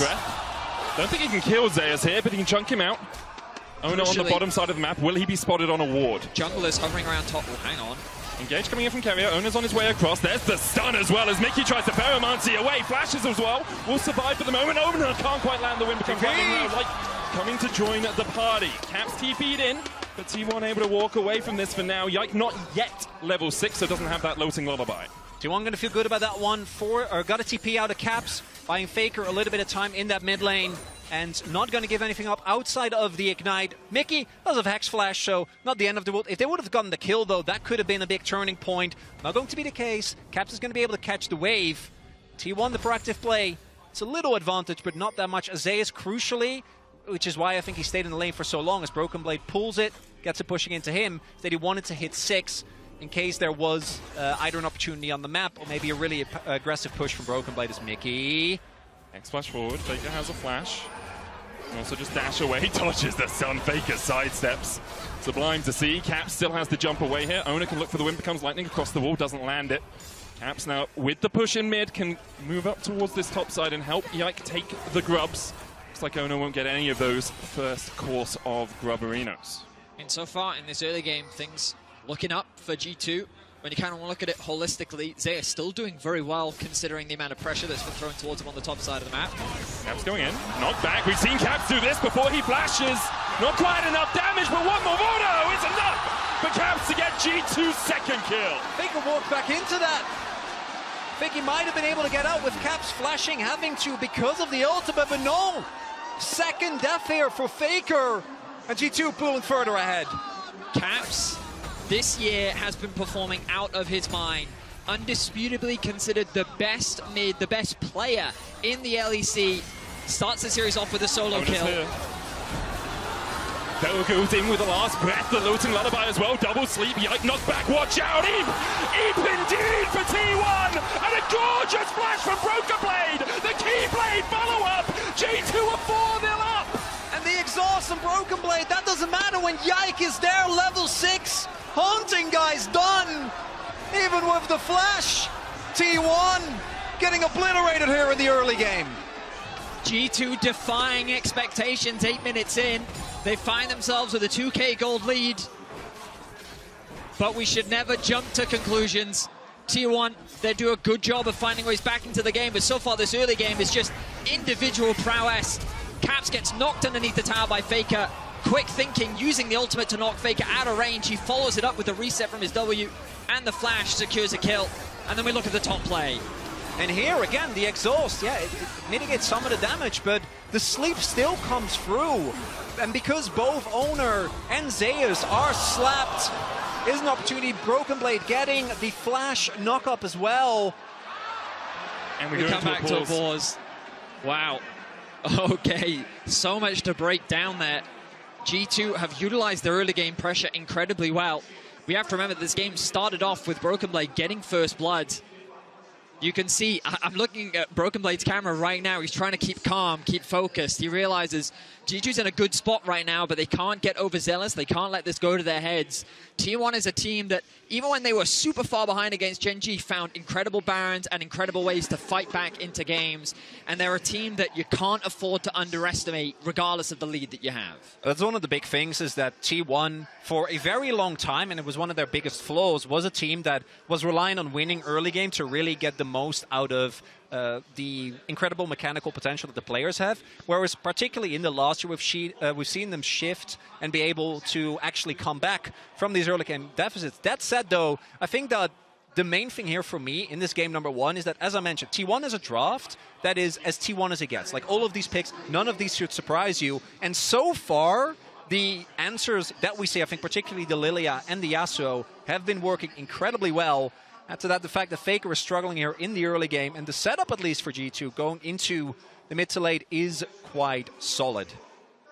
At the moment, all the momentum in G2's favor, but as Vedi said, as we have seen so many times over the year, T1, a team you can never count out. Especially we'll be looking around Owners pathing over the next few minutes. Can he find someone from G2 a little bit overextended? Caps no longer has a flash, nor does Broken Blade. There are weaknesses to be exploited, and T1 do that better than anyone else. The big thing for me is Mickey, because I think he's the glue that holds G2's team fights together. He's the one that's going to have to find the solid engages, and I think that might be a little bit hard with Keria on the Alistair. That said, though, if the side lanes keep getting further ahead, G2 is going to get first to every single objective, and for T1, even with how good I think their team fighting is, are still going to have a really, really hard time to actually leverage the one member that isn't behind, which is Guma. Naturally, Medic and I have cautious optimism right now. We've seen many T1 games this year, and we know G2 very well. But I will say that the one thing that G2 focused on, something that they consistently talked about throughout the year, was they wanted to improve their mid-game. Their early game was often the point of criticism behind them. Their actual ability to find early game leads was something that domestically they were very inconsistent at, but their mid-game, their wave management, their ability to play around objectives was a thing that they put a lot of focus into. So now's the time to prove it. Now's the time to show that that mid-game work has come to fruition and that you can translate that early game success into an effective mid-game. Faker, the look on his face right now, that of concentration and focus. He's not going to be fazed by this. He's been in these situations many times before, and he knows how to reset and get back into the game. Yeah, it's just a quick reboot. We see this in the LCK all the time. He has to update his firmware, because obviously, up until this point, it's been he might said it best. Soy robots, you know? Like, he just has to update everything right now. But yeah, for T1, you have to remember, MSI kind of a boogeyman tournament for them. They have made the finals many times, but it's all the way back in 2017 they actually last managed to lift the trophy. It's very early to say anything about what their run is going to look like now. So I'm actually going to stop myself from doing that right now, so no one can flame me for being like, oh, T1 faltering again at MSI. But it is something we have seen in the past. Yeah, we are 8.5 minutes into game one. Yeah. So I think you made a great call, Medic. Having watched how these games tend to go, you know, EU versus LCK over the last few years, being ahead at 8.5 minutes, I'm happy with that. I'm good. I mean, let's not forget, Mad Lions were also ahead at 15 minutes last year against this team specifically. True. But, you know, it's all conjecture at this point. Obviously, G2 finds themselves in a fantastic spot right now. We'll see, once the pause is resolved, how they can move forward. I can tell you that Gumayushi reported a possible in-game bug, which is why the pause is happening.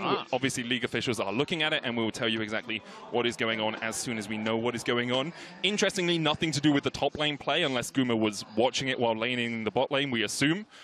So we'll see exactly what has happened there. So to update everyone, right now we can see that Broken Blade is about 1,000 gold up on Zeus. He's about 3.7k to 2.6. In the jungle, it's about a 700 gold difference. In mid lane, it's about a 600 gold difference. Meanwhile, the bot lane is pretty much dead even for the time being. So even though there was a lot of pressure thrown towards the bot side of the map, all of the advantages right now that G2 find themselves with are towards the top side. When we think about the greatest scheme of this game, Lilia is a champion that, I mean, Medic, you're a big Lilia enthusiast yourself. You love playing her. She can be a surprisingly effective skirmisher, right?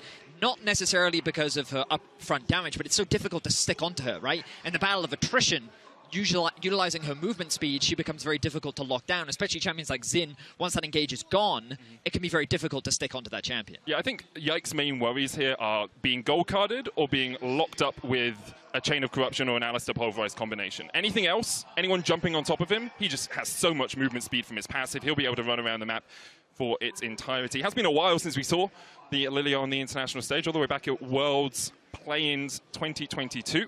That was in for Istrus Gaming, I believe, also Mad Lions. Oh no, SGB played it, Saigon Buffalo. But it hasn't had the best of histories. Back then, it went 1-4. So for G2 fans out there, they're hoping for perhaps a slightly better result. For G2 fans, this wouldn't come as a surprise to them. They've seen Yike, as you already mentioned in the draft, right, Medic? This is a very Yike champion. He loved to play it domestically. He, as you already mentioned, not a huge amount of games this year, but something that he's always got in his back pocket. It was interesting because we were actually talking before the cast about like what AP champions might we suspect, and I don't think any of us, which in hindsight it is kind of obvious, talking about things like the Karthus. When we were talking together, I got Eve confused for Lilia, I'm pretty sure, because I remember him playing an AP champion a lot. I said, I think it's Eve, but it was definitely Lilia. We have a few minutes before we're back on into the game, so we're going to hand it over to the analyst desk, who is standing by. Who are standing by, in fact. Thank you very much, Medic, indeed. As we still are swapping out Gumayushi's keyboard, so maybe to alleviate the pressure from the casters. So hopefully they'll be casting for 5 games, right? So what are my first thoughts here from my desk? Well, I was wondering, 26 days of pure boot camping. What are they actually going to come up with? Dagda, this is the coolest comp I've actually ever seen. This is so cool. But also a huge risk, no? I think it's a bit of both, right? Because you are going into a best of 5. You might as well take the risk in the first game and see how it goes. We expected a lot of lane swaps because we're like, look, it hasn't been the time for Hans and Mickey. Let's see what they're going to bring to the table. But this has been great. You end up with the Kalista, so you get that aggressive bot lane that you're able to just go, hey, we can either try and win or at least go even. And it's the rest of the map that I'm super interested in. The fact that you have this Tristana that can go toe-to-toe against the Azir in the early stages, and you manage to pick it early, so you get to ban away some of the more nuanced picks in the mid lane that can go against it. And then the Yasuo. This is so sick. We're getting back, I think. Sorry, Raz. I will hear from you. No, after I want to see the game. All right, take it away, Medic. The game, we are back on into it. Was a keyboard issue for Gumayushi that has now been rectified. Yike on the top side of the map. But let's just evaluate where we are. It's about a 2,500 gold lead for G2. They got the first 3 grubs, a lead for Broken Blade in the top lane. Bot lane relatively even, as you can see. No gold differences there. Imagine now G2 is going to be looking towards these dragons. Want to try and start stacking them up early, particularly with the lead that they have already generated for themselves. Yike already halfway towards his Leandris. And once the level 6 becomes available, there is a lot of lockdown on T1, which makes it a little bit careful. We already mentioned, right, like gold card combos can be found, but between the wind wall and the fact that Mickey can play very aggressive because he's paired with the Kalista, can just be pulled back at any time. And then you have Caps with the buffer on his W as well. There are a lot of slippery members here, so we'll see to what extent T1 can lock down a target. Owner spotted by the Sentinel as he starts up the Drake, would have been spotted by the ward in the back anyway. Yike, even though he's running those Ionian Boots of Lucidity, does have Legend Tenacity in his room page, so we'll have a bit of tenacity for those later fights. It looks like G2 are just going to give up pressure around this dragon. They were getting pushed in the bot lane because Mickey roamed towards mid. Look at Caps right now. You've always got to keep your eyes on this man in the mid lane. He knows that Faker has moved down towards the bot side. Zeus aware of the potential play. Zeus steps into the bush. Caps looking for him. Gold card locked, but Zeus doesn't really have the damage yet to take down Caps, as the plated steel Caps first, though, so he doesn't take too much of his own health bar. Big thing here, of course, is that if Caps can go there undetected and he can just press R on Zeus, last breath follow-up, and there's basically no way to outplay that. Instead, it's going to be the dragon, and the roam will get punished. Oh, Owner might just look to get Caps here. Wind becomes lightning hits. Caps going to jump away.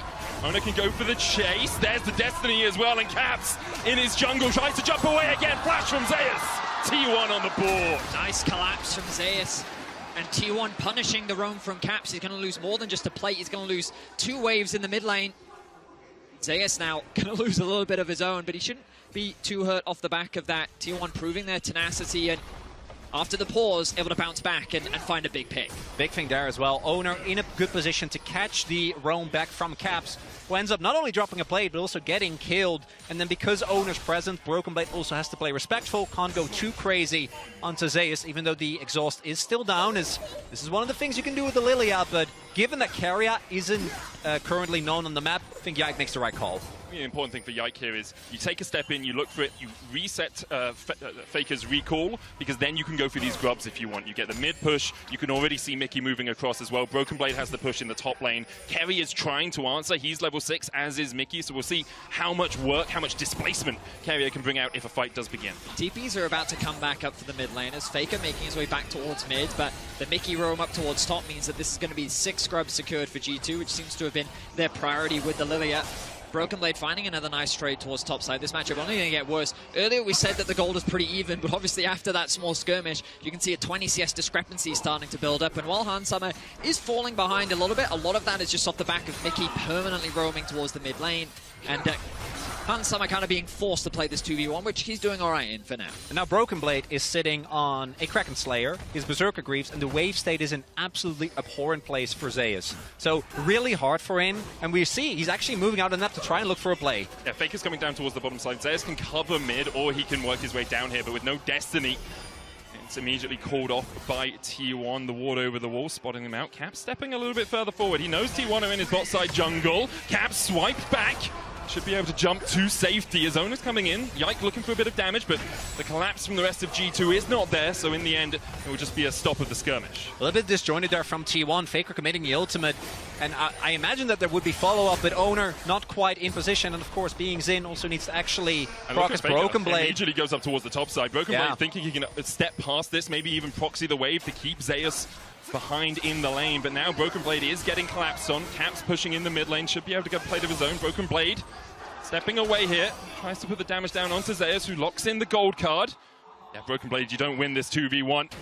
Zeus steps in, there's the gold card, Baker shuffles forward, and Broken Blade should fall. He goes in with the last breath, but the shutdown to Faker is enough. Meanwhile, in the mid lane, Lifting Lullaby on Owner forces him away. Another plate for G2 as Carrier looks for the stun. Knocked back, TP behind by Faker, still no Shurima shuffle for him. He does have the flash though, and Mickey doesn't have much of a health bar left as T1 continues to collapse. Carrier has the flash. Headbutt pulverize, goes in onto Caps, Destiny behind, and now Caps needs to get the hell out of there, but T1 are trying to send him to the depths. Faker chasing in, Faker finds another. And from what was a great game state for G2, T1 punch back. Looks like the reboot was successful for Faker. Just barely able to escape his Mickey. Another pause comes through. But wow, just like that, T1, prior to the pause, it was 4-0 game state for G2. T1 have been able to find 3 kills, 2 onto Caps, and a kill onto the Yasuo as well. They're doing a good job of punishing this over-aggression from G2. Broken Blade overstays in the top lane. He tries to buy time, secure plates, do what he can to open up the mid lane as an opportunity for G2 to secure more plates, but then a nice TP from Faker to create the collapse onto the mid lane play, utilizing the TF ultimate as well. T1 leveraging their globals to be able to collapse and catch G2 off guard. Faker in that whole sequence, so first he moved towards bot, forced a response there, then moved back towards the top side immediately to punish an overextending Broken Blade, then found the TP back, and it's that type of map movement that I think T1 has so heavily relied upon, and it's also one of the ways this TF is what, like, still, even after that, because he didn't get the kill, 1.3, 1.4k gold behind. This is a TF. He is a built-in cheating gold passive, and right now, Zeus is looking like he legitimately is just a gold card stun bot. The problem is, if G2 play a little bit too far forward, that gold card alone, as we saw in that final play, can be more than enough. It definitely can. T1 striking back very effectively here, as you say, a lot of the movements of Faker and Owner through the jungle. G2 disrespecting a little bit as well, overstepping when they didn't know where Faker was. The bot lane play was stopped by a good ward, but Broken Blade was a little bit too far forward, did manage to get himself a couple of plates, and overall has about 1,300 gold lead there. That said, I also hope that G2 don't overact it, as they are still in an advantage within this game. And this alone isn't enough to bring T1 back from the deficit that they have found themselves in. But it is, I think, a good moment to kind of calm down, because especially the play in mid that happened off camera, they were like a turret deep, trying to, I think, pressure. I don't know what exactly happened there, and I think that play might have been a little bit overzealous. I think the biggest things to T1 is that Faker is now a full level over Caps, because bear in mind, with Caps' roam, he lost the wave, and then he got killed and lost another one. Then this play just happened, where Caps is going to lose even more now off the back of that. So Faker is in a very firm advantage. What was a 600 gold deficit in mid is now a 400 gold lead, and the fact that Faker has been able to bounce back is a scary situation, because Gumayusi down towards the bot side has still been gaining small advantages over time, largely because of the roams from Mickey, and now that Carrier finally gets involved in the rest of the map, he's able to find a quick kill, and T1 bringing back the competitiveness. What was a 4-0 start for G2 is now all of a sudden 4-3. We are going to get back on into the game. It was the same issue as last time. Gumayusi had a problem with his keyboard, and here we are back onto Summoner's Rift. 14 minutes in, the plates now fall off. T1 able to get 3 in the mid lane. Faker about 600 gold ahead. He's currently sitting on about 2,000 gold in his inventory. Drake up in 46 seconds, so Faker will want to get a recall off before that. Have another look at this mid lane play. TP behind by the Azir as G2 have overstepped. So G2 think that they can get a nice dive here. They don't respect the ability of Faker to TP, but I think to what add insult to injury is the Twisted Fate ultimate as well. Mickey splits off from the pack. I imagine trying to bait T1 away from his teammates, but they see their eyes on the prize. They want to get this kill on the Caps. The flash committed from Faker means that he's able to get a bit of revenge. Yike, just barely getting away with his life. Mickey going in onto Faker here. No flash on the Azir. Just trying to keep him busy. Still hasn't spent that gold. T1 investing on the top side. Gumayushi's moved up here, so this will be their Rift Herald. Hansama's going to be able to take a plate in the bottom tower in the bottom lane with those 6 grubs. Obviously a lot quicker in terms of taking turrets, and it looks like T1 might just be sacrificing the second dragon of the game to make sure that they can get control over this Rift Herald. Herald, though, going to be valuable when it comes to sieging. Things like Tristana and Azir both have incredible wave clear, and that Herald is so important for being able to unlock that mid tower. Ona doing a good job of counter jungling as well, stealing away what camps he can. And ultimately the map has been split. Isolating Broken Blade a little bit, but he's not going to be too upset about that. I do like it from T1 though, because Broken Blade doesn't have vision in the river at all anymore, so he can't step very far forward without the threat of Ona coming across, of Faker coming across. Faker currently the one matching him in that side lane. Hansama and Mickey have been moved to mid, and it looks like it's going to be Caps versus Zeus down towards the bottom side of the map. And it's been mostly skirmishing that we've seen. A lot of 2v2s, a lot of 3v3s, and that is where the TF, even when he's behind, really, at this point, you can almost buy Shirelles, just run at people. Zeus. He's going to die. Yeah, Lilia's there. Yikes on his way. There's no way for Zeus to get out of this one. Has exhaust, has splash. Shouldn't burn either of them. As soon as he sees Yike arriving, watch out. Eep as Zeus falls in the bottom lane. Meanwhile, on the top side, T1 take a turret. Now, Chronicler, this is something that isn't new to Zeus this split, am I right? No, he's been doing this a whole lot. The TF is a pick that has been a very successful for T1 when it's doing well, particularly in the 1v1. Zeus is insanely oppressive, but in these type of game states, it is really easy to get caught off guard, push way too far. And again, G2 now back up to about 2.5k, so building the gold lead again, thanks to that first turret blood and the kill on Zeus. You think about the 6 scrubs value as well. Yasuo sitting in a side lane, the Tristana sieging as well. We already saw how much damage Caps was able to get on the bot side. Remember that they were buffed coming into MSI too, so we've seen more teams putting more priority on securing those 6 scrubs, and I think for G2 it's really just going to help them siege and threaten these side lanes that they have so much influence over. See as well, T1 making sure if this mid lane turret falls as well, and is quite low, even with Caps dying twice, it's still Tristana, so is still going to have a really easy time chewing through that turret health. The entire ring of outers is going to be gone. And as already mentioned, I think that T1 still have a really strong 5v5. You can always create vision with the TF ultimate. But if you don't have a good grasp of where the members on G2 are, any combo of Mickey or Yike or Broken Blade finding their access onto the enemy backline is going to be an absolute disaster. See both teams just playing the do we have the numbers game. Who do we see in the side lane? Okay, we see them as Mickey steps forward.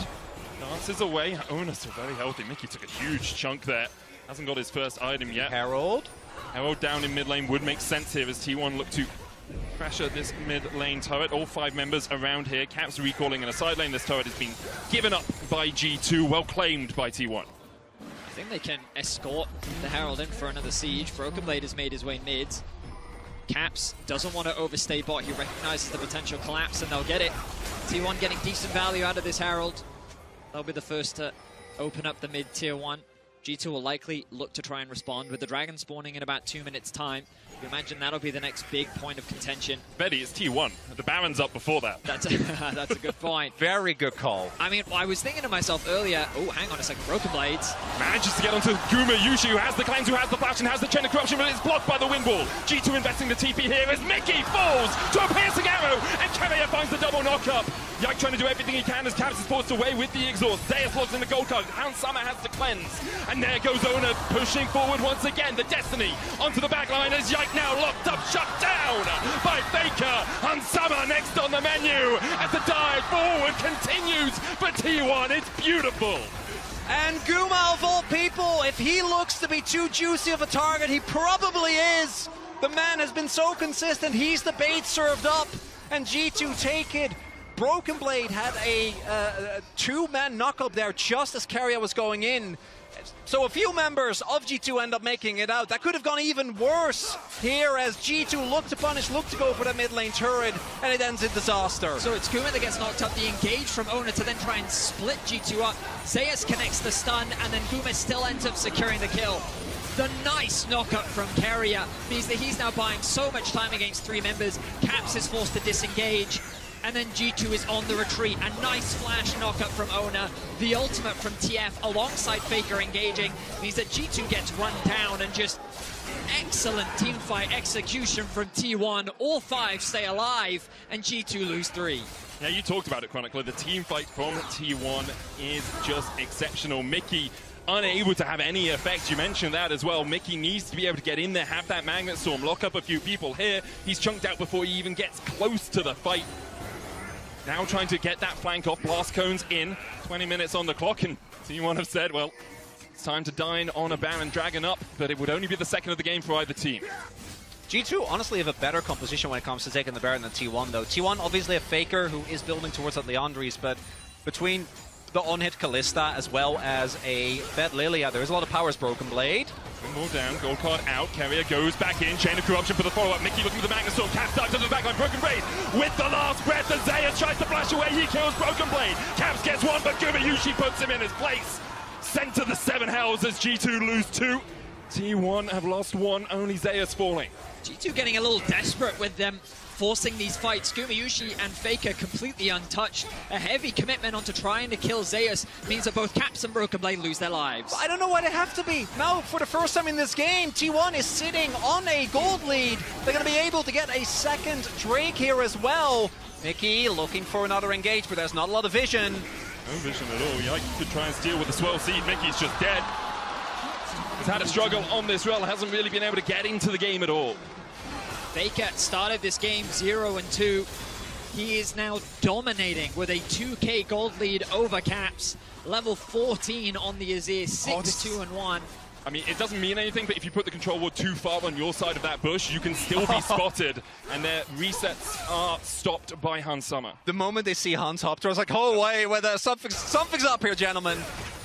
As we take another look here, even though Broken Blade is able to deny the gold card, the amount of space being bought here by Owner and Keria specifically means that only Caps is actually dealing damage into the enemy backline, and even though Faker doesn't hit him with the ultimate, still with the fight being split, Keria standing in the front, there's not enough damage available. Yeah, just an execution error there from Broken Blade. He doesn't get the ultimate onto the backline. He then tries to connect a knockup from his Q, misses it onto Gumayushi, which means that he and Zeus then have enough space to turn the fight around in their favor. And again, it's just G2 really trying to force these fights. They knew that the Dragon was up, but questionable whether they needed to try and force that in mid lane. Ultimately, a great engage from Keria, punishing Broken Blade for looking for that pick.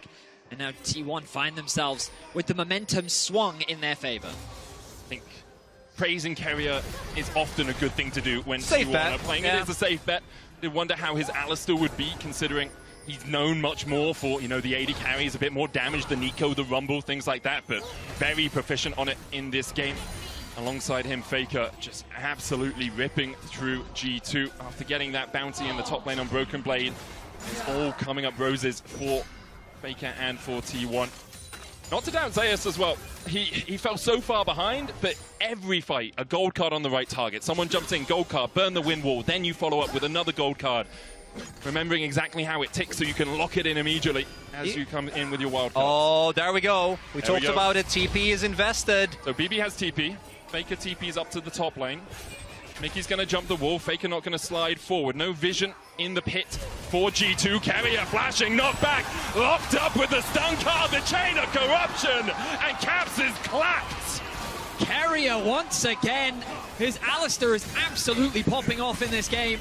He punishes Caps, and now the Baron is unlocked for T1. Tristan, that character with so much built-in safety, you feel safe to just walk towards that unwarded brush, but unfortunately for Caps, Keria was waiting. They will get a consolation turret on the other end of the map. Doesn't look like they're going to get much more than that, though. He's waiting. Zeus did have his ultimate available, but that is going to be... Decides against it. No Destiny Yeah. forward. That's all for that play. T1 now 1,500 gold ahead. They have the Red Bull Baron power play to work with.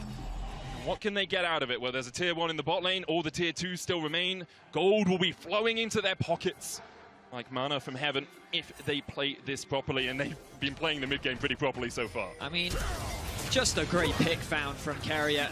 He's controlling the space well. T1, they were setting up the Baron nicely, and they just utilized the darkness to perfection. Great flash engage. They find a pick, they convert it into a Baron. 2k gold lead now for T1. They're beginning to extend their control, moving into G2 side of the map. They have a comfortable advantage, and they have a bot tower that they want to secure. Really, one of the big benefits of the roster staying together for as long as they have, that we've collectively watched them go from their Baron calls being kind of a meme, where it's like, well, let's 50-50 it, to them now genuinely, and even within the LCK, we saw this countless times, having incredible, not just kind of a sense for when to start these Barons, but how they utilize them to pressure side lanes, how they utilize them to set up the map as Caps. Gold card once again. Caps exhausted, trying to trade with Zeus. No flash for him. Gumu and Ono on the chase. Dash forward with the audacious charge. Chain of corruption. And Caps is sent packing. 2-5-2 now. I mean, I guess Caps is just looking for something on a side lane. T1 are not going to give him any options, which means that T1 going to extend their gold lead now. 3k is the Baron power play. Dragon spawning in 35 seconds. G2 are going to be forced to give this one away. Faker ticked over to level 16 not that long ago, and he's working towards what looks to be a death cap 4th item. And we talked a little bit about MSI being T1's boogeyman tournament. Well, last year at MSI, Caps was one of the main problems on G2. He really struggled to have an impact. This year he's been performing incredibly in the LEC. We were talking about whether it's Prime Caps back from the dead. In this game, he has been struggling. Early game looked good, but ever since that topside roam didn't end up working out, it's been quite rough. T1 now setting up, making their way over. Baron about to time out, looking to play towards this. As they try to collapse on Faker. Just to kill Faker. It's been said so many times. The flash from Faker immediately pops the stopwatch. Gumayushi here for the chase chain of corruption blocked with the wind wall, and Faker will fall, but Nikki almost follows. Face call gets him out. Owner, Carrier, Gumayushi and Zeus on the chase forward. Gold guard locked again. Carrier gets a double knock up at Caps. Able to buffer out of it. Carrier on the backline. Kills off Mickey. Yike trying to do everything he can. Broken Blade low. Buster shot into the engage with the last breath, but it's Broken Blade who has lost the breath from his lungs. Yike looking for more. Owner low. Gumayushi and Zeus very healthy though, and Hans Summer. Caps and Yike will just back away. They look to set up a play, but won't try and trap T1. Even in a 4 versus 5, T1 are able to equalize the team fight. They play with such patience, and the way they use their range means that G2 really struggle to find a target. Carrier buys a bunch of time with his ultimate, then Owner buys a bunch of time with his ultimate. G2 seem to be limited in their options as to how they win these fights. It's also one of the big issues that many teams in the LCK have talked about is, Zeus might be overextended here, the TP. Gumayushi is there, Chain of Corruption about to come back off cooldown. Caps jumps onto Zeus. Locked up with the gold card once again. Counter TP as Caps look for the play, but T1 answer with a fist of their own. Caps down again. Faker TP's in, and you have to think that might just be it for G2. Might just look for the end here. T1 pushing down through mid. We're going to be on the inhibitor tower very shortly. Broken Blade Mickey trying to defend, but it's the Nexus turrets that they will be defending. I think T1 just want the inhib. Get the Drake, get yourself on Soul Point, take anything from G2's jungle on the way out. As I was saying earlier, one of the big things that many teams have talked about when it comes to facing T1 is that it becomes a mind game of its own. Is Faker overextended? Because sometimes he is, or is it just, is the rest of T1 ready to respond? And it becomes kind of a lose-lose situation where you have to punish him in situations like that. But when the rest of the team is ready, it can backfire immensely. 4.2k is the gold lead he has over Caps right now. The bot lane as well for T1. I mean, I was going to say a silent Carrier, but Carrier has not been silent this game. His impact has been absolutely massive. And but Gumayushi, 0 deaths. His positioning has been flawless in these fights. As desperately as G2 has tried to get onto the backline, he has really been in no danger at all. And T1 demonstrating the level of their team fighting and how difficult it is to team fight against this roster. The Dragon secured. T1 poised to take game 1 of this series. And while G2 showed us some promising things in the early game, T1 have bounced back incredibly well. You look at where G2 had their lead, mostly on Broken Blade. He's at 3 items, but so is Zeus. Now has a bounty on his head. Someone's really angry at him for being 60 CS down, 1.6k. I mean, I wouldn't trust TF. I would put out a bounty on his head. Yeah. You know he's involved. I mean, sure he's involved in some nefarious business, okay? Him and Graves looking shady. Oh, yeah. Oh, Magnus Storm in as immediately they dive in. Baker puts the Emperor's Divide down, but G2 from the darkness found something.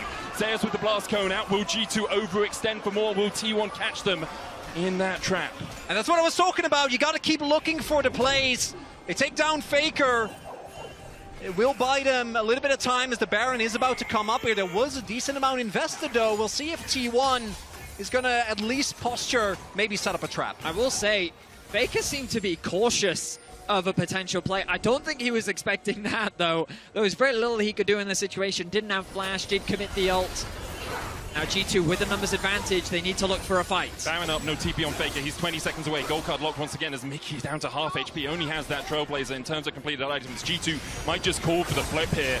Go for the 50-50, you're so far down in the hole anyway. 5,000 gold behind T1, Destiny out. Carrier getting forced away by Caps. G2 still on the Baron, chain of corruption just goes wide. Mickey locked up with a gold card once again. The Baron down to 2,000. Zeus takes one, but Yike gets the Baron. Carrier with a 3-man knockup, Owner with the Crescent Guard. Stopwatch coming out as G2 just try and get out of the fight, but they might look for more. Yike has the lilting all the way. Only locks up Owner. Unsummer dancing and ducking and weaving his way around the pit, but he just can't get away. Gold card locked again as Yike's day will be ended. The Baron for what? Perhaps a Nexus.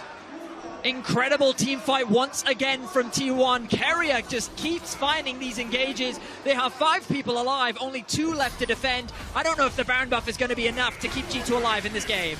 It would be a miracle to end all miracles as Caps is just demolished. Broken Blade there in time with the wind wall. The Baron up minions helping out G2 a little bit here as T1 start the siege.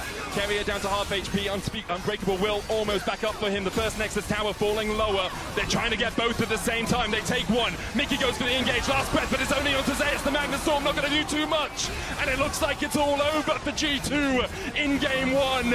Owner playing with his food a little bit as Broken Blade's locked up. Caps trying to get the damage down, but Hans Summers next on the menu as T1 clean up G2. And it's T1 G0. The amount of dive available for G2, and Guma somehow ends up with a perfect KDA on an immobile carry. The early game, the counter picks. I love the game plan from G2, but it felt like in the middle there, they kind of lost track. And once they lost control, once you lose control to T1, they are not very easily going to give it back. The momentum shifted incredibly fast, and T1 seemed to never let it go. We'll have to see what the analysts think of that game, but it was a banger nonetheless. It absolutely was, but this is the best comeback team in the world, and you've given them their comeback on a silver platter. They will not say no to that, and they finished the game the way they took it over after, I want to say, the first pause, right? It's almost like they flipped the switch immediately. And it's interesting how I was talking to Maurits before, and he said one thing you need to know, Gumayusi has been the most consistent player for this team for a long, long time. And he, together with the rest of his bot lane, just masterfully played that game. It was so beautiful, and it felt like it was just that one opening. The moment they found that one opening, and to me, that was, I mean, we'll get through the replays, but sure. To me, it was like the moment Tristana went top, couldn't find a play, goes back mid. Owner's like, actually, let's see if your jungler's behind you. And there was that one opening that started to really give some leeway for T1. Yeah, I think it was the how T1 consistently reacted to G2 going for these plays. We saw these a lot in the LEC where G2 would very quickly overload a point on the map. Yes. But it was T1 prepared for it. T1 were always there. They had Zeus who was coming in with the ultimate. They always had Owner in the back pocket. And when it got to these skirmishes, you have the better skirmishing composition for T1. Well, Raz will take a look at the replay, and one of the replays we want to talk about immediately, because every second counts in League of Legends, and thanks to the reliable Cisco network, T1 turned around a mid-lane fight, yeah, I was startled, onto G2, and completely take over, but this is, again, G2 biting off more than they can chew. Yeah, it was just an overstep there. Great flash from Gumayusi, but amazing play from the Alistar, going into a headbutt pulse combo. Basically went for a headbutt onto a minion, then Q flashes to get 2 members. thankfully the Yasuo did get like a Q3 on towards Faker, so he didn't get a follow-up. They just chased them down immediately afterwards and got another kill though. Yeah, and this is really well orchestrated by T1. Not only do you have that moment where you're able to get carry into the backline, you're flashing Guma out of all harm's way. Yes. It's also the target selection in these moments where Zeus is picking off consistently Mickey. Mickey is kind of the crutch of this whole thing where he wants to flash in, get this big ult off, but we're not seeing that in any of these fights because he's consistently targeted down. And Raz, the juxtaposition with Keria on this Alistar everywhere, seeing the moment, flashing in, headbutting, setting up the plays for his team. It was just, the difference couldn't be any bigger. He played with Fog of War so well. There was another play that he was able to like be in the enemy blue side jungle and then be able to get another play, another pick.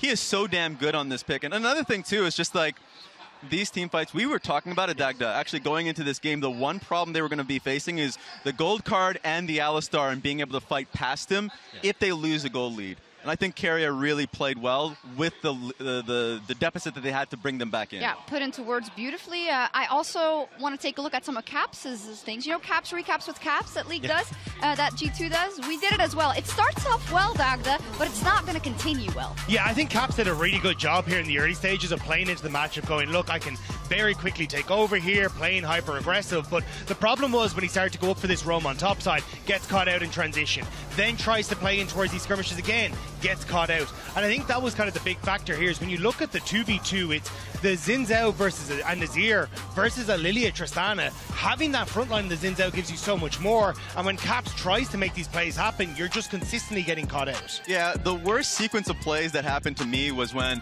Yasuo was up top lane, basically Broken Blade was in between two turrets, Azir goes top lane, basically gets him, and then you're like, okay, so no, don't make too many plays at once, especially with Yasuo dead, take a step back and just breathe. But they tried to make a dive towards mid lane when Twisted Fate had ulti, and a TP came through.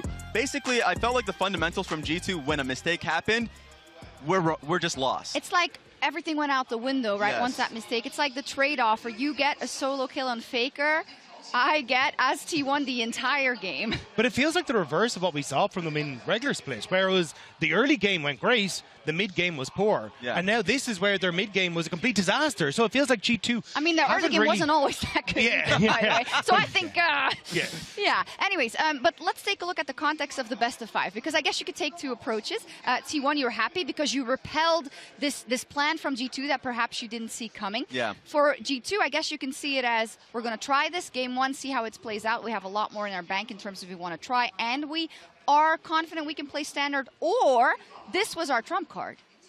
See, because that was the first thought that I had. So I'd be like, actually, should I flip-flop and go from 3-1 to 3-0? That's the first thought I had. I was like, I probably shouldn't, because I would put more focus on how the first 5 minutes of the game played. BB played exceptionally with the lead that they had, and they kept the freeze there. I think as long as they keep the team play intact, that's for sure the conversation they're having in the back, then they can take a game. I think the problem that I have is that the manner in which they lost for G2. Yeah. I think the problem that I have is that the way that G2 lost, they didn't just lose, they had individual mistakes, and that's not something that is going to be fixed with a change in lane swaps or anything like that. So that's where I'm actually now very worried for G2 off It used to be the G2, you know, the where they felt most comfortable. Yeah, I don't know if it's the same. It's there was T1 no that takes 0-10 the Yasuo. first Watch game. me do. There wasn't. But as we go to break, let's join Caps in a behind-the-scenes look at MSI thanks to the Oppo Cam.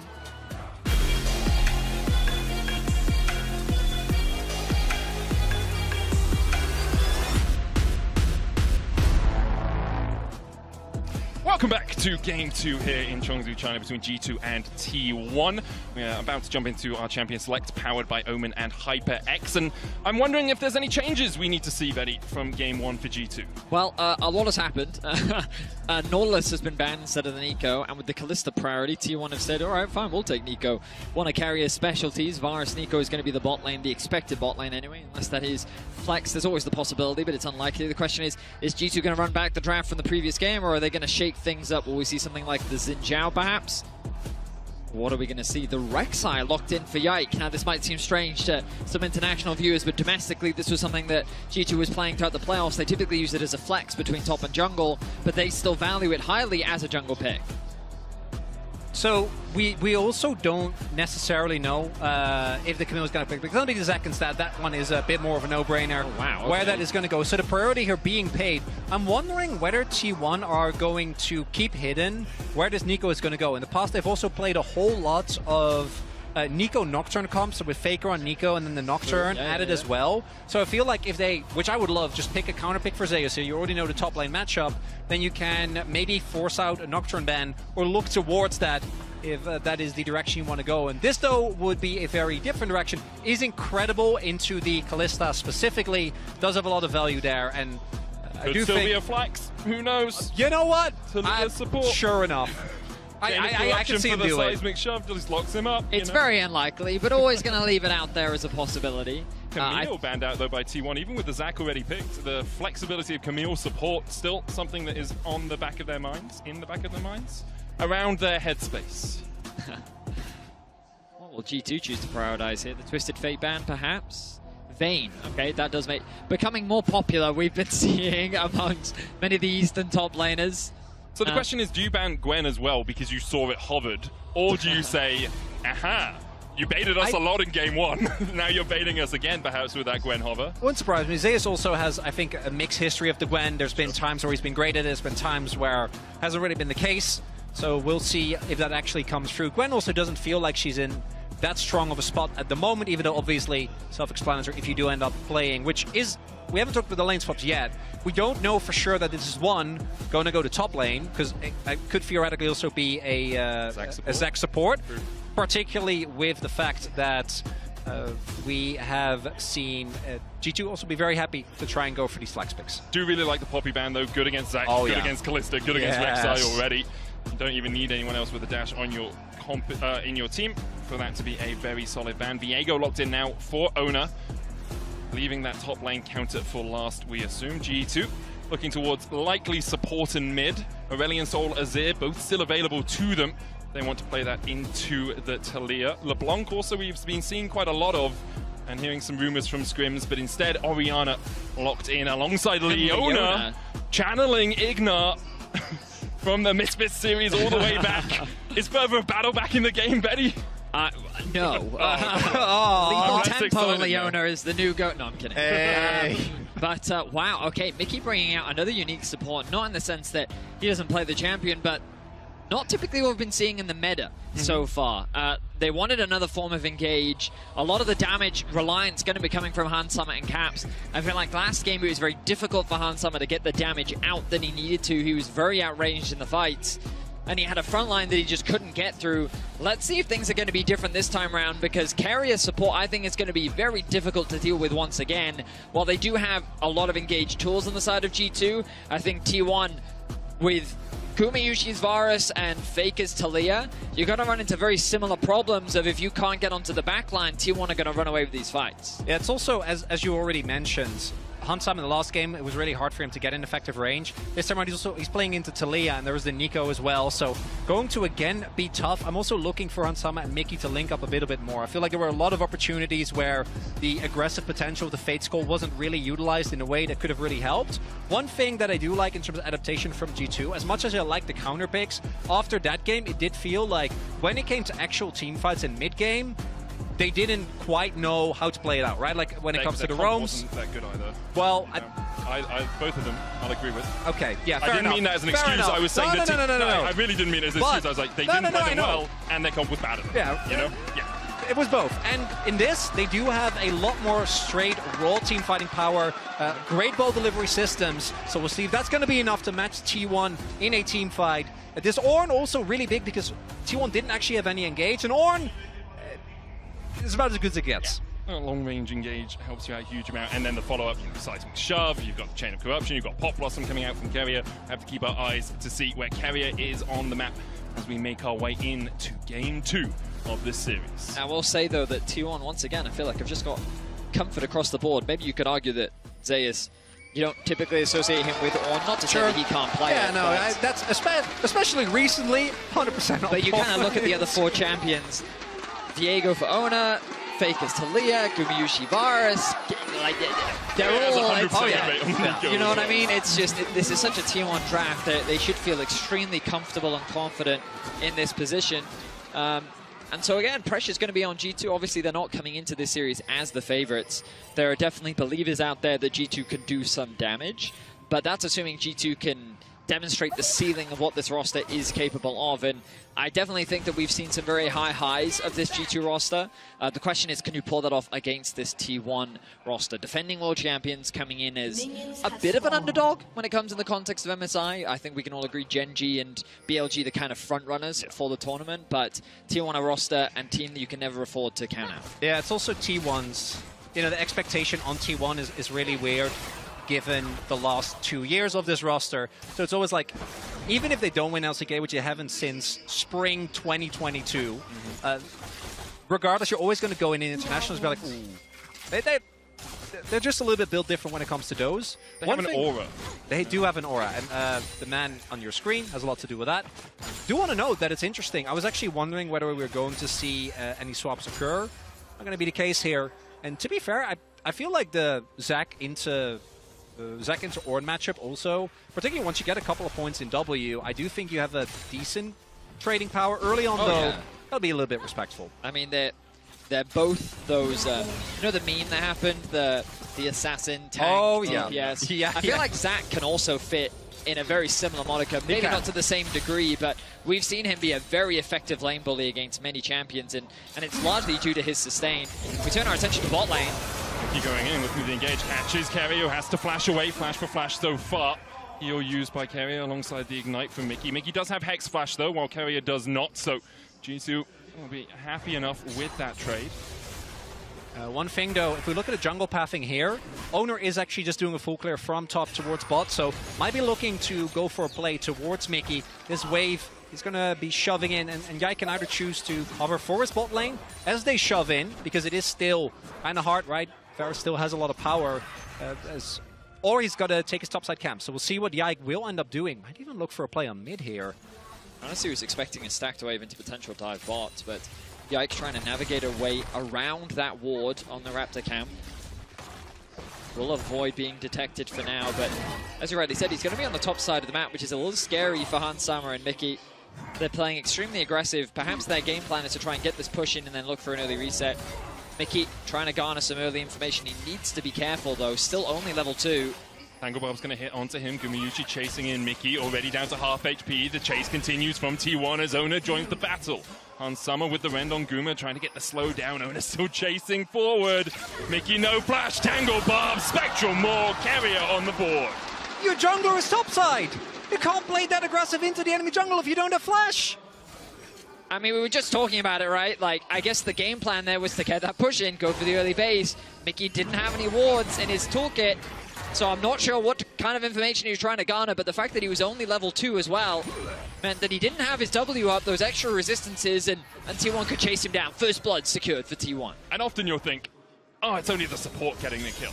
Well, let me tell you about Carrier's Nico. This guy often outdamages his carries in a team fight. He has a 100% win record on the champion, and it is going to be very difficult for G2 to keep track of him. As you can see, currently coming out onto the map, is he an accessory Varus? Sounds like an organ that you might have. Well, that's just my accessory Varus, actually. No, but this is the curse of Guma, right? Because if you know the SpongeBob meme where Squidward's just looking out and he's like seeing them have, that's Zeus and carry out, like, oh, Camille support, Vayne top, and he's like, big Varus again, it's fine, I'll just Levelity Varus for what, like the 3rd year in a row? It's okay, I'll just play it again. Great vision control from T1, spots the roam from Mickey. Carrier coming in from the side, Owner joining in as well. Yike looking for the damage. Mickey just walking straight forward here. Baker still holding on to the seismic shove, and Mickey is locked up with it. Mickey rooted with the tangle barbs, and he walked right into his own death. When Baker comes knocking, you do not answer that door. Mickey 0-2 now. So much hesitation on the side of G2. It was unclear whether they wanted to fight or whether they wanted to disengage, but T1 once again find a punish onto Mickey. They're going to take away the Raptors too. Oh, smite will come through from Yike. But T1 punishing that early flash from Mickey. you'd think that the game plan would be get the summoners early bot and then commit to those plays, but with Yike pathing away from the bot side of the map, and Ona just working with Carrier to find these early picks, T1 find themselves with a 1k gold lead already.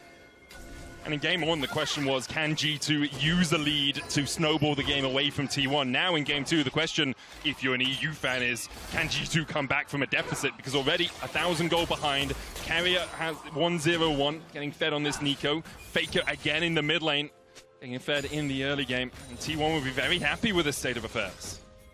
Yeah, it also becomes about how do T1 play with leads, and the answer is very oppressively, unfortunately, as they are, I'd argue, one of our most, at least when it comes to the top tier teams in the LCK, by far the most aggressive.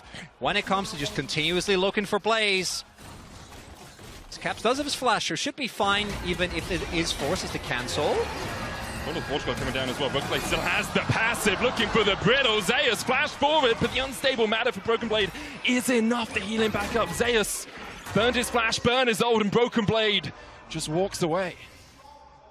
That was a heavy commitment from Big Zeus. win, yeah, for Broken Blade. I'm kind of surprised. Now the bot lane dive for Ona. There he is, stepping forward. There's the Weaver's wall in by Faker as well. Mickey does have the flash back up, looking for the stun, but can't find it in time. Ona possesses him. And underneath the tower, he is fine as roses. T1 starting to retreat away. Caps was spotted on vision as he walked into this tribush.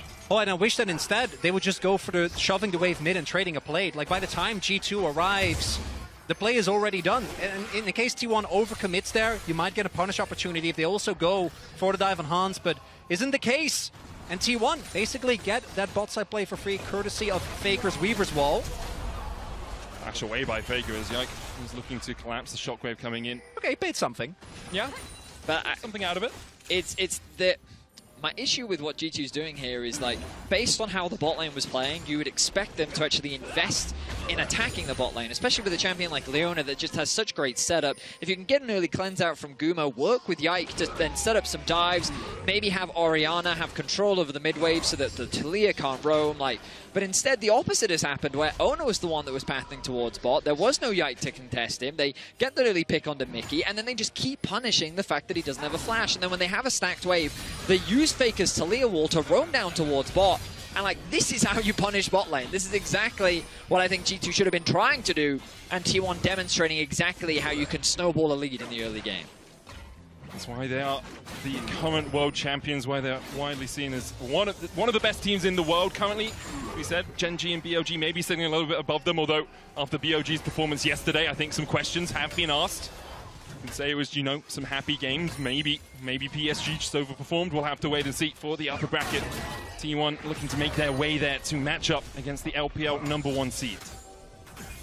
One of the big changes, as we already mentioned in draft, but I want to reiterate it again, is that I do think the composition of G2 has a lot more straight-up 5v5 power. Now, it's not to say that T1 doesn't, but this is a very straightforward Leona and or Zac go in, you follow up with the Ori Ball, you have a lot of backline threat with your Rek'Sai, and Hans Sama can also get Mickey out of sticky situations, giving you even more freedom and try and engage on the plays, although into Talia I can always feel a little bit risky. Look, I mean, again though, T1 setting up for a bot lane dive, you can see both Ona and Faker in the river, and even if they don't go for the dive, they have control over the dragon. Caps now looking to try and push in this wave so that he can at least get something back, but T1 with fantastic bot lane control. Yike is forced to cover. Good reaction flash from Gume Yushi.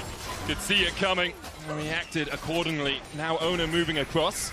Mickey's flash down once again. Gume Yushi doesn't have one of his own. Yike just farming his Krugs. Ona covering, I think, just for one more wave. I expect Gume Yushi's calling, saying, if I get this wave, I can get my next item spike. So TP to the top lane by Zeus. As Broken Blade's been doing relatively well in that top lane, has about a 10 CS lead. I will say, we think back to last game, and Hans Sama couldn't hit, right? He was hitting into an Alistar, and he was hitting into a Xin Zhao, and he did 0 damage to that front line, and he didn't have the range to access the back line. You're fighting into an Ornn. Kalista typically is not good into tanks. And a Talia. Yeah, and a Nico. Yeah, and so I'm just kind of like, again, you've gone for the on-hit into a composition where I think you're running into very similar problems where it's going to be difficult to actually land damage onto the backline. So it becomes this race of whose front line dies first. It's Zac versus Ornn, Leona versus Nico, and who can land that better wombo combo, who can get that a better initial burst off. And ultimately, I will say that while T1 finds themselves with a lead right now, this game is ultimately going to boil down to the team fights. And how that fight goes, the early ones will determine a lot in the outcome of this game. I think the game might boil down to the fact that G2 are pushing forward here in the Pop Blossom. Will find Mickey Tangle Barbs for this follow-up. There's the Spectrum more. Call of the Fortune coming out as Mickey tries to turn it back around. The shockwave possibility from Caps. But Mickey already falling low as Ona possesses his body. A three-man shockwave into the dive forward. Is it enough for G2? Broken Blade fighting Faker in the bottom lane. It's a 1-for-1 trade on the top side. Faker weavers walls his way out. Broken Blade no TP. Faker has his. A crazy battle in the river. Mickey still doesn't have his level 6, so T1 tried to punish that. They're able to find an initial pick, but a nice combo from Caps and Yike turns it around, and they end up getting a kill back. It's a fight over grubs. G2 want to get 6 once again, want to have that pushing power. Carrier doing everything he can to keep Yike low, to Mickey's keep back. Yike away. Mickey's back, as you say, now has the level 6. Owner coming to join the fray, doesn't have his Heartbreaker ultimate, but with Yike being low, he can, of course, sustain through his jungle. I think G2 might back off from this one for now. Faker looking towards the top side. Caps has snuck into that second bush. Crucially, though, because Faker had to use his ultimate against Broken Blade, he can't use it to cheat towards the skirmish. Might get caught here. Faker does have his flash, but he's knocked up, locked up, and shut out of the fight by Yike. Well played by G2. Caps sneaking into that bush meant that the collapse could happen from Yike. Gentlemen, it's strangely eerie how T1 was 4 kills up, and now G2 is the one finding kills back. And pick after pick, gonna convert this into the grubs as well. And they're still looking to contest. I think you just want 4 hit. Back away from it. T1 trying to stop them from getting 6. Well, 6 is the new breakpoint, right? 4 and 6 with the changes. It looks like T1 were trying to stop them from taking them. Can't do so. Caps pushing in the top lane, so it will be 6 in the end for G2. The big thing here, though, is that T1 is dropping a lot of waves, trying to contest this objective that isn't really that essential. Caps has just been shoving relentless because Faker ended up dying. He's now at a 30 CS deficit is Faker. Still has the flash here. Void Rush used to dodge away from the seismic shove, but now Yike is very deep. Heartbreaker in by Ono, and Yike just tunnels out of there. Secret tunnel. Yike manages to escape. I think he was just trying to get the flash out from Faker. Nice response the moment he saw Ona. Ends up being an exchange of ultis, but Faker holds on to his flash. Great great patience is the word I was looking for from Faker, as that was a scary situation for him to find himself in. I mean, Faker's in a scary position in this game. 1,100 gold behind, only 95 farm at 13 minutes. Caps leading the gold chart. And game 1 did start off a little bit like that as well, with Caps getting the lead. We'll see if G2 can continue this swing back in their favor. Big thing here is that Faker has basically been first BB bully them out of the bottom side waves, had to force his ultimate, then he walks towards top, ends up getting taken down as well, or ends up actually getting taken down.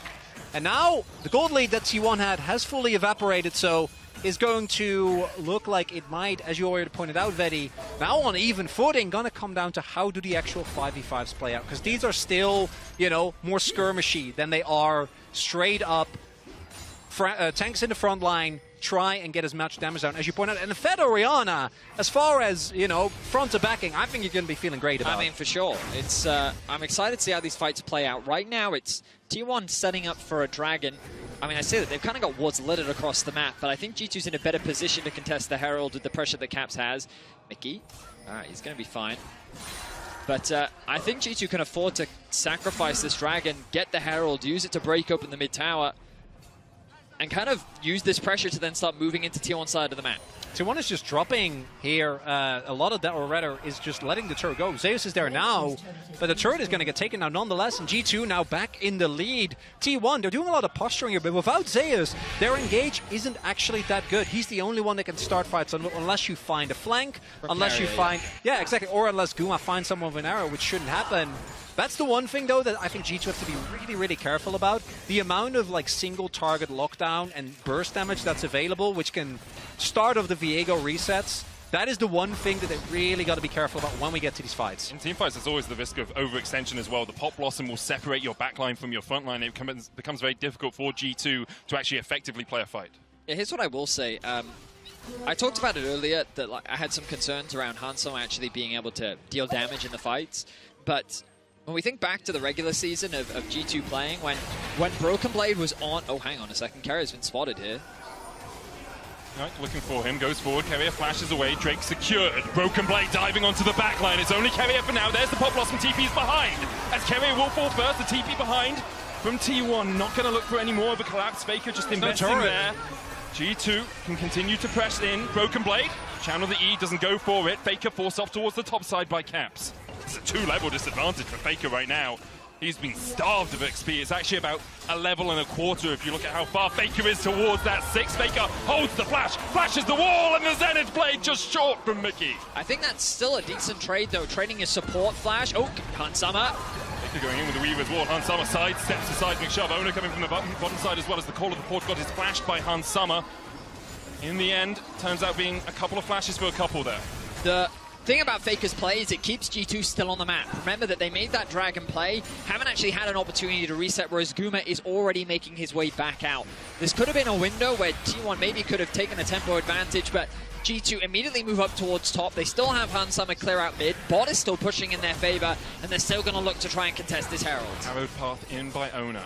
Could just look for the smite. Standing still. Not going to be seen by the tremor sense from Yike. Hansama dashes towards him. I have that exclamation mark above his head showing that Ono is closest. Guma, oh, beautiful footwork from Guma. Put him on stage at the Ritz. That was gorgeous, dancing away from the elastic slingshot and the stretching strike. It's now back-to-back, though. The team has gotten a pretty substantial early lead, and it is then evaporated.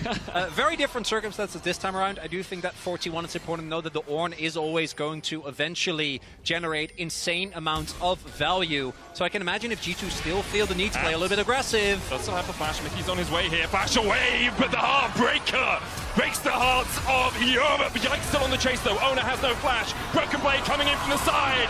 Let's bounce, baby! Faker locked up. Owner sent packing. G2 get 2. I don't think the game plan was for Caps to die, but G2 make it work. 2 for 1. Gumayushi and Carrier that were on the rotation up to try and turn this play around. It's not going to work out. The Herald is going to be dropped as G2 try to convert this into 2 towers. The goal lead is quickly ballooning in G2's favor as game 2, the momentum is shifting. Mickey looking for Faker here. Pops the ultimate. It's actually Carrier, sorry. Massive Pop Blossom. Guma trying to turn it around onto Hansama. Can't quite get close enough. Another piercing arrow might be enough to get through him as Broken Blade hits the tower. Can't do damage to that one. Oh, that's the mid lane tower still stands. I was really confused then, but that makes sense. Thumbs up from Broken Blade. He's going to be spotted on all this vision, and Guma's going to respect it. Man, Guma's so crazy good. His positioning and his footwork is so incredible to watch. Able to outplay Hansama and Mickey in that fight, but let's look back at this top play. As we take another look here, you see how ready G2 is. It's flipping a classic T1 play, which is the mid laner is bait around. Yes, Caps end up going down, but you're still going to take that trade, especially because Owner was actually getting slowly more and more fed. Instead, with Yike and Mickey already there, could have killed a bit. The presence of Broken Blade guarantees that they're also able to pick up Faker, even with the amount of self-heal that the Taliyah has. The breaking point, though, for me is going to be, do they win this the Infernal Drake? That, because that is going to be, if T1 ends up winning that and gets Soul Point, then I think the game becomes incredibly hard to play out for G2. Shockwave in by Caps as Faker's pulled back. Seraph's there. Yike coming in from across the wall as well. The smite can go in with the Void Rush, but Caps takes the kill. G2 collapses. T1 were looking for something on the top side. A 2,500 gold lead now. Yike 4-0-1 on this Rex side. The positions have been completely reversed. It's Faker who's having a rough game as Caps is getting close now to a 2-level lead over Faker. 1.7k the gold lead, and Caps is playing a calm and controlled game as he works with Yike to just attack and punish the side lane. This is the mid-game G2 have been working on all year long. Jump in by Broken Blade. Does still have the passive TP coming forward as well. Broken Blade able to get out with a flash and a Let's Bounce. He's put into the cell division. Will T1 continue to collapse? You've got the Call of the Forge God. You've got the Pop Blossom. Carrier looking for the flank. Can't quite land. The Tangled Barbs instead elects to a Blooming Burst. A lot committed with the Dragon spawning in 25 seconds. G2 had to commit a lot. Trying to keep my eyes on Caps. That ultimate available in 5 seconds, but Broken Blade. No flash, no ult, no flash on Caps. Summoners available for Faker. Zeus is going to get the upgrades. I feel like this is a scary position for G2 to fight, but it looks like they're going to go for it. The one thing that G2 do still have is full control here. They also have the ward as Guma cleanse. No flash. Holds on to it wisely. That might be the Drake, though, and that's a big thing. We'll see, G2, I think they might want to really commit to this, but no, Guma is not going to actually make Watch this back happen. Faker's use of the wall could be massive here. G2 pushes in mid. The Dragon is started, but it's T1 that have access to the river. Broken Blade's going for the flank. Let's bounce, about to come back off cooldown. Call of the Porch God for Zeus. Broken Blade sneaks in, seen by Zeus and Carrier. Starts to back away, Dragon down to 4,000. Owner trying to get in for the smite. You have Ren's smite, and it's secured by G2. Faker puts the Weaver's wall down and separates Hansama and Caps from the team. Broken Blade dives in, and might just have to jump out across the wall here. Call of the Force God trying to protect Faker. Mickey falling low, dive in by Owner, but the Fate's Call will pull Mickey to safety. Carrier continues to step in, looks for the Tangle Barbs, can't land it. G2 get the Drake and get out. Also get Prio here towards the mid wave. And without Zeus' ultimate, you see there, T1's engage really isn't that great. Carrier doesn't actually find backline access. And a crucial point for G2 as they deny the soul point. That could have been T1 putting themselves in a comfy position where they can threaten the Baron, where they can just start trading. But it's not going to be the case. That was a weird fight, boys. I don't know if you noticed this, but Hans literally flashed on top of Faker, and then Zeus was like, I have ulti, I think I can collapse. But the rest of T1 couldn't actually follow because there was a whole other skirmish. It was kind of awkward for both sides, given that Faker kind of split the map with his ulti.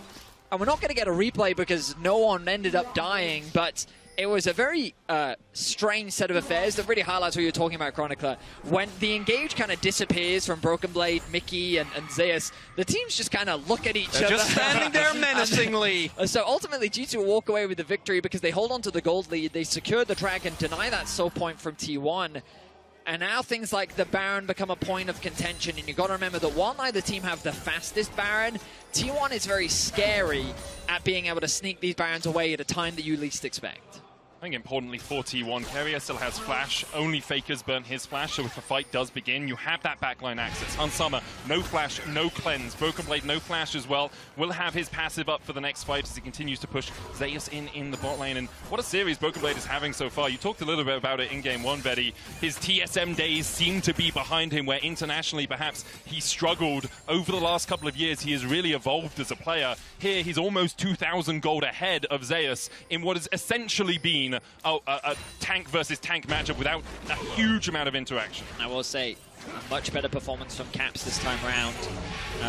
The debate so much last year was around his individual performance, and we rated him very highly coming into this tournament. Hansama in some danger. Hansama, no flash, no cleanse. Steps the sides. McShelvin. Faker has no flash of his own. TP comes in. Broken Blade going to join the fight. Void rush forward. Faker goes down. And now the call of the Porch God is more of a prayer sent to the heavens to try and escape. Caps is on the flank. And I've seen a shockwave land here before. Cap steps in. Pop Blossom. What? It's beautiful. But they do not have the damage. The shockwave from Caps finds them all as G2 wipe away T1. And Guma's going to desperately try to run. He might make it out, but the rest of his team is evaporated. The Baron on the board here for G2. The attempt to turn from T1. Way too overeager. And G2 punish. It was initiated by Faker, and as he falls, his team was quick to follow. G2 win out on the team fight. And it starts with them trying to find this collapse onto Hans. Patient play from him. He knows that he can't use his passive here. Faker's forced, without flash, to get dumped on by the top jungle duo. Mickey locks down Owner. But then we see Carrier with a fantastic ultimate, thinking that the fight is turned. But then Caps' shockwave connects onto 3. And Guma just doesn't have the damage to win the fight for T1. Owner, I think, tried to flash over it, try to get out of range, and then he could have gone the reset. I don't know if that would have been enough, but the play doesn't end up working out. And now the gold lead, 5K here for G2. And you just see how much healing G2 have in fights as well. Zach, Rek'Sai, so good at just buffing themselves back up. So difficult for T1 to get through that front line. Now, as you say, a 5,000 gold lead, Dragon up in 50 seconds. Mickey caught out just a little bit with that blooming burst. He'll take a chunk. The Baron, a possibility. And G2 have to be worried as well. If you go for the Dragon, are T1 just going to sneak a Baron? And you already highlighted Vetty, but when that play happened, I thought Faker had stopwatch. Normally when he goes for plays like this, it really is with him in mind that they're going to collapse on me, got to be ready. Instead, Hansama uses the most overpowered ability in the game, which is walking. And as a result, it's an LCK classic. You know, the walk strategy ends up paying dividends there, particularly given the fact that Taliyah relies on getting you in that seismic shove. And it really is. In the last game, we saw him recuperate. I feel like on the Taliyah, Faker hasn't been able to consistently reach the highs that he has on his Orianna, on his Azir, and we're seeing some of that here. Now, in the upcoming fight, no flash for Guma, and no control for T1. T1 are the ones with their backs against the wall. Guma feels like a very... Oh, hang on a second. Broken Blade. Onto Faker once again. Faker flashes away. The stretching strike will pull him back, though. And Ona might be the first target as Yike sinks his teeth into the fight. Faker now forced away. The Weavers will pull back. Broken Blade on this Zac has not given T1 a moment to breathe. 8-0 for Yike and Baron on the cards. The top jungle duo is just a diving menace. Domestically, questions were thrown out around what does this Rek'Sai even do? Gentlemen, it's 8-0-3. It's been involved in 11 of G2's 12 kills, and it is making it difficult for T1 to play the game. It's the mid-jungle 2v2 of T1 that is struggling so much. We see here the bot side, and Zeus trying to maybe contest for a dragon, but there's just no way it's that really it's never going to work out. It's really smart from G2 as well. Hansama and Yike making sure you get the Baron, and then the rest of the team making sure T1 can't just sneak away Soul Point from under your noses. I wonder if G2 will look for a reset off this Baron, or whether Yike's going to reset. Looks like Hansama's going to go mid, catch that wave that's pushing in, and with the push in the bottom lane, it becomes so much harder now for T1 to actually get back out in a position where they can contest the Drake. I think what's crucial... Okay, a bit of a visual bug. I think what's crucial about what we're seeing as well, let's dive into the replay first. Broken Blade snuck his way into this fog of war. He spots them out with the Rek'Sai, and he gets the knockup, forces the flash out from Faker, and then the stretching strike into the ultimate combo. Means that T1 lose their jungle, lose their mid laner, and it secures the Baron and the Dragon. And again, like, I don't have time to explain. Being used. Solar play on the backline as Mickey dives deep here. G2 maybe overextending, but the flash forward from Yike for the double knockup. Slap their heads together. G2 have had enough of this game. Pop Blossom comes out. The Cap's still very healthy on the backline. Broken Blade still has his passive. Another stretching strike on Ona as Hansama begins to dance on him. Stunned up for the second. Faker able to kill off Hansama. G2 maybe a tiny bit greedy because Faker puts the Weaver's wall down. Broken Blade dashing in, locked up with the Unraveled Earth. G2 could overstep here. Instead, they retreat. They still have the Baron for a minute and a half. Still get the inhib. Still get the inhib turret. Still a lot of pressure here. Hunt's dying, though. It's going to take a little bit of venom out of this. They still be able to pick themselves up. The second Drake, and we saw there again, Faker was pushing in the top side. The TP, not in time. If he was there earlier, maybe could have made a difference. Not going to be the case, and we'll see what T1 can do on the cross map. But now, almost 10k gold behind. G2 looking to bring this to 1-1. I mean, it's just the Broken Blade and Yike show, isn't it? They initiate onto Zeus, of all people. He has Caps at his back, chipping away at his HP bar. They tried to punish them underneath the tower. Caps does get knocked up, but the Chain of Corruption follow-up is the only thing there. Mickey then with a dive, knows that he has the Kalista to drag him out to safety. And then the flash, two-man knockup. Guma usually no flash to get away. They finally take him down for the first time in this series, I believe. And G2, while this may have been a bit of an overcommitment, it also sends a message to T1 that, hey, we can go toe-to-toe. Oh. Bit of a misplay there from Hansama. But G2 making their mark here in game 2. 10,000 gold. The difference between these two teams. The head-to-head record. 15-10 for T1. G2 starting looking for their first win since 2020 in a best-of series. It's a long time ago. And it was a best-of-1 win. It's apart from the Red Bull event, obviously, but you know, perhaps slightly less competitive. I mean, it was fun. I had a great time watching it. Zeus said he wants his vengeance for it.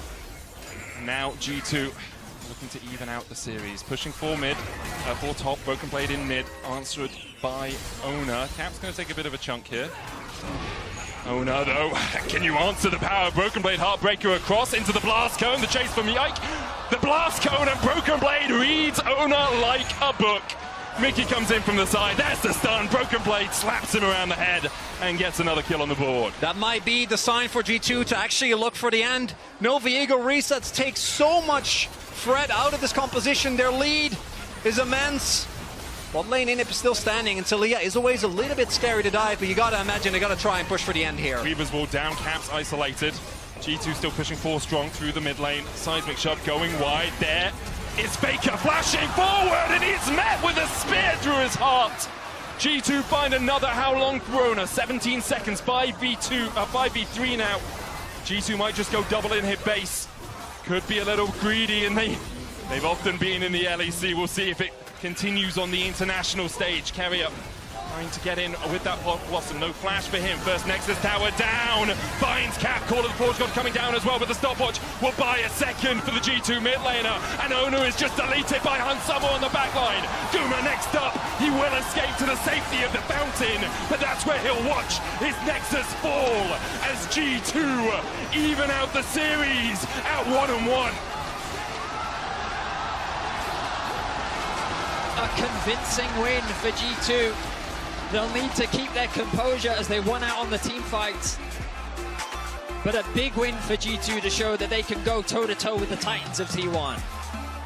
Takeaway here is early game leads are bait. Do not trust them, because what is the worst early game team you can pick that scales well? I mean, that's where you got to go towards. Yeah, you know, just go and on a more serious note. Really, the big thing here is Faker and Owner with this honestly really strong combo of the Talia as well as the Viego not working out, and the parallels between Caps in game 1 going for a couple of roams that didn't work out. Faker getting caught in bot and getting actually killed towards the top side set him on a deficit that he was never able to climb out of. And they're gonna have to step it up if T1 wants to get the lead back in the series. We'll see if T1 can strike back in the next game. Don't forget to log into lolaesports.com using your Riot ID to earn exclusive MSI 2024 drops. That's it from us for now. We're going to hand it over to the analyst desk to break down that game. This is the best game I've seen out of Broken Blade and Yike maybe ever. True, 100%. Like, that was an incredible performance from these two. And the patience from the entirety of G2. They don't overextend, they don't overchase, they play through sides, they play around. This is what they were training to do. Explain it to me. Why in game 1 can they not hold their nerve for a second? And here they play out this game the way they're supposed to. To be fair, it's been 26 days since they've been on the stage. Even T1 said that being in play-ins was great to just have that on-stage experience, so I'll give him a pass. All right, yeah. Yeah, sure. Now, we do have a bit of a reaction from one of our favorite rats, so let's take a look. It's only one of those. XTD? So much last year was around his individual performance, and we rated him Slow very down a highly bit. coming to this Hansama, no flash. Hansama in some danger. Nice movement, Hansama. No flash on Faker. Get in. Nice, BB, nice, BB. Just chill. Okay, just go in, Mickey, fuck it. You have Kali's ult, Caps flash ult goes hard somewhere here. Oh, shit! The shockwave! No! Get the Baron! Don't chase! Maybe chase a little bit, not too much. Look for Baron! He's gonna flush the E. Kadril is all of the EU fans, I think. I can see that. His neighbors are calling the cops. Yeah. But hey, I think it's easily demonstrable kind of how G2 played out that game well, and we criticized them a lot in game 1. So what is it that T1 couldn't get going in this game, you think, Raz? Oh, God. I do think they were overforcing. They were literally doing what G2 was doing in game 1. So the point that you were making off of, like, okay, G2 is actually playing incredibly patient off of fights. They would get flash off Faker, back away. And then Faker's overstepping a lot of times without his jungler. So in this case, actually, this is a big plus to Yike because he skipped his camps for that play. And, you know, we didn't see anything from Owner. Owner wasn't there at the time. And then we're seeing multi-man, even the TP come through to play offside. So the point that you wanted to make, actually, Dagda, they're playing offsides well. Yeah, they're playing incredibly well, and a huge amount of that is, one, the fact that you have Mickey who's able to get off these roams, Yike, as you say, skipping camps to get there, but also the fact that Broken Blade had the lead over Zeus. BB was such an important factor to getting control on sides and then being able to show up to so many of these fights that could have gone astray. But the fact that you have, as you say, Faker taking that step too far, Caps being patient on setting up these plays, this was what G2 needed to do in game 1, and it was so great to see it in game number 2 to bring them back into this. It was, but you can't give T1 a lot, so I think we were all kind of thinking, okay, when is going to be the fight that possibly T1 see their angle? Maybe Keria sees his angle. Maybe it's Faker. Will that happen? But in the end, it was control from G2, and in the HyperX Reflex replay, we will also see kind of them shutting the door, and they did it a couple of times, right? They waited it out, and they made sure that they could push at the right time. Yeah, they were absolutely fantastic here. Hans Sama with the sidestep was absolutely perfect. And then Yike getting this setup on towards Faker, who hadn't got the flash, the ult coming through from Mickey, and the immediate follow-up from BB. This was all picture perfect, working together. Everyone needed to be on the same page, and they just catch out everyone. But here comes the big play from Caps. Yeah, it was a long fight. They were setting up Caps, who's coming through. So I was actually surprised that Keria, even though seeing that Caps has ulti, walks in for a re-engage because he gets a sick 3-man ulti. He does. Walking in, you can see it happening, you can see the play, but I can also understand from the side of T1, you have to make a play at that point, right? And we've said it, I think, in terms of the performance out of BB and Yike. Yike, I mean, this is the youngest addition to this team, right, that has been growing, and he never really skipped a beat, even when he got to the international events before. G2 might have not been doing well, but he's still growing. 100%. I mean, even when he first came onto the international stage in his rookie year, we saw it last year where he was able to get this poppy performance where he sidestep in every which direction. He was immediately a comfort here, and the fact now that he's taken his own personal pocket pick and bringing it out to the main stage, looking fantastic on it, and working with BB, this was the duo to watch. Completely agree. From Yike's side, it seems like he's completely confident in both games, not wasting any time in this game, playing towards his lane. The last game, farming up a storm. For Broken Blade, for both these games, I feel like mechanically he's just been on point. And the fact that BB is competing with Zeus, one of the top laners on the international stage.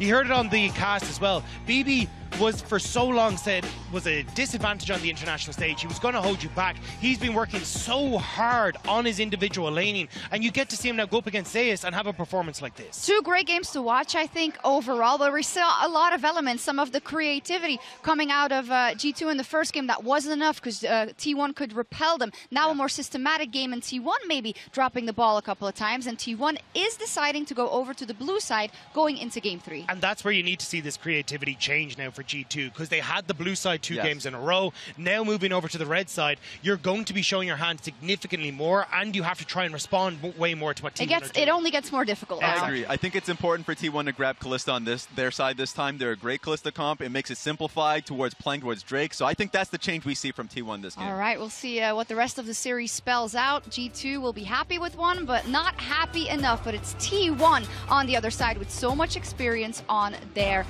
side. I'm going to say it again. We're going to go over to a quick break. But when we come back, it's game 3 between G2 and T1.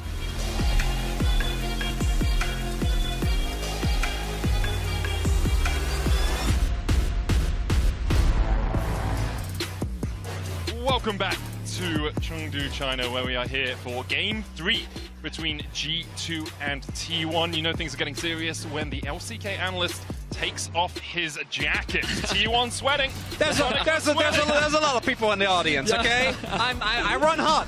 This is nothing to do. You're fine. You're feeling fine right now. You feel fine. I feel fine. I trust my team. Okay. You know, it's taken a long time. Well, T1 don't trust that Zac anymore. Well, they shouldn't, because Broken Blade really did a number on them. We were actually talking about it Vedi during the downtime as well. Like, to what extent, once you get fed, particularly on champions like Zac and Rek'Sai... Oh my god, they banned the Rek'Sai as well. Yeah, because they were maximum respect from T1. Absolutely not. So Ashe going to be taken away from G2. This leaves the Varus and the Kalista up. T1, of course they're going to go for the Kalista. We already saw last game how they are fantastic at punishing your mistakes in the early game. Bot lane dives are going to be the play. Now if G2 were to lane swap, this would be the time to do it.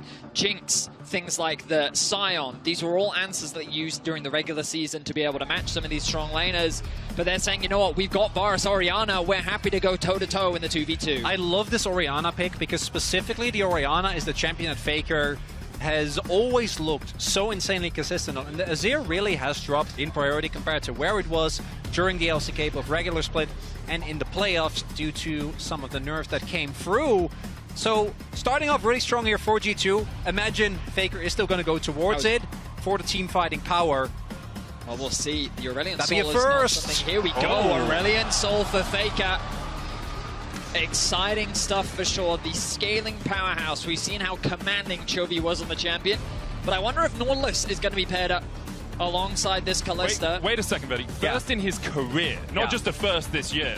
The first time we have ever seen Faker competitively play Aurelion Soul. They're going for the Jarvan to boot.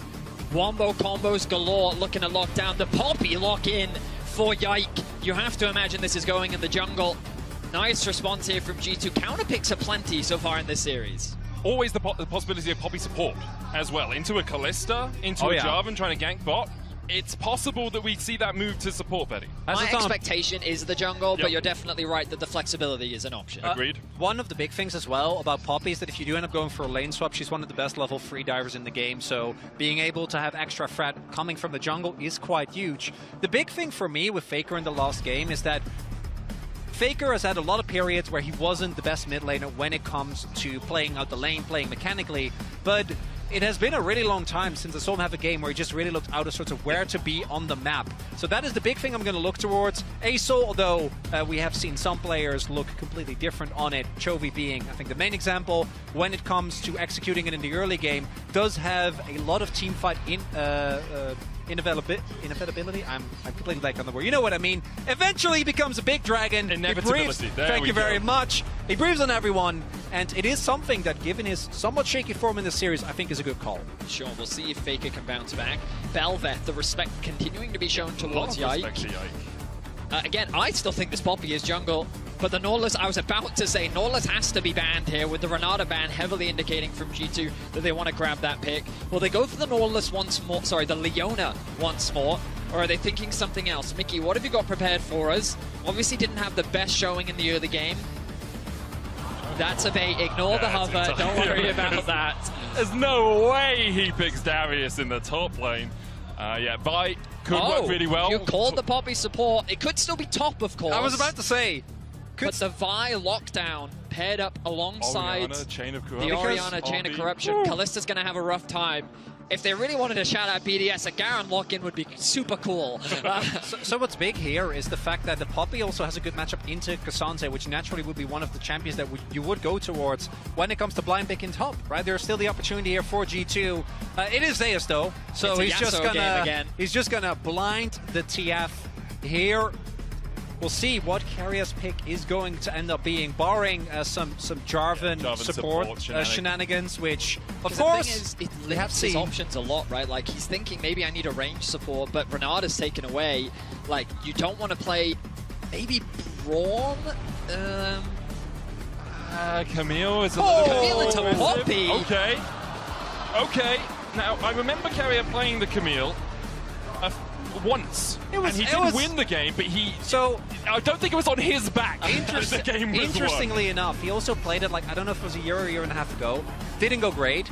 In that game, you are very correct. Also, not necessarily the guy, and as you're playing Camille into Poppy support. I know, yes!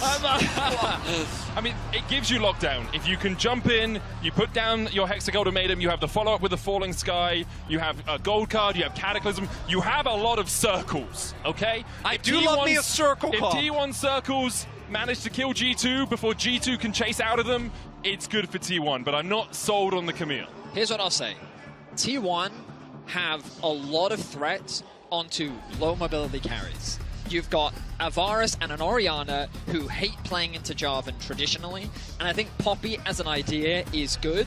My question is, have they cooked too hard? By putting the Poppy into the support role, is that losing too much strength in the bot lane 2 versus 2? Perhaps into the Camille, this is a matchup I'm not super familiar with, so I might be completely wrong. But the Vi diving in, I feel like that Yasuo and Orianna has the potential to follow up, but with the amount of damage threats from T1, I'm not convinced. Like, there's a lot of volatility in these drafts. It could go either way. I'm honestly just excited because with how these teams are playing, fights are going to be super important. The one big thing, though, is range. I do think that with this comp, G2 has put themselves in a position where they need to take full control by mid-game, because eventually Acel's range and the amount of zone control that he has, and the outside of Vi, the level of engage is relatively lackluster here from G2. So lackluster engage combined with the fact that you are going to have to be the one generally that wants to go in with the Vi, with the Orianna Bomb, with the Yasuo. Because I like Lethality Varus a lot, but I don't think it stands up to Acel when we get to the later stages of the game. Oh, it definitely doesn't. And with Acel just being able to stand back behind the Twisted Fate gold cards, behind the Cataclysm going in, behind the Hexagold Ultimatum, we'll have to see if the game goes long, whether G2 are able to extricate themselves from what will be a tricky teamfight situation. I wonder if we'll see Yike around mid quite a lot. If you can put Acel behind and get Orianna in a position where she can just bully him out of the lane, it becomes a lot easier for Caps to make sure that Faker doesn't outscale. If we were to summarize this series, I feel like that the top side has been G2 favored. In particular, I think that their solo laners have been outperforming T1's laners in the laning phase. But the bot side of the map, it's all Guma carrier. Like, they have just been dominating their 2 versus 2. Throughout this series, they have been able to find these advantages. And for T1, I think this game will be one of the biggest examples of them being able to snowball through their bot lane. This is a hyper-aggressive 2 versus 2, and you have the ability to attack this bot lane early. So I'm excited to see what T1's plan is. Can they get this bot lane off the ground, and can they leverage Guma more, especially if Faker is not having the best series? I think Mickey has been one of the more inconsistent parts of G2. His game 2 in particular 100%. Wasn't really able, and I think his Leona was fine, but it felt like it was more an accessory. Accessory due to the space created by Yike and Broken Blade. We'll see. If you've seen the Camille support maybe a couple of months ago, so they nerfed the Doran's Blade start, which was insane on it. Can't do that anymore. They also nerfed Bloodsong. So there are a lot of parts of this that are not nearly as strong as it was. It is still double Halo Blades, so level 1 is going to be quite pivotal. We'll see to what extent T1 is able, because you need to start winning this lane early and never stop. Double Halo Blades gives you a lot of pressure in that lane. Cool to see Carrier path up towards the top and actually get a ward in the middle bush for Zeus. It makes it a lot easier for Zeus to trade in this lane into a ranged into melee matchup. Means that Broken Blade can't just dash away. Look at bot lane already. We talked about the volatility. Guma couldn't use the Marshall Poise, already interrupted by Mickey. But Carrier was able to get on top of Hans and trade back. Utilizing the W, we've been seeing this more from Camille's in early levels. Obviously, you're not going to get a huge amount of value out of the hook shot, given that you do have the Poppy Steadfast Presence. Guma level 2, though, here it they're comes. 1 minion away. They get the level 2. They don't go any further forward immediately. Guma steps in, chunks out a little bit. Adaptive defenses for Carrier, possibility. Hookshot wall dive, get the Steadfast Presence out. They're feeling it. I love watching these bot lanes fight because they're super aggressive in the early levels. We see Ona doing a full clip. Bot side actually pathing towards top. As a Yike trying to navigate his way around that ward, but will be spotted out. One thing that is big to mention, though, is that last game that we saw this matchup in top, Zeus was playing into a Yasuo that got first blood. Right now, we're looking at level 3 to level 1. Zeus is generally, outside of being very susceptible to ganks, really good at these early spacing champions. And this is, I think it's really important for T1 they actually get the crash here, because their jungler is pathing towards top, whereas Yike is on the bottom half of the map, and they don't have a whole lot of coverage as Broken Blade. Jarvan's early dives are quite strong. He does have a shield, though, but he's level 1. Gonna get level 2 off one more minion. There we are. Zeus locks in the gold card. Wind Wall comes out. Ono will wait. Mickey engaging in the bottom lane as Guma almost stunned against the wall, but not quite. Guma gets first blood, and Hans Sommer stunned. What a 2-for-1 in favor of T1. Meanwhile, on top side, Broken Blade is able to survive the gank. Zeus was forced to flash. We'll see if Owner continues. This is such a big wave. Broken Blade survives. Gets the wave under the tower. No TP for Zeus as well, means he can't quickly pressure Broken Blade again in the lane. But on the bot side of the map, it is really favorable there. Hans Sama ends up going down. The trade for T1, and I'm going to feel too bad about as we see here. Owner, my man, you gotta, if you don't hit it, you gotta flash. Ooh, wow, Broken Blade even almost able to get a kill back. Summoner spells spent aplenty, gentlemen. We're looking again at the junglers. Owner still has the flash. Yike level 4. Broken Blade still has his flash as well. Yeah. That's which level 6 is considering big. How that worked. Keeping my eyes on Carrier. Thought he went for a roam in mid, but it looks like those mages are going to continue to farm. Mickey looking for a play, wave stacking. Could this be a dive in bot? Nope, I stand corrected. I thought Yike was still hovering around. He's chosen to commit the reset, likely going to path back towards top. But these lack of summoner spells, I need to see these junglers do something. We look back at this play. If Mickey gets just a centimeter further forward before charging, Guma's stunned, G2 get at least one, and definitely They did that don't level lose both. 2 versus level 3, by the way. Yeah. But Carrier wasn't there. That's your window. You just go. And that's what you have to do sometimes to Poppy. Instead, though, they do take a big gamble, and these type of lanes, double Halo Blades, do thrive on finding early leads. Now, when we look at the farm, it wasn't that bad of a trade. Astro flight forward by Faker. Faker! Caps just needs the autos! Faker! Just taken out by Caps in the 1v1. Caps finds the second solo kill of this series against Faker. We talked about how he is playing out of his mind this year, and he finds another one. Step up presence in by Mickey. Carrier flashes for the precision protocol. Guma needs an auto, but he just can't get in range on Summer. Blocking for Mickey, but the wave pushing in. Gonna be so difficult for Hans to survive under this tower. Yike has to make a beeline towards bot lane. Ona has his eyes as well on it. This bot lane is going to be so volatile, but it's Yike that's going to get there first. No vision for T1. Guma no flash. Carrier neither. Is it just cover? Yike needs his Q. 1 second. Here we go. Ona's on his way. Carrier stepping forward. Will the dive materialize? Ward across the wall. Yike dashes. Faker coming across from the side as well. Has the skies descend. As a result, Mickey's on his way. This could be the ball game right here. Faker goes in. Who tanks first? Already we see Hansama falling. Yike with a flash. Faker tanks a tower shot, but T1 able to get out. Caps looking for the flank. Has the shockwave, but no flash. Ona tanking on the front line as Mickey and Yike continue to collapse. Can Caps find Faker? Not today! Faker escapes. Guma falling low. The ignite not enough to take him, but the command attack will send him to an early grave. Oh my goodness, it's only 3-3 in kills, but the action is relentless. They're looking for... Oh, Yike won't actually commit to the play. Chooses not to overextend. Wow, I can't believe Caps didn't connect onto anyone with the shockwave, but we look back at the 1v1 in mids. It's Faker that decides that this all-in is happening. Look at this flash from Caps. He actually gets behind him, so look at this awkward loop-de-loop that he's trying to do with the Q. Caps back through him as well. Caps knows this matchup well. He is the ASOL guy in Europe, and he punishes Faker for it. We don't get a replay of the bot action. Nice initial dive from T1. Good overlap of the ultimate from Faker to make it impossible for Hansama to do anything. Caps' arrival means that G2 can get the chase down. But ultimately, I still feel like this bot lane heavily going in the favor of T1. And we look at top 2, a very different story compared to game 1. And he goes. Breath in. Zeus locks the gold card. Broken Blade just trading there. Not too much more going to happen. And this time around, we do actually see Zeus able to utilize that passive, right? Is able to build a sizable gold lead just in the isolate 1v1 because naturally, with all the attention being drawn towards the bot side of the map and the dives, the early aggression, both junglers looking to make an impact as the ult is used, but only for vision. Zeus just using it to get back to lane and catch his wave. We are seeing, as you point out, that first kill from Caps already sets him up great. The fact that he's able to pick up another in the bottom half of the map, particularly given how consistent his Orianna performance was in the last game, is good for G2. Outside of that, though, this bot lane is going the way that T1 wants it to go. Yeah, exactly. And we talked about it coming into this draft, right? Expectations of the T1 wanted to try and make things happen in the bot lane, and they're doing a good job of it so far. 800 is the collective gold lead. But ultimately, when we kind of think about the comps, this Poppy is going to offer so much value later into the game. Caps is in such a commanding position. And while this Yasuo is struggling for now, admittedly, we know that this matchup is only going to get better for Broken Blade. Ghost is used. Cease and desist in the mid lane. Good skies descend though the shockwave. Faker dodges it, but Mickey's here. Faker no flash, and Mickey slams him into the wall. G2 collapse in mid to find another kill. All right, Caps.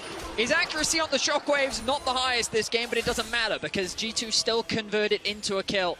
Carrier on a ward. Right, skimming across. Carrier on a ward. Flash forward. Chain of corruption. The lock up on Guma. And there's nothing he can do to escape. The chase continues. Carrier doesn't have a flash. Can he hookshot? Can he wall dive? Or will he just die? And one of the things that was going well for T1, the bot lane, gets punished so insanely hard. Don't sweep. the brush that they're in, which means that Mickey can go for the immediate stun, take out the big damage deal right from the get-go. And you gotta put some question marks to T1's decision to say, hey, you know, the puppy's coming out, we're still gonna pick the Camille's. Look here again, the fact that they're in vision means that Guma doesn't get to do anything. He's the one that has a decent amount of gold. Not gonna be the case. The chain actually connecting onto Carry as well. Roots in their last second, but honestly, I don't know if it would have made it out anyway without the flash available. No ultimate available either to try and dodge something. And look at how things are swinging now. Gold bounty on Hans and Caps. Yike. Finding impact where he can. And this isn't going to get any easier for Kalista the later we go into the game. No. Faker, is he in danger? No, he's perfectly fine. Has the ability to get away to safety. But I did not think coming into today that I would be skeptical of Faker's individual performance. You were telling me coming into this series that Faker has had a great year individually. Yeah. He's been one of the best performing laners in the league outside of Chovy. But overall, he's been an outstanding player. And to see him play the way that he has been a surprise. The good news for him is that Gumayusi and Carry are still definitely on form and poised to still have an impact, even if there was a small blunder there in the bot lane. Another thing, this is a position that T1 wasn't, I think, mostly towards the early end of Spring Split, when they were still dealing with, obviously, the Worlds finals taking a really, or rather Worlds as a whole taking a really long time, them making their way towards some fun tournaments as well. It was Zeus, but then he was often on Aatrox, and I think that Zeus is, especially when he's able to generate a lead, like he's been able to here, thanks to the TF, is very dependable when he is on point, which I think today it's been, I don't think he's been really one of the big problems. I think BB just had a really good sack game, but most of those carry performances were on Aatrox. Compare that to the TF, where your impact is just naturally in team fights, not going to be even remotely close. Credit to Zeus, though. Game 1 on the Twisted Fate, even though he was behind, he was throwing out more gold cards than a football referee, right? It was gold, gold, gold, gold, gold. It was impossible for G2 to actually get forward in fights, so I'll give him his fair share of due diligence here, as we expect to see him still having a great performance on the TF this game. And what I'll say is that T1 have proven that their team fighting is still world-class. They are a tenacious team, and even if they find themselves at early game deficits, they find incredible ways to come back into games. Their Baron plays in particular are what made the finals so difficult for Gen G, and why it was such a chaotic, crazy 5-game series. So definitely not going to count them out. G2 find themselves with about a 1k gold lead for now. Owner sets his sights on the bot lane.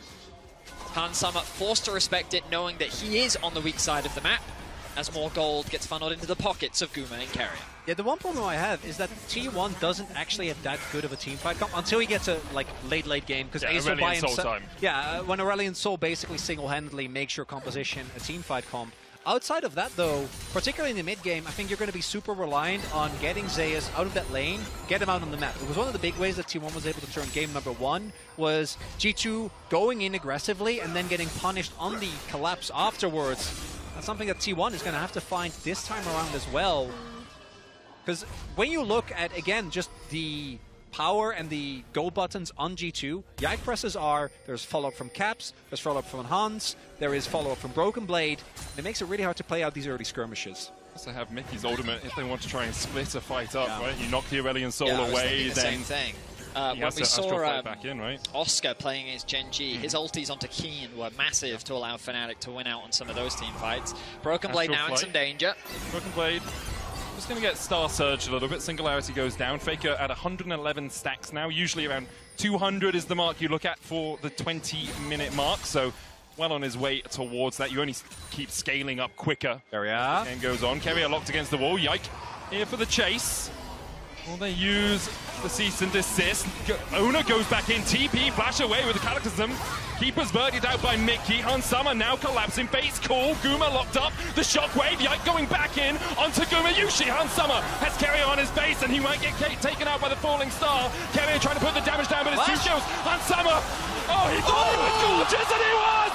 He flashes into a bush where there's a sentinel, so Carrier sees him, but Hans Sama doesn't give a damn and puts him in his place. G2 found a 3-for-1 fight. I was expecting them to get wiped there. The TP was so fast from T1.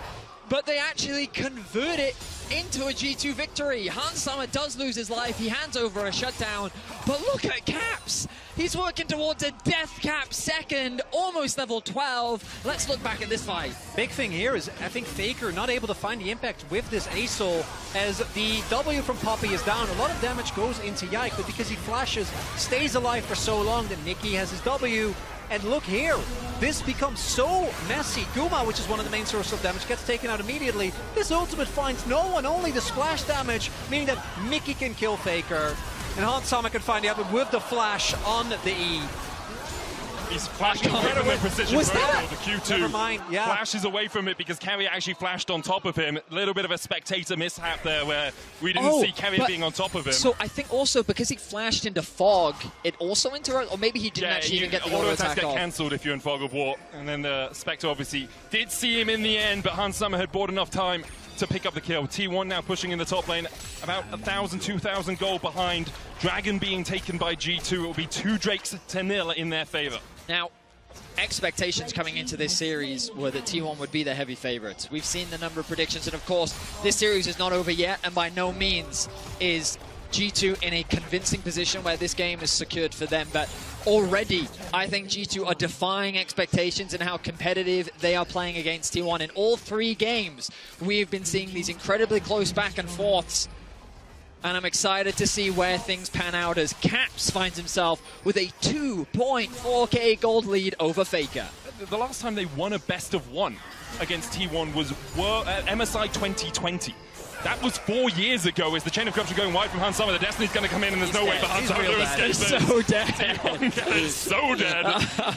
As Hans Sommer oversteps a little bit. Mickey looking for Hex Flash across the wall. TP in. Hex Flash cancelled. Mickey trying to get away from the gold card, which was locked in by Zeus. Cataclysm into the Keeper's Verdict. Only hits onto Zeus. Guma still chasing. The collapse coming in, but Yike realizes perhaps discretion is the better part of Valor. This is what we were talking about. Make sure as being bot. Not getting the cancel. They did have the ward, but not going to find that. This is a really big moment, right? This is what we're talking about. Use that TF. Although I do got to say, Hans, you can't. Even if the TF wasn't there, probably wouldn't have ended up going down. You would have, yeah. I don't think that was a necessity. There is going to be a gold influx here for T1. My main issue again is going to be how are these team fights going to play out when the Orianna is this fed? Because right now, Death Cap done at almost 17 minutes, whereas Faker is sitting at less gold than Yike. Yep. I mean, game 1, Faker bounced back, to his credit. His ended up being godlike, and he had a huge impact in the game. But so far in games 2 and 3, it has not been the Faker show. Oh. He has Flash. And the thing is, he should never get close enough to this wave for BB to really be able to collapse. Yeah, he's fine. The singularity, the range you have on it, obviously you can, breathe a little bit of fire on it as well to help those minions die. Herald likely going to be dropped mid now. There's an opportunity here for T1. So they actually have their sights set on the bot lane. Guma and Zeus going to path down towards the bottom side, then go back to mid. Hans Sommer, Caps, and Mickey answering. It's only Broken Blade in bot lane. Yike coming up, opening through mid right now. Only deeper ward. You'd like to see this in the lane just to spot T1's movements on the map. What that did show us is how good the single target damage is. That's the one thing you need to be careful of if you are G2. Don't overextend as Guma. Oh, all the way onto Guma. The flash away. Steadfast presence. Mickey can't find the stun, and Guma will be able to get the blast gun in time. Yike misses the bolt breaker, and now he's on the wrong side of dodge. Flashes away. Cataclysm. Shockwave dodge with a Hexagol to him, and Yike locked up and shut out by T1. Overcommitment there from G2. They're getting a little overzealous. They get the summoner spells out from Gumayushi, but it was so difficult for the rest of G2 to follow. No Broken Blade ultimate to connect. Caps' Shockwave doesn't connect. And all of a sudden that goal gap is closing quickly. And this is the thing about T1. They're quick to punish your mistakes. And they are more than willing to fight you if you bring the fight to them. Yike also investing his flash there, so the range of the Vi going to be a little bit easier to deal with. Big thing there is that there's no objective to be taken.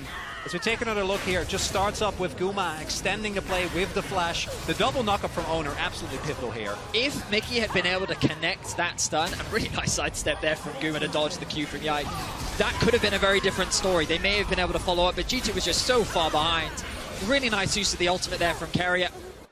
And T1 is able to find a punish kill onto Yike. That'll be his first of the game. And you can see, you look at the gold at the bottom of your screen, Both AD carries sitting at 4 deaths, both supports with an impressive KDA.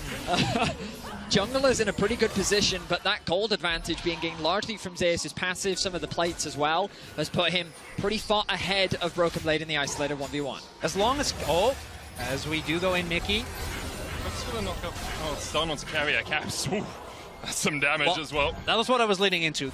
As long as Caps doesn't overextend, I feel like G2 can fight their way out of any fight, right? Caps just needs to not be in a side lane where he can get punished by the roams and the global map pressure that ASOL and TF have. As long as G2 makes sure that Caps always has either protection or is playing around the known locations of the T1 members, for T1 it's going to be really hard to ever walk up and contest because there's so much damage. Just Mickey. Guma has no flash. Guma has no flash and no Edge of Night. Destiny out. Smart play by Zeus to spot. The fact that Mickey was flanking carrier. Going in with a Hexagon automating knockback with a hammer shot. The Cataclysm. Caps still stunned up, and Mickey's already killed off Zeus. Caps down. The shutdown goes to Guma. Mickey trying to put the hammer snap into the last breath. And T1 maybe breathe that last in this game. G2 find 2. And Guma and carrier walk away wounded. Broken Blade arrives to the fight, and they make the combo happen. Yike and Broken Blade lock down Faker and Guma. And with the Baron alive, G2 are going to secure it. T1 seem to be on the same page. We got to kill Caps. We got to kill Caps, but you can't dive that deep. They are going to give up the Baron, might get at least a mid lane turret for it, but not the trade that you're looking for. And G2 take a commanding lead. The confidence that we're seeing from G2, I would have expected them to not be ready for this collapse. Broken Blade is making his way down from top lane, but this is the dive threat from T1. The lockdown onto Caps, good ultimate comes out from Mickey. The follow-up CC onto Zeus means that they're able to one-shot him, but look at this combo here from Yike. Broken Blade is in range, the comms come through, Faker gets knocked up, Ona gets knocked up, and they convert it into 2 kills and a Baron. Impressive fight from G2 as T1 find themselves faltering once more. Drake available for G2 as well will be Soul Point Ocean Drake for them if they can find it. A 2,500 gold lead now for G2, and they are close to taking this series 2-2-1, going to match point against the current world champions.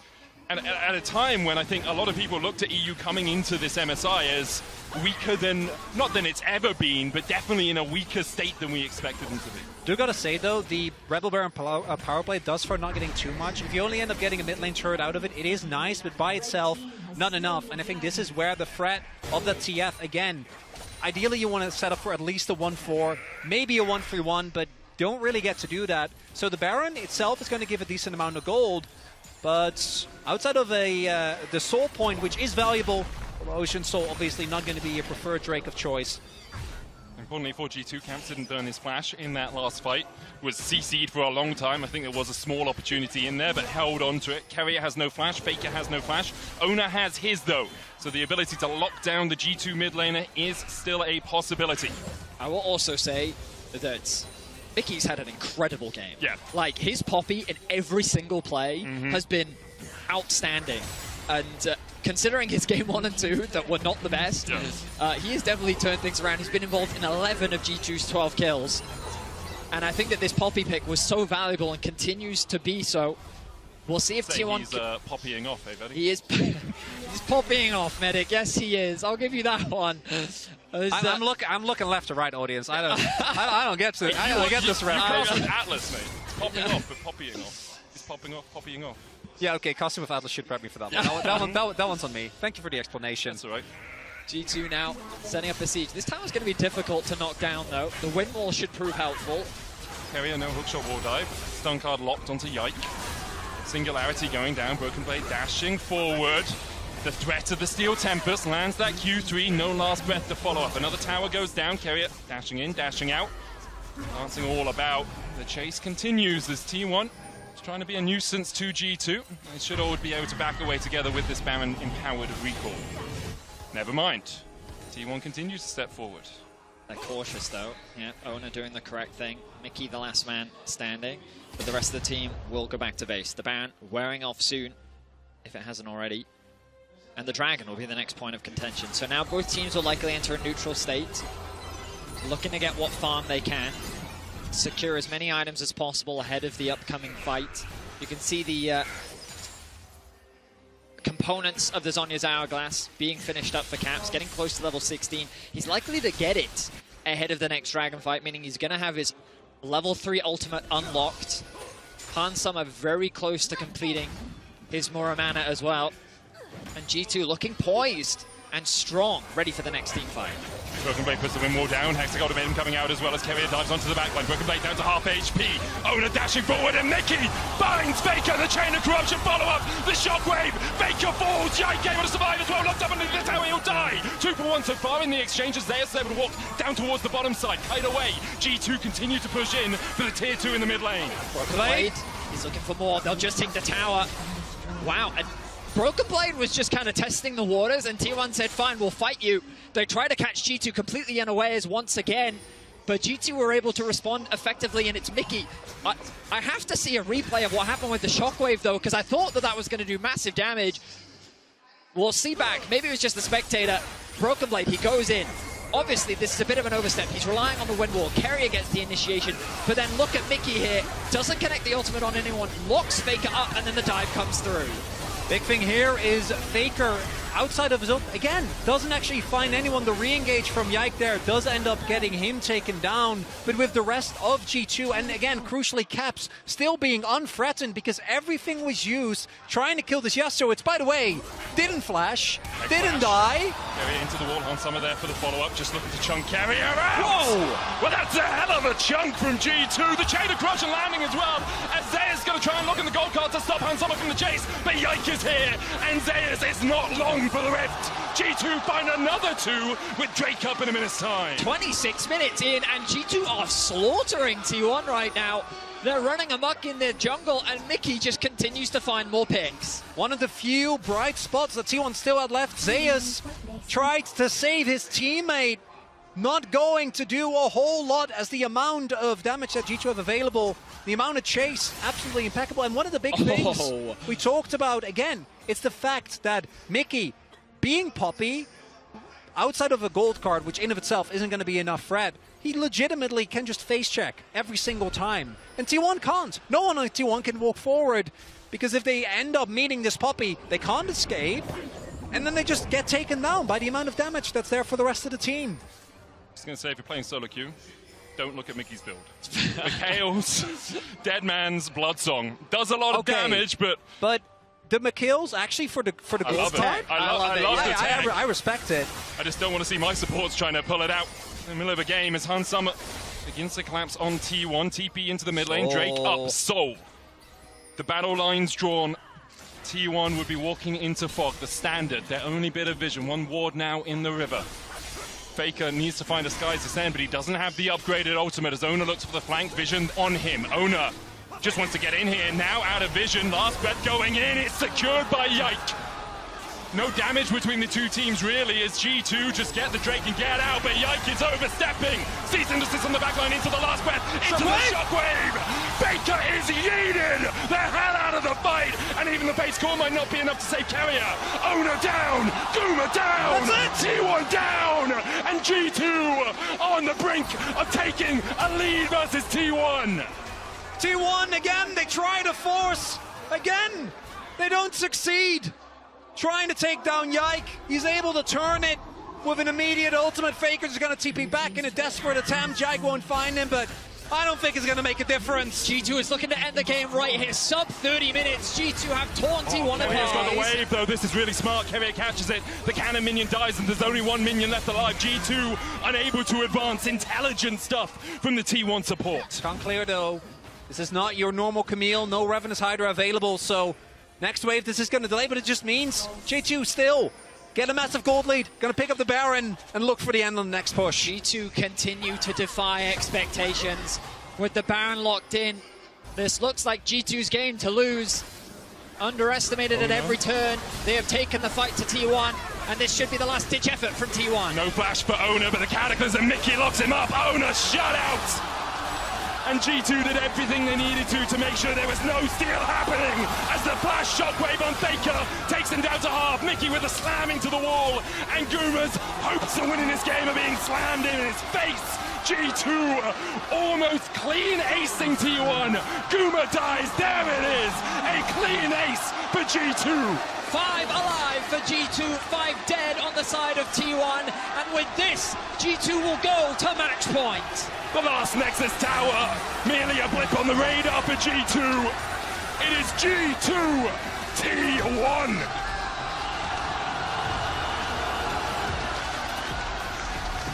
And G2 take a lead in the series with only one more game win to advance to the upper bracket. And gentlemen, I said coming into this game, I wasn't sweating. Coming into after the draft, I was sweating a little. Right now, there's a fan pointed at us, but let me tell you, it doesn't make a whole lot of difference. This Poppy pick was incredible. 3-1-16 for Mickey. A massive turnaround from games 1 and 2. And G2, they have been defying expectations as they bring us to match point. The inventiveness that defines G2, the Rek'Sai, the Zac, now the Poppy. We'll see if T1 have enough bands to work it through these G2 players. We're going to hand it over to the analyst desk to break down that game and lead us into what could be match point.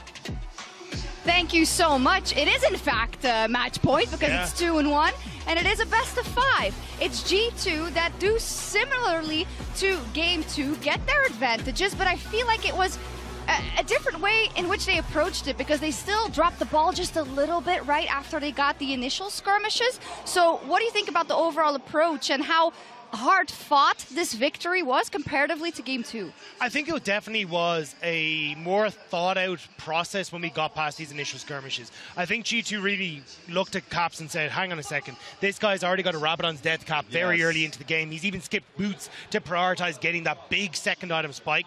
Let's wait for him, play the team fights around him.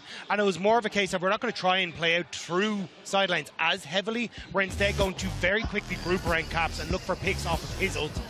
And I have to give credit also to Mickey because in the early portions of this series, he was playing a little bit slow and poorly, but he has been on point, just playing towards mid lane. Once he sees the advantage from Faker, and the advantage came from this deck, though.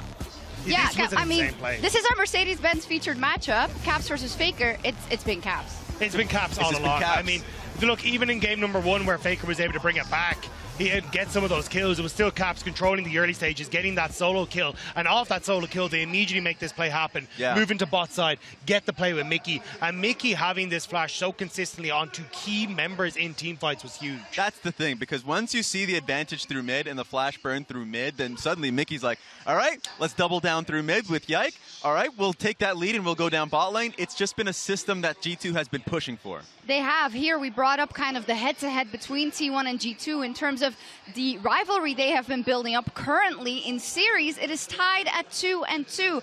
Of course, we need to remember that the times that G2 took those matches off T1, those were 5 years ago. And for 5 years, we've been waiting to even get to a match point in this situation.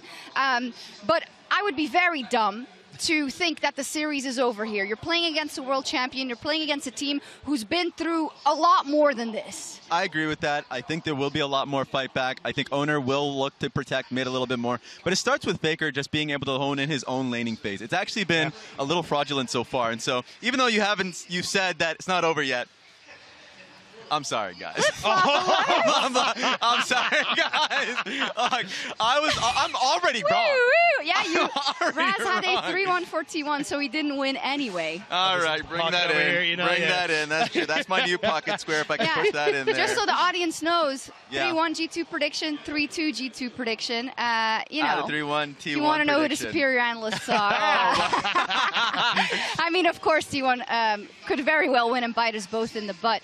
But anyway, we need to take stock of what we've seen in the entire series, right? And it's, for me, quite clear to pick out the high points for G2, being Caps has had a good performance, minus a couple of lapses in that game 1. I think Yike has been sovereign. I think Broken Blade has done more than enough as well, and the bot lane is recovering. I agree 100%, and I think the The thing that stands out to me is that a lot of the plays that G2 are making are not what the LCK is comfortable at. When you look at the way LCK plays, it's we will go towards objective, we will look for mid-wave, and then we will look for the fight at the objective. The way G2 are playing is we will take the fight before you hit an objective, before we get there. It's 45 seconds, we're looking to find a pick ahead of schedule.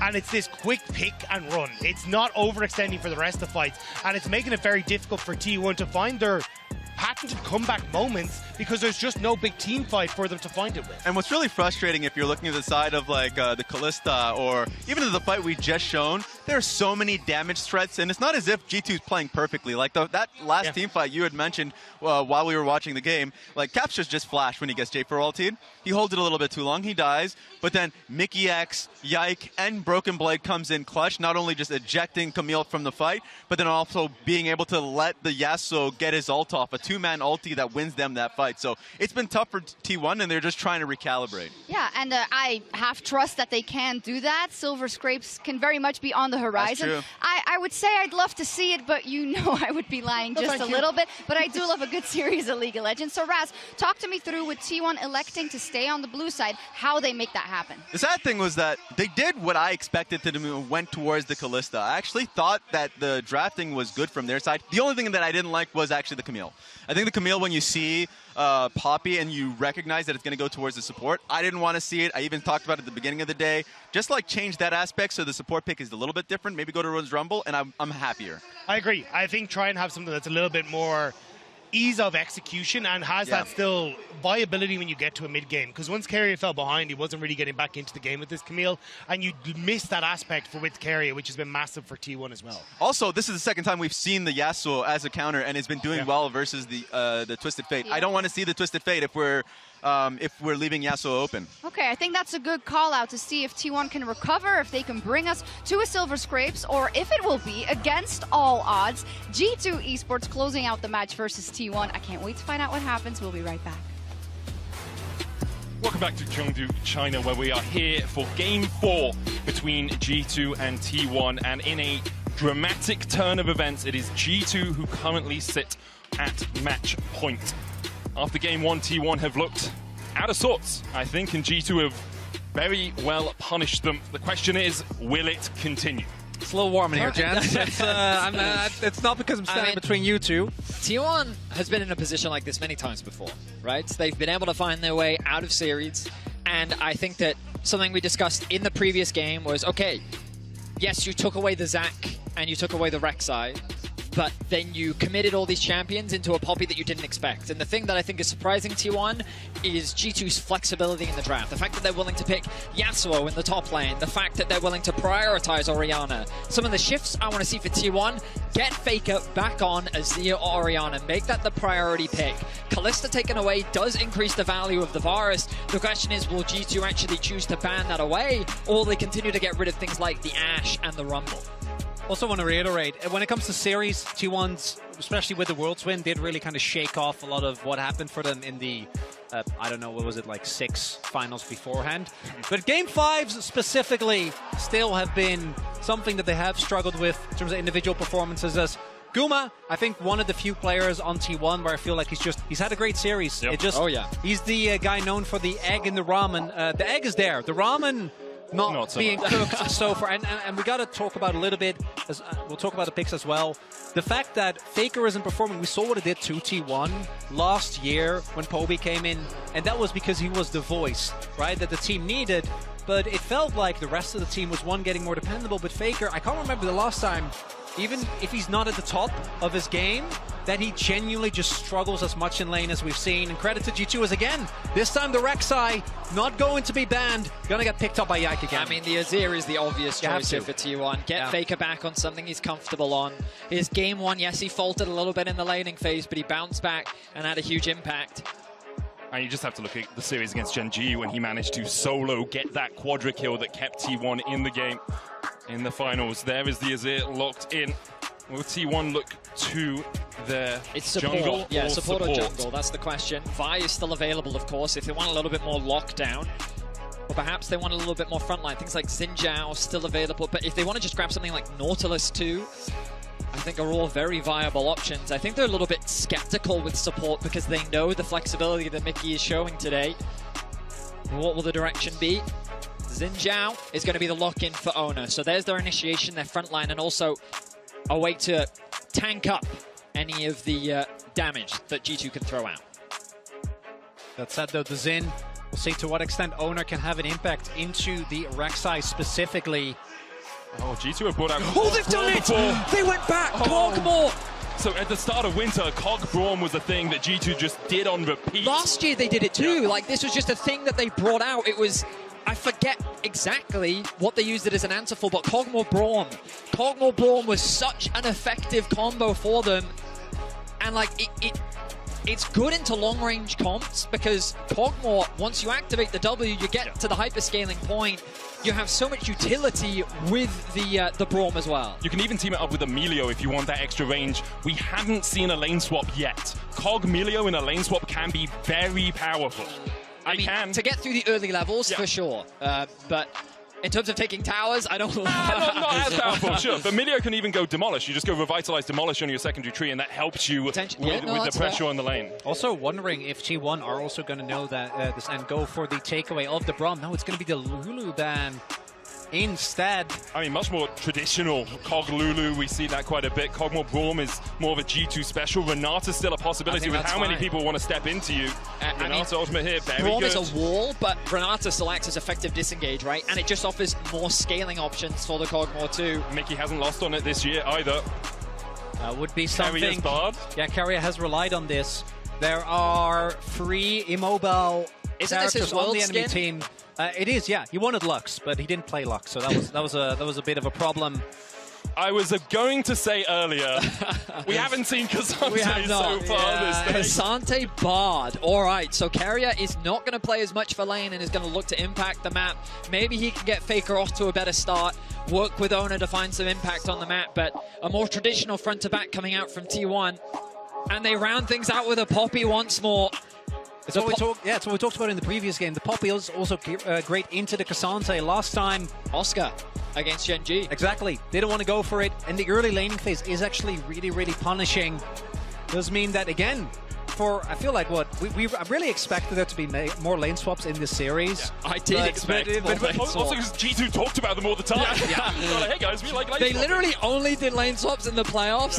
Come into MSI, everyone's doing lane swaps, and then G2's like, no, we're over that. That's subverting expectations. It's what G2 do so well with it. I mean, maybe extrapolating that a little it's one of the things where, like, the truth is, coming into this series, we had no idea what G2 was going to look like.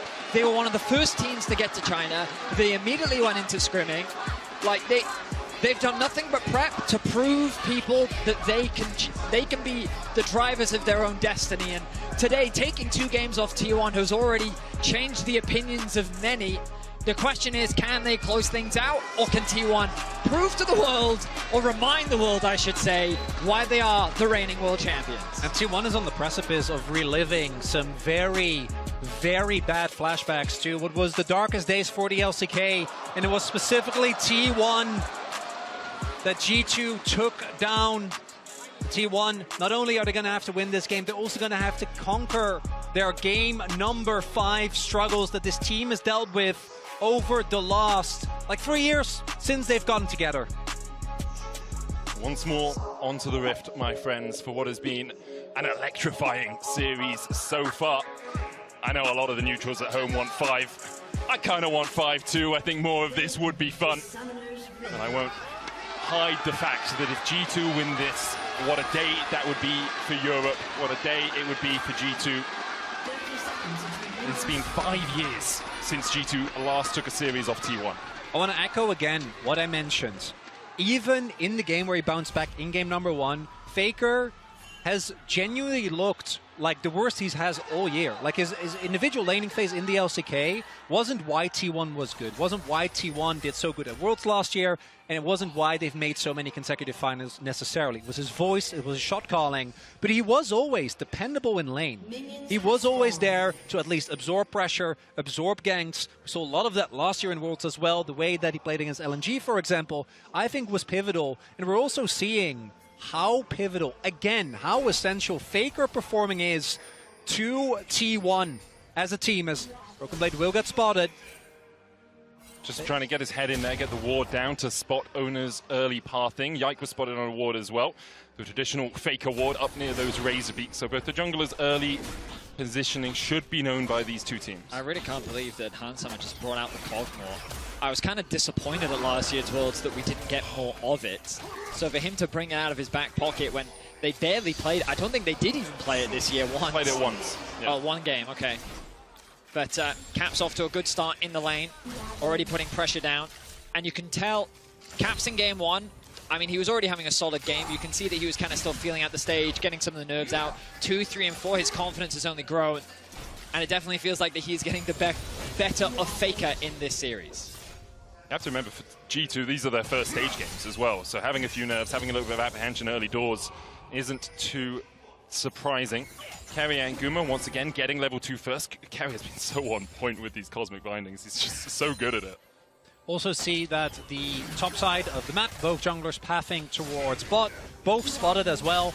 Owner a little bit behind, particularly things like Raptors, Rek'Sai obviously choose through very, very quickly. Does mean that T1, again, ideally is going to look towards the Crash. A really big turning point for me in the previous game was when Guma and Carry were trying to punish, trying to catch a rotating Mickey on the ward. And that was the point where I feel like one of T1's final outs in that game were taken away. This time around, Yike. I'm going to look towards Faker, who already is pretty low. Owner. He's not burrowed, so he doesn't have the Tremor Sense. He will know that Owner is in this sort of area.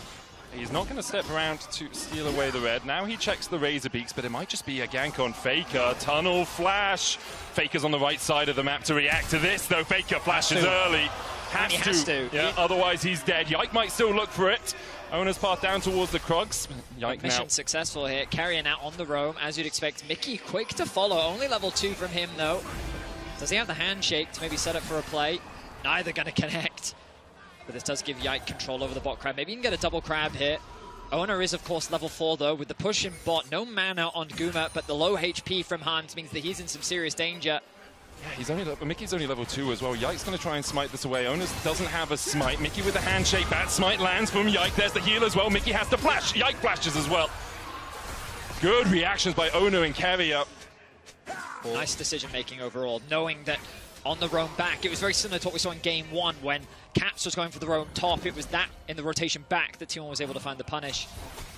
They're skeptical about spotted from the Tremor Sense. The level 4 still for Owner. He can keep the pressure up here. He knows that he has the push in bot. Gumayushi still low on mana, but HP from Hans is still low enough that they can force this fight. I can look for the smite here. Both of them have it. Owner doesn't get it. Yikes, secures it. Meanwhile, in the bot lane, Mickey and Hansama forced away. Gumayushi looking for that first plate. They pinged the ward as well. Owner definitely needs to get that. There's still pressure that comes out from this, but picking the Gromp up would have been really big. Owner's camps on the top side of the map already up is going to take the scuttle, but T1 really was looking for more there. Also saw an early proxy, I think, come out from Broken Blade, as of course the early levels are the roughest for the Xanta in this matchup. Don't really have any meaningful threat whatsoever, but also not tanky enough to take the beating from the Poppies. Carrier, as bards often do, trying to be annoying. He's doing exactly that. Wave nicely as well. But Hansama struggling in this lane matchup. We'll be honest, it's been a while since we've seen it, but Gumayushi still playing with the utmost confidence. Carrier leveraging his range and the pressure that he's generating, along with the jungle support to build up a lead already. And you mentioned it earlier, Chronicler, Gumayushi really has been the pillar for T1 in this series. I feel like that even in their losses, he still found ways to have impact in the game. It was much harder last game because of the Poppy, of course, but he's been doing what he can for the team. And I keep my eyes on him as we approach the mid to late game as still being a stalwart and a threat that G2 have to find a way to shut down. Faker ticks over to level 6. Carrier was roaming towards mid, but just wants to get a bit of vision down. Owner taking his camps is slightly ahead of Yike because of the extra time Yike sort of poked his head into the jungle. It's about 1 camp in advantage for Owner. Zeus looking for the Intofos. Isn't going to land that Q3 as Yike clears out the vision and gets over to level 5. One of the big things here is that both junglers have consistently been found as dodging the Wind Becomes Lightning. Their Owner still looking for Jace, but not going to continue. Obviously really hard to lock Rek'Sai down. Specifically the fact that neither Owner nor Yike at basically any point in this game have been not tracked by their respective opponents has meant that thus far, not a whole lot of volatility in Truce. Okay. I think it's a wave clear plus maybe a catch there. There's another wave. Yeah. I think he was trying to catch one though. I think got it. I think he was trying to catch Faker off for sure. Doesn't have the TP, so he's likely going to stay to catch this wave. He's been taking a few poor trades against Faker. Well, you think Faker's flash was burnt early doors, and since then Faker's actually been in the lead, both health and CS wise. Yike still looking for mid. Faker still a quarter of the cooldown left on his flash, but he can just dash across the wall. Grub's taken by Ona. Caps no shockwave, remember? We saw it burnt a moment ago. Yike hits a Void Seeker, but Caps is down to 150 HP. Super awkward for Caps right now because he needs to get a base off. Ona has full control, is going to move into the red buff, which he knows he can take because he has push in top and in mid. Maybe Yike can go for a steal, has the smite. TP in, Broken Blade will be able to join this play in just a moment. Yike knocked up. Mickey's on his way as well. Zeus the first one here. Faker moving from the mid lane. Red buff resets, and the smite not there in time to take it. G2 able to distract T1 for long enough. Don't think he got into smiting threshold with no level up yet for Owner. Still 6 treats away. Bot side though. Look at how much Mickey is losing off the back of this. Carrier forcing the ghosts out, but Mickey roaming up to help his jungle. That means the plates are going to be lost. 2 waves stacked up underneath the tower. A gold lead continues to be built for Gumayusi, and while the solo lanes of G2 obviously have been doing very well in this series, it has come at the cost of Hansama losing a lot in the laning phase. Carrier provides the exit way for Gumayusi to get away to safety, as Hansama can now return to lane to collect the scraps of what is left of the wave. Look at it, 26 CS down now. There's basically 4 waves for Gumayusi over Hansama. Hansama will be able to pick up 1, but overall, T1 in a very strong position here. 600 gold lead for Guma. And a lot of this is going to come down to, for me, what can Broken Blade do and what can Mickey do? Because in isolation, Hans, Caps are going to have a really hard time trying to actually play team fights against Bard, against Azera who can scoop them up, and against like a Sanse. So the Renata in particular is so insanely strong against compositions that are going to try and aggressively get onto your backline. And T1 doesn't have a whole lot of range. You're really looking at, you know, some poke from Guma. We already talked about that. It's more about the setup and the follow-up damage that the Lethality Varus provides. Not in of itself enough to really keep teams on the back foot, unless T1 is able to continuously build this bot lead. And it's, again, the stabilization of mid lane, which has made this game look completely different, because Faker isn't playing from a deficit. Guma and Carrier actually get to exert their pressure in the 2v2, which is where, I think, consistently in this series, Poppy game notwithstanding, they've been able to excel. I mean, Faker's looking much more comfortable now.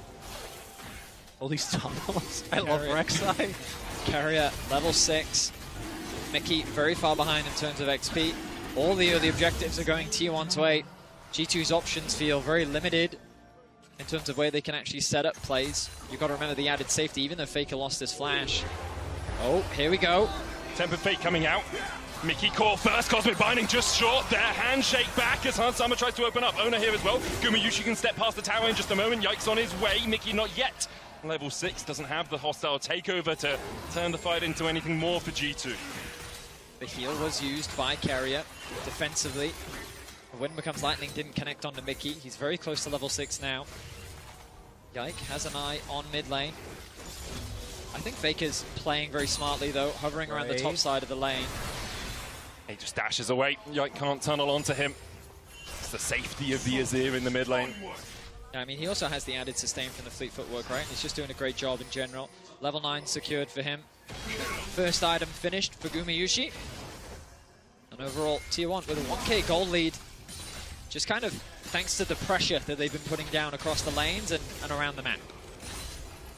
Want to see though, because one of the big things that has been the most impressive to me about G2 is the fact that they've actually been able to hold or to fight their way back from these early deficits outside of game number 1, where obviously it was kind of the reverse.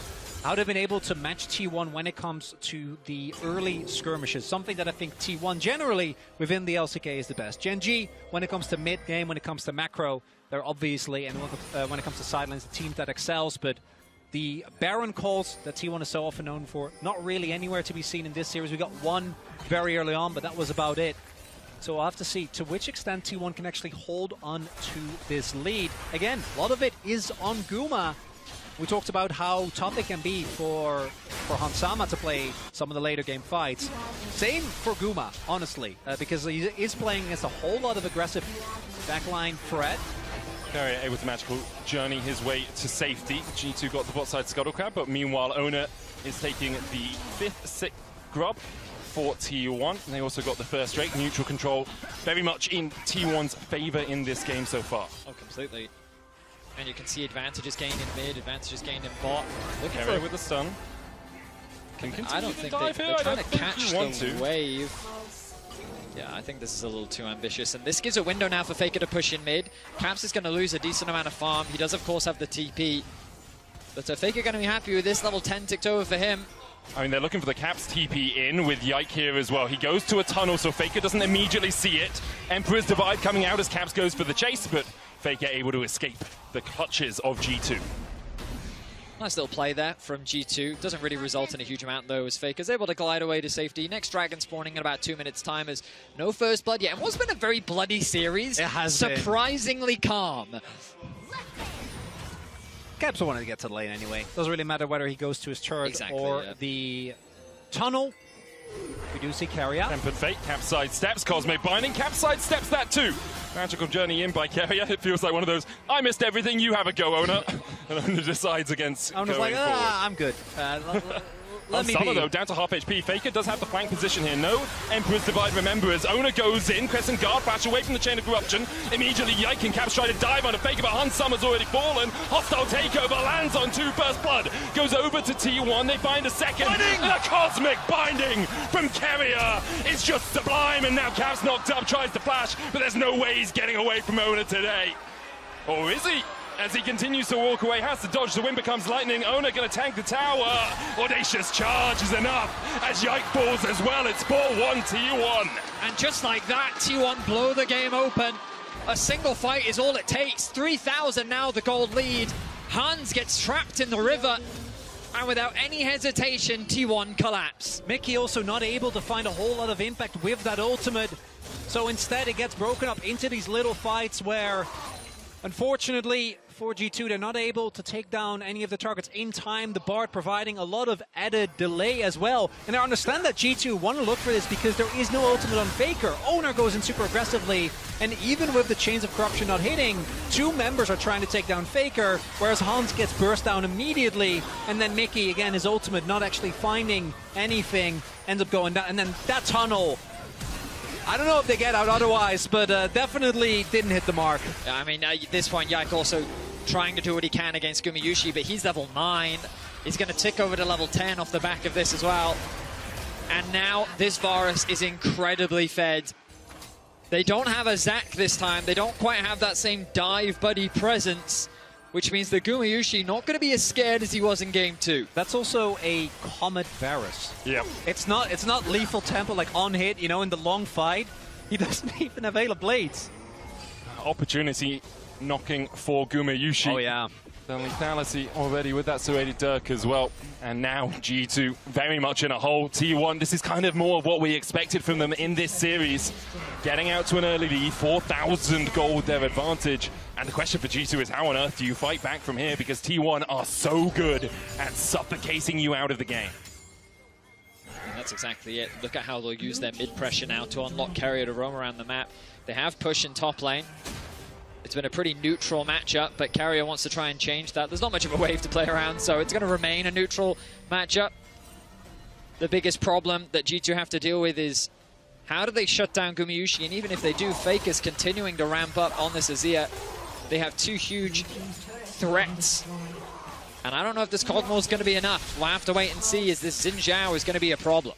Another big thing in the previous game was that because Mickey was on the Fed Poppy, he could just walk in and provide very easy, very safe vision. And there wasn't really an opportunity for T1 to punish him any time. On the Renata, obviously not going to be the case. The Poppy's still in the game, but Broken Blade not only able to nearly have as much of an impact when it comes to setting up for these objectives, as he needs to match one of T1's solo laners in a side lane. We're looking at bounties on the board already here, and this slower pace, seemingly T1, at least for now, benefiting the most. And even though Faker did take a death there, I think we are seeing him as you actually we talked about this a little bit coming into the day, Vetti. Faker's champion pool, and it's funny because it's Faker, and he's played, I forgot everything. I think it's like like after 79 or 80. After Aurelion Sol, he was at 82 champions. There you go. Wow. Yeah. So obviously his champion pool is as wide as League goes, but hold up. Hits. Hostile takeover is going to be popped. Gumayushi's going to be caught in the back of it. Broken Blade with a flank position. Yike with a double knockup, but Caps not quite here yet for G2. The Tempered Fate buys a second. Kemi is going to be the first of all as G2 continue the battle. Faker in with the Emperor's Divide, but Faker low. Zeus on that front line though can tank for days. Broken Blade can't quite land the stun into the wall, but the Shockwave Pathmaker out. Zeus survives. Living Artillery just short. From G2, they find one, only Carrier falls. Okay, so G2 actually win a fight there. The TP from Faker doesn't really result in much, and it opens up this mid tower.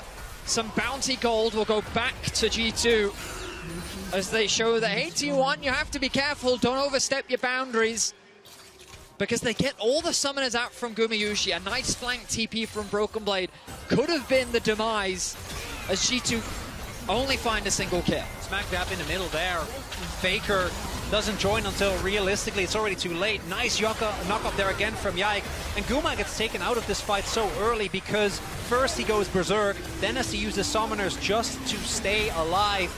And then here, by the time Faker shows up, it's only really to try and get himself out. The fact that Zeus doesn't die is actually quite big. If Hansama ends up getting that kill as well, and maybe they can start getting him in a better position, could have been big as Guma. Gumayushi, no summoners on him. Chain of Corruption goes wide and Guma's just down. Caps TPing behind as well. Drake up in a minute and a half, still a while. But G2 now find another kill. And once again, the curse of being in the lead seems to be playing up in this game. An uncharacteristic mistake from Gumayushi, the staple of T1, finds himself overextended in mid lane and is collapsed on by G2. Crucially, they give that shutdown over to Hans. Faker going in. Titanic Hydra, not enough. The Shockwave onto Faker. Yike dashing away, but Ona's here and will happily accept that kill. Carrier with another Cosmic Binding. Hansama trying to close in from the side, but he knows that Ona's on his way. Camp's falling low, but will manage to fight another day. And just like that, T1 reaffirm their control. They remind G2 that this jungle does not belong to them. They find a pick onto Yike and go back to their winning ways. Owner on this Xin Zhao, exactly where he needs to be.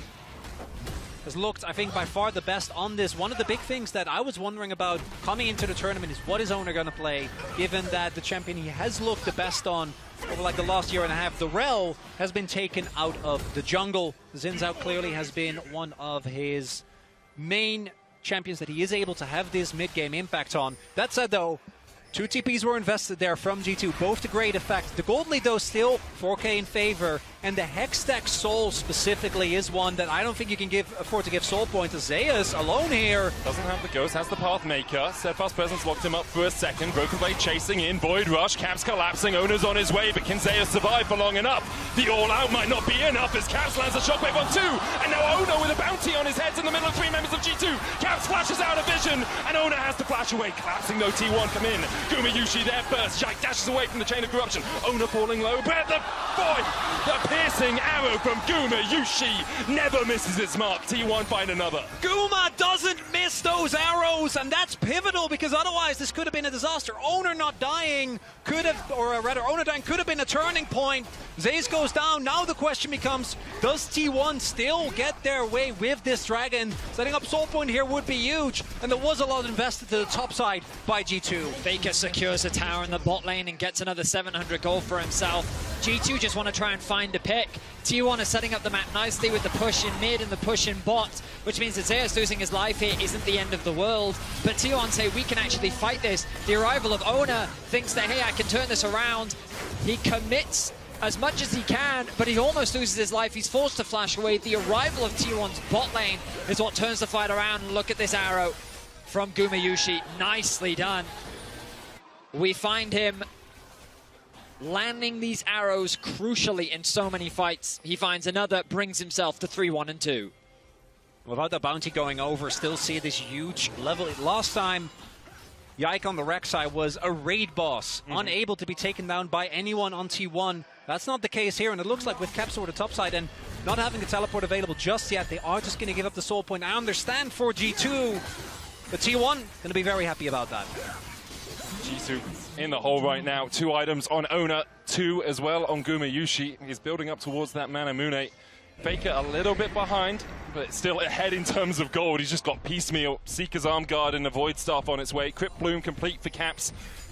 We'll be trying to get towards that Rabadons, but right now, T1 in the ascendancy, looking to take us to 5 games again. Yeah, it's a throwaway, Harold. It's a charge. Yeah. Good enough. They get what they wanted. Damage is done. Look at the difference in mid laners this time around. 1.1k for Faker, almost level 14. So much more confidence in his play. As right now, the entirety of T1. I mean, the way they've built these leads has just been through superior laning and smart map moves. They've had full control over the early objectives, and it felt like G2 have just had no options. This Kog'Maw pick came out as an answer to Varus, and it just hasn't worked out. Perhaps if they can scale for long enough, there's a world in which G2 can turn these fights around, but right now, it is fully T1's game to lose, to bring us to Silver Scrapes, to bring us to a game 5. Mickey's seen here. TP behind. Hansama has 2 items. Yike goes in. They look for Ona first. Crescent Guard pop by Flash. Broken Blade might go for Guma. Can knock him into the wall. Carrier though is going to spot him. Steadfast Presence going down as the Sundisk is used. Flash from Mickey with a hostile takeover, but it only lands onto the Azir. Yike trying to do what he can in the middle of the fight. His Zona's already down to half HP, but Yike and Mickey and G2 have to retreat because gold from Carrier. The shockwave only lands on one. It's Ona, not the target that G2 wanted. And Baker has had enough. He slides G2 into the waiting maws of his team as T1 look to take us to match point. Oh, this is the classic T1. You think you're fine? The geometry of that fight with the Bard, the TPs. But in the end, at the very least, they're going to get the inhib. But knowing them, I'm feeling it, they're going to try and bring us to back-to-back Silver Scrapes. There is something inevitable about Faker. There is something indomitable about T1. Mickey comes up alive, 8 seconds on Hansama. No minion wave here for T1, but they have the might to try and help out. The wave about 5 seconds away. Hansama will respawn in time. T1 take the gate out and have a little patience. They were so close to ending the game right there, but the Baron will have to do. All 5 members remain alive. And the fight was so disconnected. G2's Hansama was nowhere to be found. He couldn't land the damage. The shockwave was barely impactful. Caps! He completely whiffs the shockwave. Doesn't even send the ball over. Another to add to the list of Caps fails as T1 walks away with the Baron. Been a lot of ups and downs as this all starts off with Ona getting engaged on. It's so hard to actually take down a Xin Zhao and do reliable damage. As Carrier zones Broken Blade away, then Ona ends up going back in here, which keeps Caps away. And Hansama, as you pointed out, Letty, nowhere near the fight. Faker has no threat onto him. He's just able to keep dishing damage out. There, the shockwave only connects onto Ona, and at this point, as Medic said, Faker had had enough. Flash is in, connects the ult onto 2, creates a wall that G2 cannot escape from. And this Kog'Maw hasn't felt great. That Flash didn't either. T1 is quintessential. It's about to bring us to another Silver Scrapes, and man, what a treat it's been. And what a turnaround, an absolute stomp from start to finish from T1, reminding the world why they are so feared. They're continuing the siege. Good damage from Guma. Forces G2 back as they chip away at this tower. There have been 9 5-game series in MSI history. We might get 2 in a row. In fact, I think it's pretty much certain now as T1 pushing for the top lane inhibitor. G2 have half a Nexus tower to try and defend. Broken Blade, Steadfast Presence will stop Ona's engage. Gumayushi down to half HP. Zeus pulled back with a handshake, but he's tanky enough. G2 looking for any last vestige of hope, sending up prayers, looking for a miracle. Broken Blade finds one perhaps as Ona's locked up. He flashes the wall. All they're going to do is buy a little time here. But time is swiftly running out. Kronos himself is playing for T1, and Faker goes in again. Stopwatches the tempered fate from Carrier. In fact, the Serema slide was not enough. The shockwave from G2 will do nothing as T1 assert their dominance on the series and take us to Silver Scrapes. 5 games. Wouldn't have it any other way. An international rivalry that hasn't delivered in a while, but is delivering today. Gumayushi said, no, I'm carrying this one. And off the back of his Varus, they bring us to game 5. T1, I think in this series, the first classic T1 game that any T1 fan will have seen countless times in the LCK. Dominance from start to finish, something they haven't really been able to find in this series up until this point. We'll see if they can continue that dominance in Game 5. We're going to hand it over to the analyst desk to break down that game. Let's go again. We get another Game 5 after we saw one yesterday as well. But will this one have a different ending? Will the underdog be able to finish the job today? Or will T1 shut the door? Because when you know T1 and when you know what they're good at and how they like to play and how they played in this series up until this point, you know that this feels so good because everything is working out. I think a huge amount of it is, like, as you say, T1 finding their stride. It's, hey, we're going to have lanes that we can try and play through, set up for Owner, keep Yike under control. And from that point, you're not seeing Faker fall behind. Faker suddenly coming alive with these plays that we know him for on the Azir. And Gumayushi on this Varus in a great matchup, able to dominate the entire game. This is the Guma carrier lane that we knew and we expected, and we got it in Game 4. That was really well done. I think they recognized the lane was going to be strong, and they really bullet it and didn't give Hansama some breathing room. Yeah, G2, to give them a due, though, did not want to go down without a fight. No. I think this was a bit of a mistake, though. BB probably should have just focused on towards Owner to get him in. Hansama not part of this fight. So you really needed a lot of core decisions to go in your favor here as G2. And even then right at the end, the shockwave just barely missing. It felt like it was just out of G2's reach. And T1 at this stage had already built up such a strong lead that Faker knows as long as he can make that sweep happen, they can sweep G2 with us. Yeah, and that ulti from Keria to keep them interested, to set up for that Azir ulti. This is the T1 that people know and love. Yeah, in those team fights also, you say it, G2 was very far behind. You felt like they really wanted to play forward. They try to make it happen. They almost get a pick on Owner. Also kind of target selection from T1 in fights, how they run interference so that G2 can't pull off the correct damage that they need to put down, knowing that they're already behind. It was beautiful to see. Yeah, and I think a huge amount of it came down to the draft. I think the fact that we ended up having the control coming through for Gumayushi in that bot lane with targeting a huge amount of the AD carry pool to put onto a Kog'Maw for Hansama that he didn't look particularly comfortable on. It meant that you had the control you needed from the bot side of the map. You then forced the Poppy into this weird position, the top side. G2 have a composition that doesn't really get to engage, so you get to play out the map as you want because you don't really have to worry about G2 doing anything apart from these weird TP plays that they had to throw at them because they had nothing else they could really do. Yeah, this would have been a great game to actually get the swap off. That was something that you were expecting. That was something I was like, yeah, I can see it. I mean, there are lanes in which Cog can breathe. Like, there are a few lanes, but Varus isn't one of them. And it was tough, especially in times in which the Poppy was roaming, or at least the Renata was roaming. It made it so, okay, suddenly Bard can actually get in between turrets and force him off back to turret, or back to his fountain, and he really was just falling behind again and again. Yeah, this was already, I think, the play that broke the camel's back in 13 minutes. Exactly, and it's G2 taking skirmishes that they didn't need to. You have a Kog'Maw that would like to scale, an Orianna that would like to scale, and the only real damage that you have is going to come from your jungler and potentially a little bit from Caps. But even you can see in this fight, G2 already knew that it was a losing battle. They completely abandoned Hansama and say, look, we can't save you in this one. Mickey can do his damnedest to try and at least get out. So they turn onto Faker. But as that, G2 have to overextend and T1 just sweep up, knowing they are stronger in the skirmish. And we got to be fair, we were following the mid lane matchup overall.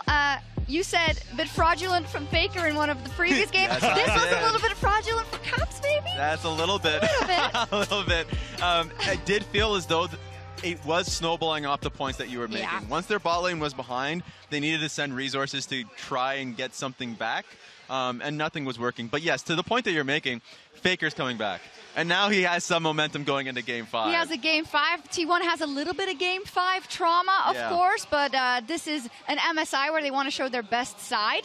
It was also an MSI where G2 beat T1 at MSI, and they needed 5 games. They did it again at Worlds, as it has been 1,650 days since then. The reason why I say this is because this is a Game 5 in the context of all of that, right? In terms of a struggle for Europe, for G2, since that point, in terms of being very close, but you have to finish the job. We saw it from PSG yesterday. So I want to hear from both sides. How does G2 do it? How does T1 do it? Yeah, as you say, I mean, look, it's been 5 years since they beat T1, but this has been a win that G2 have been building for 2 years. They've been trying desperately to get this into a position where they can try and carry, and I think coming back into blue side is going to be massive for them. T1 can't target as heavily onto the AD carry pool. You get to go for that first pick Kalista, which has worked out for them thus far, and if that is then going to be the plan, I think you can play for that creativity that we saw from G2 over the course of game 1, 2, and 3. Are you flip-flopping? I'm not flip-flopping. That'd be too many flips. But I think my answer would just be to follow Mickey X, because throughout the series, what Mickey X has been doing really well has been working towards caps and making fights just basically outnumbered. And as long as he gets to be followed by Keria, then thumbs up. Also, just don't cut out. This game also was in jeopardy just because of that mid lane fight that happened in 16 minutes, and then Varus getting caught. There's a lot of openings that G2 had when it should not have happened. No, and especially in that early game, straight off the bat, right? You saw it there, that Owner and T1's game plan, it was, okay, we also can't give Yike any advantage in these games. I think they're garnering a lot of respect for that jungler throughout this series, and rightly identifying that you cannot get him going because he will make things happen. Yeah, and that's why I think the beauty of that last draft from T1 is that they had all these winning lanes and pushing lanes that they could work through, because it just kept Yike out of the equation. And if you're able to do that again, I think that's where you're going to be able to try and focus. So I wouldn't be surprised to see a Xin Zhao coming through, high priority and some sort of pushing bot lane that they can try and play through. And maybe this is the game we get lane swaps, but I'd much rather we just stick to basics here for G2. I mean, is this where it now gets in their head and they think, okay, that bot lane might, Gumayushi's consistency overall, Keria's playmaking potential. Do you feel like they're going to lane swap this time? I think they're just not going to go for the Kog'Maw. If they do go for it again, then I will lane swap. Okay. But I think they'll try and stick to lanes because it's been working so well for Broken Blade in particular. So just pick a stronger bot lane and then just try and match, because T1 has been matching and it's been working well for G2. Oh, it has. It's match point. It's T1 that clawed their way back to Silver Scrapes. It's G2 who is attempting to roll back the years. 5 years, in fact. They needed a Game 5 at that MSI in 2019, but T1 is attempting to rewrite and overwrite that memory. We're going to Silver Scrapes. We'll get Game 5 right after this.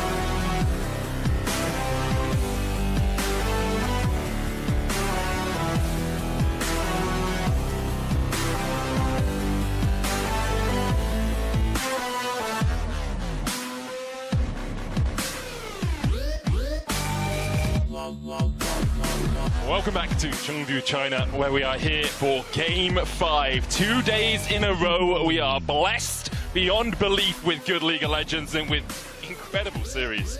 I'm Medic, this is Chronicler, over there's Veri, and we are honored to bring you through the final game of this series. We've had quite the banger series, gentlemen. I'm excited to see how things pan out. I haven't had confirmation, but I'm pretty sure G2's on the blue side, which means that things are going to be interesting because T1 found a pretty effective solution in Game 1 in terms of prioritizing the Varus, giving away the Orianna and saying we can pick the Azir. I think that was massive when pairing that up alongside the Xin Zhao to give them early game control and just lane dominance. You have to imagine that Varus is going to be a higher priority for G2 this time round. And I question, how will G2 answer? Will they give Orianna to Faker and answer with Azir of their own? Or will instead they prioritize the Ori? Looking at the bans thus far, in the last game, Azir banned. Yeah, there's Azir banned. And I wouldn't be shocked if they end up actually prioritizing the Orianna. They probably will. They'll give over the Varus. But now it's Varus versus Kalista. I feel like G2 should go for the Varus, but they'll probably go for the Kalista. I gotta say, might be a novel idea, but what if you're struggling in your 2v2 bot? What if you lane swap? I mean, maybe. They could do it. Because the thing for me is we keep talking about it, and this is what the series meta has gone down to, right? The mid lane matchup has been so pivotal. I feel like it's been very swingy as well. Ooh. And when we think about, I was talking to you about this earlier, when you look at what Faker has played this year, they took both of them! They did both! Okay, so Kalista top of possibility, Kalista support, obviously with lethality, something we have seen from Keria before. It was he that debuted Kalista support, no? It's gotta be. I don't think Koma's gonna be like, okay, Zeus, play Kalista top. I don't think we've gone that far yet. Except play Bane top, I'm just putting it out there. I know. Now? You know, no joke, I'd love something like, oh no, they're lane swapping. It's the lane swap. It's the... Crack it out, Game 5. It's okay, we're swapping. It's the swap. They're finally doing the swap. They've practiced for so long in Game 5. They're bringing the lane swap out. T1 have to recognize that this is happening. But here's the great subversion of expectations, Veri. You think it's happening. T1 go top lane. You're just in your normal lane again. But there's so many, what if they see it variations. Coming? No, but I think that even, like, you let G2 swap because you know that your siege is so much faster. You can get so many plates, you can funnel a much greater lead, even if they get out of the early laning phase. Ari for Faker! Oh my goodness! They wanted to make sure he gets something comfortable so that the pool can't be pinched even more, and it's going to lock in one of his all-time favorite champions. This is such an incredible amount of faith. Because I think Faker today mechanically just hasn't looked that good, and Ari is one of those champions that falls completely flat. T1 stands or falls by Faker, and the Ari has been a pretty popular pick into the Taliyah. At first sight, you might be like, but Ari has dashes, Taliyah counters dashes, but because of the amount of mobility you have with the triple ultimate, actually able to play around. I was about to ask, will they ban Poppy again? Because it's Kalista Ari. I mean, they should have. G2 can now take the Poppy. Typically, G2 would put the Lulu here. Yeah. You'd have the Demolition Rune is what they did domestically, and then they would move to a side lane and then, you know, do the whole split pushing thing. I mean, that's why they banned the Jarvan as well. Low mobility carries. Lane swap thing. Lane That's the swapping. word. I mean, it's kind of split pushing, just, you know, a few steps removed. So they're just getting rid of all the dive from Ona. Very likely looking at a Xin Zhao now. Nocturne as well. Less exciting. Sejuani still does give you good threat on the back line and gives you a tank to stand in front of the Ari. Lee Sin. It's got to be. Like, I think that this game... But if they do that, it's Poppy, bro. Well, I know, but it's Poppy anyway. That's the problem. Maybe you want to look and just lock in, say, the Cassante for topside. Otherwise, T1 must have an amazing plan. Owners Lee Sin. This is the... Again, it's the freeze Poppy angle of all time. The only thing about the Poppy is, as a support, it doesn't give you that attack speed buff that something like a Lulu would do, so you do lose out. You could put a jungle. You put a jungle, and then I'm wondering what T1's response is going to be, because Zeus, it might end up being just one of his carries. T1 with a full carry composition would surprise me. And there's the Poppy! Oh! I love this from both teams. I mean, like, Velvet, G2 just saying, okay, the thing we practiced, and comfort, let's just go for it. T1 doing a very similar When thing. Yike debuted in the LEC, this was one of the early champions that he brought out. Cassante, no surprise from Zeus. Remember that I don't think Cassante's lost in the last 2 days. Big thing I don't here. think so either. Big thing here is that this time Zeus obviously, even knowing he's going to go into a lane swap, doesn't also go for the self-counter pick with the Poppy going towards the support role. That said though, T1 better blow up this game in the first 10 to 15 minutes, and even with the lane swap, the onus is going to be on them to find huge early leads. Because otherwise, if you look at what G2 have, once you get to mid to late game, no one on T1 is ever going to touch Hansama. And I don't think he's had the best series so far. But if you're a Jinx with Talia and Poppy standing in front of you and a full short-range composition on the other side, the game's got to be yours. I think that T1 just have like zero utility, right? And that what they do have is like very single target, right? Like their engage is so weak. Compare that to Broken Blade, Mickey, that both have great disengage but and they kill engage you. tools. But they kill you. I mean, they do. There's a lot of damage. Well, that's the Death point. is the best form of CC, Betty. It's going to be dead people walking exciting. around. A lane swap is pretty much guaranteed for G2. We'll see how T1 respond. We're going to game 5. Owner's Lee Sin is something I'm always excited to see. Yike on his Belveth, comfort across the board. Let's jump into an incredible decider in this series. Take a moment. Take a breath. Probably the last one you're going to get for about 30 minutes. These two teams have butted heads, have battled on the Rift for 4 games, and now it all comes down to this. You paid for your whole seat. You're only going to need the edge of it. 5 years was the last time these two teams went to 5 games. MSI semi-finals 2019, the one that G2 did go to win. The one that us EU fans have been holding on to and have been praying to see that series again, and here we are, seeing it materialized. A rivalry, an international rivalry that has not sparked for a while, but is elating so many fans today. Let's see how things pan out. The lane swap expectation coming through Hansama, hovering around the bot side of the map. I don't think they're swapping. They will. They might do the split map strat. They might do the split map into potential bot dive. Mickey also went for Halo Blades.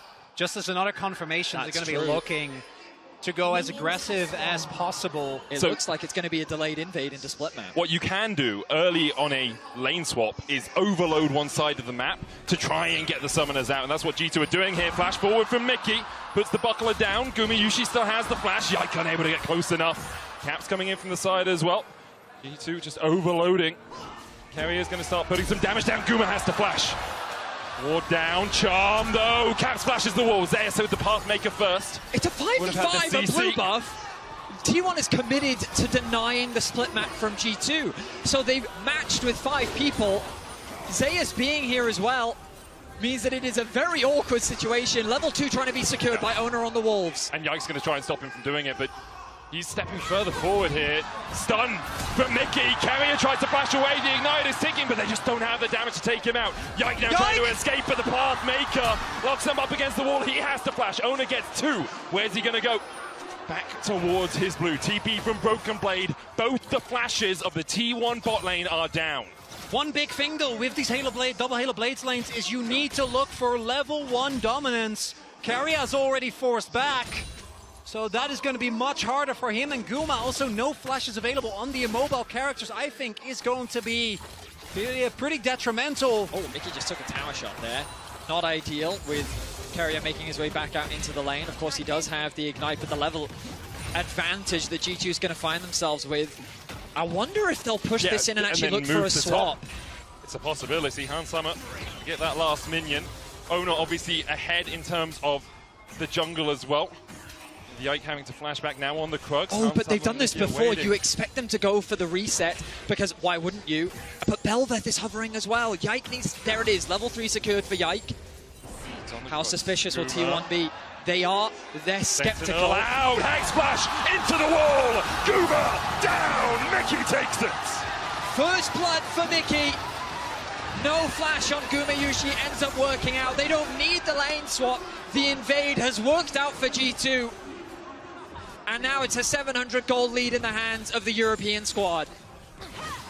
And particularly with the draft that T1 went for, losing early control is devastating. Guma going down there, worst case scenario as well. Yeah, Carrier able to pick up a little bit of the wave, but that's not who you want. And even more pressure now towards the top side of the map here for T1. The one upside Owner has been able to farm, whereas Yike, as you pointed out, a little bit delayed there. Broken Blade. Just trading in here. Yike went Scuttle Crab. Now still hasn't farmed up that much. Only at a couple of camps. Zeus is going to be forced away. Owner can try and invade here. He's not seen by Yike. Smite used early from Yike. Owner has his available. Sonic Wave, that's the steal. Owner should be able to get it. Smites it away, waited until it was about 500. And now that's a 2-3 camp lead, in fact, for Owner. Really good start for Owner. One of the advantages gained for T1. We'll look back at this play. Hex Flash used from Mickey. Knocks Guma into the wall. That's just nothing Guma can do. I mean, the heal comes through. I mean, the bad news is that the first blood goes to Mickey, of course. They would have loved to have gotten that gold onto Hans, but they'll take it. The biggest advantage they've gained is, look, the experience. You'll see Hansama about halfway to level 4. Admittedly, with this wave, Guma's not that far off.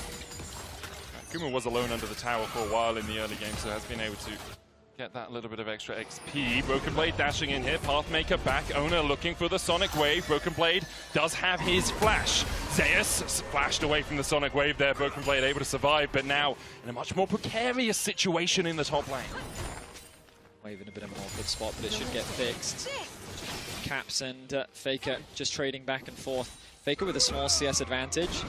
Broken Blade is going to be a kill! Zeus dashes away, has popped the Ghost. Charm in the mid lane though, as Owner's on the board. The 2v2 of this Ari Lee is going to have to be the thing that digs T1 out of this early deficit.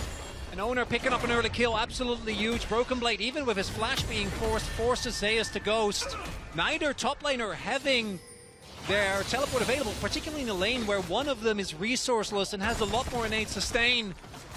Actually, a really big lead here for Broken Blade, as he's going to be able to push in this next wave as well. And Zeus, just to make sure that he doesn't die, has to back off. Nice, I was hoping we could get a replay of this. Of course, Caps, no flash available. Applies the slow. Nice flash in from Owner to just increase the likelihood of guaranteeing the charm. That was enough to get them the kill. Faker commits the TP top lane. He's going to go catch that wave. They'll send Zeus off to mid. It's actually a swap coming out from G2 now, Very. That it is. Summer working his way up. They want to get those side. grubs, of course. I mean, it makes sense. Also, get them away from that volatile bot lane 2v2. Carrier recognizes what's happening on the map, making his way towards mid. Big thing here now is that G2, the one thing that I think they still need to be respectful for is the amount of early game skirmishing power this T1 comp has still is absolutely insane. Single kill can start the reset chain for Carrier and Faker. G2 not going to be contested here whatsoever as the lane swap comes through. Importantly for T1 as well, Broken Blade just burnt his flash in the top lane. Obviously, Zac very difficult to kill, but you do have double Halo Blades AD carry in that bot lane. If Broken Blade overextends, there's a possibility you can take him out. Caps has the Weaver's Wall. Zeus is here. Ona's standing out of vision. Baker's moving up. Mickey looking for it. Ona's still waiting. Zeus hits 6, but it's rooted. Can't go any further. Broken Blade looking for Gumayushi. Flash heal still available for the T180 carry. Carrier here to bolster his defenses.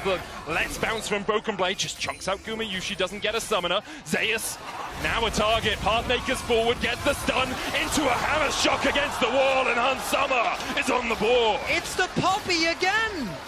Locks him down. Mickey denies him the opportunity to isolate a target and drag him through the wall to the waiting arms of Owner and Faker. And so many minions are going to be lost here.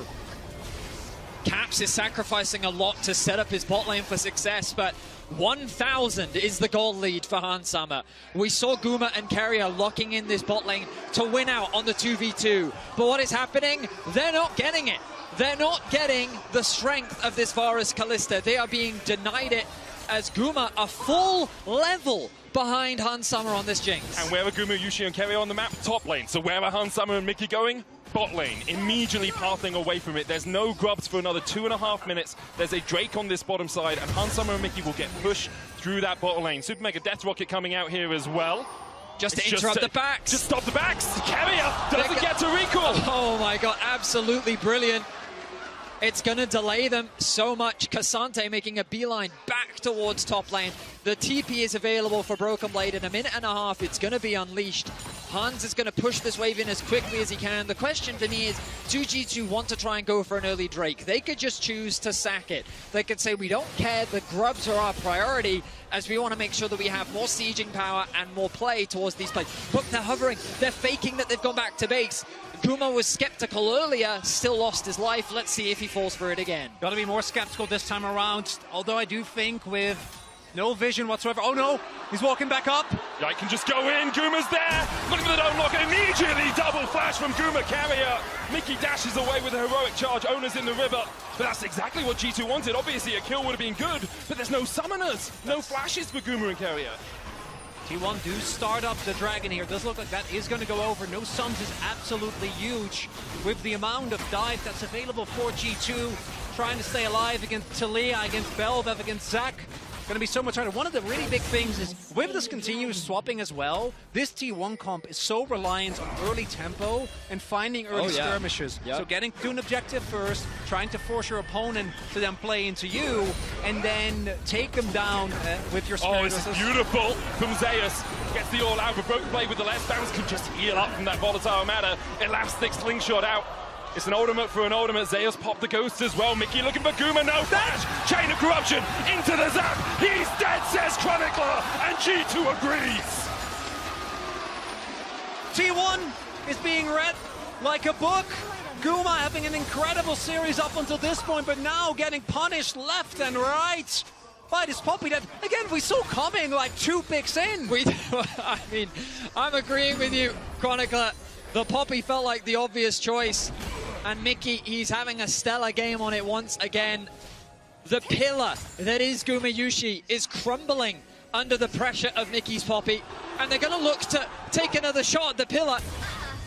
Steadfast presence knocked into the wall, and down goes Carrier. A killing spree for Hans Summer.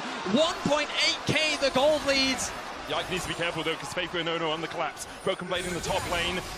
Spirit rush forward. Faker looking for the charm. Yike tries to dodge away, but he doesn't have another dash. There's the charm. Owner gets his second. This is the saving grace for T1, Faker and Owner. This mid-jungle duo, you mentioned it earlier, Chronicler. If they can keep finding these skirmishes, there is an angle back into this game. That said, they're still going to have to find a way to reliably get on top of Hans, which is just hard to imagine, even with how good T1's team fighting can be. The last game, we're in control very early on, 2-level lead if here. They can get one of these, he gets the mites for his team. Not huge, he almost got one, but can't quite do it. T1 will secure 3 apiece. Wait, bot lane again, look, they've just spotted Carrier on the grubs, which means that Gumayushi gonna be denied even more farm. This is the first time in a long time I've seen Gumayushi at this kind of deficit. He's been the carry for this team so often through this split. Probably the best performing player, maybe alongside Faker, depending on who you ask, through 2024. But here he is 3 levels down on Caps as Mickey goes on to Faker. Hammer shot coming out. The chase continues with Mega Death Rocket. Not quite enough to kill off Faker, but that's the flash burn from the T1 mid laner. Still no flash on the Ahri. Going to take away a lot of the offensive capabilities, make it harder to make plays under the Taliyah as well. There's a possible bot lane dive, might be imminent here. Faker does get his back off though, and teleport's available, so I want to, maybe G2 should exercise some caution. Not just a Weaver's Wall into Guma dying here. Cap stepping forward, Weaver's Wall not used. Seismic shove enough. Fate's Call will pull out Gumayusi. Mickey's running up towards the rest of T1. A kill over to T1, good reactions. G2 getting a little predictable there. Baker going in with the spear rush. Nice Charm, charm. Hans Summer cleanses it. Owner looking for the Sonic Wave. Hans Summer does have the flash. We're away from the Tempest Cripple, Dragon's Rage. Sonic Wave, Chaos flashes away as well. As Owner's taken down to half HP. And T1 are looking for more. They can see blood in the water. Sonic Wave just wide from Owner. Faker and Owner make their presence known. Chronicler called out the TP, and it felt like the G2 just overcommitted to the play. Caps gets a nice knockback onto Gumayusi, but it wasn't quite enough, thanks to the ultimate from Carrier bringing him to safety. I think Mickey's game plan was to just try and lure T1 away from the remaining G2 members so that they could escape, but T1 saying very loud, very clearly, we're not out of this game just yet. Biggest win there, I think, for T1 is the double summoners that were taken from Hans Sama. No flash, no cleanse. That's very true. On this Jinx, but at the same time, like, looking at the setup, right now is not really where you need your Jinx to be the main character. Like, yes, Hans Sama is fed, but the base damage of Poppy is still really, really high. You have a Bel'Veth who, while behind the Lee, still, with the Kraken Slayer, is going to be able to do a whole lot, and we've already seen how much damage Broken Blade can do on this Zac as well. And this is where Zac's just base numbers are so powerful. Yep. Obviously, he scales up with his health, with his opponent's health, but early doors, you just have so much raw power in your kit. It's a 2,000 gold lead right now for G2. Worth noting that Cap's suddenly back in the game, by the way. He was down like 20 CS, a full level. Now they're dead even. Not quite sure how he's been able to pull that one off, but even after all the early pressure, he's been able to find impact once again, keeping up with Faker wherever he can, playing safe in the mid lane as Yike hovers around the top side of the map. And Yike would really like to take this Rift Herald, get your true form early on. Gives you so much more power on the Bel'Veth. Mickey, flash away by Gumayusi. I mean, he gets That's what he all wants. Mickey really wanted, as you say. Bel'Veth, though, still on the Rift Herald. Stretching strike across, and Guma has no flash, but he dodges away from the Elastic Slingshot, and now the TP's invested by Zeus as he wants to join the party. Weaver's Wall will separate T1 a little bit. T1 know as well, he can't give up the Rift Herald to a Bel'Veth, and this composition already is so reliant on getting early leads. If G2 get the Herald, one big punish tool is taken away as Caps. Owner going in, safeguards forward, dodges the seismic shove, misses the Sonic Wave, and Caps just dances away from everything in mid lane. Tower going down in the top lane. Rift Herald started, I think, by Mickey as well as G2 know the Owner's path down towards that bottom side. Incredible awareness from Caps. He was so suspicious after seeing Owner in the river. Remember that Caps earlier used the ultimate to lock off Gumayusi and Carrier from escape, but once his TP came through, he also gained information on Owner in the river, and he was afraid of a potential dive. They avoid it, they secure the Herald, and while conceding the Dragon, they continue to funnel more gold into Hans Sama.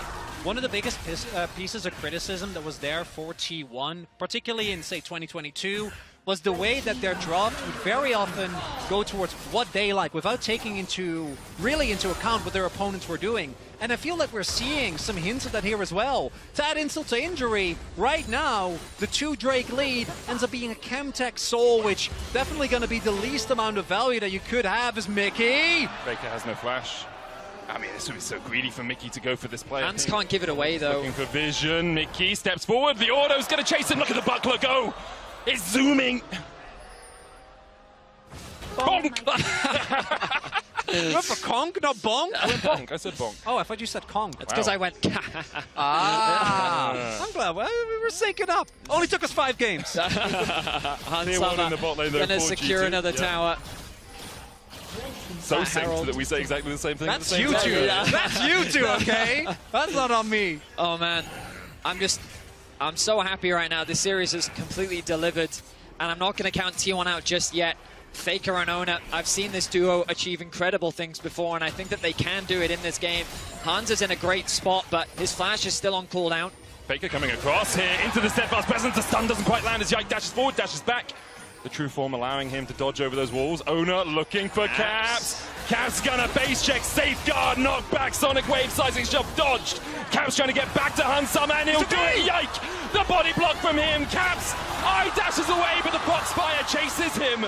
Owner looking for more as Yike tries to escape. Chain of Corruption on Hansama. He cleanses away from it. Once again, it's Caps getting caught that gives T1 a little bit of an in back into the match. Caps holding on to his flash throughout that entire exchange. Likely because T1 can't really convert this into anything. It is a kill, and it's a valuable thing to grab, especially giving it over to Faker. But it doesn't result in an objective gained. Mickey Hand still hover around mid. Faker going to be sent to bot lane. Caps has the TP available. Yikes, still so squishy though. Gumayushi kind of having a field day when he's able to land these arrows.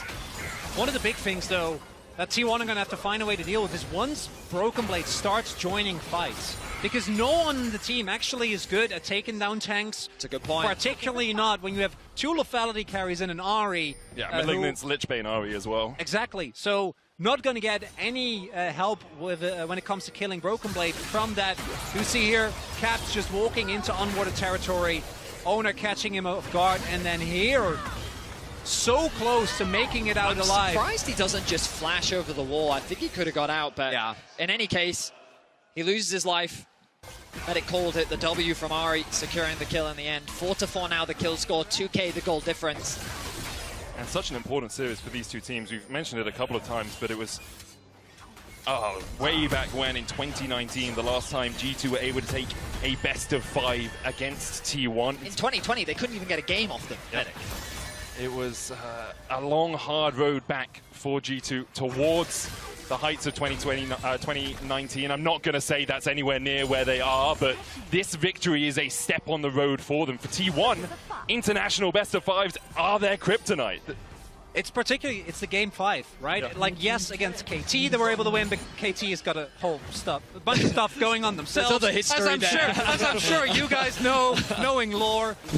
But particularly, you know, the game against RNG, the game 5, the game against DRX, that's the one that everyone is going to immediately think of when they were so close to ending, still not able to make it through. And then very recently, we had the 5th game against Gen G, again denying them. Right now, mid lane turret is imminent to fall with this Herald dropping in. I mean, even last year, JDG in the upper bracket, didn't they also lose the game 5, knocking them down into the lowers? The pressure is on. Broken Blade has joined the fight. Dragon, 54 seconds. Oh, yeah, he's going to ride this one away. Dashes across. Owner knocked into the wall. Oh! Shot. The Aztec shot charged away, but the Higgs, the TP in by Caps. T1 trying to retreat because already they have lost. Owner stretching, strike into the all-out. Broken Blade pulled across the wall. Here the last shot out with the spear. He finds Hansama, and every time you count him out, Faker is there to find the fight. TP behind now by Faker. Mickey and Yike trying to run away. Another charm onto Caps. Faker no spirit rush, no flash, but Caps has no HP left. Faker is him, and he continues to prove why. An incredible pick onto Hansama, converts into a TP flank, and they're not done just yet. Oh, big thing here, though, is that right now they're not able to allow them to go for Baron. I think they will end up dying, but denying the Baron from T1 is still big. Broken Blade survived for a very long time here, goes back into the Cell division. Faker and Carrier start to retreat. Zeus here to try and back up. Broken Blade back to half HP. Super Mega Death Rocket up in 5 seconds. If Hansama can find a snipe onto Faker, not quite able to do it. Faker and Carrier do their due diligence and back away in a safe spot. You just can't underestimate this man. In what looked like a one-sided fight for G2, they were going to get themselves the Dragon, start to snowball this game. This is where it starts. Owner gets locked up by Mickey. A great initiation as the 3-person knockup into the follow-up from Broken Blade. But just keep your eyes on Faker in this play. Nice ulti from Zeus to drag away the front line. And then Faker, out of nowhere, with the control ward, finds that charm and flashes away. Beautiful, just beautiful from Faker. The man was having one of the worst series I've seen from him in recent years. And that pick, in of itself, not going to be enough. Still a gold lead for G2. But it's showcasing the backline threat that T1 have. If it gets messy, if it gets scrappy, I think big there as well is that while the initial knockup from Mickey, I think, found 3 people, the follow-up from Broken Blade only hit onto Owner, so they were able to take him down, but the backline was able to make their way back, and it forced G2 to further extend, or rather, they opted into further extending. That was a great play from Faker. The question is, can he keep finding those plays? Not because enough. we saw how difficult these fights are going to be with the engage from G2. And that circumstance was a bit of an overextension with which Faker was incredible at punishing. But can they do it again? Because it's going to be reliant on Owner and Faker to keep finding these plays. Level 14 for the Ahri. The Magi's could very well come soon. He's got 6 stacks on his ring so far. And this game is delivering. Gumushi has the edge of night. Chain of Corruption already used. Weaver's wall in by Caps. Guma flashes. Yike with the knock-up seismic shot. Fates call out. TP in now by T1 as they look to take the fight. Zeus locked up for a moment and Yike is deleted. Owner found the flag, but now he'll fall. Zeus on the backline onto Hans Summer. Flash away. Mickey's trying to body block, but Zeus goes all out. Just this once. Faker dives into the backline. Caps next up for Zeus. And Faker's on a rampage. Caps just can't get through Zeus. He is not bad enough. And the flash away from Caps buys him a second, but that's all it's going to be. You can't buy class, and Faker's here to fight. And of all people, the person criticized most in Game 5 was Zeus, but his Cassante there drew so much attention, created so much space. And now T1 on a gold lead, but again, crucially, G2 pulled them away from the Baron, so the game stays even. And I know we're 23 minutes in, but I hope this one lasts much, much longer. The momentum has just completely shifted. They thought they'd caught Guma out. Caps even walls him off to force the flash, but this TP was so crucial. Carrier brings back his AD carry. G2 is now funneled into this choke point. A great kick from Owner results in an exchange of junglers, but Zeus finds his target. He locks down the AD carry, forces the flash out from Hans Sama, gets to knock-up, brings him back in range, and then Faker with his mobility finds access onto the backline. A great team fight from T1 once again. And the Fates call. That was really what I think the one thing that G2 didn't calculate. Thought that they had the immobile AD carry. Wasn't enough of Zeus. Is he going to be in trouble? I don't think so. I think Mickey's just being a nuisance more than anything else. He is also Cassante, so I always overestimate how much damage that champion takes.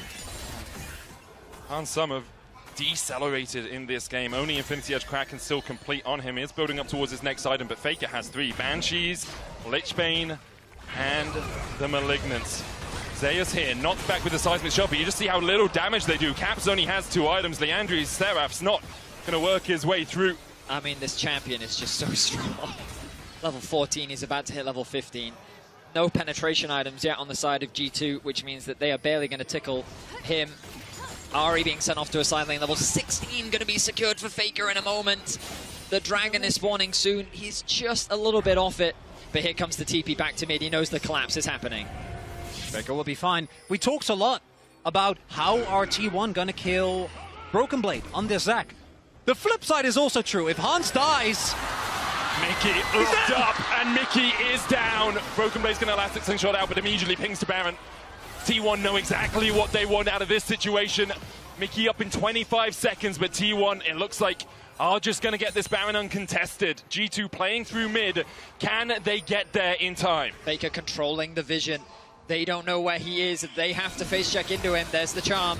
Yike, smite to get off the Banshee's Veil. Spirit Rush away by Faker. Baron down to a 10,000. Super Mega Death Rocket from G2. Mickey on his way. Ono on the flank. Faker still has 2 Spirit Rush charges as T1 continue to chip away at the Baron. It's down to 6,000. Spirit Rush forward. Charm. Zeus on that front line. Yike having to dash away. Broken Blade locked up and Tofu's back. Zeus down to half HP. Faker no Spirit Rush left. The Baron's still low as Ona's looking to smite it. He'll get it. But will Zeus fallen when the resets happen for G2? Onto the backline goes Mickey. Carrier's almost taking him out. Carrier almost falls himself. Ona dives in. Hansama just needs 1 to really open up.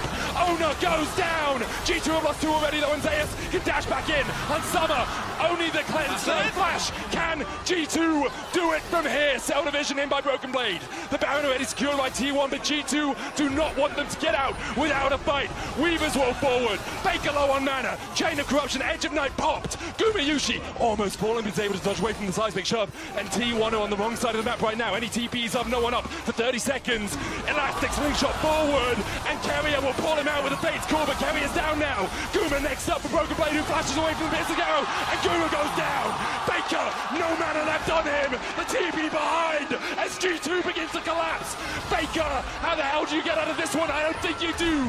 Get some mana, he escapes the honey fruit, but T1 gets Faker out alive. And the man just walks it off, but G2 still take out all the Baron buffs. Wait, we're not over yet, because remember that the Dragon is still up. Caps commits the TP. Zeus is back in the fight.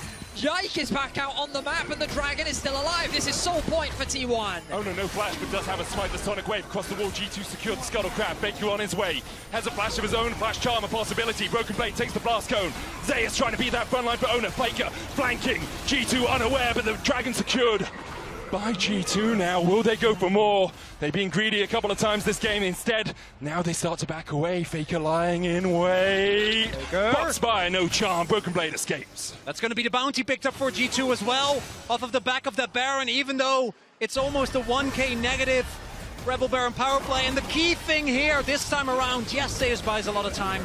Yes, T1 gets the Baron, but Hans Sama isn't threatened this time around. But just watch Owner. I feel like T1 is out at this point. An amazing ultimate here from Zeus to get away to safety. He goes over the rocks. But look at Owner here. He just goes back in. He stuns himself. He gives he gives G2 the ability to re-engage. And once those resets start to pop off, that is where G2 come alive in the fight.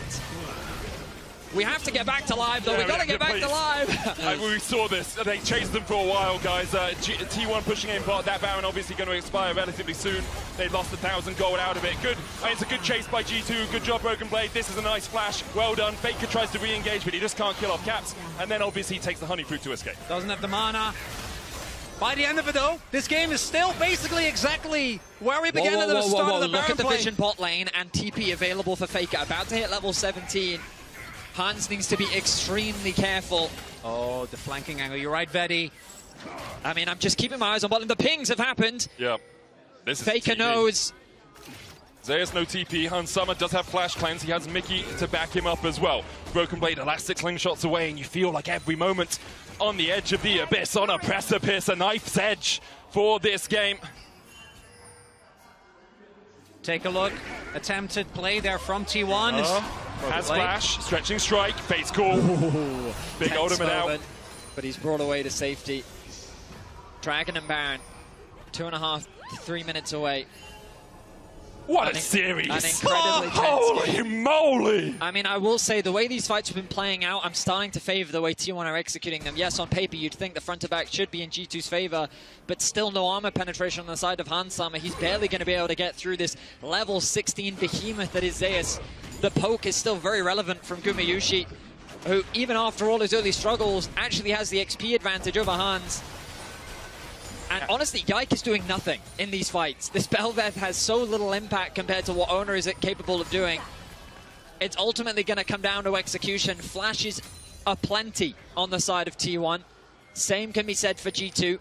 Baron 2 minutes away as T1 set vision control up around the top side of the map. I think the important thing is when Hans Sama gets Lord Doms. If he gets it before the next fight, I think it entirely changes the landscape of the fight. He's now got a Zeal, though. No Lord Doms for Hans Sama. I guess the only armor really sitting on Zeus, but I feel you want to be able to make your way through that tank. Guma clearing the wave. Edge of Night giving him so much safety. You'd see as well, as soon as Keria gets his ult up again, he's much more willing to step forward.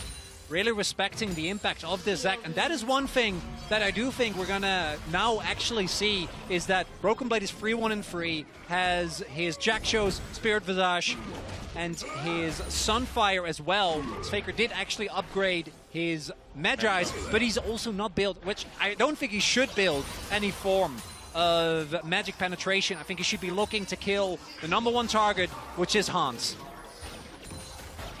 Regardless of the outcome of this series, I'm just so grateful that both of these teams have showed both the highs and lows of what they are capable of. An incredible best of 5. 32 minutes in, we're getting closer to the end. A single fight could determine the outcome of the whole game. And do you remember 4 days ago when everyone was saying, oh, it's just 3-0s until the upper bracket? And that's what they said. Holy moly. I think we've never been happy to be wrong. You know, everyone wants to so see happy this. to be wrong. Everyone wants to see the competitive series. Yesterday, we were treated. I mean, and this one feels like dessert. LEC fans are on the precipice of feeling that hope once again. I mean, of the biggest victory for the LEC since 2019, I think. Yeah. But here we go. Baron returns to the Rift right now. G2 have mid control. The dance back and forth. Zeus is not losing any HP. Faker connects the charm. Really nice damage onto Yike. He's going to be forced to back off. Drake and Baron alive in 20 seconds. Baron already up, of course. Yike goes across, gets some help. Mickey takes a bit of a chunk from Zeus, who is on that front line. Edge of Night on Gumayushi, giving him a bit of protection. Banshee's Veil on Faker too. They don't know that Faker's there. Chain of Corruption just short. T1 trying to wrestle control of the mid lane to get into this river. No vision there for G2. Sonic Wave on Broken Blade spots him out. Caps trying to get the mid lane control once again. Owner going in, pulled back with a stretching strike, but Broken Blade more of a nuisance than anything. Caps down to half HP. Yike dashing forward. Faker doing the same. Faker goes in with the Spirit Monster Charm going short. As Yike lands the knockoff, he gets stretching strike back, and Faker's locked against the wall. And Faker is down, buried beneath the earth. Can G2 find more? And Summer stepping forward, but Yike is. T1 can still turn this fight back on its head. Zeus no flash, obviously he's running the ghost, but he does have Q3 right now as it landed onto Caps. Zeus going in, knocked back. Mickey dashes into the wall as Owner's locked up. And Summer dodging away from the Sonic Wave, and can he really open up? Not quite. Broken Blade's going to go into the cell division, the seismic shot just short. Broken Blade likely to pull here. Yike was trying to heal himself back up, but Broken Blade goes down. Another Q from Zeus. He finds his mark, and T1 march down the mid lane. You might be able to take out Faker, but the real raid boss is Zeus. This man just will not fall. They don't have the damage to kill him. And as long as he stands strong, T1's team fighting is still alive. And that's the engage gone. No one on G2 can come close. As T1, Faker is about up. Yeah, they'll get a Camtech Drake, but that's not what you're going to be looking towards. Carrier, he's harassing Faker is there. Faker goes in, there's the charm, cleansed away by Hans Summer. The charm actually came out second. Even I was deceived as Hans Summer was. Faker showing exactly why he is the GOAT. The Baron is secured. Caps. He has Banshees. He has the Banshees. Baron is taken by T1. With Hans Summer gone, that's 40 seconds. T1 maybe... Okay, maybe an end is a little ambitious. The wave clear is still there from Caps. Only one minion here, the next wave on its way, about 5 seconds away. Carrier dashing forward. Gumayushi has that lethality, but Mana Moon alongside it. Weaver's Wall will stop the minion wave. 20 seconds on Hansama. T1 can still push in. The minions, they're having a little trip going to see the pandas, but they'll make their way out of the jungle and make their march down the mid lane. Hansama still 10 seconds away. T1 maybe just go for the inhibitor, but maybe even more. Can sense blood in the water, can close out the series. Yike was going for the flank, but can't find it. T1 back away before taking the inhib.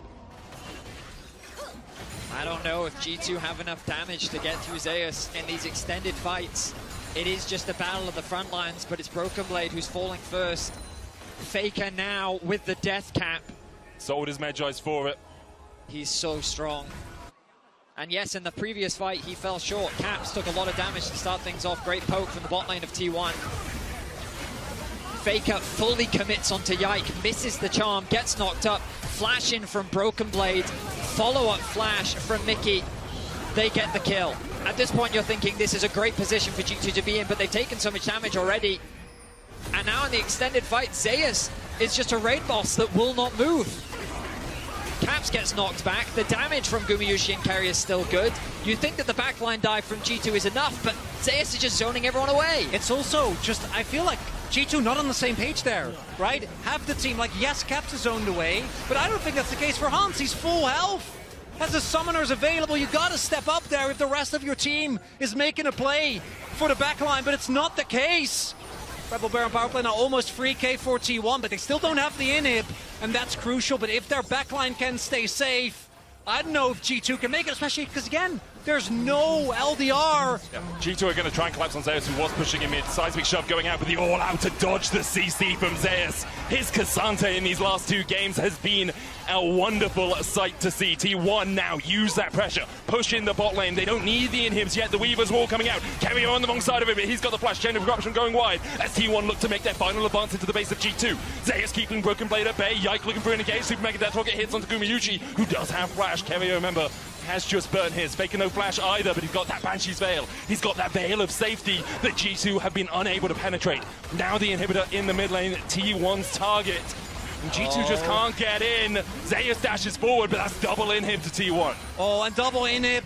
That's so hard to come back from because this is going to chain into what probably will be a Chemtech Soul. 41 is Mickey charmed up! Mickey put in the dirt, 6 feet under, maybe short to be followed by G2. The seismic shove on Ona, but the chain of corruption lands onto Caps, and a stopwatch can only buy you a second to stop the dirt, 6 feet under, maybe short to be followed by G2. The seismic shove on Ona, but the chain of corruption lands onto Caps, and a stopwatch can only buy you a second to stop and watch your team